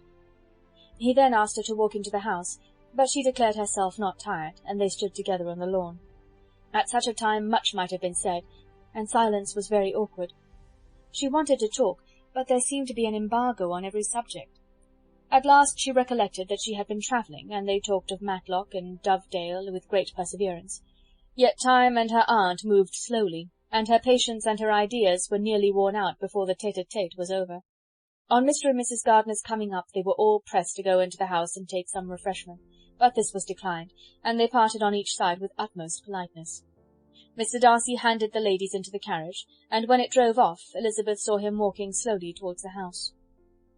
The observations of her aunt and uncle now began, and each of them pronounced him to be infinitely superior to anything they had expected. "He is perfectly well behaved, polite, and unassuming," said her uncle. "There is something a little stately in him, to be sure," replied her aunt, "but it is confined to his air, and is not unbecoming. I can now say with this housekeeper, that though some people may call him proud, I have seen nothing of it." I was never more surprised by his behaviour to us. It was more than civil. It was really attentive, and there was no necessity for such attention. His acquaintance with Elizabeth was very trifling. "To be sure, Lizzie," said her aunt, "he is not so handsome as Wickham, or rather, he has not Wickham's countenance, for his features are perfectly good. But how came you to tell me that he was so disagreeable?" Elizabeth excused herself as well as she could, said that she had liked him better when they had met in Kent than before, and that she had never seen him so pleasant as this morning. "But perhaps he may be a little whimsical in his civilities," replied her uncle. "Your great men often are, and therefore I shall not take him at his word, as he might change his mind another day and warn me off his grounds." Elizabeth felt that they had entirely misunderstood his character, but said nothing. "From what we have seen of him," continued Mrs. Gardiner, "I really should not have thought that he could have behaved in so cruel a way by anybody as he has done by poor Wickham. He has not an ill-natured look. On the contrary, there is something pleasing about his mouth when he speaks, and there is something of dignity in his countenance that would not give one an unfavourable idea of his heart.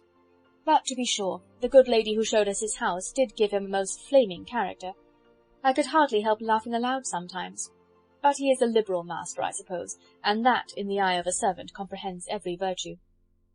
Elizabeth here felt herself called on to say something in vindication of his behaviour to Wickham, and therefore gave them to understand, in as guarded a manner as she could, that, by what she had heard from his relations in Kent, his actions were capable of a very different construction, and that his character was by no means so faulty, nor Wickham's so amiable, as they had been considered in Hertfordshire. In confirmation of this, she related the particulars of all the pecuniary transactions in which they had been connected, without actually naming her authority, but stating it to be such as might be relied on. Mrs. Gardiner was surprised and concerned, but as they were now approaching the scene of her former pleasures, every idea gave way to the charm of recollection, and she was too much engaged in pointing out to her husband all the interesting spots in its environs to think of anything else. Fatigued as she had been by the morning's walk, they had no sooner dined than she set off again in quest of her former acquaintance, and the evening was spent in the satisfactions of an intercourse renewed after many years' discontinuance. The occurrences of the day were too full of interest to leave Elizabeth much attention for any of these new friends, and she could do nothing but think, and think with wonder, of Mr. Darcy's civility, and above all, of his wishing her to be acquainted with his sister.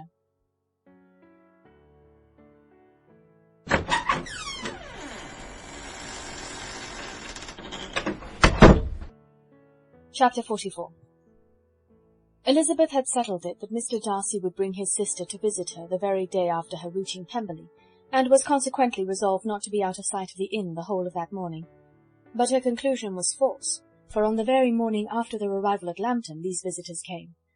They had been walking about the place with some of their new friends, and were just returning to the inn to dress themselves for dining with the same family, when the sound of a carriage drew them to a window, and they saw a gentleman and a lady in a curricle driving up the street. Elizabeth, immediately recognizing the livery, guessed what it meant, and imparted no small degree of her surprise to her relations by acquainting them with the honour which she expected. Her uncle and aunt were all amazement, and the embarrassment of her manner as she spoke, joined to the circumstance itself and many of the circumstances of the preceding day, opened to them a new idea on the business. Nothing had ever suggested it before, but they felt that there was no other way of accounting for such attentions from such a quarter than by supposing a partiality for their niece. While these newly born notions were passing in their heads, the perturbation of Elizabeth's feelings was at every moment increasing. She was quite amazed at her own discomposure, but amongst other causes of disquiet, she dreaded lest the partiality of the brother should have said too much in her favour, and more than commonly anxious to please, she naturally suspected that every power of pleasing would fail her. She retreated from the window, fearful of being seen, and as she walked up and down the room, endeavouring to compose herself, saw such looks of inquiring surprise in her uncle and aunt as made everything worse. Miss Darcy and her brother appeared, and this formidable introduction took place. With astonishment did Elizabeth see that her new acquaintance was at least as much embarrassed as herself. Since her being at Lambton, she had heard that Miss Darcy was exceedingly proud, but the observation of a very few minutes convinced her that she was only exceedingly shy. She found it difficult to obtain even a word from her beyond a monosyllable. Miss Darcy was tall, and on a larger scale than Elizabeth, and, though little more than 16, her figure was formed, and her appearance womanly and graceful. She was less handsome than her brother, but there was sense and good humour in her face, and her manners were perfectly unassuming and gentle. Elizabeth, who had expected to find in her as acute and unembarrassed an observer as ever Mr. Darcy had been, was much relieved by discerning such different feelings. They had not been long together before Mr. Darcy told her that Bingley was also coming to wait on her, and she had barely time to express her satisfaction and prepare for such a visitor, when Bingley's quick step was heard on the stairs, and in a moment he entered the room. All Elizabeth's anger against him had been long done away, but had she still felt any, it could hardly have stood its ground against the unaffected cordiality with which he expressed himself on seeing her again. He inquired in a friendly though general way after her family, and looked and spoke with the same good-humoured ease that he had ever done. To Mr. and Mrs. Gardiner he was scarcely a less interesting personage than to herself. They had long wished to see him. The whole party before them, indeed, excited a lively attention. The suspicions which had just arisen of Mr. Darcy and their niece directed their observation towards each with an earnest though guarded inquiry, and they soon drew from those inquiries the full conviction that one of them at least knew what it was to love. Of the lady's sensations they remained a little in doubt, but that the gentleman was overflowing with admiration was evident enough. Elizabeth on her side had much to do. She wanted to ascertain the feelings of each of her visitors. She wanted to compose her own, and to make herself agreeable to all, and in the latter object, where she feared most to fail, she was most sure of success, for those to whom she endeavoured to give pleasure were prepossessed in her favour. Bingley was ready, Georgiana was eager, and Darcy determined to be pleased. In seeing Bingley her thoughts naturally flew to her sister, and oh, how ardently did she long to know whether any of his were directed in a like manner. Sometimes she could fancy that he talked less than on former occasions, and once or twice pleased herself with the notion that, as he looked at her, he was trying to trace a resemblance. But though this might be imaginary, she could not be deceived as to his behaviour to Miss Darcy, who had been set up as a rival to Jane. No look appeared on either side that spoke particular regard. Nothing occurred between them that could justify the hopes of his sister. On this point she was soon satisfied, and 2 or 3 little circumstances occurred ere they parted, which, in her anxious interpretation, denoted a recollection of Jane not untinctured by tenderness, and a wish of saying more that might lead to the mention of her, had he dared. He observed to her, at a moment when the others were talking together, and in a tone which had something of real regret, that it was a very long time since he had had the pleasure of seeing her, and before she could reply he added, "It is above 8 months. We have not met since the 26th of November, when we were all dancing together at Netherfield." Elizabeth was pleased to find his memory so exact, and he afterwards took occasion to ask her, when unattended to by any of the rest, whether all her sisters were at Longbourn. There was not much in the question, nor in the preceding remark, but there was a look and a manner which gave them meaning. It was not often that she could turn her eyes on Mr. Darcy himself, but whenever she did catch a glimpse, she saw an expression of general complaisance, and in all that he said she heard an accent so removed from hauteur or disdain of his companions as convinced her that the improvement of manners which she had yesterday witnessed, however temporary its existence might prove, had at least outlived one day. When she saw him thus seeking the acquaintance and courting the good opinion of people with whom any intercourse a few months ago would have been a disgrace, when she saw him thus civil, not only to herself, but to the very relations whom he had openly disdained, and recollected their last lively scene in Hunsford Parsonage, the difference, the change was so great, and struck so forcibly on her mind, that she could hardly restrain her astonishment from being visible. Never, even in the company of his dear friends at Netherfield, or his dignified relations at Rosings, had she seen him so desirous to please, so free from self-consequence or unbending reserve as now, when no importance could result from the success of his endeavours, and when even the acquaintance of those to whom his attentions were addressed would draw down the ridicule and censure of the ladies both of Netherfield and Rosings. Their visitors stayed with them above half an hour, and when they arose to depart, Mr. Darcy called on his sister to join him in expressing their wish of seeing Mr. and Mrs. Gardiner and Miss Bennet to dinner at Pemberley before they left the country. Miss Darcy, though with a diffidence which marked her little in the habit of giving invitations, readily obeyed. Mrs. Gardiner looked at her niece, desirous of knowing how she, whom the invitation most concerned, felt disposed as to its acceptance, but Elizabeth had turned away her head. Presuming, however, that this studied avoidance spoke rather a momentary embarrassment than any dislike of the proposal, and seeing in her husband, who was fond of society, a perfect willingness to accept it, she ventured to engage for her attendance, and the day after the next was fixed on. Bingley expressed great pleasure in the certainty of seeing Elizabeth again, having still a great deal to say to her, and many inquiries to make after all their Hertfordshire friends.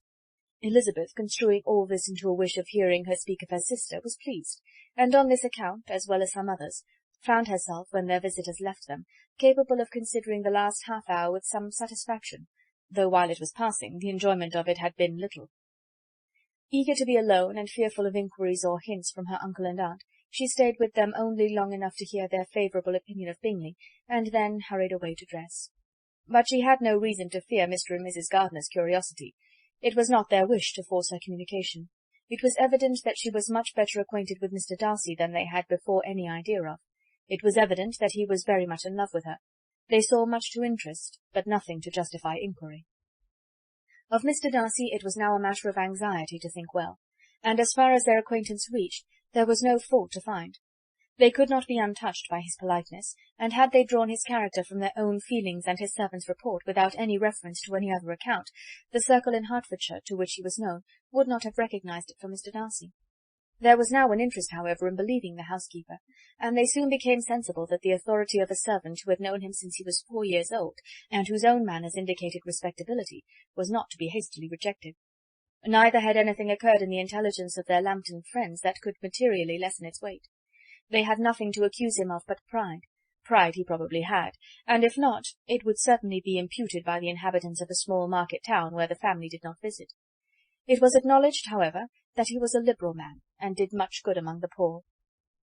With respect to Wickham, the traveller soon found that he was not held there in much estimation, for though the chief of his concerns with the son of his patron were imperfectly understood, it was yet a well-known fact that, on his quitting Derbyshire, he had left many debts behind him, which Mr. Darcy afterwards discharged. As for Elizabeth, her thoughts were at Pemberley this evening more than the last, and the evening, though as it passed it seemed long, was not long enough to determine her feelings towards one in that mansion, and she lay awake 2 whole hours endeavouring to make them out. She certainly did not hate him. No, hatred had vanished long ago, and she had almost as long been ashamed of ever feeling a dislike against him that could so be called. The respect created by the conviction of his valuable qualities, though at first unwillingly admitted, had for some time ceased to be repugnant to her feeling, and it was now heightened into somewhat of a friendlier nature by the testimony so highly in his favour, and bringing forward his disposition in so amiable a light, which yesterday had produced. But above all, above respect and esteem, there was a motive within her of good-will which could not be overlooked. It was gratitude. Gratitude not merely for having once loved her, but for loving her still well enough to forgive all the petulance and acrimony of her manner in rejecting him, and all the unjust accusations accompanying her rejection. He who, she had been persuaded, would avoid her as his greatest enemy, seemed on this accidental meeting most eager to preserve the acquaintance, and without any indelicate display of regard, or any peculiarity of manner, where their 2 selves only were concerned, was soliciting the good opinion of her friends, and bent on making her known to his sister. Such a change in a man of so much pride excited not only astonishment, but gratitude, for to love, ardent love, it must be attributed, and as such its impression on her was of a sort to be encouraged as by no means unpleasing, though it could not be exactly defined. She respected, she esteemed, she was grateful to him, she felt a real interest in his welfare, and she only wanted to know how far she wished that welfare to depend upon herself, and how far it would be for the happiness of both that she should employ the power, which her fancy told her she still possessed, of bringing on the renewal of his addresses. It had been settled in the evening between the aunt and the niece that such a striking civility as Miss Darcy's in coming to see them on the very day of her arrival at Pemberley, for she had reached it only to a late breakfast, ought to be imitated, though it could not be qualified, by some exertion of politeness on their side, and consequently that it would be highly expedient to wait on her at Pemberley the following morning. They were therefore to go. Elizabeth was pleased, though when she asked herself the reason, she had very little to say in reply. Mr. Gardiner left them soon after breakfast. The fishing scheme had been renewed the day before, and a positive engagement made of his meeting some of the gentlemen at Pemberley before noon.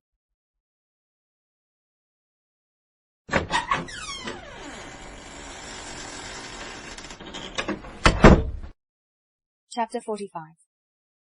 Convinced as Elizabeth now was that Miss Bingley's dislike of her had originated in jealousy, she could not help feeling how unwelcome her appearance at Pemberley must be to her, and was curious to know with how much civility on that lady's side the acquaintance would now be renewed. On reaching the house, they were shown through the hall into the saloon, whose northern aspect rendered it delightful for summer. Its windows opening to the ground admitted a most refreshing view of the high woody hills behind the house, and of the beautiful oaks and Spanish chestnuts which were scattered over the intermediate lawn. In this house they were received by Miss Darcy, who was sitting there with Mrs. Hurst and Miss Bingley, and the lady with whom she lived in London. Georgiana's reception of them was very civil, but attended with all the embarrassment which, though proceeding from shyness and the fear of doing wrong, would easily give to those who felt themselves inferior the belief of her being proud and reserved. Mrs. Gardiner and her niece, however, did her justice, and pitied her. By Mrs. Hurst and Miss Bingley they were noticed only by a curtsy, and on their being seated a pause, awkward as such pauses must always be, succeeded for a few moments. It was first broken by Mrs. Annesley, a genteel, agreeable-looking woman, whose endeavour to introduce some kind of discourse proved her to be more truly well-bred than either of the others, and between her and Mrs. Gardiner, with occasional help from Elizabeth, the conversation was carried on. Miss Darcy looked as if she wished for courage enough to join in it, and sometimes did venture a short sentence when there was least danger of its being heard. Elizabeth soon saw that she was herself closely watched by Miss Bingley, and that she could not speak a word, especially to Miss Darcy, without calling her attention. This observation would not have prevented her from trying to talk to the latter, had they not been seated at an inconvenient distance, but she was not sorry to be spared the necessity of saying much. Her own thoughts were employing her. She expected every moment that some of the gentlemen would enter the room. She wished, she feared, that the master of the house might be amongst them, and whether she wished or feared it most, she could scarcely determine. After sitting in this manner a quarter of an hour without hearing Miss Bingley's voice, Elizabeth was roused by receiving from her a cold inquiry after the health of her family. She answered with equal indifference and brevity, and the others said no more. The next variation which their visit afforded was produced by the entrance of servants with cold meat, cake, and a variety of all the finest fruits in season. But this did not take place till after many a significant look and smile from Mrs. Annesley to Miss Darcy had been given, to remind her of her post. There was now employment for the whole party, for though they could not all talk, they could all eat, and the beautiful pyramids of grapes, nectarines, and peaches soon collected them around the table. While thus engaged, Elizabeth had a fair opportunity of deciding whether she most feared or wished for the appearance of Mr. Darcy, by the feelings which prevailed on his entering the room, and then, though but a moment before she had believed her wishes to predominate, she began to regret that he came. He had been some time with Mr. Gardiner, who, with 2 or 3 other gentlemen from the house, was engaged by the river, and had left him only on learning that the ladies of the family intended a visit to Georgiana that morning. No sooner did he appear than Elizabeth wisely resolved to be perfectly easy and unembarrassed, a resolution the more necessary to be made, but perhaps not the more easily kept, because she saw that the suspicions of the whole party were awakened against them, and that there was scarcely an eye which did not watch his behaviour when he first came into the room. In no countenance was attentive curiosity so strongly marked as in Miss Bingley's, in spite of the smiles which overspread her face whenever she spoke to one of its objects. For jealousy had not yet made her desperate, and her attentions to Mr. Darcy were by no means over. Miss Darcy, on her brother's entrance, exerted herself much more to talk, and Elizabeth saw that he was anxious for his sister and herself to get acquainted, and forwarded as much as possible every attempt at conversation on either side. Miss Bingley saw all this likewise, and in the imprudence of anger took the first opportunity of saying, with sneering civility, "Pray, Miss Eliza, are not the shire militia removed from Meryton? They must be a great loss to your family." In Darcy's presence she dared not mention Wickham's name, but Elizabeth instantly comprehended that he was uppermost in her thoughts, and the various recollections connected with him gave her a moment's distress, but exerting herself vigorously to repel the ill-natured attack, she presently answered the question in a tolerably detached tone. While she spoke, an involuntary glance showed her Darcy, with a heightened complexion, earnestly looking at her, and his sister, overcome with confusion, and unable to lift up her eyes.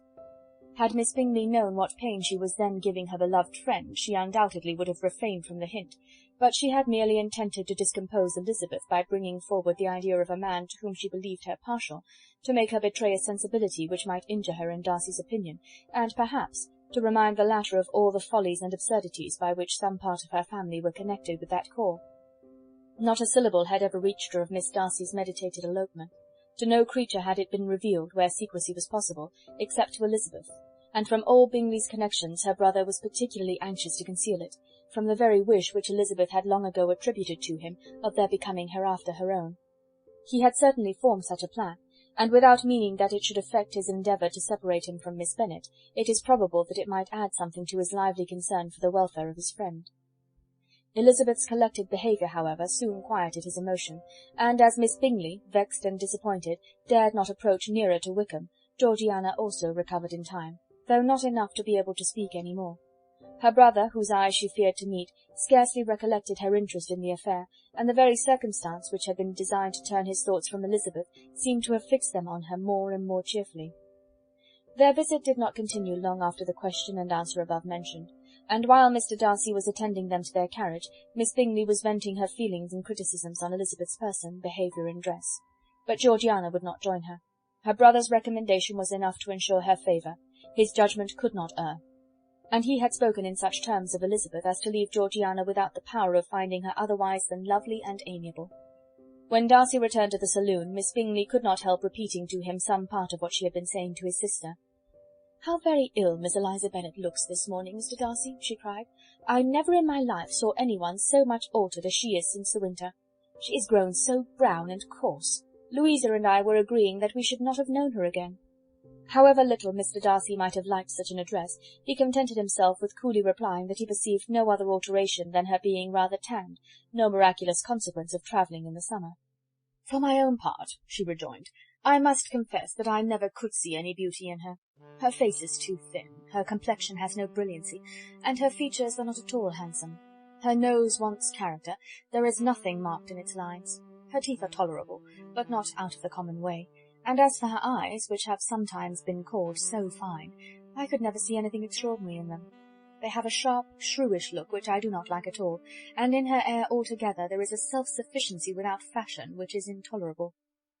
Persuaded as Miss Bingley was that Darcy admired Elizabeth, this was not the best method of recommending herself, but angry people are not always wise, and in seeing him at last look somewhat nettled, she had all the success she expected. He was resolutely silent, however, and from a determination of making him speak, she continued. "I remember, when we first knew her in Hertfordshire, how amazed we all were to find that she was a reputed beauty, and I particularly recollect your saying one night, after they had been dining at Netherfield, 'She a beauty, I would as soon call her mother a wit.' But afterwards she seemed to improve on you, and I believe you thought her rather pretty at one time." "Yes," replied Darcy, who could contain himself no longer, "but that was only when I first saw her, for it is many months since I have considered her as one of the handsomest women of my acquaintance." He then went away, and Miss Bingley was left to all the satisfaction of having forced him to say what gave no one any pain but herself. Mrs. Gardiner and Elizabeth talked of all that had occurred during their visit as they returned, except what had particularly interested them both. The look and behaviour of everybody they had seen were discussed, except of the person who had mostly engaged their attention. They talked of his sister, his friends, his house, his fruit, of everything but himself. Yet Elizabeth was longing to know what Mrs. Gardiner thought of him, and Mrs. Gardiner would have been highly gratified by her niece's beginning the subject.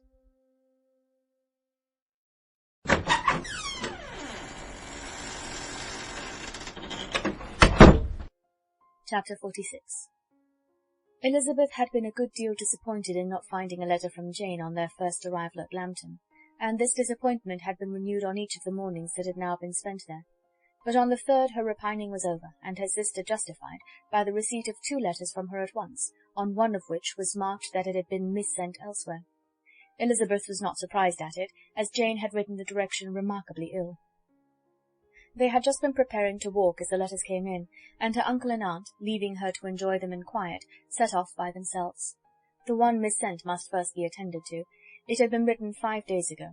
The beginning contained an account of all their little parties and engagements, with such news as the country afforded, but the latter half, which was dated a day later, and written in evident agitation, gave more important intelligence. It was to this effect. "Since writing the above, dearest Lizzie, something has occurred of a most unexpected and serious nature, but I am afraid of alarming you. Be assured that we are all well. What I have to say relates to poor Lydia. An express came at 12 last night, just as we were all gone to bed, from Colonel Foster, to inform us that she was gone off to Scotland with one of his officers. To own the truth, with Wickham. Imagine our surprise. To Kitty, however, it does not seem so wholly unexpected. I am very, very sorry. So imprudent a match on both sides. But I am willing to hope the best, and that his character has been misunderstood. Thoughtless and indiscreet, I can easily believe him, but this step, and let us rejoice over it, marks nothing bad at heart. His choice is disinterested at least, for he must know my father can give her nothing. Our poor mother is sadly grieved. My father bears it better. How thankful am I that we never let them know what has been said against him. We must forget it ourselves. They were off Saturday night about 12, as is conjectured, but were not missed till yesterday morning at 8. The express was sent off directly. My dear Lizzie, they must have passed within 10 miles of us. Colonel Forster gives us reason to expect him here soon. Lydia left a few lines for his wife, informing her of their intention. I must conclude, for I cannot be long from my poor mother.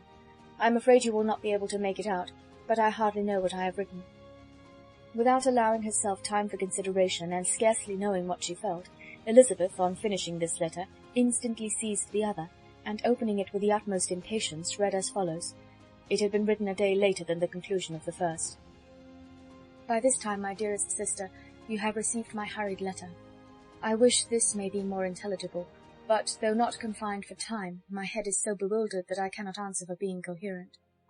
Dearest Lizzie, I hardly know what I would write, but I have bad news for you, and it cannot be delayed. Imprudent as the marriage between Mr. Wickham and our poor Lydia would be, we are now anxious to be assured it has taken place, for there is but too much reason to fear they are not gone to Scotland. Colonel Forster came yesterday, having left Brighton the day before, not many hours after the express. Though Lydia's short letter to Mrs. F. gave them to understand that they were going to Gretna Green, something was dropped by Denny expressing his belief that W. never intended to go there, or to marry Lydia at all, which was repeated to Colonel F., who, instantly taking the alarm, set off from B., intending to trace their route. He did trace them easily to Clapham, but no further, for on entering that place they were moved into a hackney coach and dismissed the chaise that brought them from Epsom. All that is known after this is that they were seen to continue the London road. I know not what to think. After making every possible inquiry on that side London, Colonel F. came on into Hertfordshire, anxiously renewing them at all the turnpikes, and at the inns in Barnet and Hatfield, but without any success. No such people had been seen to pass through. With the kindest concern he came on to Longbourn, and broke his apprehensions to us in a manner most creditable to his heart. I am sincerely grieved for him and Mrs. F., but no one can throw any blame on them. Our distress, my dear Lizzie, is very great. My father and mother believe the worst, but I cannot think so ill of him. Many circumstances might make it more eligible for them to be married privately in town than to pursue their first plan, and even if he could form such a design against a young woman of Lydia's connections, which is not likely, can I suppose her so lost to everything? Impossible. I grieve to find, however, that Colonel F. is not disposed to depend upon their marriage. He shook his head when I expressed my hopes, and said he feared W. was not a man to be trusted. My poor mother is really ill, and keeps her room. Could she exert herself, it would be better, but this is not to be expected. And as to my father, I never in my life saw him so affected. Poor Kitty has anger for having concealed their attachment, but as it was a matter of confidence, one cannot wonder.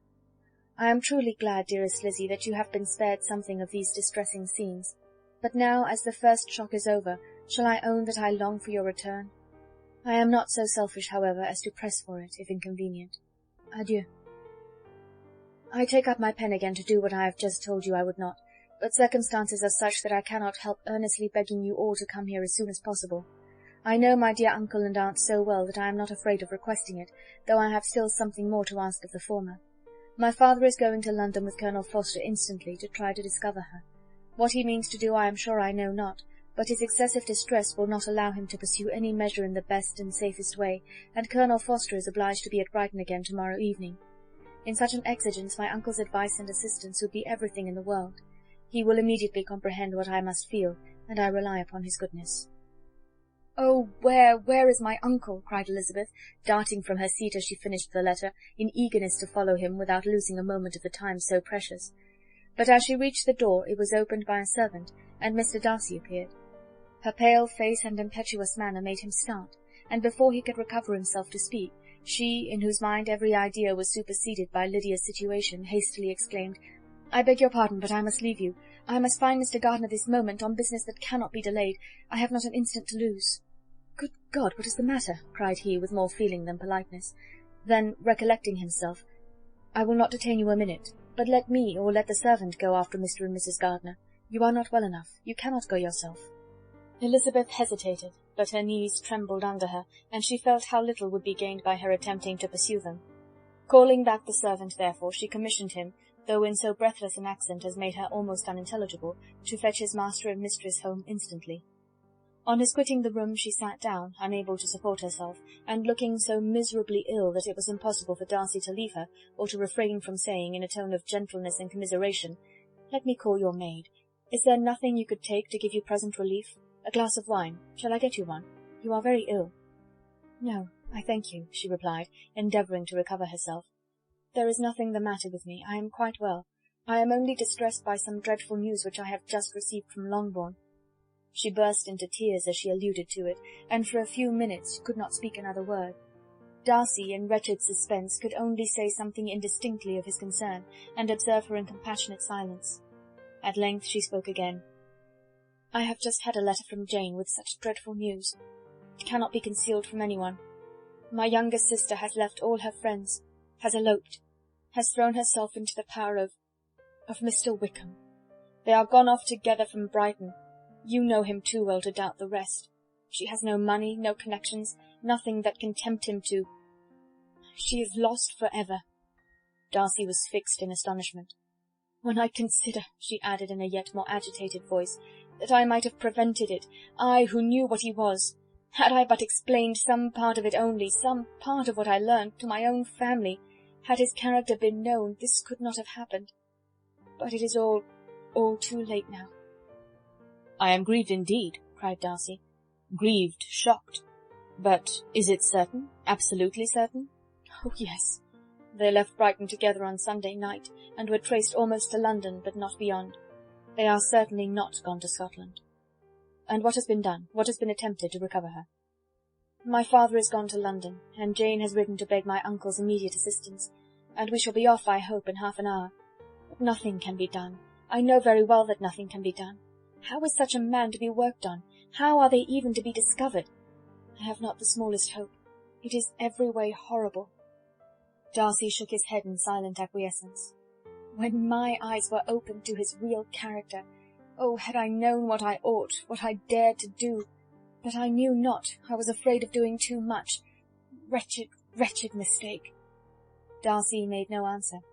He seemed scarcely to hear her, and was walking up and down the room in earnest meditation, his brow contracted, his air gloomy. Elizabeth soon observed, and instantly understood it. Her power was sinking. Everything must sink under such a proof of family weakness, such an assurance of the deepest disgrace. She could neither wonder nor condemn, but the belief of his self-conquest brought nothing consolatory to her bosom, afforded no palliation of her distress.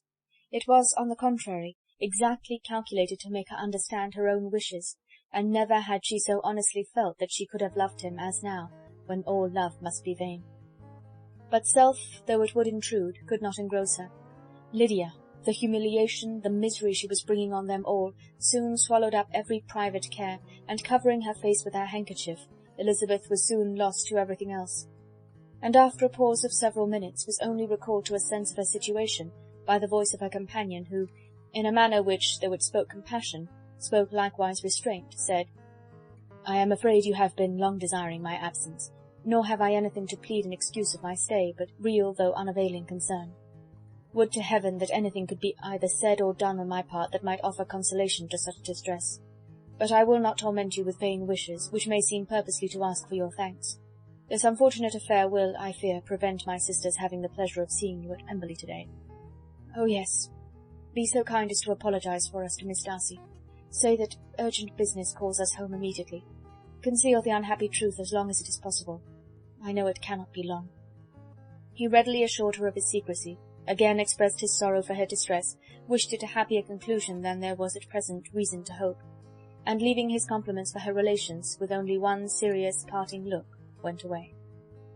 As he quitted the room, Elizabeth felt how improbable it was that they should ever see each other again on such terms of cordiality as had marked their several meetings in Derbyshire, and as she threw a retrospective glance over the whole of their acquaintance, so full of contradictions and varieties, sighed at the perverseness of those feelings which would now have promoted its continuance, and would formerly have rejoiced in its termination.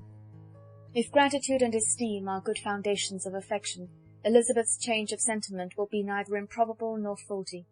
But if otherwise, if regard springing from such sources is unreasonable or unnatural in comparison of what is so often described as arising on a first interview with its object, and even before 2 words have been exchanged, nothing can be said in her defence, except that she had given somewhat of a trial to the latter method in her partiality for Wickham, and that its ill success might, perhaps, authorize her to seek the other less interesting mode of attachment. Be that as it may, she saw him go with regret, and in this early example of what Lydia's infamy must produce, found additional anguish as she reflected on that wretched business. Never since reading Jane's second letter had she entertained a hope of Wickham's meaning to marry her. No one but Jane, she thought, could flatter herself with such an expectation. Surprise was the least of her feelings on this development. While the contents of the first letter remained in her mind, she was all surprise, all astonishment that Wickham should marry a girl whom it was impossible he could marry for money, and how Lydia could ever have attached him had appeared incomprehensible. But now it was all too natural. For such an attachment as this she might have sufficient charms, and though she did not suppose Lydia to be deliberately engaging in an elopement without the intention of marriage, she had no difficulty in believing that neither her virtue nor her understanding would preserve her from falling an easy prey. She had never perceived, while the regiment was in Hertfordshire, that Lydia had any partiality for him, but she was convinced that Lydia wanted only encouragement to attach herself to anybody. Sometimes one officer, sometimes another, had been her favourite, as their attentions raised them in her opinion. Her affections had continually been fluctuating, but never without an object. The mischief of neglect and mistaken indulgence towards such a girl, oh, how acutely did she now feel it! She was wild to be at home, to hear, to see, to be upon the spot to share with Jane in the cares that must now fall wholly upon her in a family so deranged. A father absent, a mother incapable of exertion and requiring constant attendance, and though almost persuaded that nothing could be done for Lydia, her uncle's interference seemed of the utmost importance. Until he entered the room her impatience was severe. Mr. and Mrs. Gardiner had hurried back in alarm, supposing by the servant's account that their niece was suddenly taken ill, but satisfying them instantly on that head, she eagerly communicated the cause of their summons, reading the 2 letters aloud, and dwelling on the postscript of the last with trembling energy. Though Lydia had never been a favourite with them, Mr. and Mrs. Gardiner could not be but deeply afflicted. Not Lydia only, but all were concerned in it, and after the first exclamations of surprise and horror, Mr. Gardiner promised every assistance in his power. Elizabeth, though expecting no less, thanked him with tears of gratitude, and all three being actuated by one spirit, everything relating to their journey was speedily settled. They were to be off as soon as possible. "But what is to be done about Pemberley?" cried Mrs. Gardiner. "John told us Mr. Darcy was here when you sent for us. Was it so?" "Yes, and I told him we should not be able to keep our engagement. That is all settled." "What is all settled?" repeated the other as she ran into her room to prepare. "And are they upon such terms as for her to disclose the real truth? Oh, that I knew how it was!" But wishes were vain, or at least could only serve to amuse her in the hurry and confusion of the following hour. Had Elizabeth been at leisure to be idle, she would have remained certain that all employment was impossible to one so wretched as herself. But she had her share of busyness as well as her aunt, and amongst the rest there were notes to be written to all their friends at Lambton, with false excuses for their sudden departure. An hour, however, saw the whole completed, and Mr. Gardiner meanwhile having settled his account at the inn, nothing remained to be done but to go, and Elizabeth, after all the misery of the morning, found herself, in a shorter space of time than she could have supposed, seated in the carriage and on the road to Longbourn.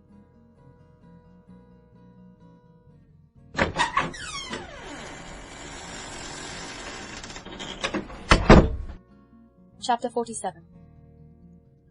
"I have been thinking it over again, Elizabeth," said her uncle as they drove from the town, "and really, upon serious consideration, I am much more inclined than I was to judge as your eldest sister does on the matter. It appears to me so very unlikely that any young man should form such a design against a girl who is by no means unprotected or friendless, and who was actually staying in his colonel's family, that I am strongly inclined to hope the best. Could he expect that her friends would not step forward? Could he expect to be noticed again by the regiment after such an affront to Colonel Forster? His temptation is not adequate to the risk." "Do you really think so?" cried Elizabeth, brightening up for a moment. "Upon my word," said Mrs. Gardiner, "I begin to be of your uncle's opinion. It is really too great a violation of decency, honour, and interest for him to be guilty of. I cannot think so very ill of Wickham. Can you yourself, Lizzie, so wholly give him up as to believe him capable of it?" "Not, perhaps, of neglecting his own interest, but of every other neglect I can believe him capable, if indeed it should be so. But I dare not hope it. Why should they not go on to Scotland if that had been the case?" "In the first place," replied Mr. Gardiner, "there is no absolute proof that they are not gone to Scotland." "Oh, but their removing from the chaise into a hackney coach is such a presumption! And besides, no traces of them were to be found on the Barnet Road." "Well then, supposing them to be in London. They may be there, though for the purpose of concealment, for no more exceptional purpose. It is not likely that money should be very abundant on either side, and it might strike them that they could be more economically, though less expeditiously, married in London than in Scotland." "But why all this secrecy? Why any fear of detection? Why must their marriage be private?" "Oh, no, this is not likely. His most particular friend, you see by Jane's account, was persuaded of his never intending to marry her. Wickham will never marry a woman without some money. He cannot afford it.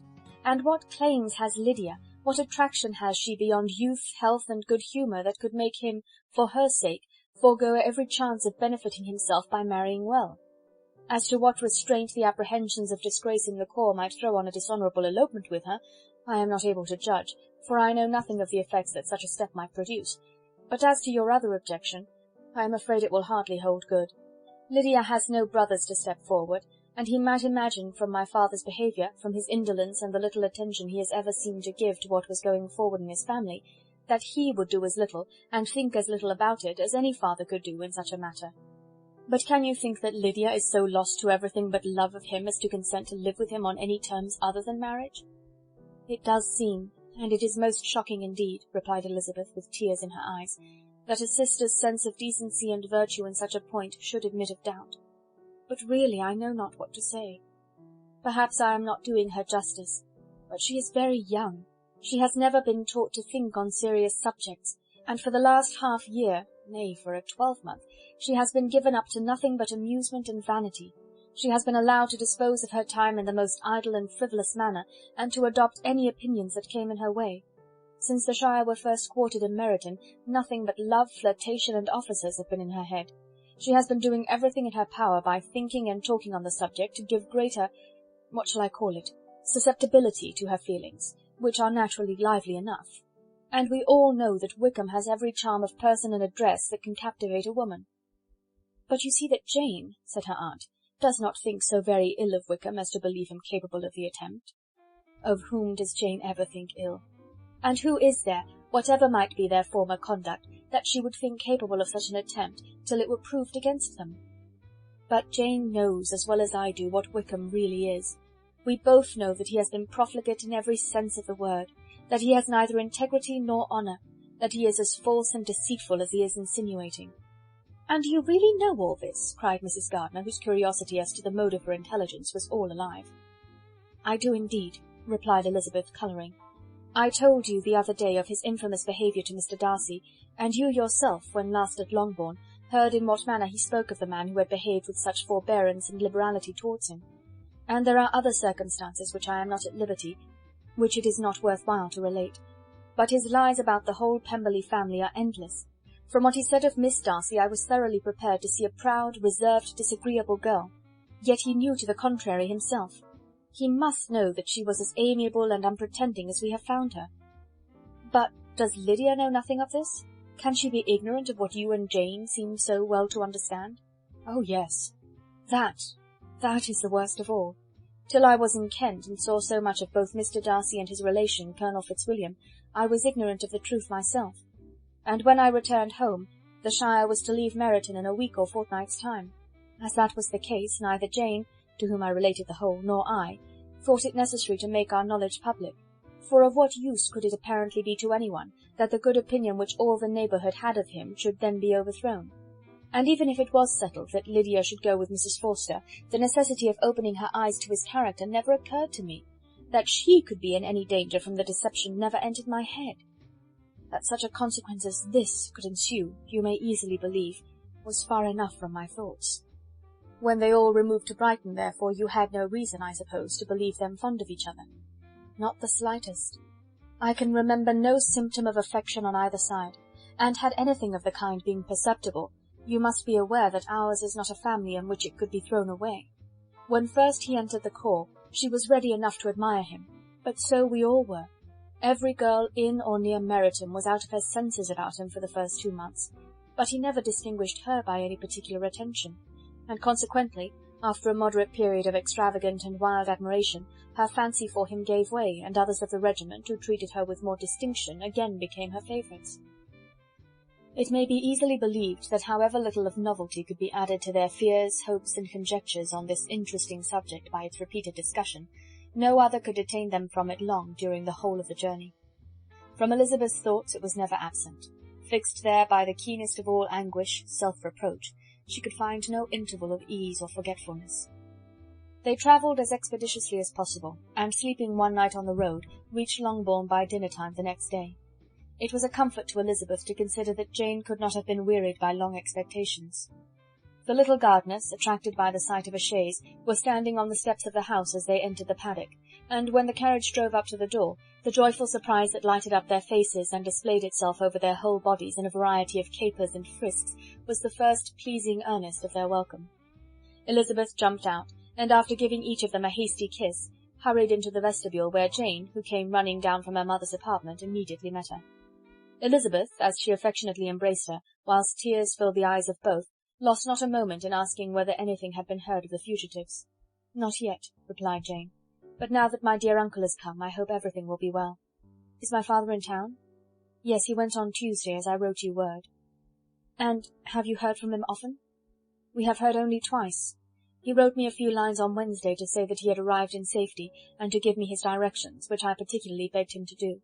He merely added that he should not write again till he had something of importance to mention." "And my mother, how is she? How are you all?" "My mother is tolerably well, I trust, though her spirits are greatly shaken. She is upstairs, and will have great satisfaction in seeing you all. She does not yet leave her dressing-room. Mary and Kitty, thank heaven, are quite well." "But you, how are you?" cried Elizabeth. "You look pale. How much you must have gone through." Her sister, however, assured her of her being perfectly well, and their conversation, which had been passing while Mr. and Mrs. Gardiner were engaged with their children, was now put an end to by the approach of the whole party. Jane ran to her uncle and aunt, and welcomed and thanked them both, with alternate smiles and tears. When they were all in the dining-room, the questions which Elizabeth had already asked were of course repeated by the others, and they soon found that Jane had no intelligence to give. The sanguine hope of good, however, which the benevolence of her heart suggested, had not yet deserted her. She still expected that it would all end well, and that every morning would bring some letter, either from Lydia or her father, to explain their proceedings, and perhaps announce their marriage. Mrs. Bennet, to whose apartment they all repaired after a few minutes' conversation together, received them exactly as might be expected, with tears and lamentations of regret, invectives against the villainous conduct of Wickham, and complaints of her own sufferings and ill usage, blaming everybody but the person to whose ill-judging indulgence the errors of her daughter must principally be owing. "If I had been able," said she, "to carry my point in going to Brighton with all my family, this would not have happened. But poor dear Lydia had nobody to take care of her. Why did the Forsters ever let her go out of their sight? I am sure there was some great neglect or other on their side, for she is not the kind of girl to do such a thing if she had been well looked after. I always thought they were unfit to have the charge of her, but I was overruled, as I always am. Poor dear child! And now here's Mr. Bennet gone away, and I know he will fight Wickham, wherever he meets him, and then he will be killed, and what is to become of us all? The Collinses will turn us out before he is cold in his grave, and if you are not kind to us, brother, I do not know what we shall do." They all exclaimed against such terrific ideas, and Mr. Gardiner, after general assurances of his affection for her and all her family, told her that he meant to be in London the very next day, and would assist Mr. Bennet in every endeavour for recovering Lydia. "Do not give way to useless alarm," added he. "Though it is right to be prepared for the worst, there is no occasion to look on it as certain. It is not quite a week since they left Brighton. In a few days more we may gain some news of them. Until we know that they are not married, and have no design of marrying, do not let us give the matter over as lost.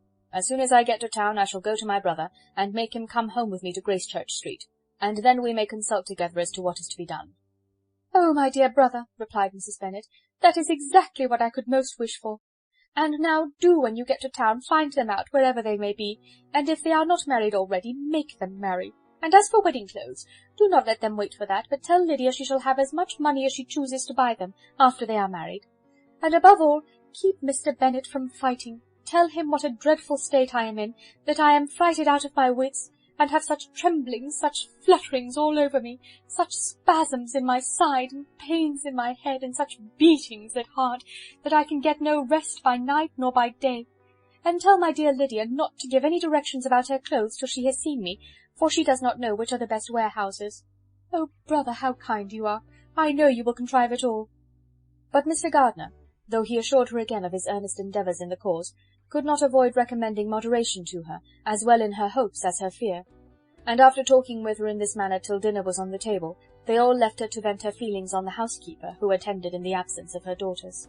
Though her brother and sister were persuaded that there was no real occasion for such a seclusion from the family, they did not attempt to oppose it, for they knew that she had not prudence enough to hold her tongue before the servants while they waited at table, and judged it better that one only of the household, and the one whom they could most trust, should comprehend all her fears and solicitude on the subject. In the dining-room they were soon joined by Mary and Kitty, who had been too busily engaged in their separate apartments to make their appearance before. One came from her books, and the other from her toilette. The faces of both, however, were tolerably calm, and no change was visible in either, except that the loss of her favourite sister, or the anger which she had herself incurred in this business, had given more of fretfulness than usual to the accents of Kitty.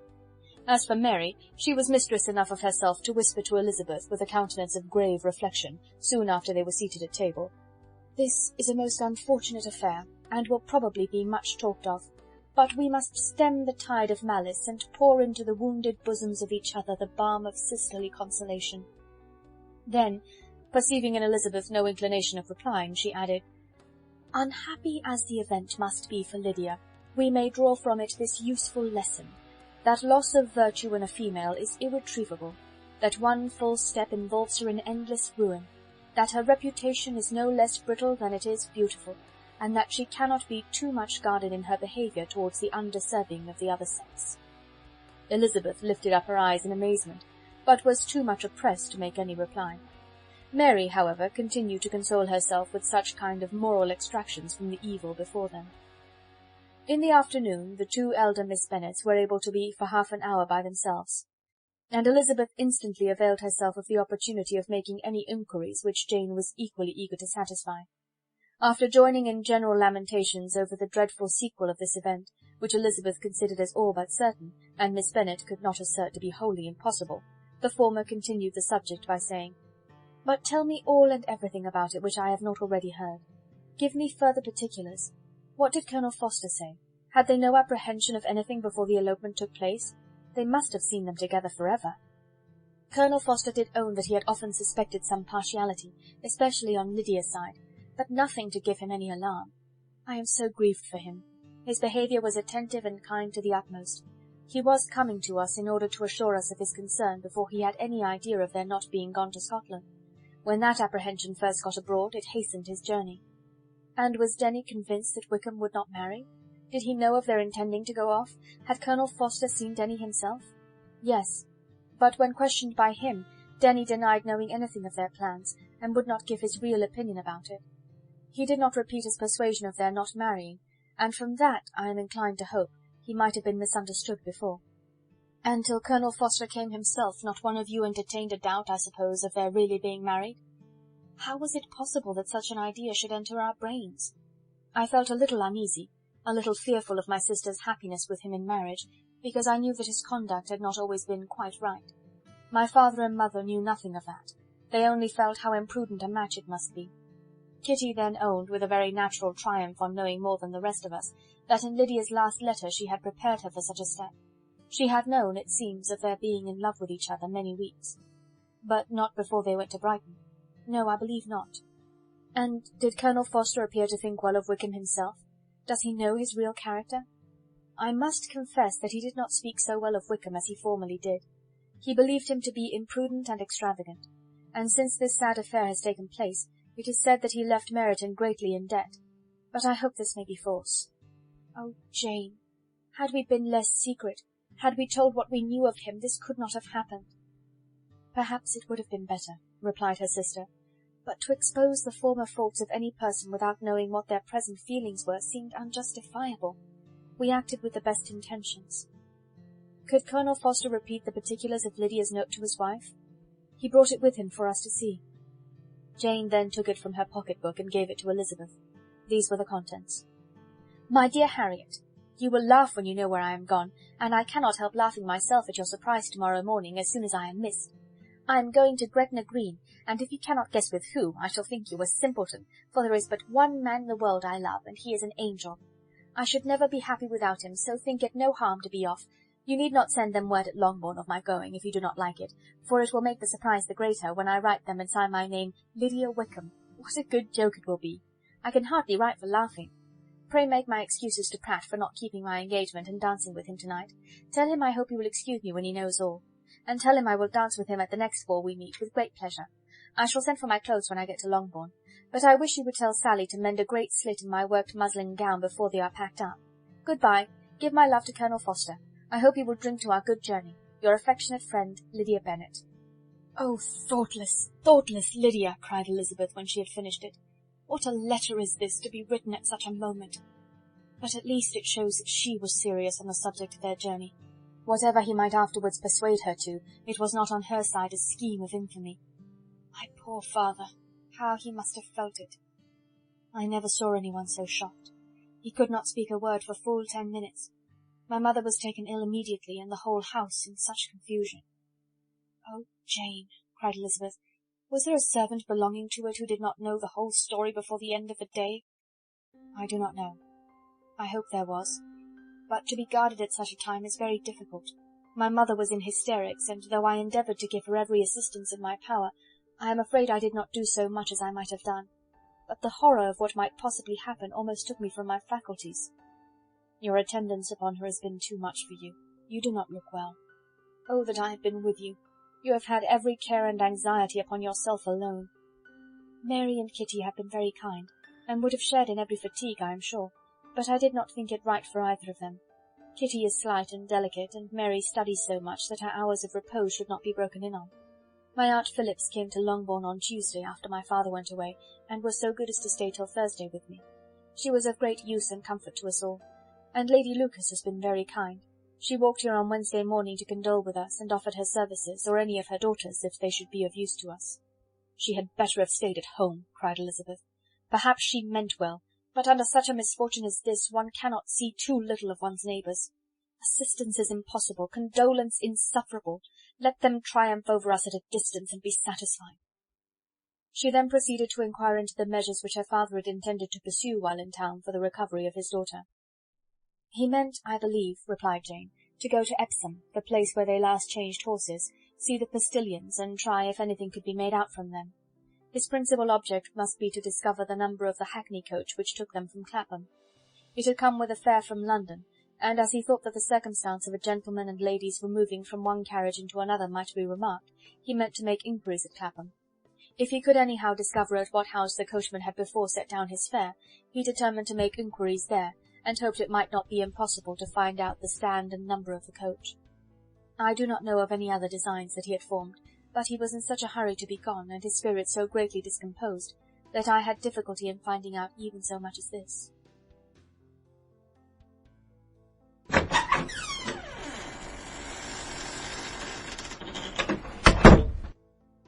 Chapter 48.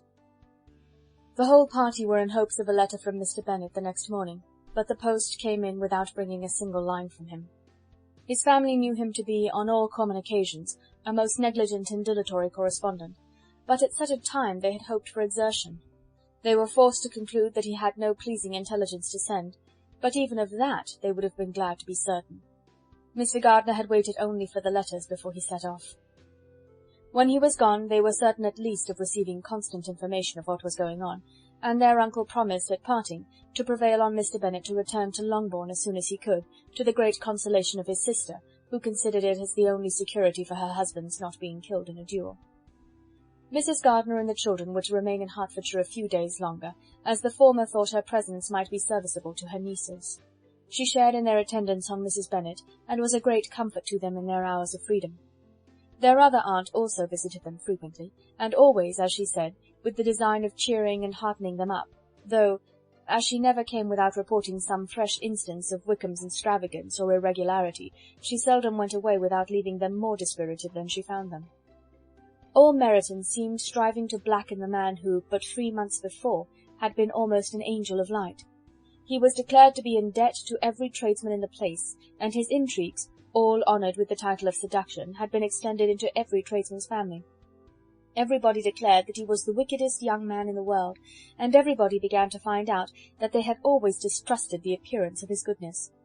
Elizabeth, though she did not credit above half of what was said, believed enough to make her former assurance of her sister's ruin more certain, and even Jane, who believed still less of it, became almost hopeless, more especially as the time was now come when, if they had gone to Scotland, which she had never before entirely despaired of, they must in all probability have gained some news of them. Mr. Gardiner left Longbourn on Sunday. On Tuesday his wife received a letter from him. It told them that, on his arrival, he had immediately found out his brother, and persuaded him to come to Gracechurch Street; that Mr. Bennet had been to Epsom and Clapham before his arrival, but without gaining any satisfactory information, and that he was now determined to inquire at all the principal hotels in town, as Mr. Bennet thought it possible they might have gone to one of them on their first coming to London, before they procured lodgings. Mr. Gardiner himself did not expect any success from this measure, but as his brother was eager in it, he meant to assist him in pursuing it. He added that Mr. Bennet seemed wholly disinclined at present to leave London, and promised to write again very soon. There was also a postscript to this effect: "I have written to Colonel Forster to desire him to find out, if possible, from some of the young man's intimates in the regiment, whether Wickham has any relations or connections who would be likely to know in what part of town he has now concealed himself. If there were any one that one could apply to with a probability of gaining such a clue as that, it might be of essential consequence. At present we have nothing to guide us. Colonel Forster will, I dare say, do everything in his power to satisfy us on this head. But on second thoughts, perhaps Lizzie could tell us what relations he has now living better than any other person." Elizabeth was at no loss to understand from whence this deference to her authority proceeded, but it was not in her power to give any information of so satisfactory a nature as the compliment deserved. She had never heard of his having had any relations except a father and mother, both of whom had been dead many years. It was possible, however, that some of his companions in the shire might be able to give more information, and though she was not very sanguine in expecting it, the application was a something to look forward to. Every day at Longbourn was now a day of anxiety, but the most anxious part of each was when the post was expected. The arrival of letters was the grand object of every morning's impatience. Through letters, whatever of good or bad was to be told would be communicated, and every succeeding day was expected to bring some news of importance. But before they heard again from Mr. Gardiner, a letter arrived for their father from a different quarter, from Mr. Collins, which, as Jane had received directions to open all that came for him in his absence, she accordingly read, and Elizabeth, who knew what curiosities his letters always were, looked over her and read it likewise. It was as follows: "My dear Sir, I feel myself called upon, by our relationship and my situation in life, to condole with you on the grievous affliction you are now suffering under, of which we were yesterday informed by a letter from Hertfordshire. Be assured, my dear sir, that Mrs. Collins and myself sincerely sympathize with you and all your respectable family in your present distress, which must be of the bitterest kind, because proceeding from a cause which no time can remove.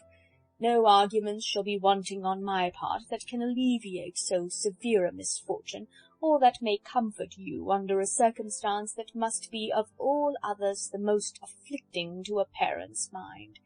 The death of your daughter would have been a blessing in comparison to this, and it is the more to be lamented, because there is reason to suppose, as my dear Charlotte informs me, that this licentiousness of behaviour in your daughter has proceeded from a faulty degree of indulgence, though at the same time, for the consolation of yourself and Mrs. Bennet, I am inclined to think that her own disposition must be naturally bad, or she could not be guilty of such an enormity at so early an age.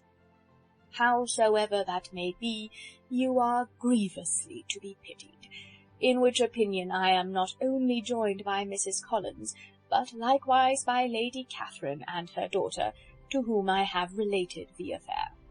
They agree with me in apprehending that this false step in one daughter will be injurious to the fortunes of all the others, for who, as Lady Catherine herself condescendingly says, will connect themselves with such a family? And this consideration leads me moreover to reflect, with augmented satisfaction, on a certain event of last November, for had it been otherwise, I must have been involved in all your sorrow and disgrace. Let me then advise you, dear sir, to console yourself as much as possible, to throw off your unworthy child from your affection for ever, and leave her to reap the fruits of her own heinous offence. I am, dear sir, etc., etc.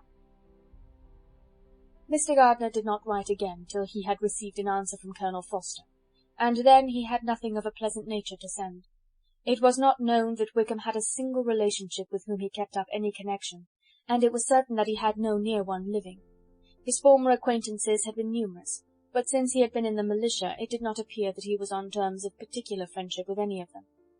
There was no one, therefore, who could be pointed out as likely to give any news of him, and in the wretched state of his own finances there was a very powerful motive for secrecy, in addition to his fear of discovery by Lydia's relations, for it had just transpired that he had left gaming debts behind him to a very considerable amount.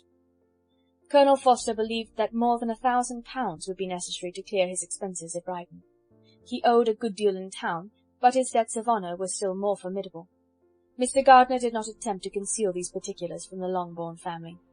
Jane heard them with horror. "A gamester!" she cried. "This is wholly unexpected. I had not an idea of it." Mr. Gardiner added in his letter that they might expect to see their father at home on the following day, which was Saturday. Rendered spiritless by the ill success of all their endeavours, he had yielded to his brother-in-law's entreaty that he would return to his family, and leave it to him to do whatever occasion might suggest to be advisable for continuing their pursuit. When Mrs. Bennet was told of this, she did not express so much satisfaction as her children expected, considering what her anxiety for his life had been before. "What! Is he coming home, and without poor Lydia?" she cried. "Sure he will not leave London before he has found them. Who is to fight Wickham and make him marry her if he comes away?" As Mrs. Gardiner began to wish to be at home, it was settled that she and the children should go to London at the same time that Mr. Bennet came from it. The coach, therefore, took them the first stage of their journey, and brought its master back to Longbourn. Mrs. Gardiner went away in all the perplexity about Elizabeth and her Derbyshire friend that had attended her from that part of the world. His name had never been voluntarily mentioned before them by her niece, and the kind of half-expectation which Mrs. Gardiner had formed of their being followed by a letter from him had ended in nothing. Elizabeth had received none since her return that could come from Pemberley. The present unhappy state of the family rendered any other excuse for the lowness of her spirits unnecessary. Nothing, therefore, could be fairly conjectured from that, though Elizabeth, who was by this time tolerably well acquainted with her own feelings, was perfectly aware that, had she known nothing of Darcy, she would have borne the dread of Lydia's infamy somewhat better. It would have spared her, she thought, one sleepless night out of 2. When Mr. Bennet arrived, he had all the appearance of his usual philosophic composure. He said as little as he had ever been in the habit of saying, made no mention of the business that had taken him away, and it was some time before his daughters had courage to speak of it. It was not till the afternoon, when he had joined them at tea, that Elizabeth ventured to introduce the subject, and then, on her briefly expressing her sorrow for what he must have endured, he replied, "Say nothing of that. Who should suffer but myself? It has been my own doing, and I ought to feel it." "You must not be too severe upon yourself," replied Elizabeth. "You may well warn me against such an evil. Human nature is so prone to fall into it. No, Lizzie, let me once in my life feel how much I have been to blame. I am not afraid of being overpowered by the impression. It will pass away soon enough." "Do you suppose them to be in London?" "Yes. Where else can they be so well concealed?" "And Lydia used to want to go to London," added Kitty. "She is happy then," said her father dryly, "and her residence there will probably be of some duration." Then, after a short silence, he continued, "Lizzie, I bear you no ill will for being justified in your advice to me last May, which, considering the event, shows some greatness of mind." They were interrupted by Miss Bennet, who came to fetch her mother's tea. "This is a parade," he cried, "which does one good. It gives such an elegance to misfortune. Another day I will do the same. I will sit in my library, in my nightcap and powdering gown, and give as much trouble as I can. Or perhaps I may defer it till Kitty runs away." "I am not going to run away, papa," said Kitty fretfully. "If I should ever go to Brighton, I would behave better than Lydia." "You go to Brighton? I would not trust you so near it as Eastbourne for £50. No, Kitty, I have at last learnt to be cautious, and you will feel the effects of it. No officer is ever to enter into my house again, nor even to pass through the village. Balls will be absolutely prohibited unless you stand up with one of your sisters, and you are never to stir out of doors till you can prove that you have spent 10 minutes of every day in a rational manner." Kitty, who took all these threats in a serious light, began to cry. "Well, well," said he, "do not make yourself unhappy. If you are a good girl for the next 10 years, I will take you to a review at the end of them."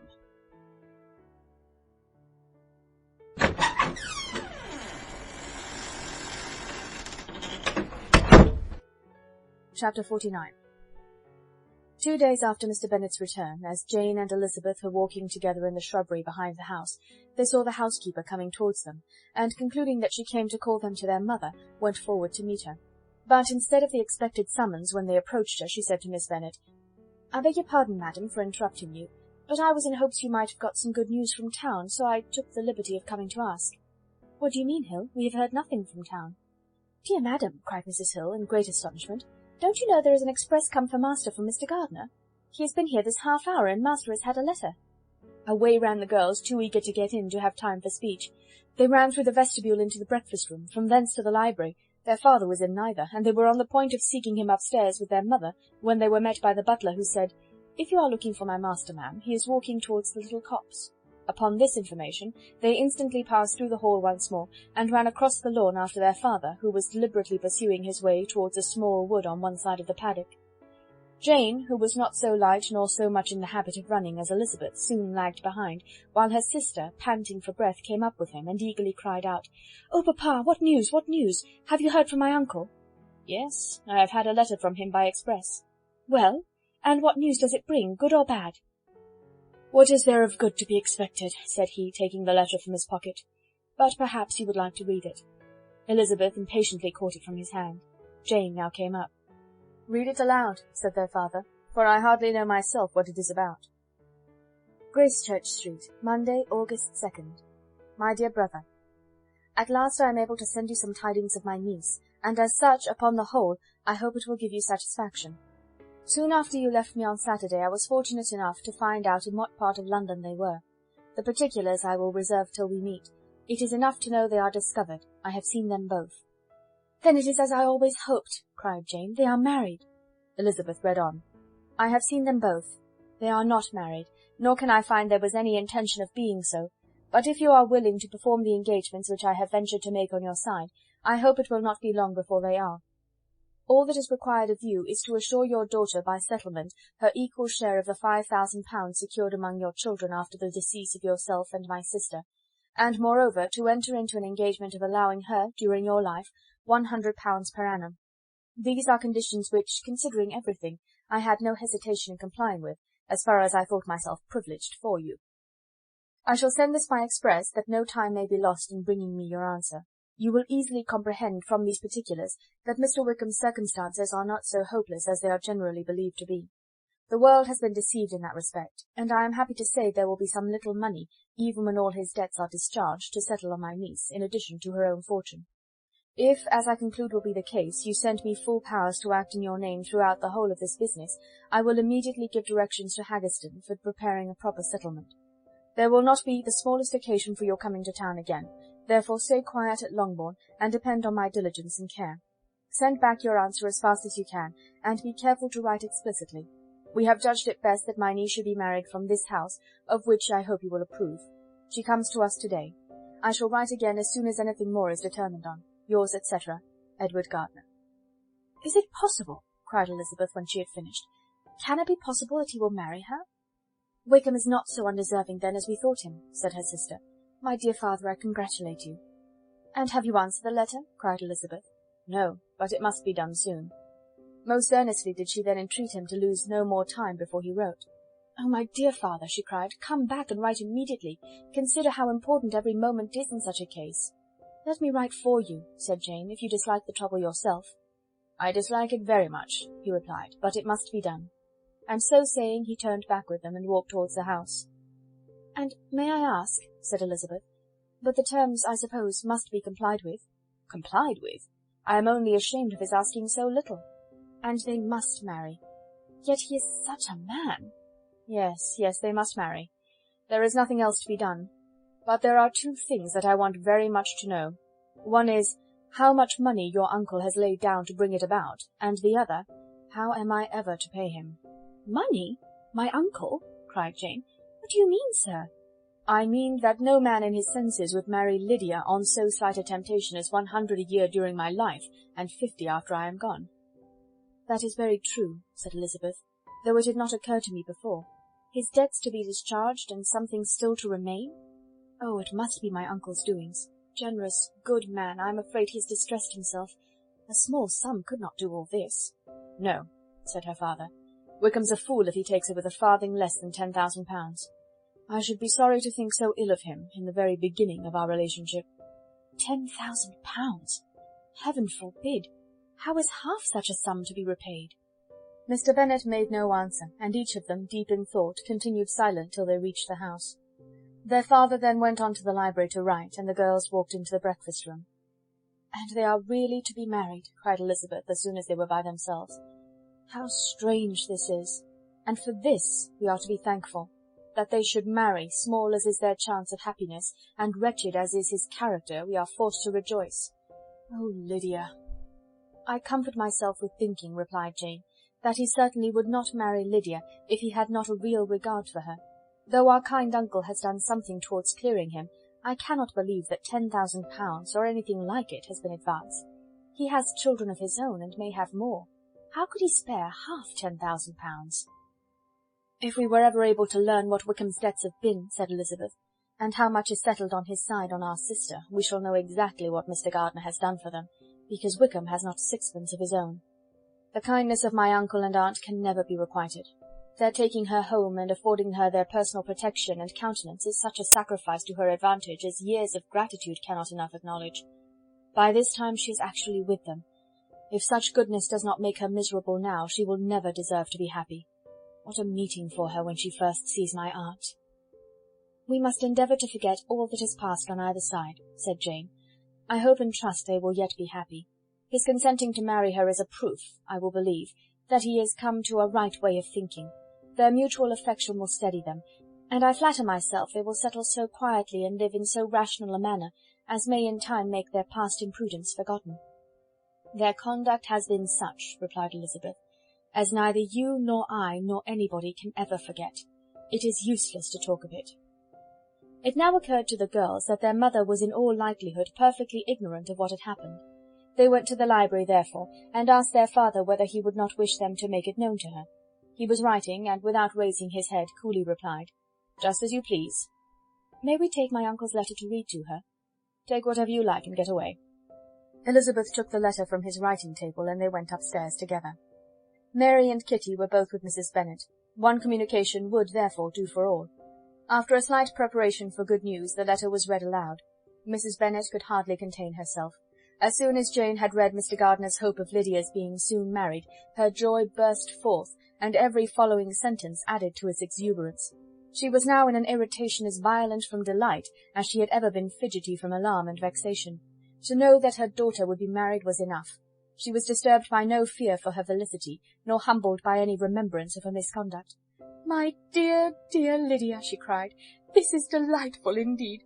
She will be married. I shall see her again. She will be married at 16. My good, kind brother, I knew how it would be. I knew he would manage everything. How I long to see her, and to see dear Wickham too. But the clothes, the wedding clothes! I will write to my sister Gardiner about them directly. Lizzie, my dear, run down to your father and ask him how much he will give her. Stay, I will go myself. Ring the bell, Kitty, for Hill. I will put on my things in a moment. My dear, dear Lydia, how merry we shall be together when we meet." Her eldest daughter endeavoured to give some relief to the violence of these transports by leading her thoughts to the obligations which Mr. Gardiner's behaviour had laid them all under. "For we must attribute this happy conclusion," she added, "in a great measure to his kindness. We are persuaded that he has pledged himself to assist Mr. Wickham with money." "Well," cried her mother, "it is all very right. Who should do it but her own uncle? If he had not had a family of his own, I and my children must have had all his money, you know, and it is the first time we have ever had anything from him, except a few presents. Well, I am so happy. In such a short time I shall have a daughter married. Mrs. Wickham! How well it sounds! And she was only 16 last June. My dear Jane, I am in such a flutter that I am sure I can't write, so I will dictate and you write for me. We will settle with your father about the money afterwards, but the things should be ordered immediately." She was then proceeding to all the particulars of calico, muslin, and cambric, and would shortly have dictated some very plentiful orders, had not Jane, though with some difficulty, persuaded her to wait till her father was at leisure to be consulted. One day's delay, she observed, would be of small importance, and her mother was too happy to be quite so obstinate as usual. Other schemes, too, came into her head. "I will go to Meryton," said she, "as soon as I'm dressed, and tell the good news to my sister Phillips, and as I come back I can call on Lady Lucas and Mrs. Long. Kitty, run down and order the carriage. An airing would do me a great deal of good, I am sure. Girls, can I do anything for you in Meryton? Oh, here comes Hill. My dear Hill, have you heard the good news? Miss Lydia is going to be married, and you shall all have a bowl of punch to make merry at her wedding."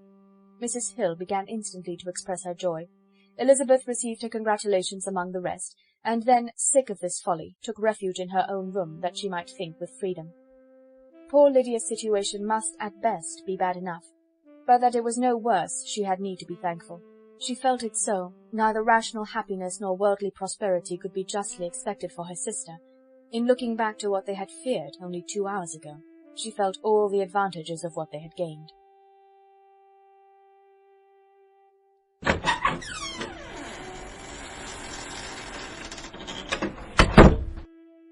Chapter 50. Mr. Bennet had very often wished before this period of his life that, instead of spending his whole income, he had laid by an annual sum for the better provision of his children and of his wife if she survived him. He now wished it more than ever. Had he done his duty in that respect, Lydia need not have been indebted to her uncle for whatever of honour or credit could now be purchased for her. The satisfaction of prevailing on one of the most worthless young men in Great Britain to be her husband might then have rested in its proper place. He was seriously concerned that a cause of so little advantage to anyone should be forwarded at the sole expense of his brother-in-law, and he was determined, if possible, to find out the extent of his assistance and to discharge the obligation as soon as he could. When first Mr. Bennet had married, economy was held to be perfectly useless, for of course they were to have a son. The son was to join in cutting off the entail as soon as he should be of age, and the widow and younger children would by that means be provided for. 5 daughters successively entered the world, but yet the son was to come, and Mrs. Bennet, for many years after Lydia's birth, had been certain that he would. This event had at last been despaired of, but it was then too late to be saving. Mrs. Bennet had no turn for economy, and her husband's love of independence had alone prevented their exceeding their income. £5,000 was settled by marriage articles on Mrs. Bennet and the children, but in what proportions it should be divided amongst the latter depended on the will of the parents. This was one point, with regard to Lydia at least, which was now to be settled, and Mr. Bennet could have no hesitation in acceding to the proposal before him. In terms of grateful acknowledgment for the kindness of his brother, though expressed most concisely, he then delivered on paper his perfect approbation of all that was done, and his willingness to fulfil the engagements that had been made for him. He had never before supposed that, could Wickham be prevailed on to marry his daughter, it would be done with so little inconvenience to himself as by the present arrangement. He would scarcely be £10 a year the loser by the 100 that was to be paid them, for, what with her board and pocket allowance, and the continual presents in money which passed to her through her mother's hands, Lydia's expenses had been very little within that sum. That it would be done with such trifling exertion on his side, too, was another very welcome surprise, for his wish at present was to have as little trouble in the business as possible. When the first transports of rage which had produced his activity in seeking her were over, he naturally returned to all his former indolence. His letter was soon dispatched, for, though dilatory in undertaking business, he was quick in its execution. He begged to know further particulars of what he was indebted to his brother, but was too angry with Lydia to send any message to her. The good news spread quickly through the house, and with proportionate speed through the neighbourhood. It was borne in the latter with decent philosophy. To be sure, it would have been more for the advantage of conversation had Miss Lydia Bennet come upon the town, or as the happiest alternative been secluded from the world in some distant farmhouse. But there was much to be talked of in marrying her, and the good-natured wishes for her well-doing which had proceeded before from all the spiteful old ladies in Meryton lost but a little of their spirit in this change of circumstances, because with such a husband her misery was considered certain. It was a fortnight since Mrs. Bennet had been downstairs, but on this happy day she again took her seat at the head of her table, and in spirits oppressively high. No sentiment of shame gave a damp to her triumph. The marriage of a daughter, which had been the first object of her wishes since Jane was 16, was now on the point of accomplishment, and her thoughts and her words ran wholly on those attendants of elegant nuptials, fine muslins, new carriages, and servants. She was busily searching through the neighbourhood for a proper situation for her daughter, and, without knowing or considering what their income might be, rejected many as deficient in size and importance. "Hay Park might do," said she, "if the Goldings could quit it, or the great house at Stoke, if the drawing-room were larger. But Ashworth is too far off. I could not bear to have her 10 miles from me, and as for Pulvis Lodge, the attics are dreadful." Her husband allowed her to talk on without interruption while the servants remained. But when they had withdrawn, he said to her, "Mrs. Bennet, before you take any or all of these houses for your son and daughter, let us come to a right understanding. Into one house in this neighbourhood they shall never have admittance. I will not encourage the impudence of either by receiving them at Longbourn." A long dispute followed this declaration, but Mr. Bennet was firm. It soon led to another, and Mrs. Bennet found with amazement and horror that her husband would not advance a guinea to buy clothes for his daughter. He protested that she should receive from him no mark of affection whatever on the occasion. Mrs. Bennet could hardly comprehend it. That his anger could be carried to such a point of inconceivable resentment as to refuse his daughter a privilege without which her marriage would scarcely seem valid, exceeded all she could believe possible. She was more alive to the disgrace which her want of new clothes must reflect on her daughter's nuptials than to any sense of shame at her eloping and living with Wickham a fortnight before they took place. Elizabeth was now most heartily sorry that she had, from the distress of the moment, been led to make Mr. Darcy acquainted with their fears for her sister, for since her marriage would so shortly give the proper termination to the elopement, they might hope to conceal its unfavourable beginning from all those who were not immediately on the spot. She had no fear of its spreading farther through his means.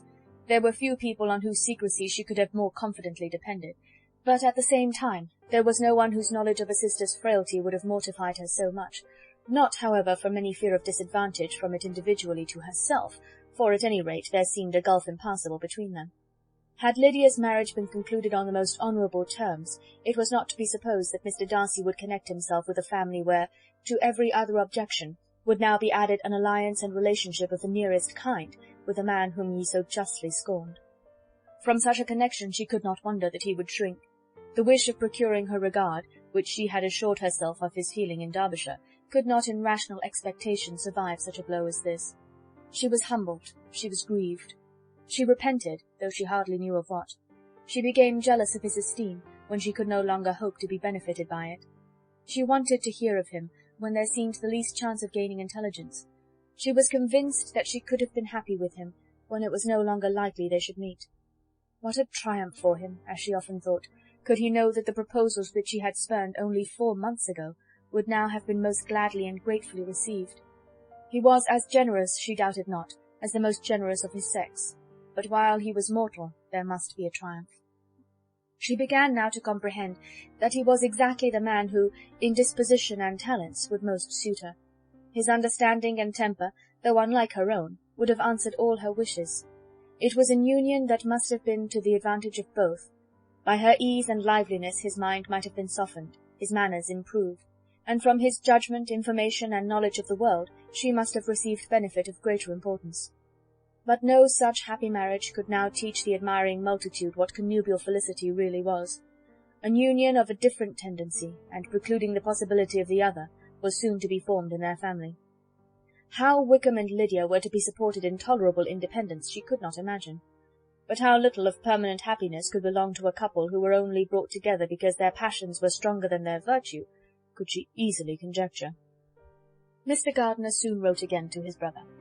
To Mr. Bennet's acknowledgment he briefly replied, with assurance of his eagerness to promote the welfare of any of his family, and concluded with entreaties that the subject might never be mentioned to him again.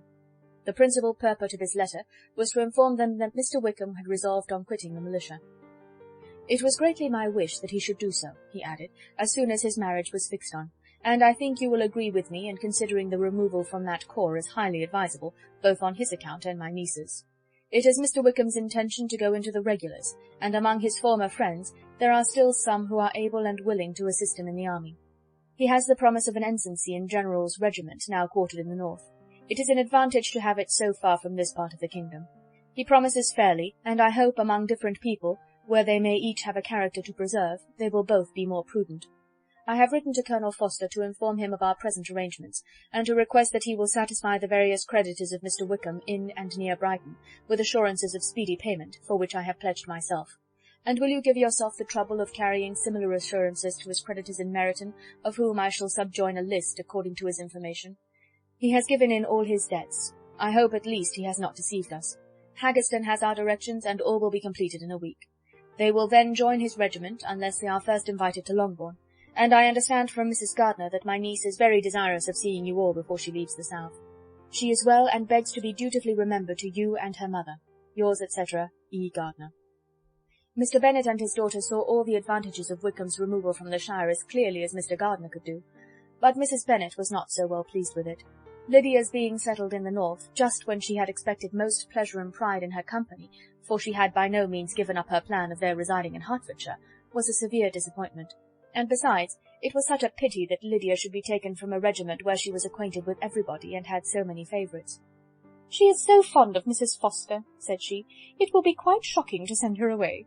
And there are several of the young men, too, that she likes very much. The officers may not be so pleasant in the General's regiment."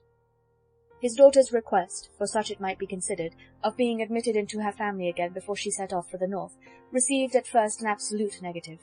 But Jane and Elizabeth, who agreed in wishing, for the sake of their sister's feelings and consequence, that she should be noticed on her marriage by her parents, urged him so earnestly, yet so rationally and so mildly to receive her and her husband at Longbourn as soon as they were married, that he was prevailed on to think as they thought, and act as they wished. And their mother had the satisfaction of knowing that she would be able to show her married daughter in the neighbourhood before she was banished to the north. When Mr. Bennet wrote again to his brother, therefore, he sent his permission for them to come, and it was settled that as soon as the ceremony was over, they should proceed to Longbourn. Elizabeth was surprised, however, that Wickham should consent to such a scheme, and had she consulted only her own inclination, any meeting with him would have been the last object of her wishes.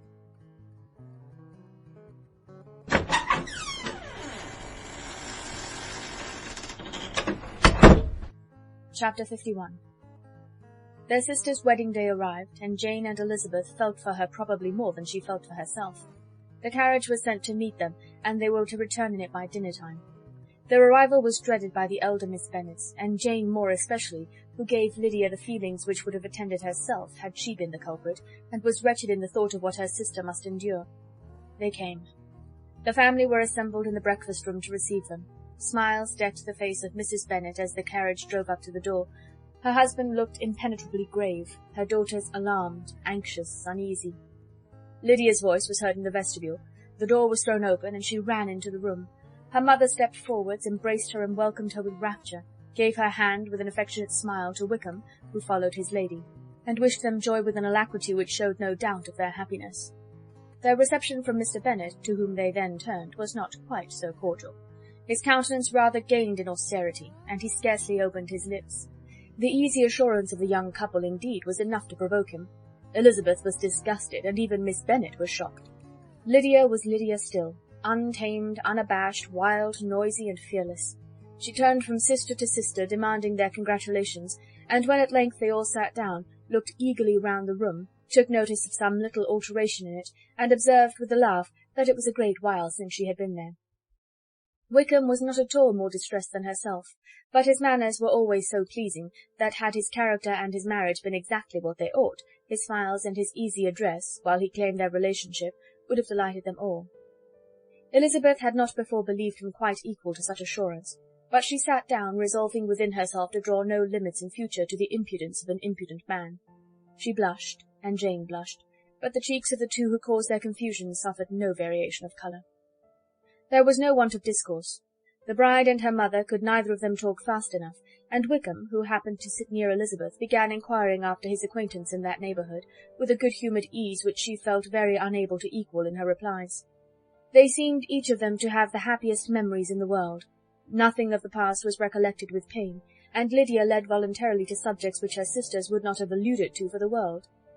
"Only think of its being 3 months," she cried, "since I went away. It seems but a fortnight, I declare. And yet there have been things enough happened in the time. Good gracious! When I went away I am sure I had no more idea of being married till I came back again, though I thought it would be very good fun if I was." Her father lifted up his eyes. Jane was distressed. Elizabeth looked expressively at Lydia, but she, who never heard nor saw anything of which she chose to be insensible, gaily continued, "Oh, mamma, do the people hereabouts know I am married to-day? I was afraid they might not, and we overtook William Golding in his curricle, so I was determined he should know it, and so I let down the side-glass next to him, and took off my glove and let my hand just rest upon the window-frame so that he might see the ring, and then I bowed and smiled like anything." Elizabeth could bear it no longer. She got up and ran out of the room, and returned no more till she heard them passing through the hall to the dining-parlour. She then joined them soon enough to see Lydia, with anxious parade, walk up to her mother's right hand, and hear her say to her eldest sister, "Ah, Jane, I take your place now, and you must go lower, because I am a married woman." It was not to be supposed that time would give Lydia that embarrassment from which she had been so wholly free at first. Her ease and good spirits increased.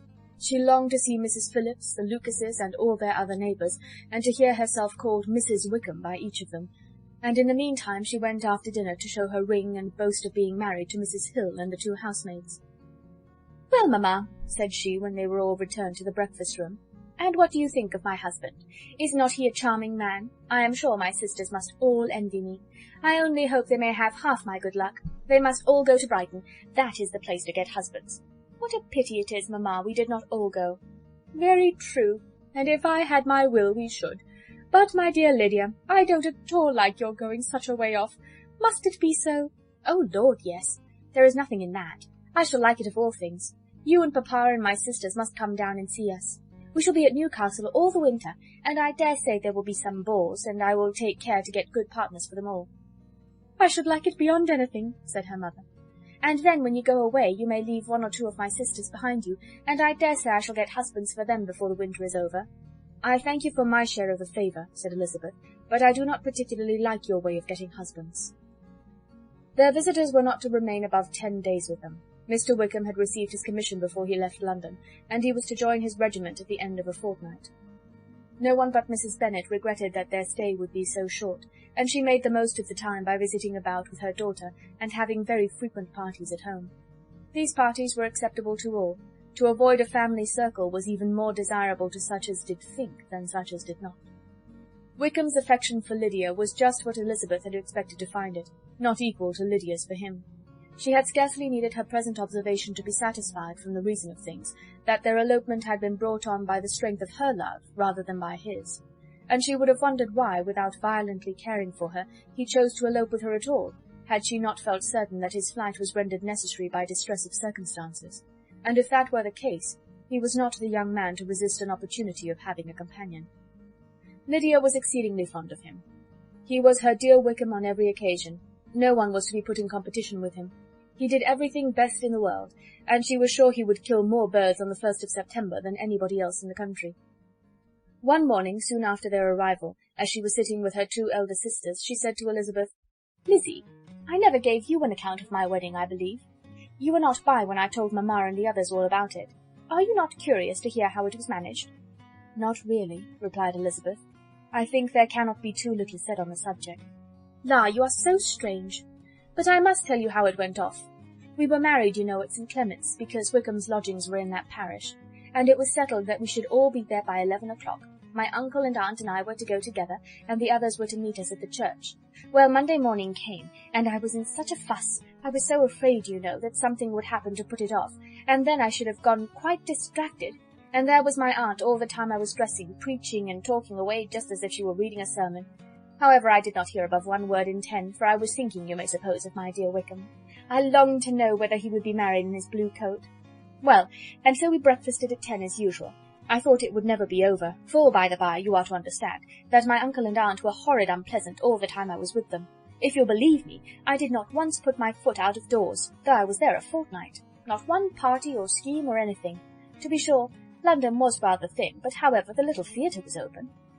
Well, and so just as the carriage came to the door, my uncle was called away upon business to that horrid man, Mr. Stone.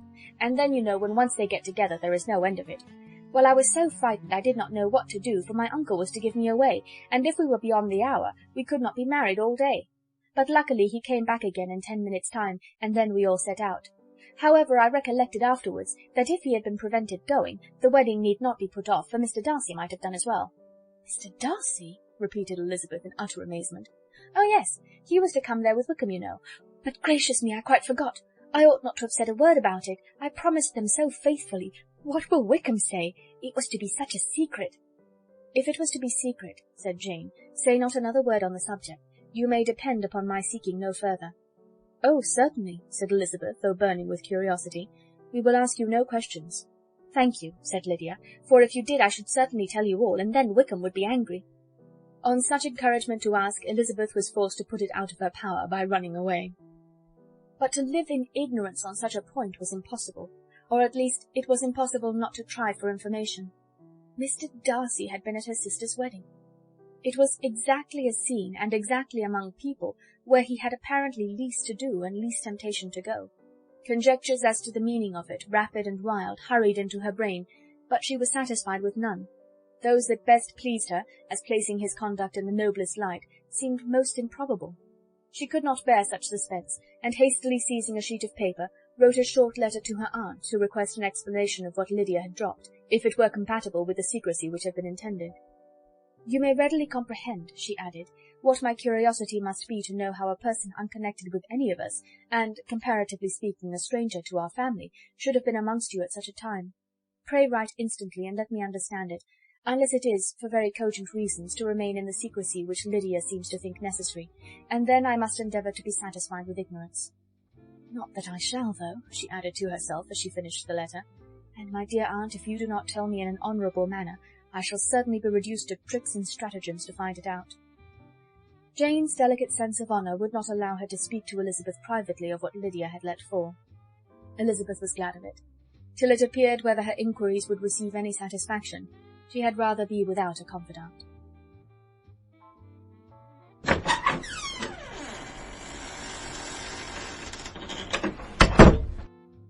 Chapter 52. Elizabeth had the satisfaction of receiving an answer to her letter as soon as she possibly could. She was no sooner in possession of it than, hurrying into the little copse where she was least likely to be interrupted, she sat down on one of the benches and prepared to be happy, for the length of the letter convinced her that it did not contain a denial. Gracechurch Street, September 6th. My dear niece, I have just received your letter, and shall devote this whole morning to answering it, as I foresee that a little writing will not comprise what I have to tell you. I must confess myself surprised by your application. I did not expect it from you. Don't think me angry, however, for I only mean to let you know that I had not imagined such inquiries to be necessary on your side. If you do not choose to understand me, forgive my impertinence. Your uncle is as much surprised as I am, and nothing but the belief of your being a party concerned would have allowed him to act as he has done. But if you are really innocent and ignorant, I must be more explicit. On the very day of my coming home from Longbourn, your uncle had a most unexpected visitor. Mr. Darcy called, and was shut up with him several hours. It was all over before I arrived, so my curiosity was not so dreadfully racked as yours seems to have been. He came to tell Mr. Gardiner that he had found out where your sister and Mr. Wickham were, and that he had seen and talked with them both, Wickham repeatedly, Lydia once. From what I can collect, he left Derbyshire only one day after ourselves, and came to town with the resolution of hunting for them. The motive professed was his conviction of its being owing to himself that Wickham's worthlessness had not been so well known as to make it impossible for any young woman of character to love or confide in him. He generously imputed the whole of his mistaken pride, and confessed that he had before thought it beneath him to lay his private actions open to the world. His character was to speak for itself. He called it therefore his duty to step forward and endeavour to remedy an evil which had been brought on by himself. If he had another motive, I am sure it would never disgrace him. He had been some days in town before he was able to discover them, but he had something to direct his search, which was more than we had, and the consciousness of this was another reason for his resolving to follow us.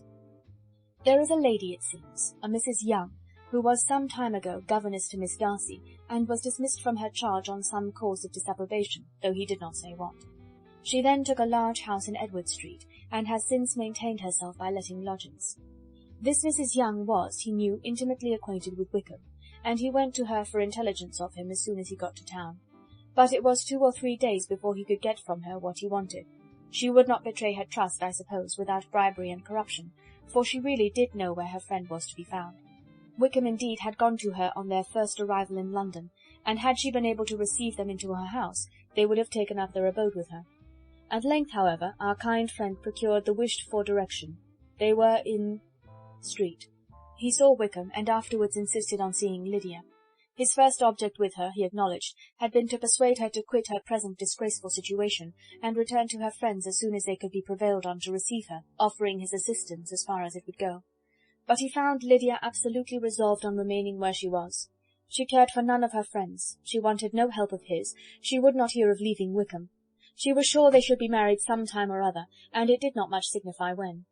Since such were her feelings, it only remained, he thought, to secure and expedite a marriage which, in his very first conversation with Wickham, he easily learnt had never been his design. He confessed himself obliged to leave the regiment on account of some debts of honour, which were very pressing, and scrupled not to lay all the ill consequences of Lydia's flight on her own folly alone. He meant to resign his commission immediately, and as to his future situation, he could conjecture very little about it. He must go somewhere, but he did not know where, and he knew he should have nothing to live on. Mr. Darcy asked him why he had not married your sister at once. Though Mr. Bennet was not imagined to be very rich, he would have been able to do something for him, and his situation must have benefited by marriage. But he found, in reply to this question, that Wickham still cherished the hope of more effectually making his fortune by marriage in some other country. Under such circumstances, however, he was not likely to be proof against the temptation of immediate relief. They met several times, for there was much to be discussed. Wickham, of course, wanted more than he could get, but at length was reduced to be reasonable. Everything being settled between them, Mr. Darcy's next step was to make your uncle acquainted with it, and he first called in Gracechurch Street the evening before I came home. But Mr. Gardiner could not be seen, and Mr. Darcy found, on further inquiry, that your father was still with him, but would quit town the next morning. He did not judge your father to be a person whom he could so properly consult as your uncle, and therefore readily postponed seeing him till after the departure of the former. He did not leave his name, and till the next day it was only known that a gentleman had called on business. On Saturday he came again. Your father was gone, your uncle at home, and, as I said before, they had a great deal of talk together. They met again on Sunday, and then I saw him too. It was not all settled before Monday. As soon as it was, the express was sent off to Longbourn, but our visitor was very obstinate. I fancy, Lizzie, that obstinacy is the real defect of his character after all. He has been accused of many faults at different times, but this is the true one. Nothing was to be done that he did not do himself, though I am sure, and I do not speak it to be thanked, therefore say nothing about it, your uncle would most readily have settled the whole. They battled it together for a long time, which was more than either the gentleman or lady concerned in it deserved, but at last your uncle was forced to yield, and instead of being allowed to be of use to his niece, was forced to put up with only having the probable credit of it, which went sorely against the grain. And I really believe your letter this morning gave him great pleasure, because it required an explanation that would rob him of his borrowed feathers, and give the praise where it was due. But, Lizzie, this must go no farther than yourself, or Jane at most. You know pretty well, I suppose, what has been done for the young people. His debts are to be paid, amounting, I believe, to considerably more than £1,000, another 1,000 in addition to her own settled upon her, and his commission purchased. The reason why all this was to be done by him alone was such as I have given above. It was owing to him, to his reserve and want of proper consideration, that Wickham's character had been so misunderstood, and consequently that he had been received and noticed as he was. Perhaps there was some truth in this, though I doubt whether his reserve or anybody's reserve can be answerable for the event. But in spite of all this fine talking, my dear Lizzie, you may rest perfectly assured that your uncle would never have yielded if we had not given him credit for another interest in the affair. When all this was resolved on, he returned again to his friends, who were still staying at Pemberley, but it was agreed that he should be in London once more when the wedding took place, and all money matters were then to receive the last finish. I believe I have now told you everything. It is a relation which you tell me is to give you great surprise. I hope at least it will not afford you any displeasure. Lydia came to us, and Wickham had constant admission to the house. He was exactly what he had been when I knew him in Hertfordshire, but I would not tell you how little I was satisfied with her behaviour while she stayed with us, if I had not perceived by Jane's letter last Wednesday that her conduct on coming home was exactly of a piece with it, and therefore what I now tell you can give you no fresh pain. I talked to her repeatedly in the most serious manner, representing to her all the wickedness of what she had done and all the unhappiness she had brought on her family. If she heard me it was by good luck, for I am sure she did not listen. I was sometimes quite provoked, but then I recollected my dear Elizabeth and Jane, and for their sakes had patience with her. Mr. Darcy was punctual in his return, and, as Lydia informed you, attended the wedding. He dined with us the next day, and was to leave town again on Wednesday or Thursday. Will you be very angry with me, my dear Lizzie, if I take this opportunity of saying, what I was never bold enough to say before, how much I like him. His behaviour to us has, in every respect, been as pleasing as when we were in Derbyshire. His understanding and opinions all please me. He wants nothing but a little more liveliness, and that, if he marry prudently, his wife may teach him. I thought him very sly. He hardly ever mentioned your name, but slyness seems the fashion. Pray forgive me if I have been very presuming, or at least do not punish me so far as to exclude me from P. I shall never be quite happy till I have been all round the park. A low phaeton with a nice little pair of ponies would be the very thing. But I must write no more. The children have been wanting me this half-hour. Yours very sincerely, M. Gardiner. The contents of this letter threw Elizabeth into a flutter of spirits, in which it was difficult to determine whether pleasure or pain bore the greatest share. The vague and unsettled suspicions which uncertainty had produced of what Mr. Darcy might have been doing to forward her sister's match, which she had feared to encourage as an exertion of goodness too great to be probable, and at the same time dreaded to be just from the pain of obligation, were proved beyond their greatest extent to be true. He had followed them purposely to town. He had taken on himself all the trouble and mortification attendant on such a research, in which supplication had been necessary to a woman whom he must abominate and despise, and where he was reduced to meet, frequently meet, reason with, persuade, and finally bribe, the man whom he always most wished to avoid, and whose very name it was punishment to him to pronounce. He had done all this for a girl whom he could neither regard nor esteem. Her heart did whisper that he had done it for her, but it was a hope shortly checked by other considerations, and she soon felt that even her vanity was insufficient when required to depend on his affection for her, for a woman who had already refused him, as able to overcome a sentiment so natural as abhorrence against relationship with Wickham. Brother-in-law of Wickham! Every kind of pride must revolt from the connection. He had, to be sure, done much. She was ashamed to think how much. But he had given a reason for his interference, which asked no extraordinary stretch of belief. It was reasonable that he should feel he had been wrong. He had liberality, and he had the means of exercising it, and though she would not place herself as his principal inducement, she could perhaps believe that remaining partiality for her might assist his endeavours in a cause where her peace of mind must be materially concerned. It was painful, exceedingly painful, to know that they were under obligations to a person who could never receive a return. They owed the restoration of Lydia, her character, everything, to him. Oh, how heartily did she grieve over every ungracious sensation she had ever encouraged, every saucy speech she had ever directed towards him. For herself she was humbled, but she was proud of him, proud that, in a cause of compassion and honour, he had been able to get the better of himself. She read over her aunt's commendation of him again and again. It was hardly enough, but it pleased her. She was even sensible of some pleasure, though mixed with regret, on finding how steadfastly both she and her uncle had been persuaded that affection and confidence subsisted between Mr. Darcy and herself. She was roused from her seat and her reflections by someone's approach, and before she could strike into another path, she was overtaken by Wickham. "I am afraid I interrupt your solitary ramble, my dear sister," said he as he joined her. "You certainly do," she replied with a smile, "but it does not follow that the interruption must be unwelcome." "I should be sorry indeed if it were. We were always good friends, and now we are better." "True. Are the others coming out?" "I do not know. Mrs. Bennet and Lydia are going in the carriage to Meryton."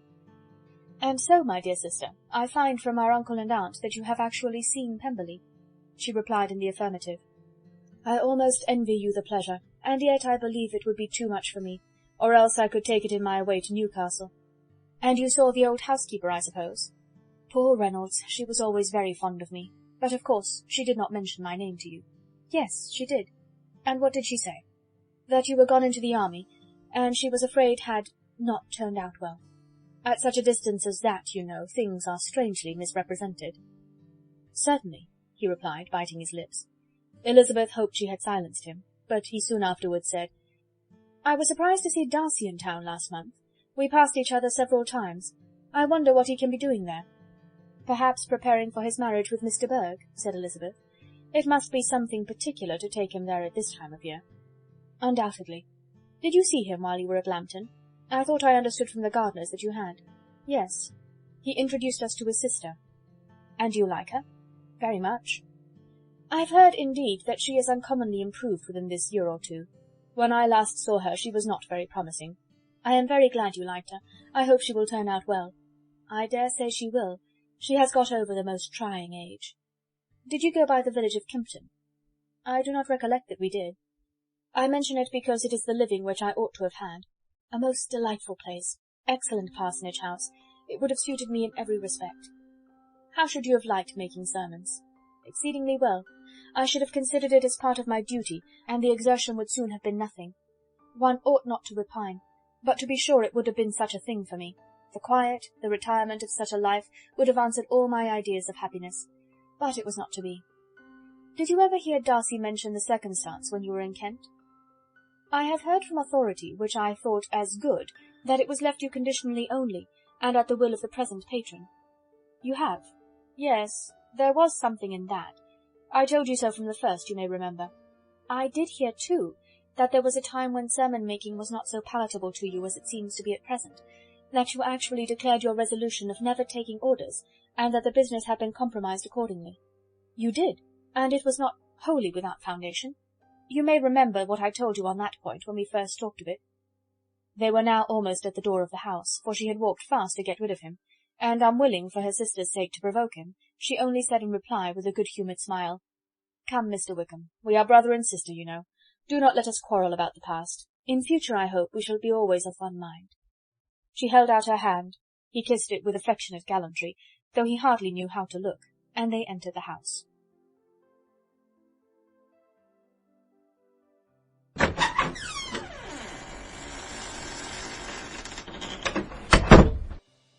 Chapter 53.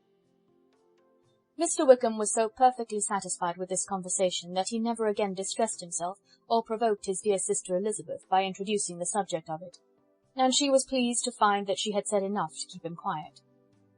The day of his and Lydia's departure soon came, and Mrs. Bennet was forced to submit to a separation which, as her husband by no means entered into her scheme of their all going to Newcastle, was likely to continue at least a 12-month. "Oh, my dear Lydia," she cried, "when shall we meet again?" "Oh, Lord, I don't know. Not these 2 or 3 years, perhaps." "Write to me very often, my dear." "As often as I can. But you know married women have never much time for writing. My sisters may write to me. They will have nothing else to do." Mr. Wickham's adieus were much more affectionate than his wife's. He smiled, looked handsome, and said many pretty things. "He is as fine a fellow," said Mr. Bennet, as soon as they were out of the house, "as ever I saw. He simpers and smirks and makes love to us all. I am prodigiously proud of him. I defy even Sir William Lucas himself to produce a more valuable son-in-law." The loss of her daughter made Mrs. Bennet very dull for several days. "I often think," said she, "that there is nothing so bad as parting with one's friends. One seems so forlorn without them." "This is the consequence, you see, madam, of marrying a daughter," said Elizabeth. "It must make you better satisfied that your other 4 are single." "It is no such thing. Lydia does not leave me because she is married, but only because our husband's regiment happens to be so far off. If that had been nearer, she would not have gone so soon." But the spiritless condition which this event threw her into was shortly relieved, and her mind opened again to the agitation of hope, by an article of news which then began to be in circulation. The housekeeper at Netherfield had received orders to prepare for the arrival of her master, who was coming down in a day or two, to shoot there for several weeks. Mrs. Bennet was quite in the fidgets. She looked at Jane and smiled and shook her head by turns. "Well, well, and so Mr. Bingley is coming down, sister," for Mrs. Phillips first brought her the news. "Well, so much the better. Not that I care about it, though. He is nothing to us, you know, and I am sure I never want to see him again. But, however, he is very welcome to come to Netherfield if he likes it, and who knows what may happen. But that is nothing to us. You know, sister, we agreed long ago never to mention a word about it. And so, is it quite certain he is coming?" "You may depend on it," replied the other, "for Mrs. Nicholls was in Meryton last night. I saw her passing by, and went out myself on purpose to know the truth of it, and she told me that it was certain true. He comes down on Thursday at the latest, very likely on Wednesday. She was going to the butcher's, she told me, on purpose to order in some meat on Wednesday, and she has got 3 couple of ducks, just fit to be killed." Miss Bennet had not been able to hear of his coming without changing colour. It was many months since she had mentioned his name to Elizabeth, but now, as soon as they were alone together, she said, "I saw you look at me to-day, Lizzie, when my aunt told us of the present report, and I know I appeared distressed, but don't imagine it was from any silly cause. I was only confused for the moment, because I felt I should be looked at. I do assure you that the news does not affect me either with pleasure or pain. I am glad of one thing, that he comes alone, because we shall see less of him. Not that I am afraid of myself, but I dread other people's remarks." Elizabeth did not know what to make of it. Had she not seen him in Derbyshire, she might have supposed him capable of coming there with no other view than what was acknowledged, but she still thought him partial to Jane, and she wavered as to the greater probability of his coming there with his friend's permission, or being bold enough to come without it. Yet it is hard, she sometimes thought, that this poor man cannot come to a house which he has legally hired without raising all this speculation. I will leave him to himself. In spite of what her sister declared, and really believed to be her feelings in the expectation of his arrival, Elizabeth could easily perceive that her spirits were affected by it.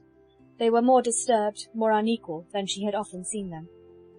The subject which had been so warmly canvassed between their parents about a 12-month ago was now brought forward again. "As soon as ever Mr. Bingley comes, my dear," said Mrs. Bennet, "you will wait on him, of course." "No, no. You forced me into visiting him last year, and promised, if I went to see him, he should marry one of my daughters. But it ended in nothing, and I will not be sent on a fool's errand again." His wife represented to him how absolutely necessary such an attention would be from all the neighbouring gentlemen on his returning to Netherfield. "'Tis an etiquette I despise," said he. "If he wants our society, let him seek it. He knows where we live. I will not spend my hours in running after my neighbours every time they go away and come back again." "Well, all I know is, that it will be abominably rude if you do not wait on him. But, however, that shan't prevent my asking him to dine here, I am determined. We must have Mrs. Long and the Goldings soon. That will make 13 with ourselves, so there will be just room at table for him." Consoled by this resolution, she was the better able to bear her husband's incivility, though it was very mortifying to know that her neighbours might all see Mr. Bingley, in consequence of it, before they did. As the day of his arrival drew near, "I begin to be sorry that he comes at all," said Jane to her sister. "It would be nothing. I could see him with perfect indifference, but I can hardly bear to hear it thus perpetually talked of. My mother means well, but she does not know, no one can know, how much I suffer from what she says. Happy shall I be when his stay at Netherfield is over." "I wish I could say anything to comfort you," replied Elizabeth, "but it is wholly out of my power. You must feel it, and the usual satisfaction of preaching patience to a sufferer is denied me, because you have always so much." Mr. Bingley arrived. Mrs. Bennet, through the assistance of servants, contrived to have the earliest tidings of it, that the period of anxiety and fretfulness on her side might be as long as it could. She counted the days that must intervene before their invitation could be sent, hopeless of seeing him before. But on the 3rd morning after his arrival in Hertfordshire, she saw him from her dressing-room window enter the paddock and ride towards the house. Her daughters were eagerly called to partake of her joy. Jane resolutely kept her place at the table, but Elizabeth, to satisfy her mother, went to the window. She looked, she saw Mr. Darcy with him, and sat down again by her sister. "There is a gentleman with him, mamma," said Kitty. "Who can it be?" "Some acquaintance or other, my dear, I suppose. I am sure I do not know." "La," replied Kitty, "it looks just like that man that used to be with him before, Mr. What's-his-name, that tall, proud man." "Good gracious, Mr. Darcy, and so it does, I vow. Well, any friend of Mr. Bingley's will always be welcome here, to be sure, but else I must say that I hate the very sight of him." Jane looked at Elizabeth with surprise and concern. She knew but little of their meeting in Derbyshire, and therefore felt for the awkwardness which must attend her sister in seeing him almost for the first time after receiving his explanatory letter. Both sisters were uncomfortable enough. Each felt for the other, and of course for themselves. And their mother talked on of her dislike of Mr. Darcy, and her resolution to be civil to him only as Mr. Bingley's friend, without being heard by either of them. But Elizabeth had sources of uneasiness which could not be suspected by Jane, to whom she had never yet had courage to show Mrs. Gardiner's letter, or to relate her own change of sentiment towards him. To Jane he could be only a man whose proposal she had refused, and whose merit she had undervalued, but to her own more extensive information he was the person to whom the whole family were indebted for the first of benefits, and whom she regarded herself with an interest, if not quite so tender, at least as reasonable and just as what Jane felt for Bingley. Her astonishment at his coming to Netherfield, to Longbourn, and voluntarily seeking her again, was almost equal to what she had known on first witnessing his altered behaviour in Derbyshire. The colour which had been driven from her face returned for half a minute with an additional glow, and a smile of delight added lustre to her eyes, as she thought for that space of time that his affection and wishes must still be unshaken. But she would not be secure. "Let me first see how he behaves," said she.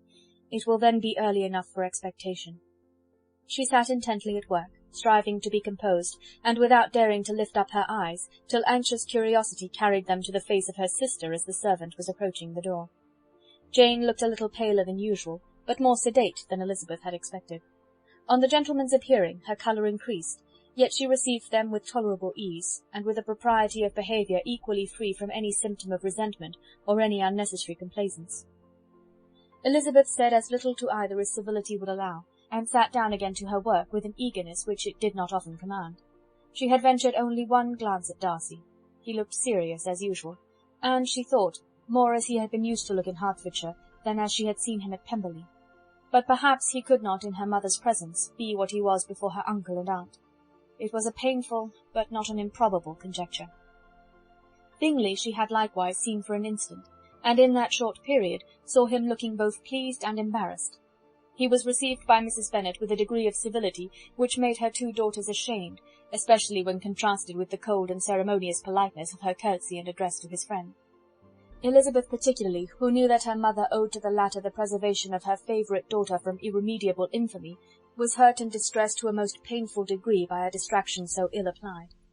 Darcy, after inquiring of her how Mr. and Mrs. Gardiner did, a question which she could not answer without confusion, said scarcely anything. He was not seated by her, perhaps that was the reason of his silence, but it had not been so in Derbyshire. There he had talked to her friends when he could not to herself. But now several minutes elapsed without bringing the sound of his voice, and when occasionally, unable to resist the impulse of curiosity, she raised her eyes to his face, she as often found him looking at Jane as at herself, and frequently on no object but the ground. More thoughtfulness and less anxiety to please than when they last met were plainly expressed. She was disappointed and angry with herself for being so. "Could I expect it to be otherwise?" said she. "Yet why did he come?" She was in no humour for conversation with any one but himself, and to him she had hardly courage to speak. She inquired after his sister, but could do no more. "It is a long time, Mr. Bingley, since you went away," said Mrs. Bennet. He readily agreed to it. "I began to be afraid you would never come back. People did say you meant to quit the place entirely at Michaelmas, but, however, I hope it is not true. A great many changes have happened in the neighbourhood since you went away.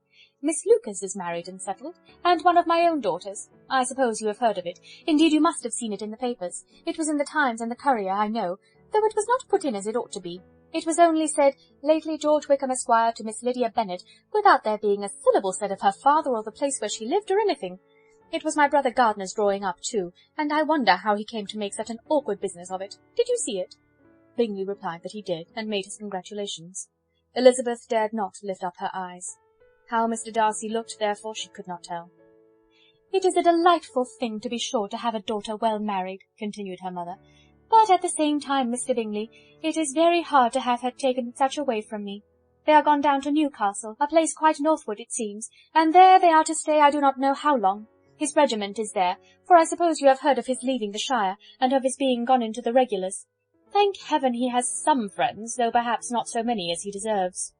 Elizabeth, who knew this to be levelled at Mr. Darcy, was in such a misery of shame that she could hardly keep her seat. It drew from her, however, the exertion of speaking, which nothing else had so effectually done before, and she asked Bingley whether he meant to make any stay in the country at present. A few weeks, he believed. "When you have killed all your own birds, Mr. Bingley," said her mother, "I beg you will come here and shoot as many as you please on Mr. Bennet's manor. I am sure he will be vastly happy to oblige you, and will save all the best of the coveys for you." Elizabeth's misery increased at such unnecessary, such officious attention. Were the same fair prospect to arise at present as had flattered them a year ago, everything, she was persuaded, would be hastening to the same vexatious conclusion. At that instant she felt that years of happiness could not make Jane or herself amends for moments of such painful confusion.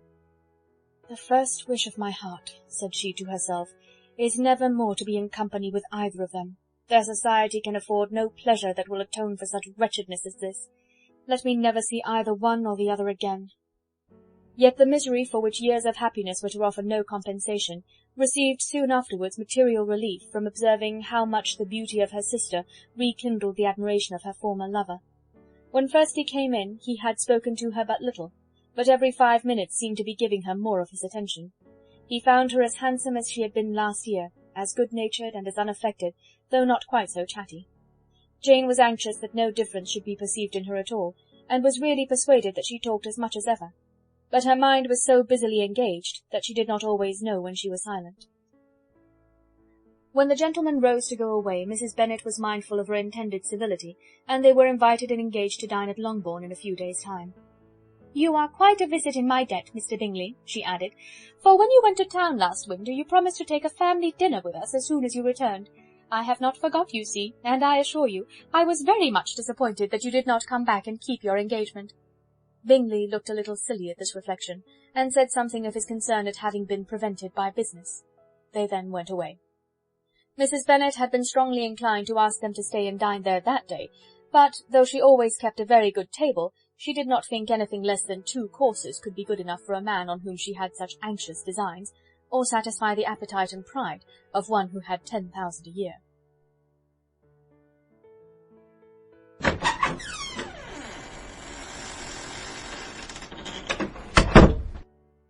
Chapter 54.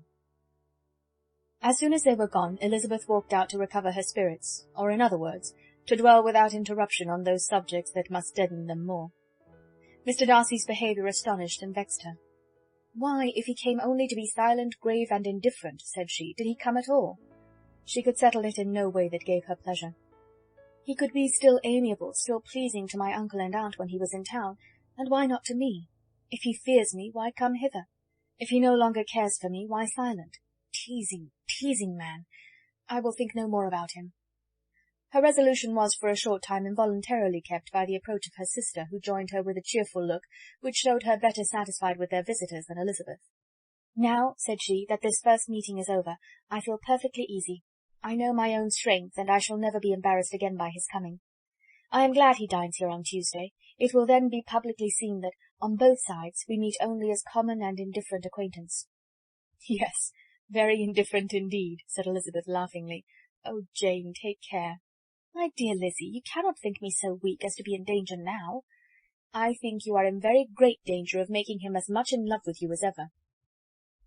They did not see the gentleman again till Tuesday, and Mrs. Bennet, in the meanwhile, was giving way to all the happy schemes which the good humour and common politeness of Bingley, in half an hour's visit, had revived. On Tuesday there was a large party assembled at Longbourn, and the 2 who were most anxiously expected, to the credit of their punctuality as sportsmen, were in very good time. When they repaired to the dining-room, Elizabeth eagerly watched to see whether Bingley would take the place which, in all their former parties, had belonged to him, by her sister. Her prudent mother, occupied by the same ideas, forbore to invite him to sit by herself. On entering the room he seemed to hesitate, but Jane happened to look round, and happened to smile. It was decided. He placed himself by her.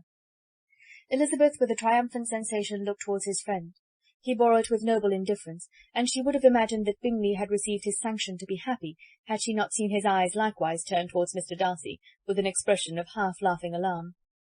His behaviour to her sister was such, during dinner-time, as showed an admiration of her, which, though more guarded than formerly, persuaded Elizabeth that, if left wholly to himself, Jane's happiness and his own would be speedily secured. Though she dared not depend upon the consequence, she yet received pleasure from observing his behaviour. It gave her all the animation that her spirits could boast, for she was in no cheerful humour. Mr. Darcy was almost as far from her as the table could divide them. He was on one side of her mother. She knew how little such a situation would give pleasure to either, or to make either appear to advantage. She was not near enough to hear any of their discourse, but she could see how seldom they spoke to each other, and how formal and cold was their manner whenever they did. Her mother's ungraciousness made the sense of what they owed him more painful to Elizabeth's mind, and she would at times have given anything to be privileged to tell him that his kindness was neither unknown nor unfelt by the whole of the family. She was in hopes that the evening would afford some opportunity of bringing them together, that the whole of the visit would not pass away without enabling them to enter into something more of conversation than the mere ceremonious salutation attending his entrance. Anxious and uneasy, the period which passed in the drawing-room before the gentlemen came was wearisome and dull to a degree that almost made her uncivil. She looked forward to their entrance as the point on which all her chance of pleasure for the evening must depend. "If he does not come to me then," said she, "I shall give him up for ever." The gentleman came, and she thought he looked as if he would have answered her hopes, but alas! The ladies had crowded round the table, where Miss Bennet was making tea, and Elizabeth pouring out the coffee, in so close a confederacy that there was not a single vacancy near her which would admit of a chair. And on the gentleman's approaching, one of the girls moved closer to her than ever, and said in a whisper, "The men shan't come and part us, I am determined. We want none of them, do we?" Darcy had walked away to another part of the room. She followed him with her eyes, envied everyone to whom he spoke, had scarcely patience enough to help anybody to coffee, and then was enraged against herself for being so silly. A man who has once been refused! How could I ever be foolish enough to expect a renewal of his love? Is there one among the sex who would not protest against such a weakness as a second proposal to the same woman? There is no indignity so abhorrent to their feelings. She was a little revived, however, by his bringing back his coffee-cup himself, and she seized the opportunity of saying, "Is your sister at Pemberley still?" "Yes, she will remain there till Christmas." "And quite alone? Have all her friends left her?" "Mrs. Annesley is with her. The others have gone on to Scarborough these 3 weeks." She could think of nothing more to say, but if he wished to converse with her, he might have better success. He stood by her, however, for some minutes in silence, and at last, on the young lady's whispering to Elizabeth again, he walked away. When the tea things were removed and the card tables placed, the ladies all rose, and Elizabeth was then hoping to be soon joined by him, when all her views were overthrown by seeing him fall a victim to her mother's rapacity for whist-players, and in a few moments after seated with the rest of the party. She now lost every expectation of pleasure. They were confined for the evening at different tables, and she had nothing to hope but that his eyes were so often turned towards her side of the room as to make him play as unsuccessfully as herself. Mrs. Bennet had designed to keep the 2 Netherfield gentlemen to supper, but their carriage was unluckily ordered before any of the others, and she had no opportunity of detaining them. "Well, girls," said she, as soon as they were left to themselves, "what say you to the day? I think everything has passed off uncommonly well, I assure you. The dinner was as well dressed as any I ever saw. The venison was roasted to a turn, and everybody said they never saw so fat a haunch. The soup was 50 times better than what we had at the Lucases last week, and even Mr. Darcy acknowledged that the partridges were remarkably well done, and I suppose he has 2 or 3 French cooks at least. And, my dear Jane, I never saw you look in greater beauty. Mrs. Long said so too, for I asked her whether you did not. And what do you think she said besides? Ah, Mrs. Bennet, we shall have her at Netherfield at last. She did indeed. I do think Mrs. Long is as good a creature as ever lived, and her nieces are very pretty behaved girls, and not at all handsome. I like them prodigiously." Mrs. Bennet, in short, was in very great spirits. She had seen enough of Bingley's behaviour to Jane to be convinced that she would get him at last, and her expectations of advantage to her family, when in a happy humour, were so far beyond reason that she was quite disappointed in not seeing him there again the next day to make his proposals. "It has been a very agreeable day," said Miss Bennet to Elizabeth. "The party seemed so well selected, so suitable one with the other. I hope we may often meet again." Elizabeth smiled. "Lizzie, you must not do so. You must not suspect me. It mortifies me. I assure you that I have now learnt to enjoy his conversation as an agreeable and sensible young man, without having a wish beyond it. I am perfectly satisfied, from what his manners now are, that he never had any design of engaging my affection. It is only that he is blessed with greater sweetness of address, and a stronger desire of generally pleasing than any other man." "You are very cruel," said her sister. "You will not let me smile, and are provoking me to it every moment." "How hard it is in some cases to be believed, and how impossible in others. But why should you wish to persuade me that I feel more than I acknowledge? That is a question which I hardly know how to answer.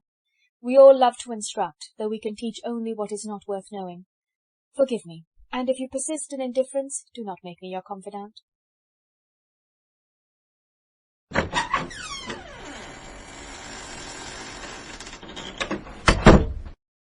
Chapter 55.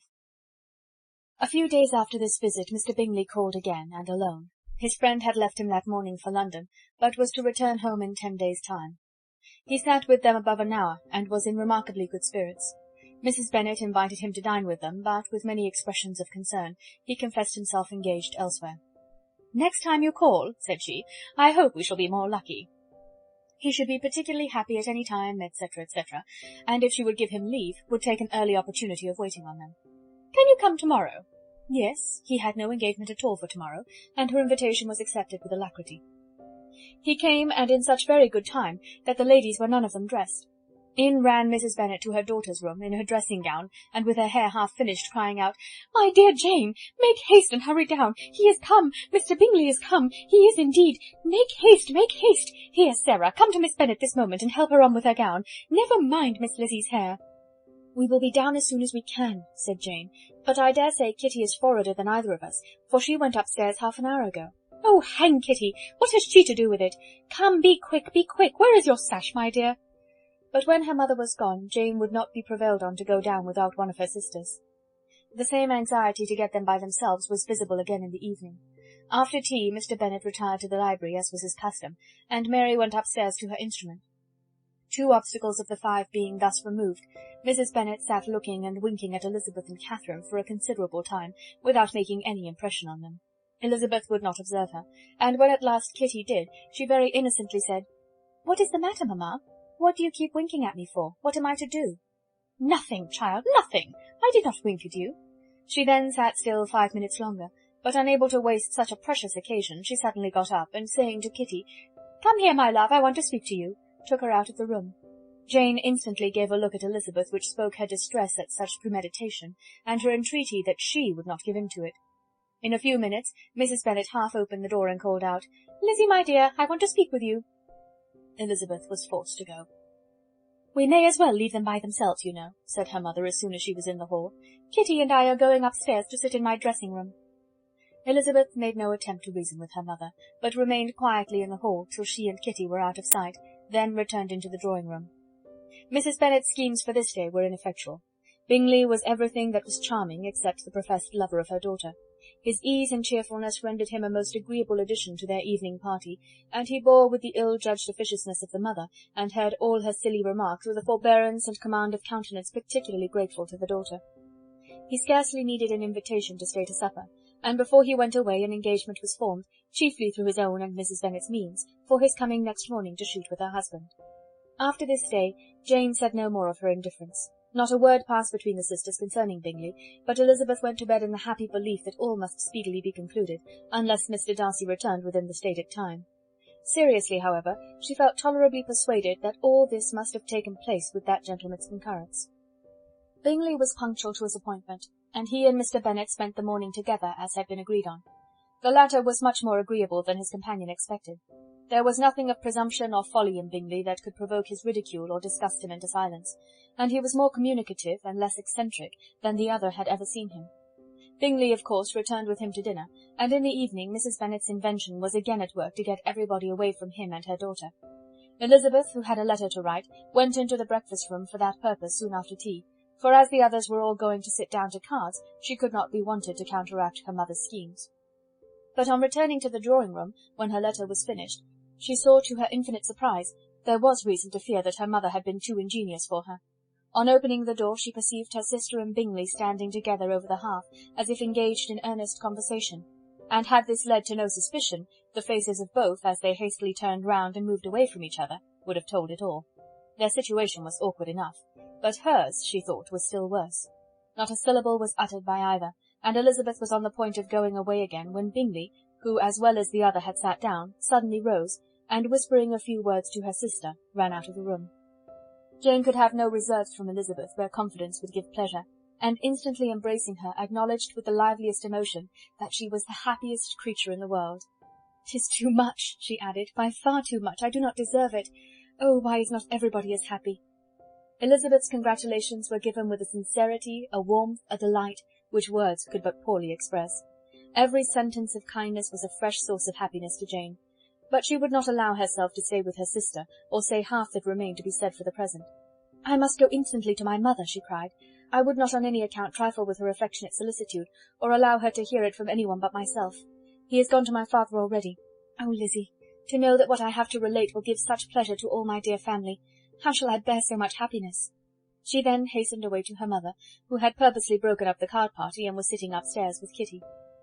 Elizabeth, who was left by herself, now smiled at the rapidity and ease with which an affair was finally settled that had given them so many previous months of suspense and vexation. "And this," said she, "is the end of all his friends' anxious circumspection, of all his sister's falsehood and contrivance, the happiest, wisest, most reasonable end." In a few minutes she was joined by Bingley, whose conference with her father had been short and to the purpose. "Where is your sister?" he said hastily, as he opened the door. "With my mother upstairs. She will be down in a moment, I dare say." He then shut the door, and coming up to her, claimed the good wishes and affection of a sister. Elizabeth honestly and heartily expressed her delight in the prospect of their relationship. They shook hands with great cordiality, and then, till her sister came down, she had to listen to all he had to say of his own happiness and of Jane's perfections, and in spite of his being a lover, Elizabeth really believed all his expectations of felicity to be rationally founded, because they had for basis the excellent understanding and super-excellent disposition of Jane, and a general similarity of feeling and taste between her and himself. It was an evening of no common delight to them all. The satisfaction of Miss Bennet's mind gave a glow of such sweet animation to her face as made her look handsomer than ever. Kitty simpered and smiled, and hoped her turn was coming soon.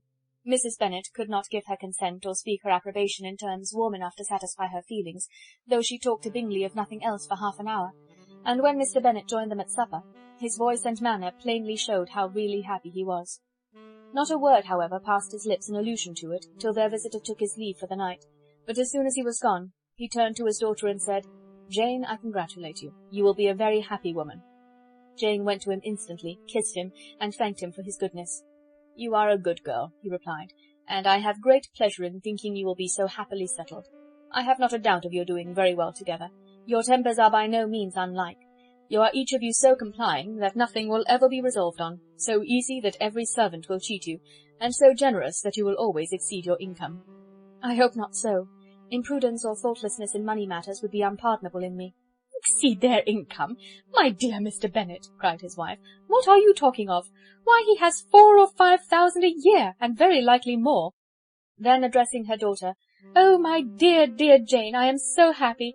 I am sure I shan't get a wink of sleep all night. I knew how it would be. I always said it must be so at last. I was sure you could not be so beautiful for nothing.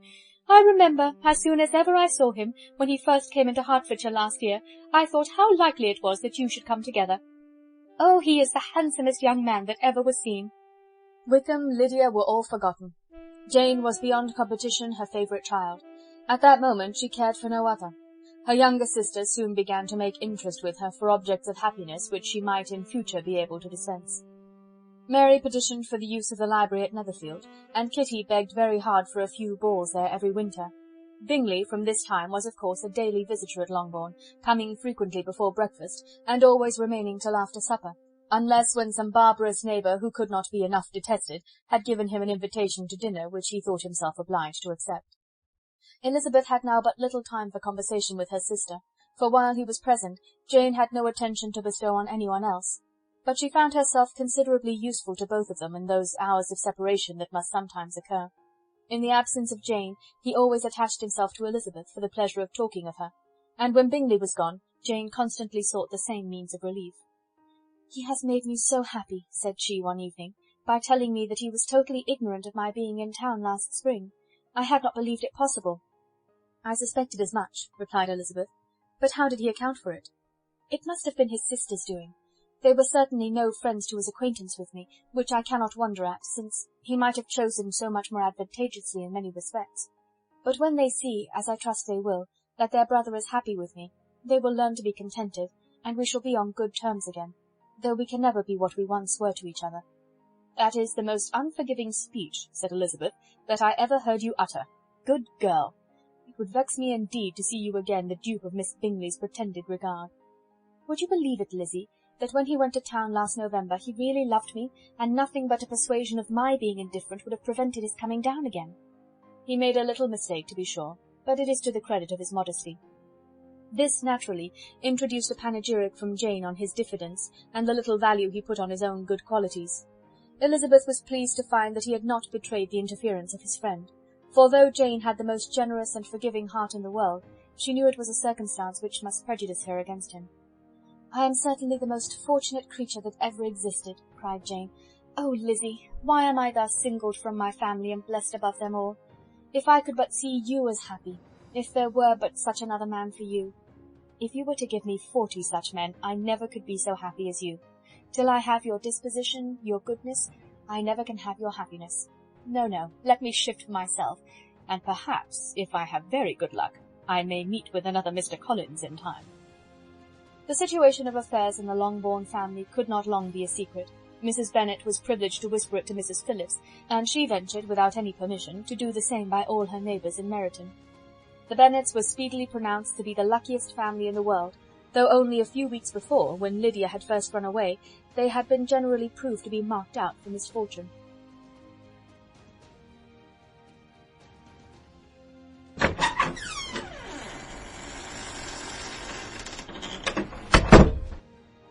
Chapter 56.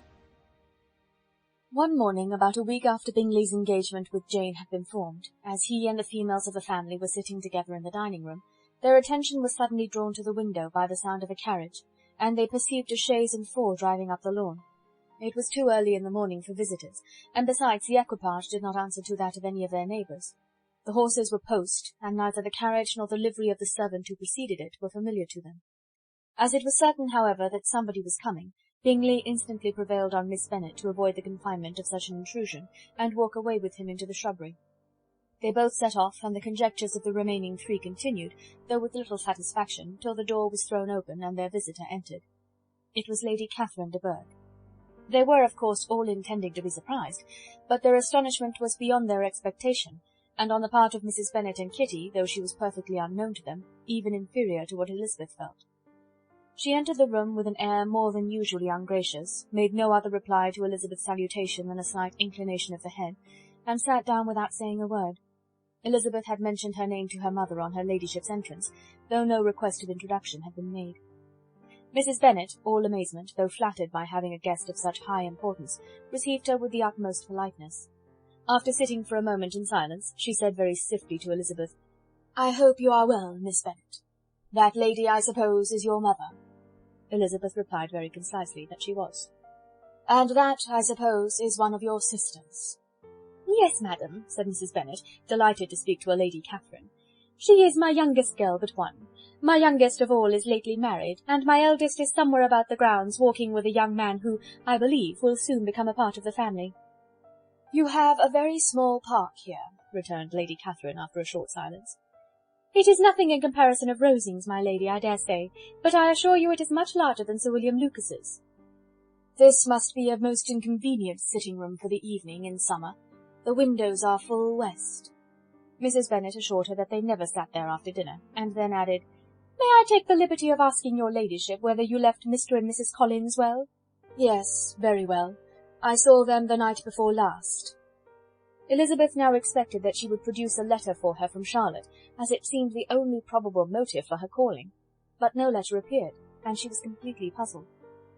Mrs. Bennet, with great civility, begged her ladyship to take some refreshment, but Lady Catherine very resolutely, and not very politely, declined eating anything, and then, rising up, said to Elizabeth, "Miss Bennet, there seemed to be a prettyish kind of a little wilderness on one side of your lawn.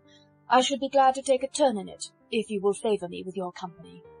"Go, my dear," cried her mother, "and show her ladyship about the different walks. I think she will be pleased with Hermitage."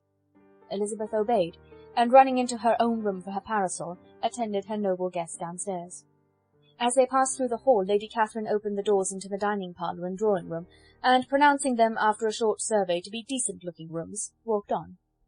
Her carriage remained at the door, and Elizabeth saw that her waiting-woman was in it. They proceeded in silence along the gravel walk that led to the copse. Elizabeth was determined to make no effort for conversation with a woman who was now more than usually insolent and disagreeable. "How could I ever think her like her nephew?" said she, as she looked her in her face. As soon as they entered the copse, Lady Catherine began in the following manner. "You can be at no loss, Miss Bennet, to understand the reason of my journey hither. Your own heart, your own conscience must tell you why I come." Elizabeth looked with unaffected astonishment. "Indeed you are mistaken, madam. I have not been at all able to account for the honour of seeing you here." "Miss Bennet," replied her ladyship in an angry tone, "you ought to know that I am not to be trifled with. But however insincere you may choose to be, you shall not find me so. My character has ever been celebrated for its sincerity and frankness, and in a cause of such moment as this, I shall certainly not depart from it. A report of a most alarming nature reached me 2 days ago. I was told that not only your sister was on the point of being most advantageously married, but that you, Miss Elizabeth Bennet, would, in all likelihood, be soon afterwards united to my nephew, my own nephew, Mr. Darcy. Though I know it must be a scandalous falsehood, though I would not injure him so much as to suppose the truth of it possible, I instantly resolved on setting off for this place, that I might make my sentiments known to you." "If you believed it impossible to be true," said Elizabeth, colouring with astonishment and disdain, "I wonder you took the trouble of coming so far. What could your ladyship propose by it?" "At once to insist upon having such a report universally contradicted." "Your coming to Longbourn to see me and my family," said Elizabeth coolly, "will be rather a confirmation of it, if indeed such a report is in existence." "If! Do you then pretend to be ignorant of it? Has it not been industriously circulated by yourselves? Do you not know that such a report is spread abroad?" "I never heard that it was." "And can you likewise declare that there is no foundation for it?" "I do not pretend to possess equal frankness with your ladyship. You may ask questions which I shall not choose to answer." "This is not to be borne. Miss Bennet, I insist on being satisfied. Has my nephew made you an offer of marriage?" "Your ladyship has declared it to be impossible." "It ought to be so. It must be so, while he retains the use of his reason. But your arts and allurements may, in a moment of infatuation, have made him forget what he owes to himself and to all his family. You may have drawn him in." "If I have, I shall be the last person to confess it." "Miss Bennet, do you know who I am? I have not been accustomed to such language as this. I am almost the nearest relation he has in the world, and am entitled to know all his dearest concerns. But you are not entitled to know mine, nor will such behaviour as this ever induce me to be explicit. Let me be rightly understood. This match, to which you have the presumption to aspire, can never take place. No, never. Mr. Darcy is engaged to my daughter. Now what have you to say?" "Only this, that if he is so, you can have no reason to suppose he will make an offer to me." Lady Catherine hesitated for a moment, and then replied, "The engagement between them is of a peculiar kind. From their infancy they have been intended for each other. It was the favourite wish of his mother, as well as of hers. While in their cradles we planned the union. And now, at the moment when the wishes of both sisters would be accomplished in their marriage, to be prevented by a young woman of inferior birth, of no importance in the world, and wholly unallied to the family, do you pay no regard to the wishes of his friends, to his tacit engagement with Miss de Bourgh? Are you lost to every feeling of propriety and delicacy?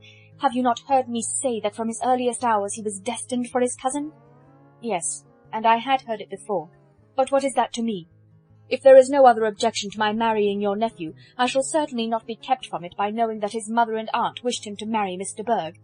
You both did as much as you could in planning the marriage. Its completion depended on others. If Mr. Darcy is neither by honour nor inclination confined to his cousin, why is not he to make another choice? And if I am that choice, why may not I accept him? Because honour, decorum, prudence, nay, interest, forbid it. Yes, Miss Bennet, interest. For do not expect to be noticed by his family or friends if you wilfully act against the inclinations of all. You will be censured, slighted, and despised by everyone connected with him. Your alliance will be a disgrace. Your name will never even be mentioned by any of us." "These are heavy misfortunes," replied Elizabeth, "but the wife of Mr. Darcy must have such extraordinary sources of happiness necessarily attached to her situation, that she could, upon the whole, have no cause to repine." "Obstinate, headstrong girl! I am ashamed of you. Is this your gratitude for my attentions to you last spring? Is nothing due to me on that score? Let us sit down. You are to understand, Miss Bennet, that I came here with the determined resolution of carrying my purpose, nor will I be dissuaded from it. I have not been used to submit to any person's whims. I have not been in the habit of brooking disappointment. That will make your ladyship's situation at present more pitiable, but it will have no effect on me. I will not be interrupted. Hear me in silence.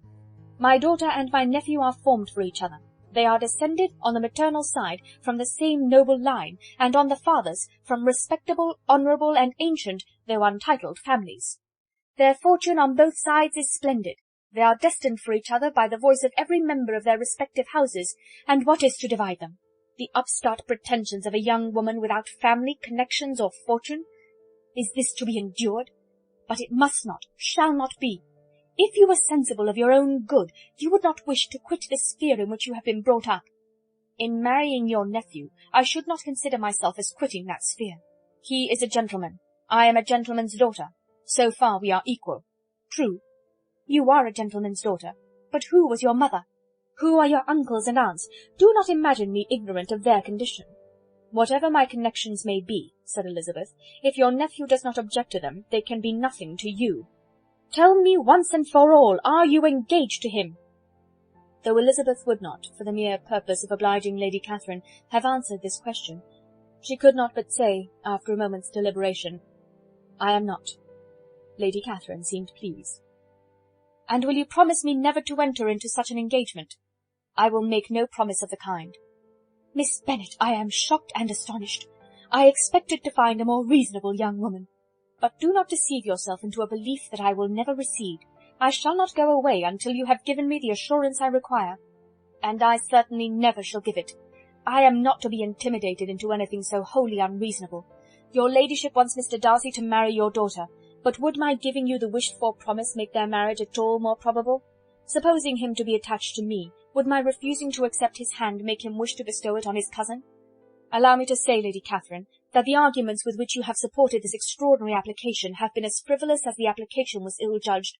You have widely mistaken my character, if you think I can be worked on by such persuasions as these. How far your nephew might approve of your interference in his affairs I cannot tell, but you have certainly no right to concern yourself in mine. I must beg, therefore, to be importuned no farther on the subject." "Not so hasty, if you please. I have by no means done. To all the objections I have already urged, I have still another to add. I am no stranger to the particulars of your youngest sister's infamous elopement. I know it all, that the young man's marrying her was a patched-up business at the expense of your father and uncles. And is such a girl to be my nephew's sister? Is her husband, is the son of his late father's steward, to be his brother? Heaven and earth! Of what are you thinking? Are the shades of Pemberley to be thus polluted?" "You can now have nothing further to say," she resentfully answered. "You have insulted me in every possible method. I must beg you to return to the house." And she rose as she spoke. Lady Catherine rose also, and they turned back. Her ladyship was highly incensed. "You have no regard, then, for the honour and credit of my nephew. Unfeeling, selfish girl!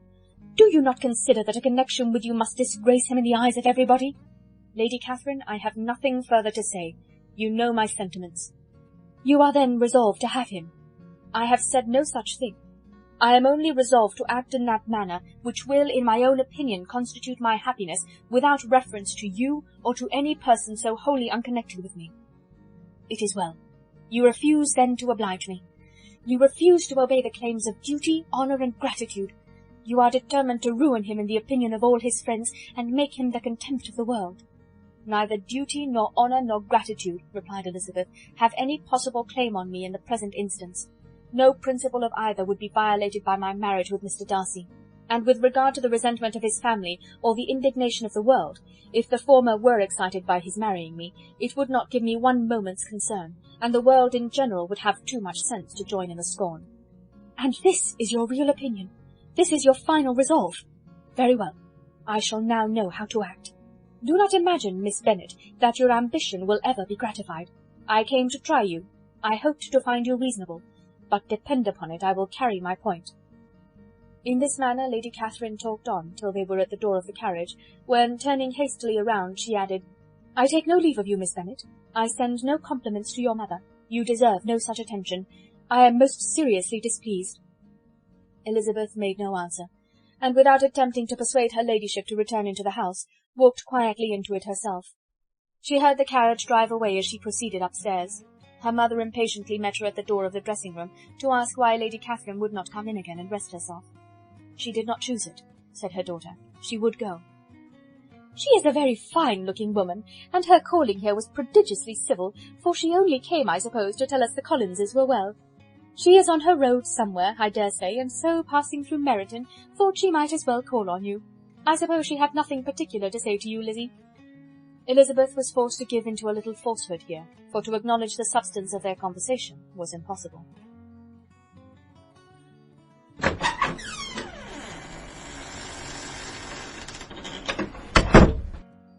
Chapter 57. The discomposure of spirits which this extraordinary visit threw Elizabeth into could not be easily overcome, nor could she for many hours learn to think of it less than incessantly. Lady Catherine, it appeared, had actually taken the trouble of this journey from Rosings for the sole purpose of breaking off her supposed engagement with Mr. Darcy. It was a rational scheme, to be sure, but from what the report of their engagement could originate, Elizabeth was at a loss to imagine. till she recollected that his being the intimate friend of Bingley, and her being the sister of Jane, was enough at a time when the expectation of one wedding made everybody eager for another, to supply the idea. She had not herself forgotten to feel that the marriage of her sister must bring them more frequently together, and her neighbours at Lucas Lodge, therefore, for through their communication with the Collinses the report, she concluded, had reached Lady Catherine, had only set that down as almost certain and immediate, which she had looked forward to as possible at some future time. In revolving Lady Catherine's expectations, however, she could not help feeling some uneasiness as to the possible consequence of her persisting in this interference. From what she had said of her resolution to prevent their marriage, it occurred to Elizabeth that she must meditate an application to her nephew, and how he might take a similar representation of the evils attached to a connection with her, she dared not pronounce. She knew not the exact degree of his affection for his aunt, or his dependence on her judgment, but it was natural to suppose that he thought much higher of her ladyship than she could do, and it was certain that, in enumerating the miseries of a marriage with one whose immediate connections were so unequal to his own, his aunt would address him on his weakest side. With his notions of dignity, he would probably feel that the arguments, which to Elizabeth had appeared weak and ridiculous, contained much good sense and solid reasoning. If he had been wavering before as to what he should do, which had often seemed likely, the advice and entreaty of so near a relation might settle every doubt, and determine him at once to be as happy as dignity unblemished could make him. In that case he would return no more. Lady Catherine might see him in her way through town, and his engagement to Bingley of coming again to Netherfield must give way. If, therefore, an excuse for not keeping his promise should come to his friend within a few days, she added, I shall know how to understand it. I shall then give over every expectation, every wish of his constancy. If he is satisfied with only regretting me, when he might have obtained my affections and hand, I shall soon cease to regret him at all. The surprise of the rest of the family on hearing who their visitor had been was very great, but they obligingly satisfied it with the same kind of supposition which had appeased Mrs. Bennet's curiosity, and Elizabeth was spared from much teasing on the subject. The next morning, as she was going downstairs, she was met by her father, who came out of his library with a letter in his hand. "Lizzie," said he, "I was going to look for you. Come into my room."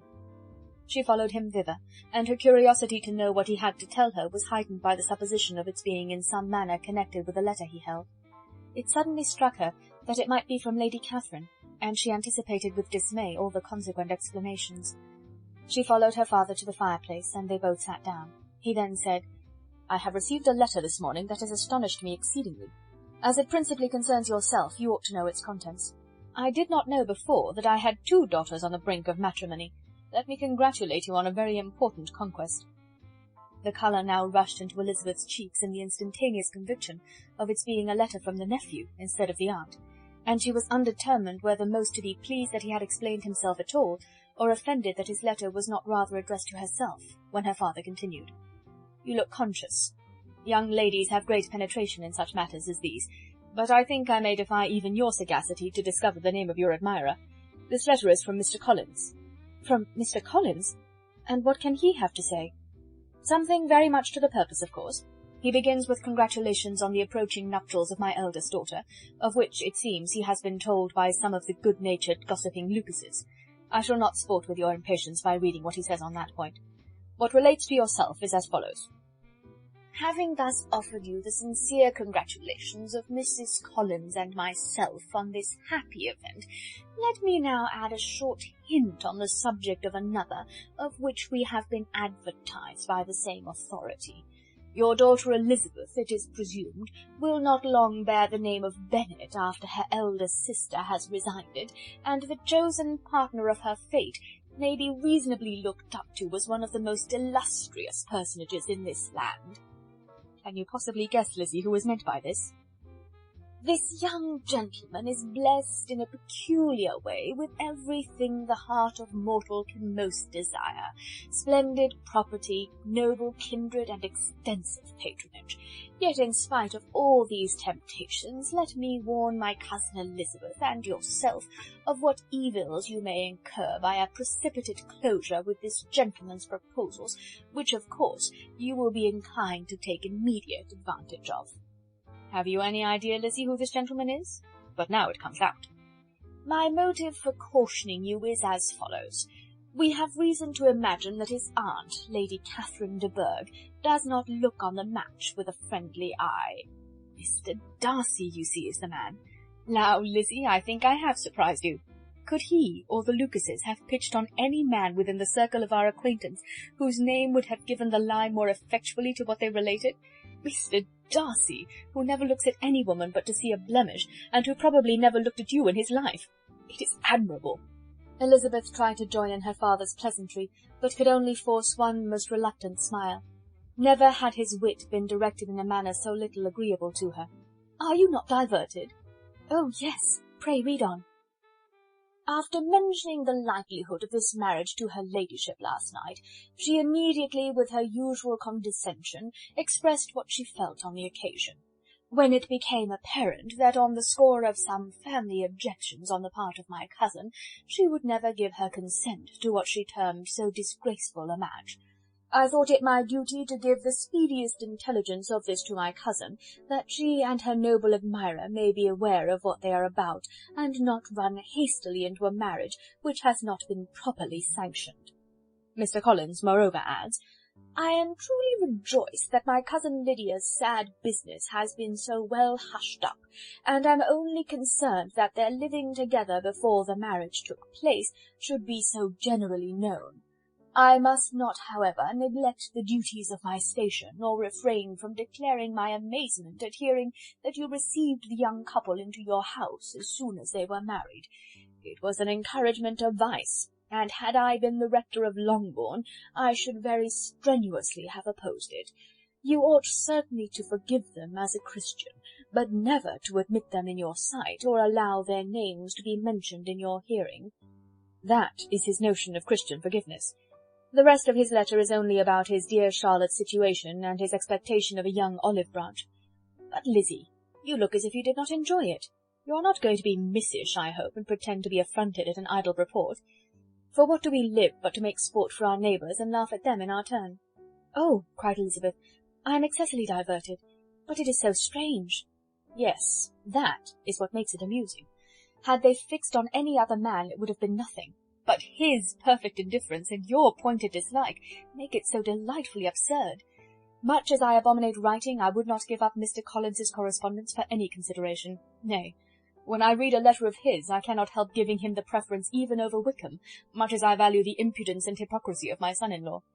And pray, Lizzie, what said Lady Catherine about this report? Did she call to refuse her consent?"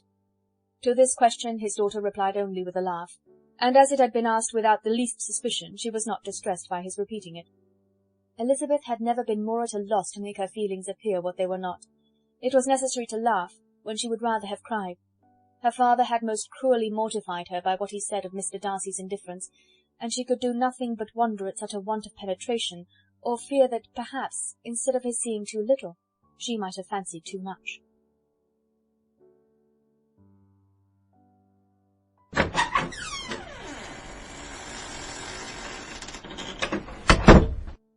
Chapter 58.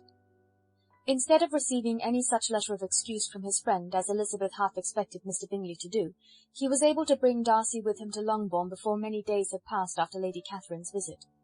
The gentleman arrived early, and before Mrs. Bennet had time to tell him of their having seen his aunt, of which her daughter sat in momentary dread, Bingley, who wanted to be alone with Jane, proposed their all walking out.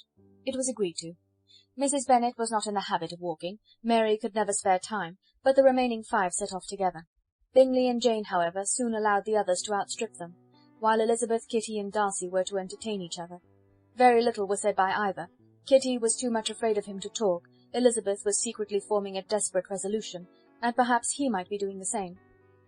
They walked towards the Lucases, because Kitty wished to call upon Maria, and as Elizabeth saw no occasion for making it a general concern, when Kitty left them she went boldly on with him alone. Now was the moment for her resolution to be executed, and while her courage was high, she immediately said, "Mr. Darcy, I am a very selfish creature, and for the sake of giving relief to my own feelings, care not how much I may be wounding yours. I can no longer help thanking you for your unexampled kindness to my poor sister. Ever since I have known it, I have been most anxious to acknowledge to you how gratefully I feel it. Were it known to the rest of my family, I should not have merely my own gratitude to express." "I am sorry, exceedingly sorry," replied Darcy in a tone of surprise and emotion, "that you have ever been informed of what may, in a mistaken light, have given you uneasiness. I did not think Mrs. Gardiner was so little to be trusted. You must not blame my aunt. Lydia's thoughtlessness first betrayed to me that you had been concerned in the matter, and of course I could not rest till I knew the particulars. Let me thank you again and again, in the name of all my family, for that generous compassion which induced you to take so much trouble and bear so many mortifications for the sake of discovering them." "If you will thank me," he replied, "let it be for yourself alone. That the wish of giving happiness to you might add force to the other inducements which led me on, I shall not attempt to deny. But your family owe me nothing. Much as I respect them, I believe I thought only of you." Elizabeth was too much embarrassed to say a word. After a short pause, her companion added, "You are too generous to trifle with me. If your feelings are still what they were last April, tell me so at once. My affections and wishes are unchanged, but one word from you will silence me on this subject forever." Elizabeth, feeling all the more than common awkwardness and anxiety of the situation, now forced herself to speak, and immediately, though not very fluently, gave him to understand that her sentiments had undergone so material a change since the period to which he alluded as to make her receive with gratitude and pleasure his present assurances. The happiness which this reply produced was such as he had probably never felt before, and he expressed himself on the occasion as sensibly and as warmly as a man violently in love can be supposed to do.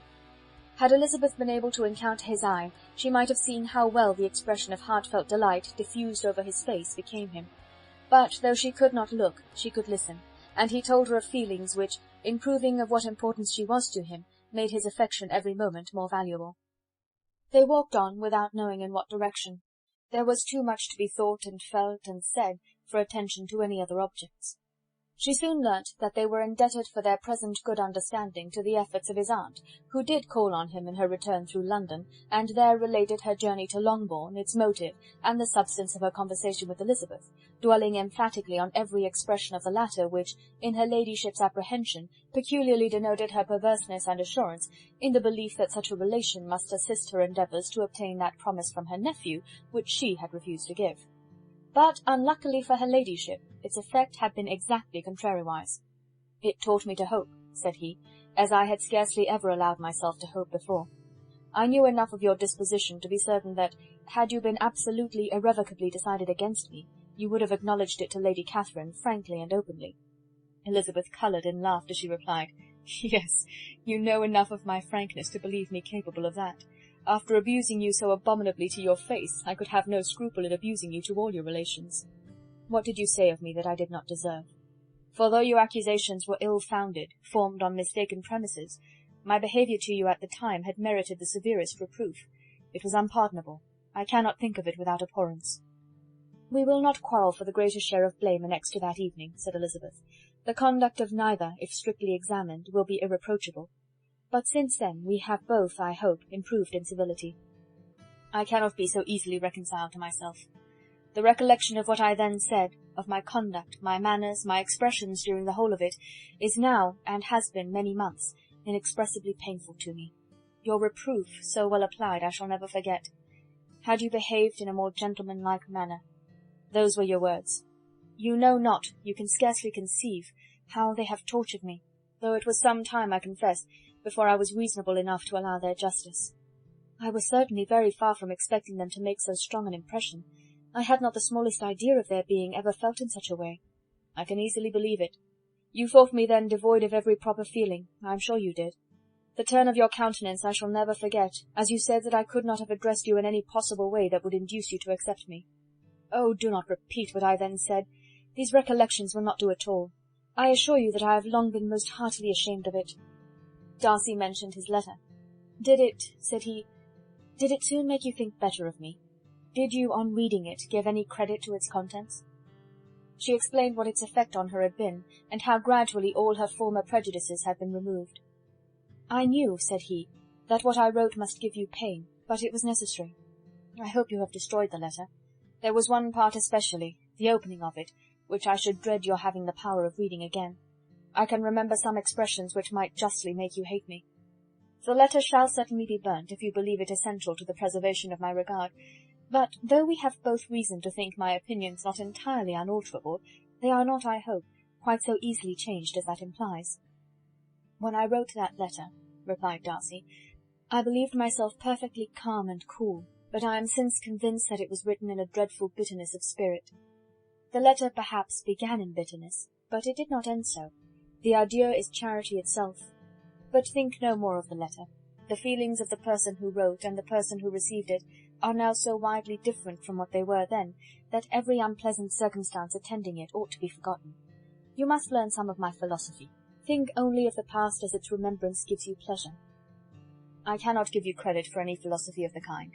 Your retrospections must be so totally void of reproach that the contentment arising from them is not of philosophy, but, what is much better, of innocence. But with me it is not so. Painful recollections will intrude which cannot, which ought not to be repelled. I have been a selfish being all my life, in practice though not in principle. As a child I was taught what was right, but I was not taught to correct my temper. I was given good principles, but left to follow them in pride and conceit. Unfortunately an only son, for many years an only child, I was spoilt by my parents, who, though good themselves, my father particularly all that was benevolent and amiable, allowed, encouraged, almost taught me to be selfish and overbearing, to care for none beyond my own family circle, to think meanly of all the rest of the world, to wish at least to think meanly of their sense and worth compared with my own. Such I was from 8 to 28, and such I might still have been but for you, dearest, loveliest Elizabeth. What do I not owe you? You taught me a lesson, hard indeed at first, but most advantageous. By you I was properly humbled.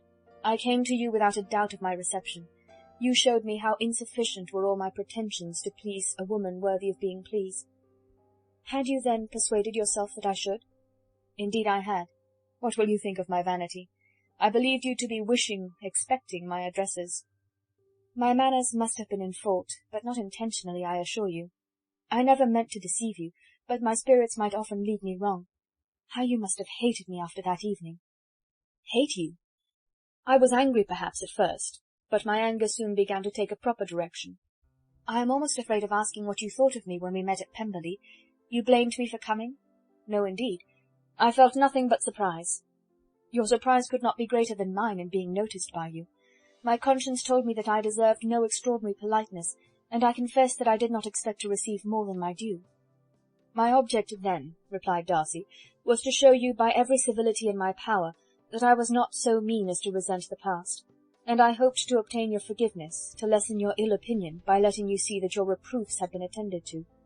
How soon any other wishes introduced themselves I can hardly tell, but I believe in about half an hour after I had seen you. He then told her of Georgiana's delight in her acquaintance, and of her disappointment at its sudden interruption, which naturally leading to the cause of that interruption, she soon learnt that his resolution of following her from Derbyshire in quest of her sister had been formed before he quitted the inn, and that his gravity and thoughtfulness there had arisen from no other struggles than what such a purpose must comprehend. She expressed her gratitude again, but it was too painful a subject to each to be dwelt on farther. After walking several miles in a leisurely manner, and too busy to know anything about it, they found at last, on examining their watches, that it was time to be at home. What could become of Mr. Bingley and Jane, was a wonder which introduced the discussion of their affairs. Darcy was delighted with their engagement. His friend had given him the earliest information of it. "I must ask whether you were surprised," said Elizabeth. "Not at all. When I went away I felt that it would soon happen. That is to say, you had given your permission. I guessed as much." And though he explained at the term, she found that it had been pretty much the case. "On the evening before my going to London," said he, "I made a confession to him, which I believe I ought to have made long ago.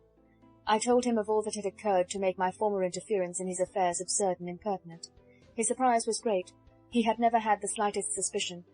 I told him, moreover, that I believed myself mistaken in supposing, as I had done, that your sister was indifferent to him, and as I could easily perceive that his attachment to her was unabated, I felt no doubt of their happiness together."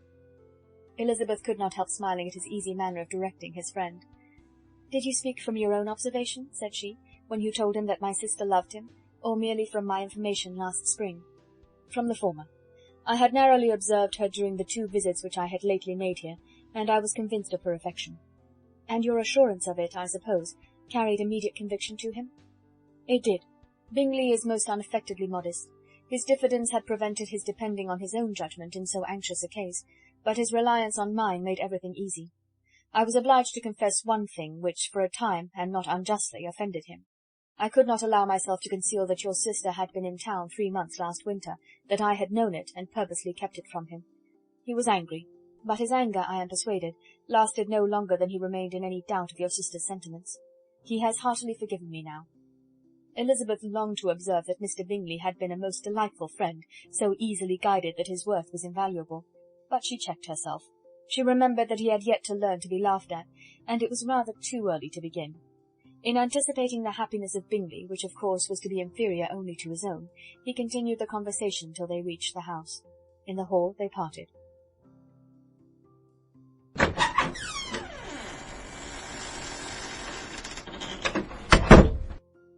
Chapter 59. "My dear Lizzie, where can you have been walking to?" was a question which Elizabeth received from Jane as soon as she entered their room, and from all the others when they sat down to table. She had only to say in reply that they had wandered about till she was beyond her own knowledge. She coloured as she spoke, but neither that nor anything else awakened a suspicion of the truth. The evening passed quietly, unmarked by anything extraordinary. The acknowledged lovers talked and laughed, the unacknowledged were silent. Darcy was not of a disposition in which happiness overflows in mirth, and Elizabeth, agitated and confused, rather knew that she was happy than felt herself to be so, for besides the immediate embarrassment, there were other evils before her. She anticipated what would be felt in the family when her situation became known. She was aware that no one liked him but Jane, and even feared that with the others it was a dislike which not all his fortune and consequence might do away. At night she opened her heart to Jane. Though suspicion was very far from Miss Bennet's general habits, she was absolutely incredulous here. "You're joking, Lizzie. This cannot be. Engaged to Mr. Darcy? No, no, you shall not deceive me. I know it to be impossible. This is a wretched beginning indeed. My sole dependence was on you, and I am sure nobody else will believe me if you do not. Yet indeed I am in earnest. I speak nothing but the truth. He still loves me, and we are engaged." Jane looked at her doubtingly. "Oh, Lizzie, it cannot be. I know how much you dislike him." "You know nothing of the matter. That is all to be forgot. Perhaps I did not always love him so well as I do now, but in such cases as these a good memory is unpardonable. This is the last time I shall ever remember it myself." Miss Bennet still looked all amazement. Elizabeth again, and more seriously, assured her of its truth. "Good heaven, can it really be so?" "Yet now I must believe you," cried Jane. "My dear, dear Lizzie, I do congratulate you, but are you certain? Forgive the question. Are you quite certain that you can be happy with him?" "There can be no doubt of that. It is settled between us already that we are to be the happiest couple in the world." "But are you pleased, Jane? Shall you like to have such a brother?" "Very, very much. Nothing could give either Bingley or myself more delight. But we considered it, we talked of it as impossible. And do you really love him quite well enough?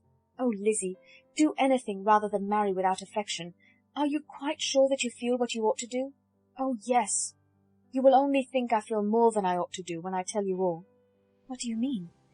"Why, I must confess that I love him better than I do Bingley. I am afraid you will be angry." "My dearest sister, now be serious. I want to talk very seriously. Let me know everything that I am to know, without delay. Will you tell me how long you have loved him?" "It has been coming on so gradually that I hardly know when it began. But I believe I must date it from my first seeing his beautiful grounds at Pemberley." Another entreaty that she would be serious, however, produced the desired effect, and she soon satisfied Jane by her solemn assurances of attachment. When convinced on that article, Miss Bennet had nothing further to wish. "Now I am quite happy," said she, "for you will be as happy as myself. I always had a value for him. Were it for nothing but his love of you, I must always have esteemed him. But now, as Bingley's friend and your husband, there can be only Bingley and yourself more dear to me. But, Lizzie, you have been very sly, very reserved with me. How little did you tell me of what passed at Pemberley and Lambton? I owe all that I know of it to another, not to you." Elizabeth told her the motives of her secrecy. She had been unwilling to mention Bingley, and the unsettled state of her own feelings had made her equally avoid the name of his friend. But now she would no longer conceal from her his share in Lydia's marriage. All was acknowledged, and half the night spent in conversation.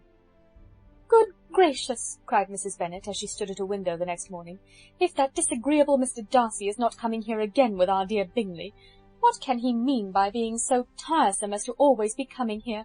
I had no notion but he would go a-shooting or something or other, and not disturb us with his company. What shall we do with him?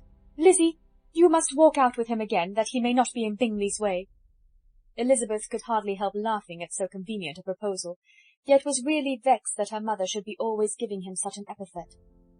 As soon as they entered, Bingley looked at her so expressively, and shook hands with such warmth, as left no doubt of his good information, and he soon afterwards said aloud, "Mrs. Bennet, have you no more lanes hereabouts in which Lizzie may lose her way again to-day?" "I advise Mr. Darcy and Lizzie and Kitty," said Mrs. Bennet, "to walk to Oakham Mount this morning. It is a nice long walk, and Mr. Darcy has never seen the view." "It may do very well for the others," replied Mr. Bingley, "but I am sure it will be too much for Kitty. Won't it, Kitty?" Kitty owned that she had rather stay at home. Darcy professed a great curiosity to see the view from the Mount, and Elizabeth silently consented. As she went upstairs to get ready, Mrs. Bennet followed her, saying, "I am quite sorry, Lizzie, that you should be forced to have that disagreeable man all to yourself, but I hope you will not mind it. It is all for Jane's sake, you know. There is no occasion for talking to him, except just now and then, so do not put yourself to inconvenience." During their walk it was resolved that Mr. Bennet's consent should be asked in the course of the evening. Elizabeth reserved to herself the application for her mother's. She could not determine how her mother would take it, sometimes doubting whether all his wealth and grandeur would be enough to overcome her abhorrence of the man. But whether she were violently set against the match, or violently delighted with it, it was certain that her manner would be equally ill adapted to do credit to her sense, and she could no more bear that Mr. Darcy should hear the first raptures of her joy than the first vehemence of her disapprobation. In the evening, soon after Mr. Bennet withdrew to the library, she saw Mr. Darcy rise also and follow him, and her agitation on seeing it was extreme. She did not fear her father's opposition, but he was going to be made unhappy, and that it should be through her means, that she, his favourite child, should be distressing him by her choice, should be filling him with fears and regrets in disposing of her, was a wretched reflection, and she sat in misery till Mr. Darcy appeared again, when, looking at him, she was a little relieved by his smile. In a few minutes he approached the table where she was sitting with Kitty, and while pretending to admire her work, said in a whisper, "Go to your father, he wants you in the library." She was gone directly. Her father was walking about the room, looking grave and anxious. "Lizzie," said he, "what are you doing? Are you out of your senses to be accepting this man? Have you not always hated him?" How earnestly did she then wish that her former opinions had been more reasonable, her expressions more moderate. It would have spared her from explanations and professions which it was exceedingly awkward to give, but they were now necessary, and she assured him, with some confusion, of her attachment to Mr. Darcy. "Or, in other words, you are determined to have him. He is rich, to be sure, and you may have more fine clothes and fine carriages than Jane, but will they make you happy?" "Have you any other objection," said Elizabeth, "than your belief in my indifference?" "None at all. We all know him to be a proud, unpleasant sort of man, but this would be nothing if you really liked him." I do like him," she replied with tears in her eyes. "I love him. Indeed, he has no improper pride. He is perfectly amiable. You do not know what he really is. Then pray do not pain me by speaking of him in such terms." "Lizzie," said her father, "I have given him my consent. He is the kind of man indeed to whom I should never dare refuse anything which he condescended to ask. I now give it to you, if you are resolved on having him. But let me advise you to think better of it. I know your disposition, Lizzie. I know that you could be neither happy nor respectable unless you truly esteemed your husband, unless you looked up to him as a superior. Your lively talents would place you in the greatest danger in an unequal marriage. You could scarcely escape discredit and misery. My child, let me not have the grief of seeing you unable to respect your partner in life. You know not what you are about." Elizabeth, still more affected, was earnest and solemn in her reply, and at length, by repeated assurances that Mr. Darcy was really the object of her choice, by explaining the gradual change which her estimation of him had undergone, relating her absolute certainty that his affection was not the work of a day, but had stood the test of many months' suspense, and enumerating with energy all his good qualities, she did conquer her father's incredulity, and reconcile him to the match. "Well, my dear," said he, when she ceased speaking, "I have no more to say. If this be the case, he deserves you. I could not have parted with you, my Lizzie, to any one less worthy." To complete the favourable impression, she then told what Mr. Darcy had voluntarily done for Lydia.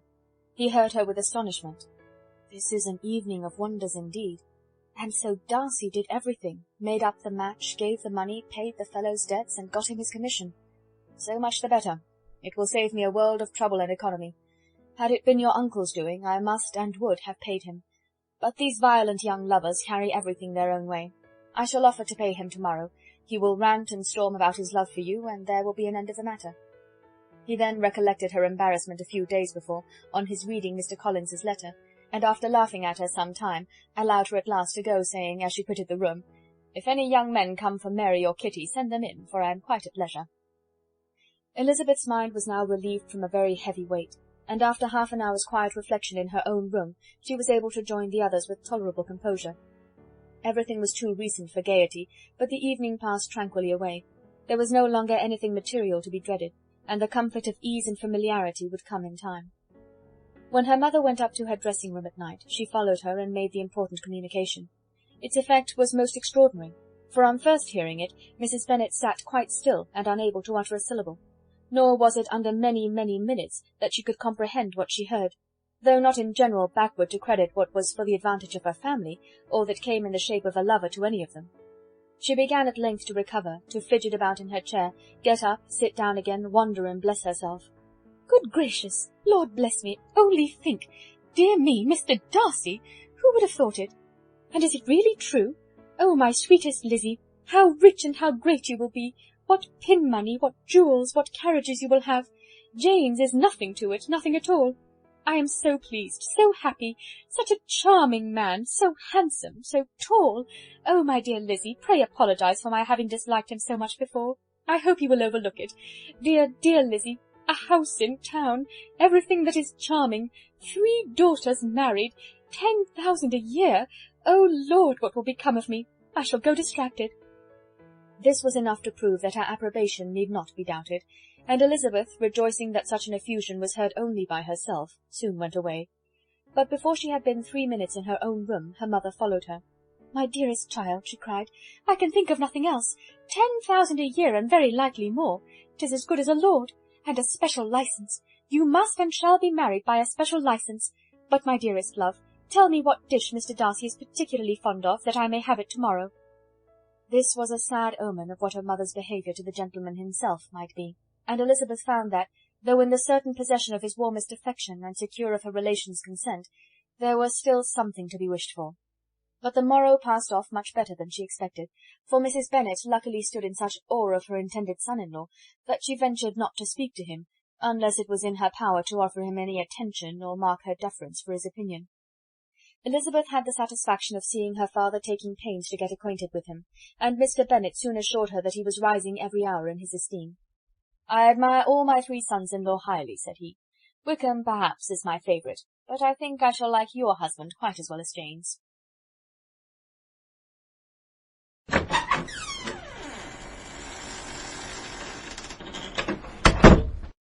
Chapter 60. Elizabeth's spirits soon rising to playfulness again, she wanted Mr. Darcy to account for his ever having fallen in love with her. "How could you begin?" said she. "I can comprehend your going on charmingly, when once you had made a beginning. But what could set you off in the first place?" "I cannot fix the hour, or the spot, or the look, or the words, which laid the foundation.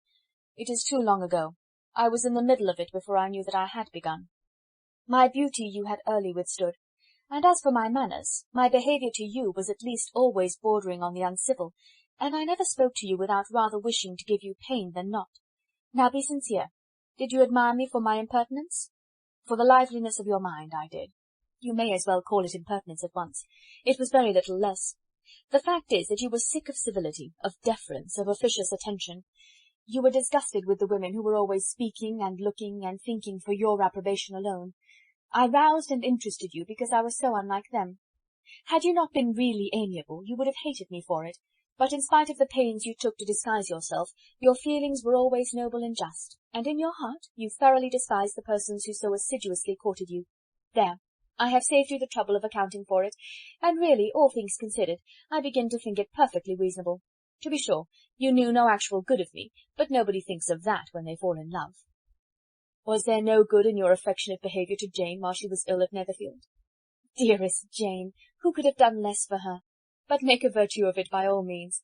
My good qualities are under your protection, and you are to exaggerate them as much as possible, and in return it belongs to me to find occasions for teasing and quarrelling with you as often as may be. And I shall begin directly by asking you what made you so unwilling to come to the point at last. What made you so shy of me when you first called, and afterwards dined here? Why, especially when you called, did you look as if you did not care about me?" "Because you were grave and silent, and gave me no encouragement." "But I was embarrassed." "And so was I." "You might have talked to me more when you came to dinner." "A man who had felt less might." How unlucky that you should have a reasonable answer to give, and that I should be so reasonable as to admit it. But I wonder how long you would have gone on, if you had been left to yourself. I wonder when you would have spoken, if I had not asked you. My resolution of thanking you for your kindness to Lydia had certainly great effect. Too much, I am afraid, for what becomes of the moral if our comfort springs from a breach of promise? For I ought not to have mentioned the subject. This will never do. You need not distress yourself. The moral will be perfectly fair. Lady Catherine's unjustifiable endeavours to separate us were the means of removing all my doubts. I am not indebted for my present happiness to your eager desire of expressing your gratitude. I was not in a humour to wait for any opening of yours. My aunt's intelligence had given me hope, and I was determined at once to know everything. Lady Catherine has been of infinite use, which ought to make her happy, for she loves to be of use. But tell me, what did you come down to Netherfield for? Was it merely to ride to Longbourn and be embarrassed, or had you intended any more serious consequence? My real purpose was to see you, and to judge, if I could, whether I might ever hope to make you love me. My avowed one, or what I avowed to myself, was to see whether your sister was still partial to Bingley, and if she were, to make the confession to him which I have since made. Shall you ever have the courage to announce to Lady Catherine what is to befall her? I am more likely to want time than courage, Elizabeth, but it ought to be done, and if you will give me a sheet of paper, it shall be done directly. And if I had not a letter to write myself, I might sit by you and admire the evenness of your writing, as another young lady once did. But I have an aunt, too, who must not be longer neglected. From an unwillingness to confess how much her intimacy with Mr. Darcy had been overrated, Elizabeth had never yet answered Mrs. Gardiner's long letter. But now, having that to communicate which she knew would be most welcome, she was almost ashamed to find that her uncle and aunt had already lost 3 days of happiness, and immediately wrote as follows. I would have thanked you before, my dear aunt, as I ought to have done, for your long, kind, satisfactory detail of particulars, but to say the truth, I was too cross to write. You supposed more than really existed. But now, suppose as much as you choose. Give a loose rein to your fancy, indulge your imagination in every possible flight which the subject will afford, and unless you believe me actually married, you cannot greatly err. You must write again very soon, and praise him a great deal more than you did in your last. I thank you again and again for not going to the Lakes. How could I be so silly as to wish it? Your idea of the ponies is delightful. We will go round the park every day. I am the happiest creature in the world. Perhaps other people have said so before, but not one with such justice. I am happier even than Jane. She only smiles. I laugh. Mr. Darcy sends you all the love in the world that he can spare from me. You are all to come to Pemberley at Christmas. Yours, etc. Mr. Darcy's letter to Lady Catherine was in a different style, and still different from either was what Mr. Bennet sent to Mr. Collins in reply to his last. Dear Sir, I must trouble you once more for congratulations. Elizabeth will soon be the wife of Mr. Darcy. Console Lady Catherine as well as you can. But if I were you, I would stand by the nephew. He has more to give. Yours sincerely, etc. Miss Bingley's congratulations to her brother on his approaching marriage were all that was affectionate and insincere. She wrote even to Jane on the occasion to express her delight and repeat all her former professions of regard. Jane was not deceived, but she was affected, and though feeling no reliance on her, could not help writing her a much kinder answer than she knew was deserved. The joy which Miss Darcy expressed on receiving similar information was as sincere as her brother's in sending it. 4 sides of paper were insufficient to contain all her delight, and all her earnest desire of being loved by her sister. Before any answer could arrive from Mr. Collins, or any congratulations to Elizabeth from his wife, the Longbourn family heard that the Collinses were come themselves to Lucas Lodge. The reason of this sudden removal was soon evident. Lady Catherine had been rendered so exceedingly angry by the contents of her nephew's letter, that Charlotte, really rejoicing in the match, was anxious to get away till the storm was blown over. At such a moment the arrival of her friend was a sincere pleasure to Elizabeth, though in the course of their meetings she must sometimes think the pleasure dearly bought, when she saw Mr. Darcy exposed to all the parading and obsequious civility of her husband. He bore it, however, with admirable calmness. He could even listen to Sir William Lucas when he complimented him on carrying away the brightest jewel of the country, and expressed his hopes of their all meeting frequently at St. James's, with very decent composure. If he did shrug his shoulders, it was not till Sir William was out of sight. Mrs. Phillips's vulgarity was another and perhaps greater tax on his forbearance, and though Mrs. Phillips, as well as her sister, stood in too much awe of him to speak with the familiarity which Bingley's good humour encouraged, yet whenever she did speak, she must be vulgar. Nor was her respect for him, though it made her more quiet, at all likely to make her more elegant. Elizabeth did all she could to shield him from the frequent notice of either, and was ever anxious to keep him to herself, and to those of her family with whom he might converse without mortification. And though the uncomfortable feelings arising from all this took from the season of courtship much of its pleasure, it added to the hope of the future, and she looked forward with delight to the time when they should be removed from society so little pleasing to either, to all the comfort and elegance of their family party at Pemberley.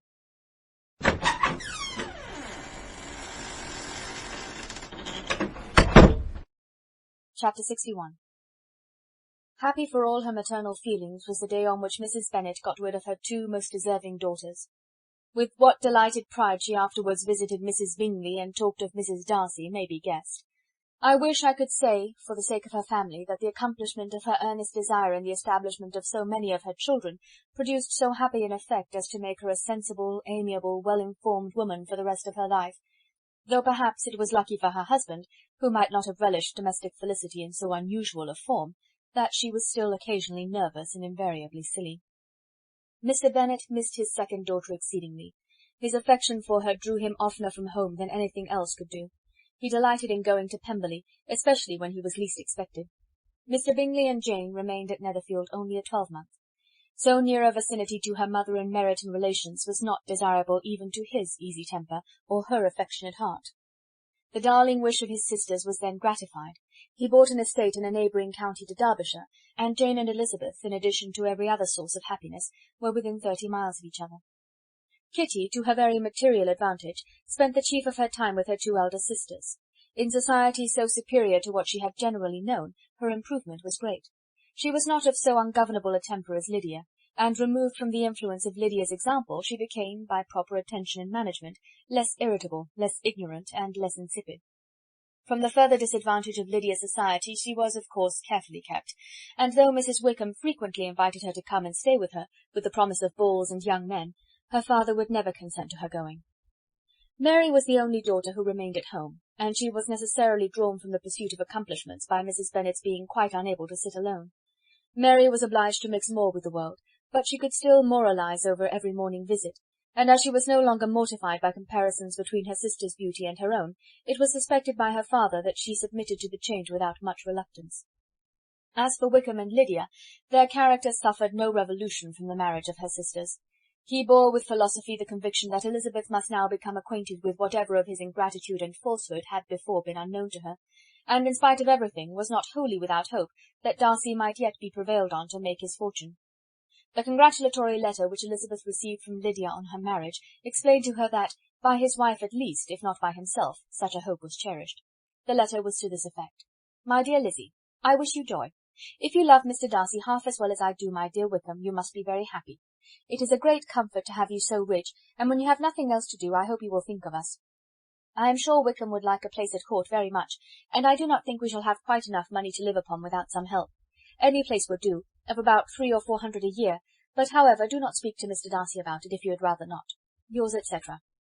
As it happened that Elizabeth had much rather not, she endeavoured in her answer to put an end to every entreaty and expectation of the kind.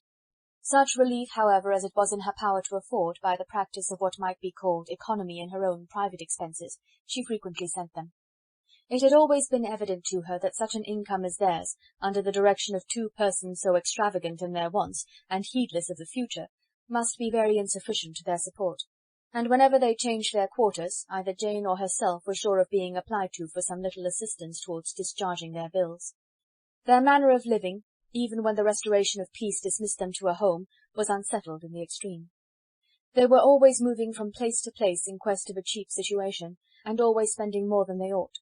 His affection for her soon sunk into indifference, hers lasted a little longer, and in spite of her youth and her manners, she retained all the claims to reputation which her marriage had given her. Though Darcy could never receive him at Pemberley, yet for Elizabeth's sake he assisted him further in his profession. Lydia was occasionally a visitor there, when her husband was gone to enjoy himself in London or Bath, and with the Bingleys they both of them frequently stayed so long that even Bingley's good humour was overcome, and he proceeded so far as to talk of giving them a hint to be gone. Miss Bingley was very deeply mortified by Darcy's marriage, but as she thought it advisable to retain the right of visiting at Pemberley, she dropped all her resentment, was fonder than ever of Georgiana, almost as attentive to Darcy as heretofore, and paid off every arrear of civility to Elizabeth. Pemberley was now Georgiana's home, and the attachment of the sisters was exactly what Darcy had hoped to see. They were able to love each other even as well as they intended. Georgiana had the highest opinion in the world of Elizabeth, though at first she often listened with an astonishment bordering on alarm at her lively, sportive manner of talking to her brother. He, who had always inspired in herself a respect which almost overcame her affection, she now saw the object of open pleasantry. Her mind received knowledge which had never before fallen in her way. By Elizabeth's instructions she began to comprehend that a woman may take liberties with her husband, which a brother will not always allow in a sister more than 10 years younger than himself. Lady Catherine was extremely indignant on the marriage of her nephew, and as she gave way to all the genuine frankness of her character in her reply to the letter which announced its arrangement, she sent him language so very abusive, especially of Elizabeth, that for some time all intercourse was at an end. But at length, by Elizabeth's persuasion, he was prevailed on to overlook the offence, and seek a reconciliation; and after a little further resistance on the part of his aunt, her resentment gave way, either to her affection for him, or her curiosity to see how his wife conducted herself, and she condescended to wait on them at Pemberley, in spite of that pollution which its woods had received, not merely from the presence of such a mistress, but the visits of her uncle and aunt from the city. With the Gardiners they were always on the most intimate terms. Darcy, as well as Elizabeth, really loved them, and they were both ever sensible of the warmest gratitude towards the persons who, by bringing her into Derbyshire, had been the means of uniting them.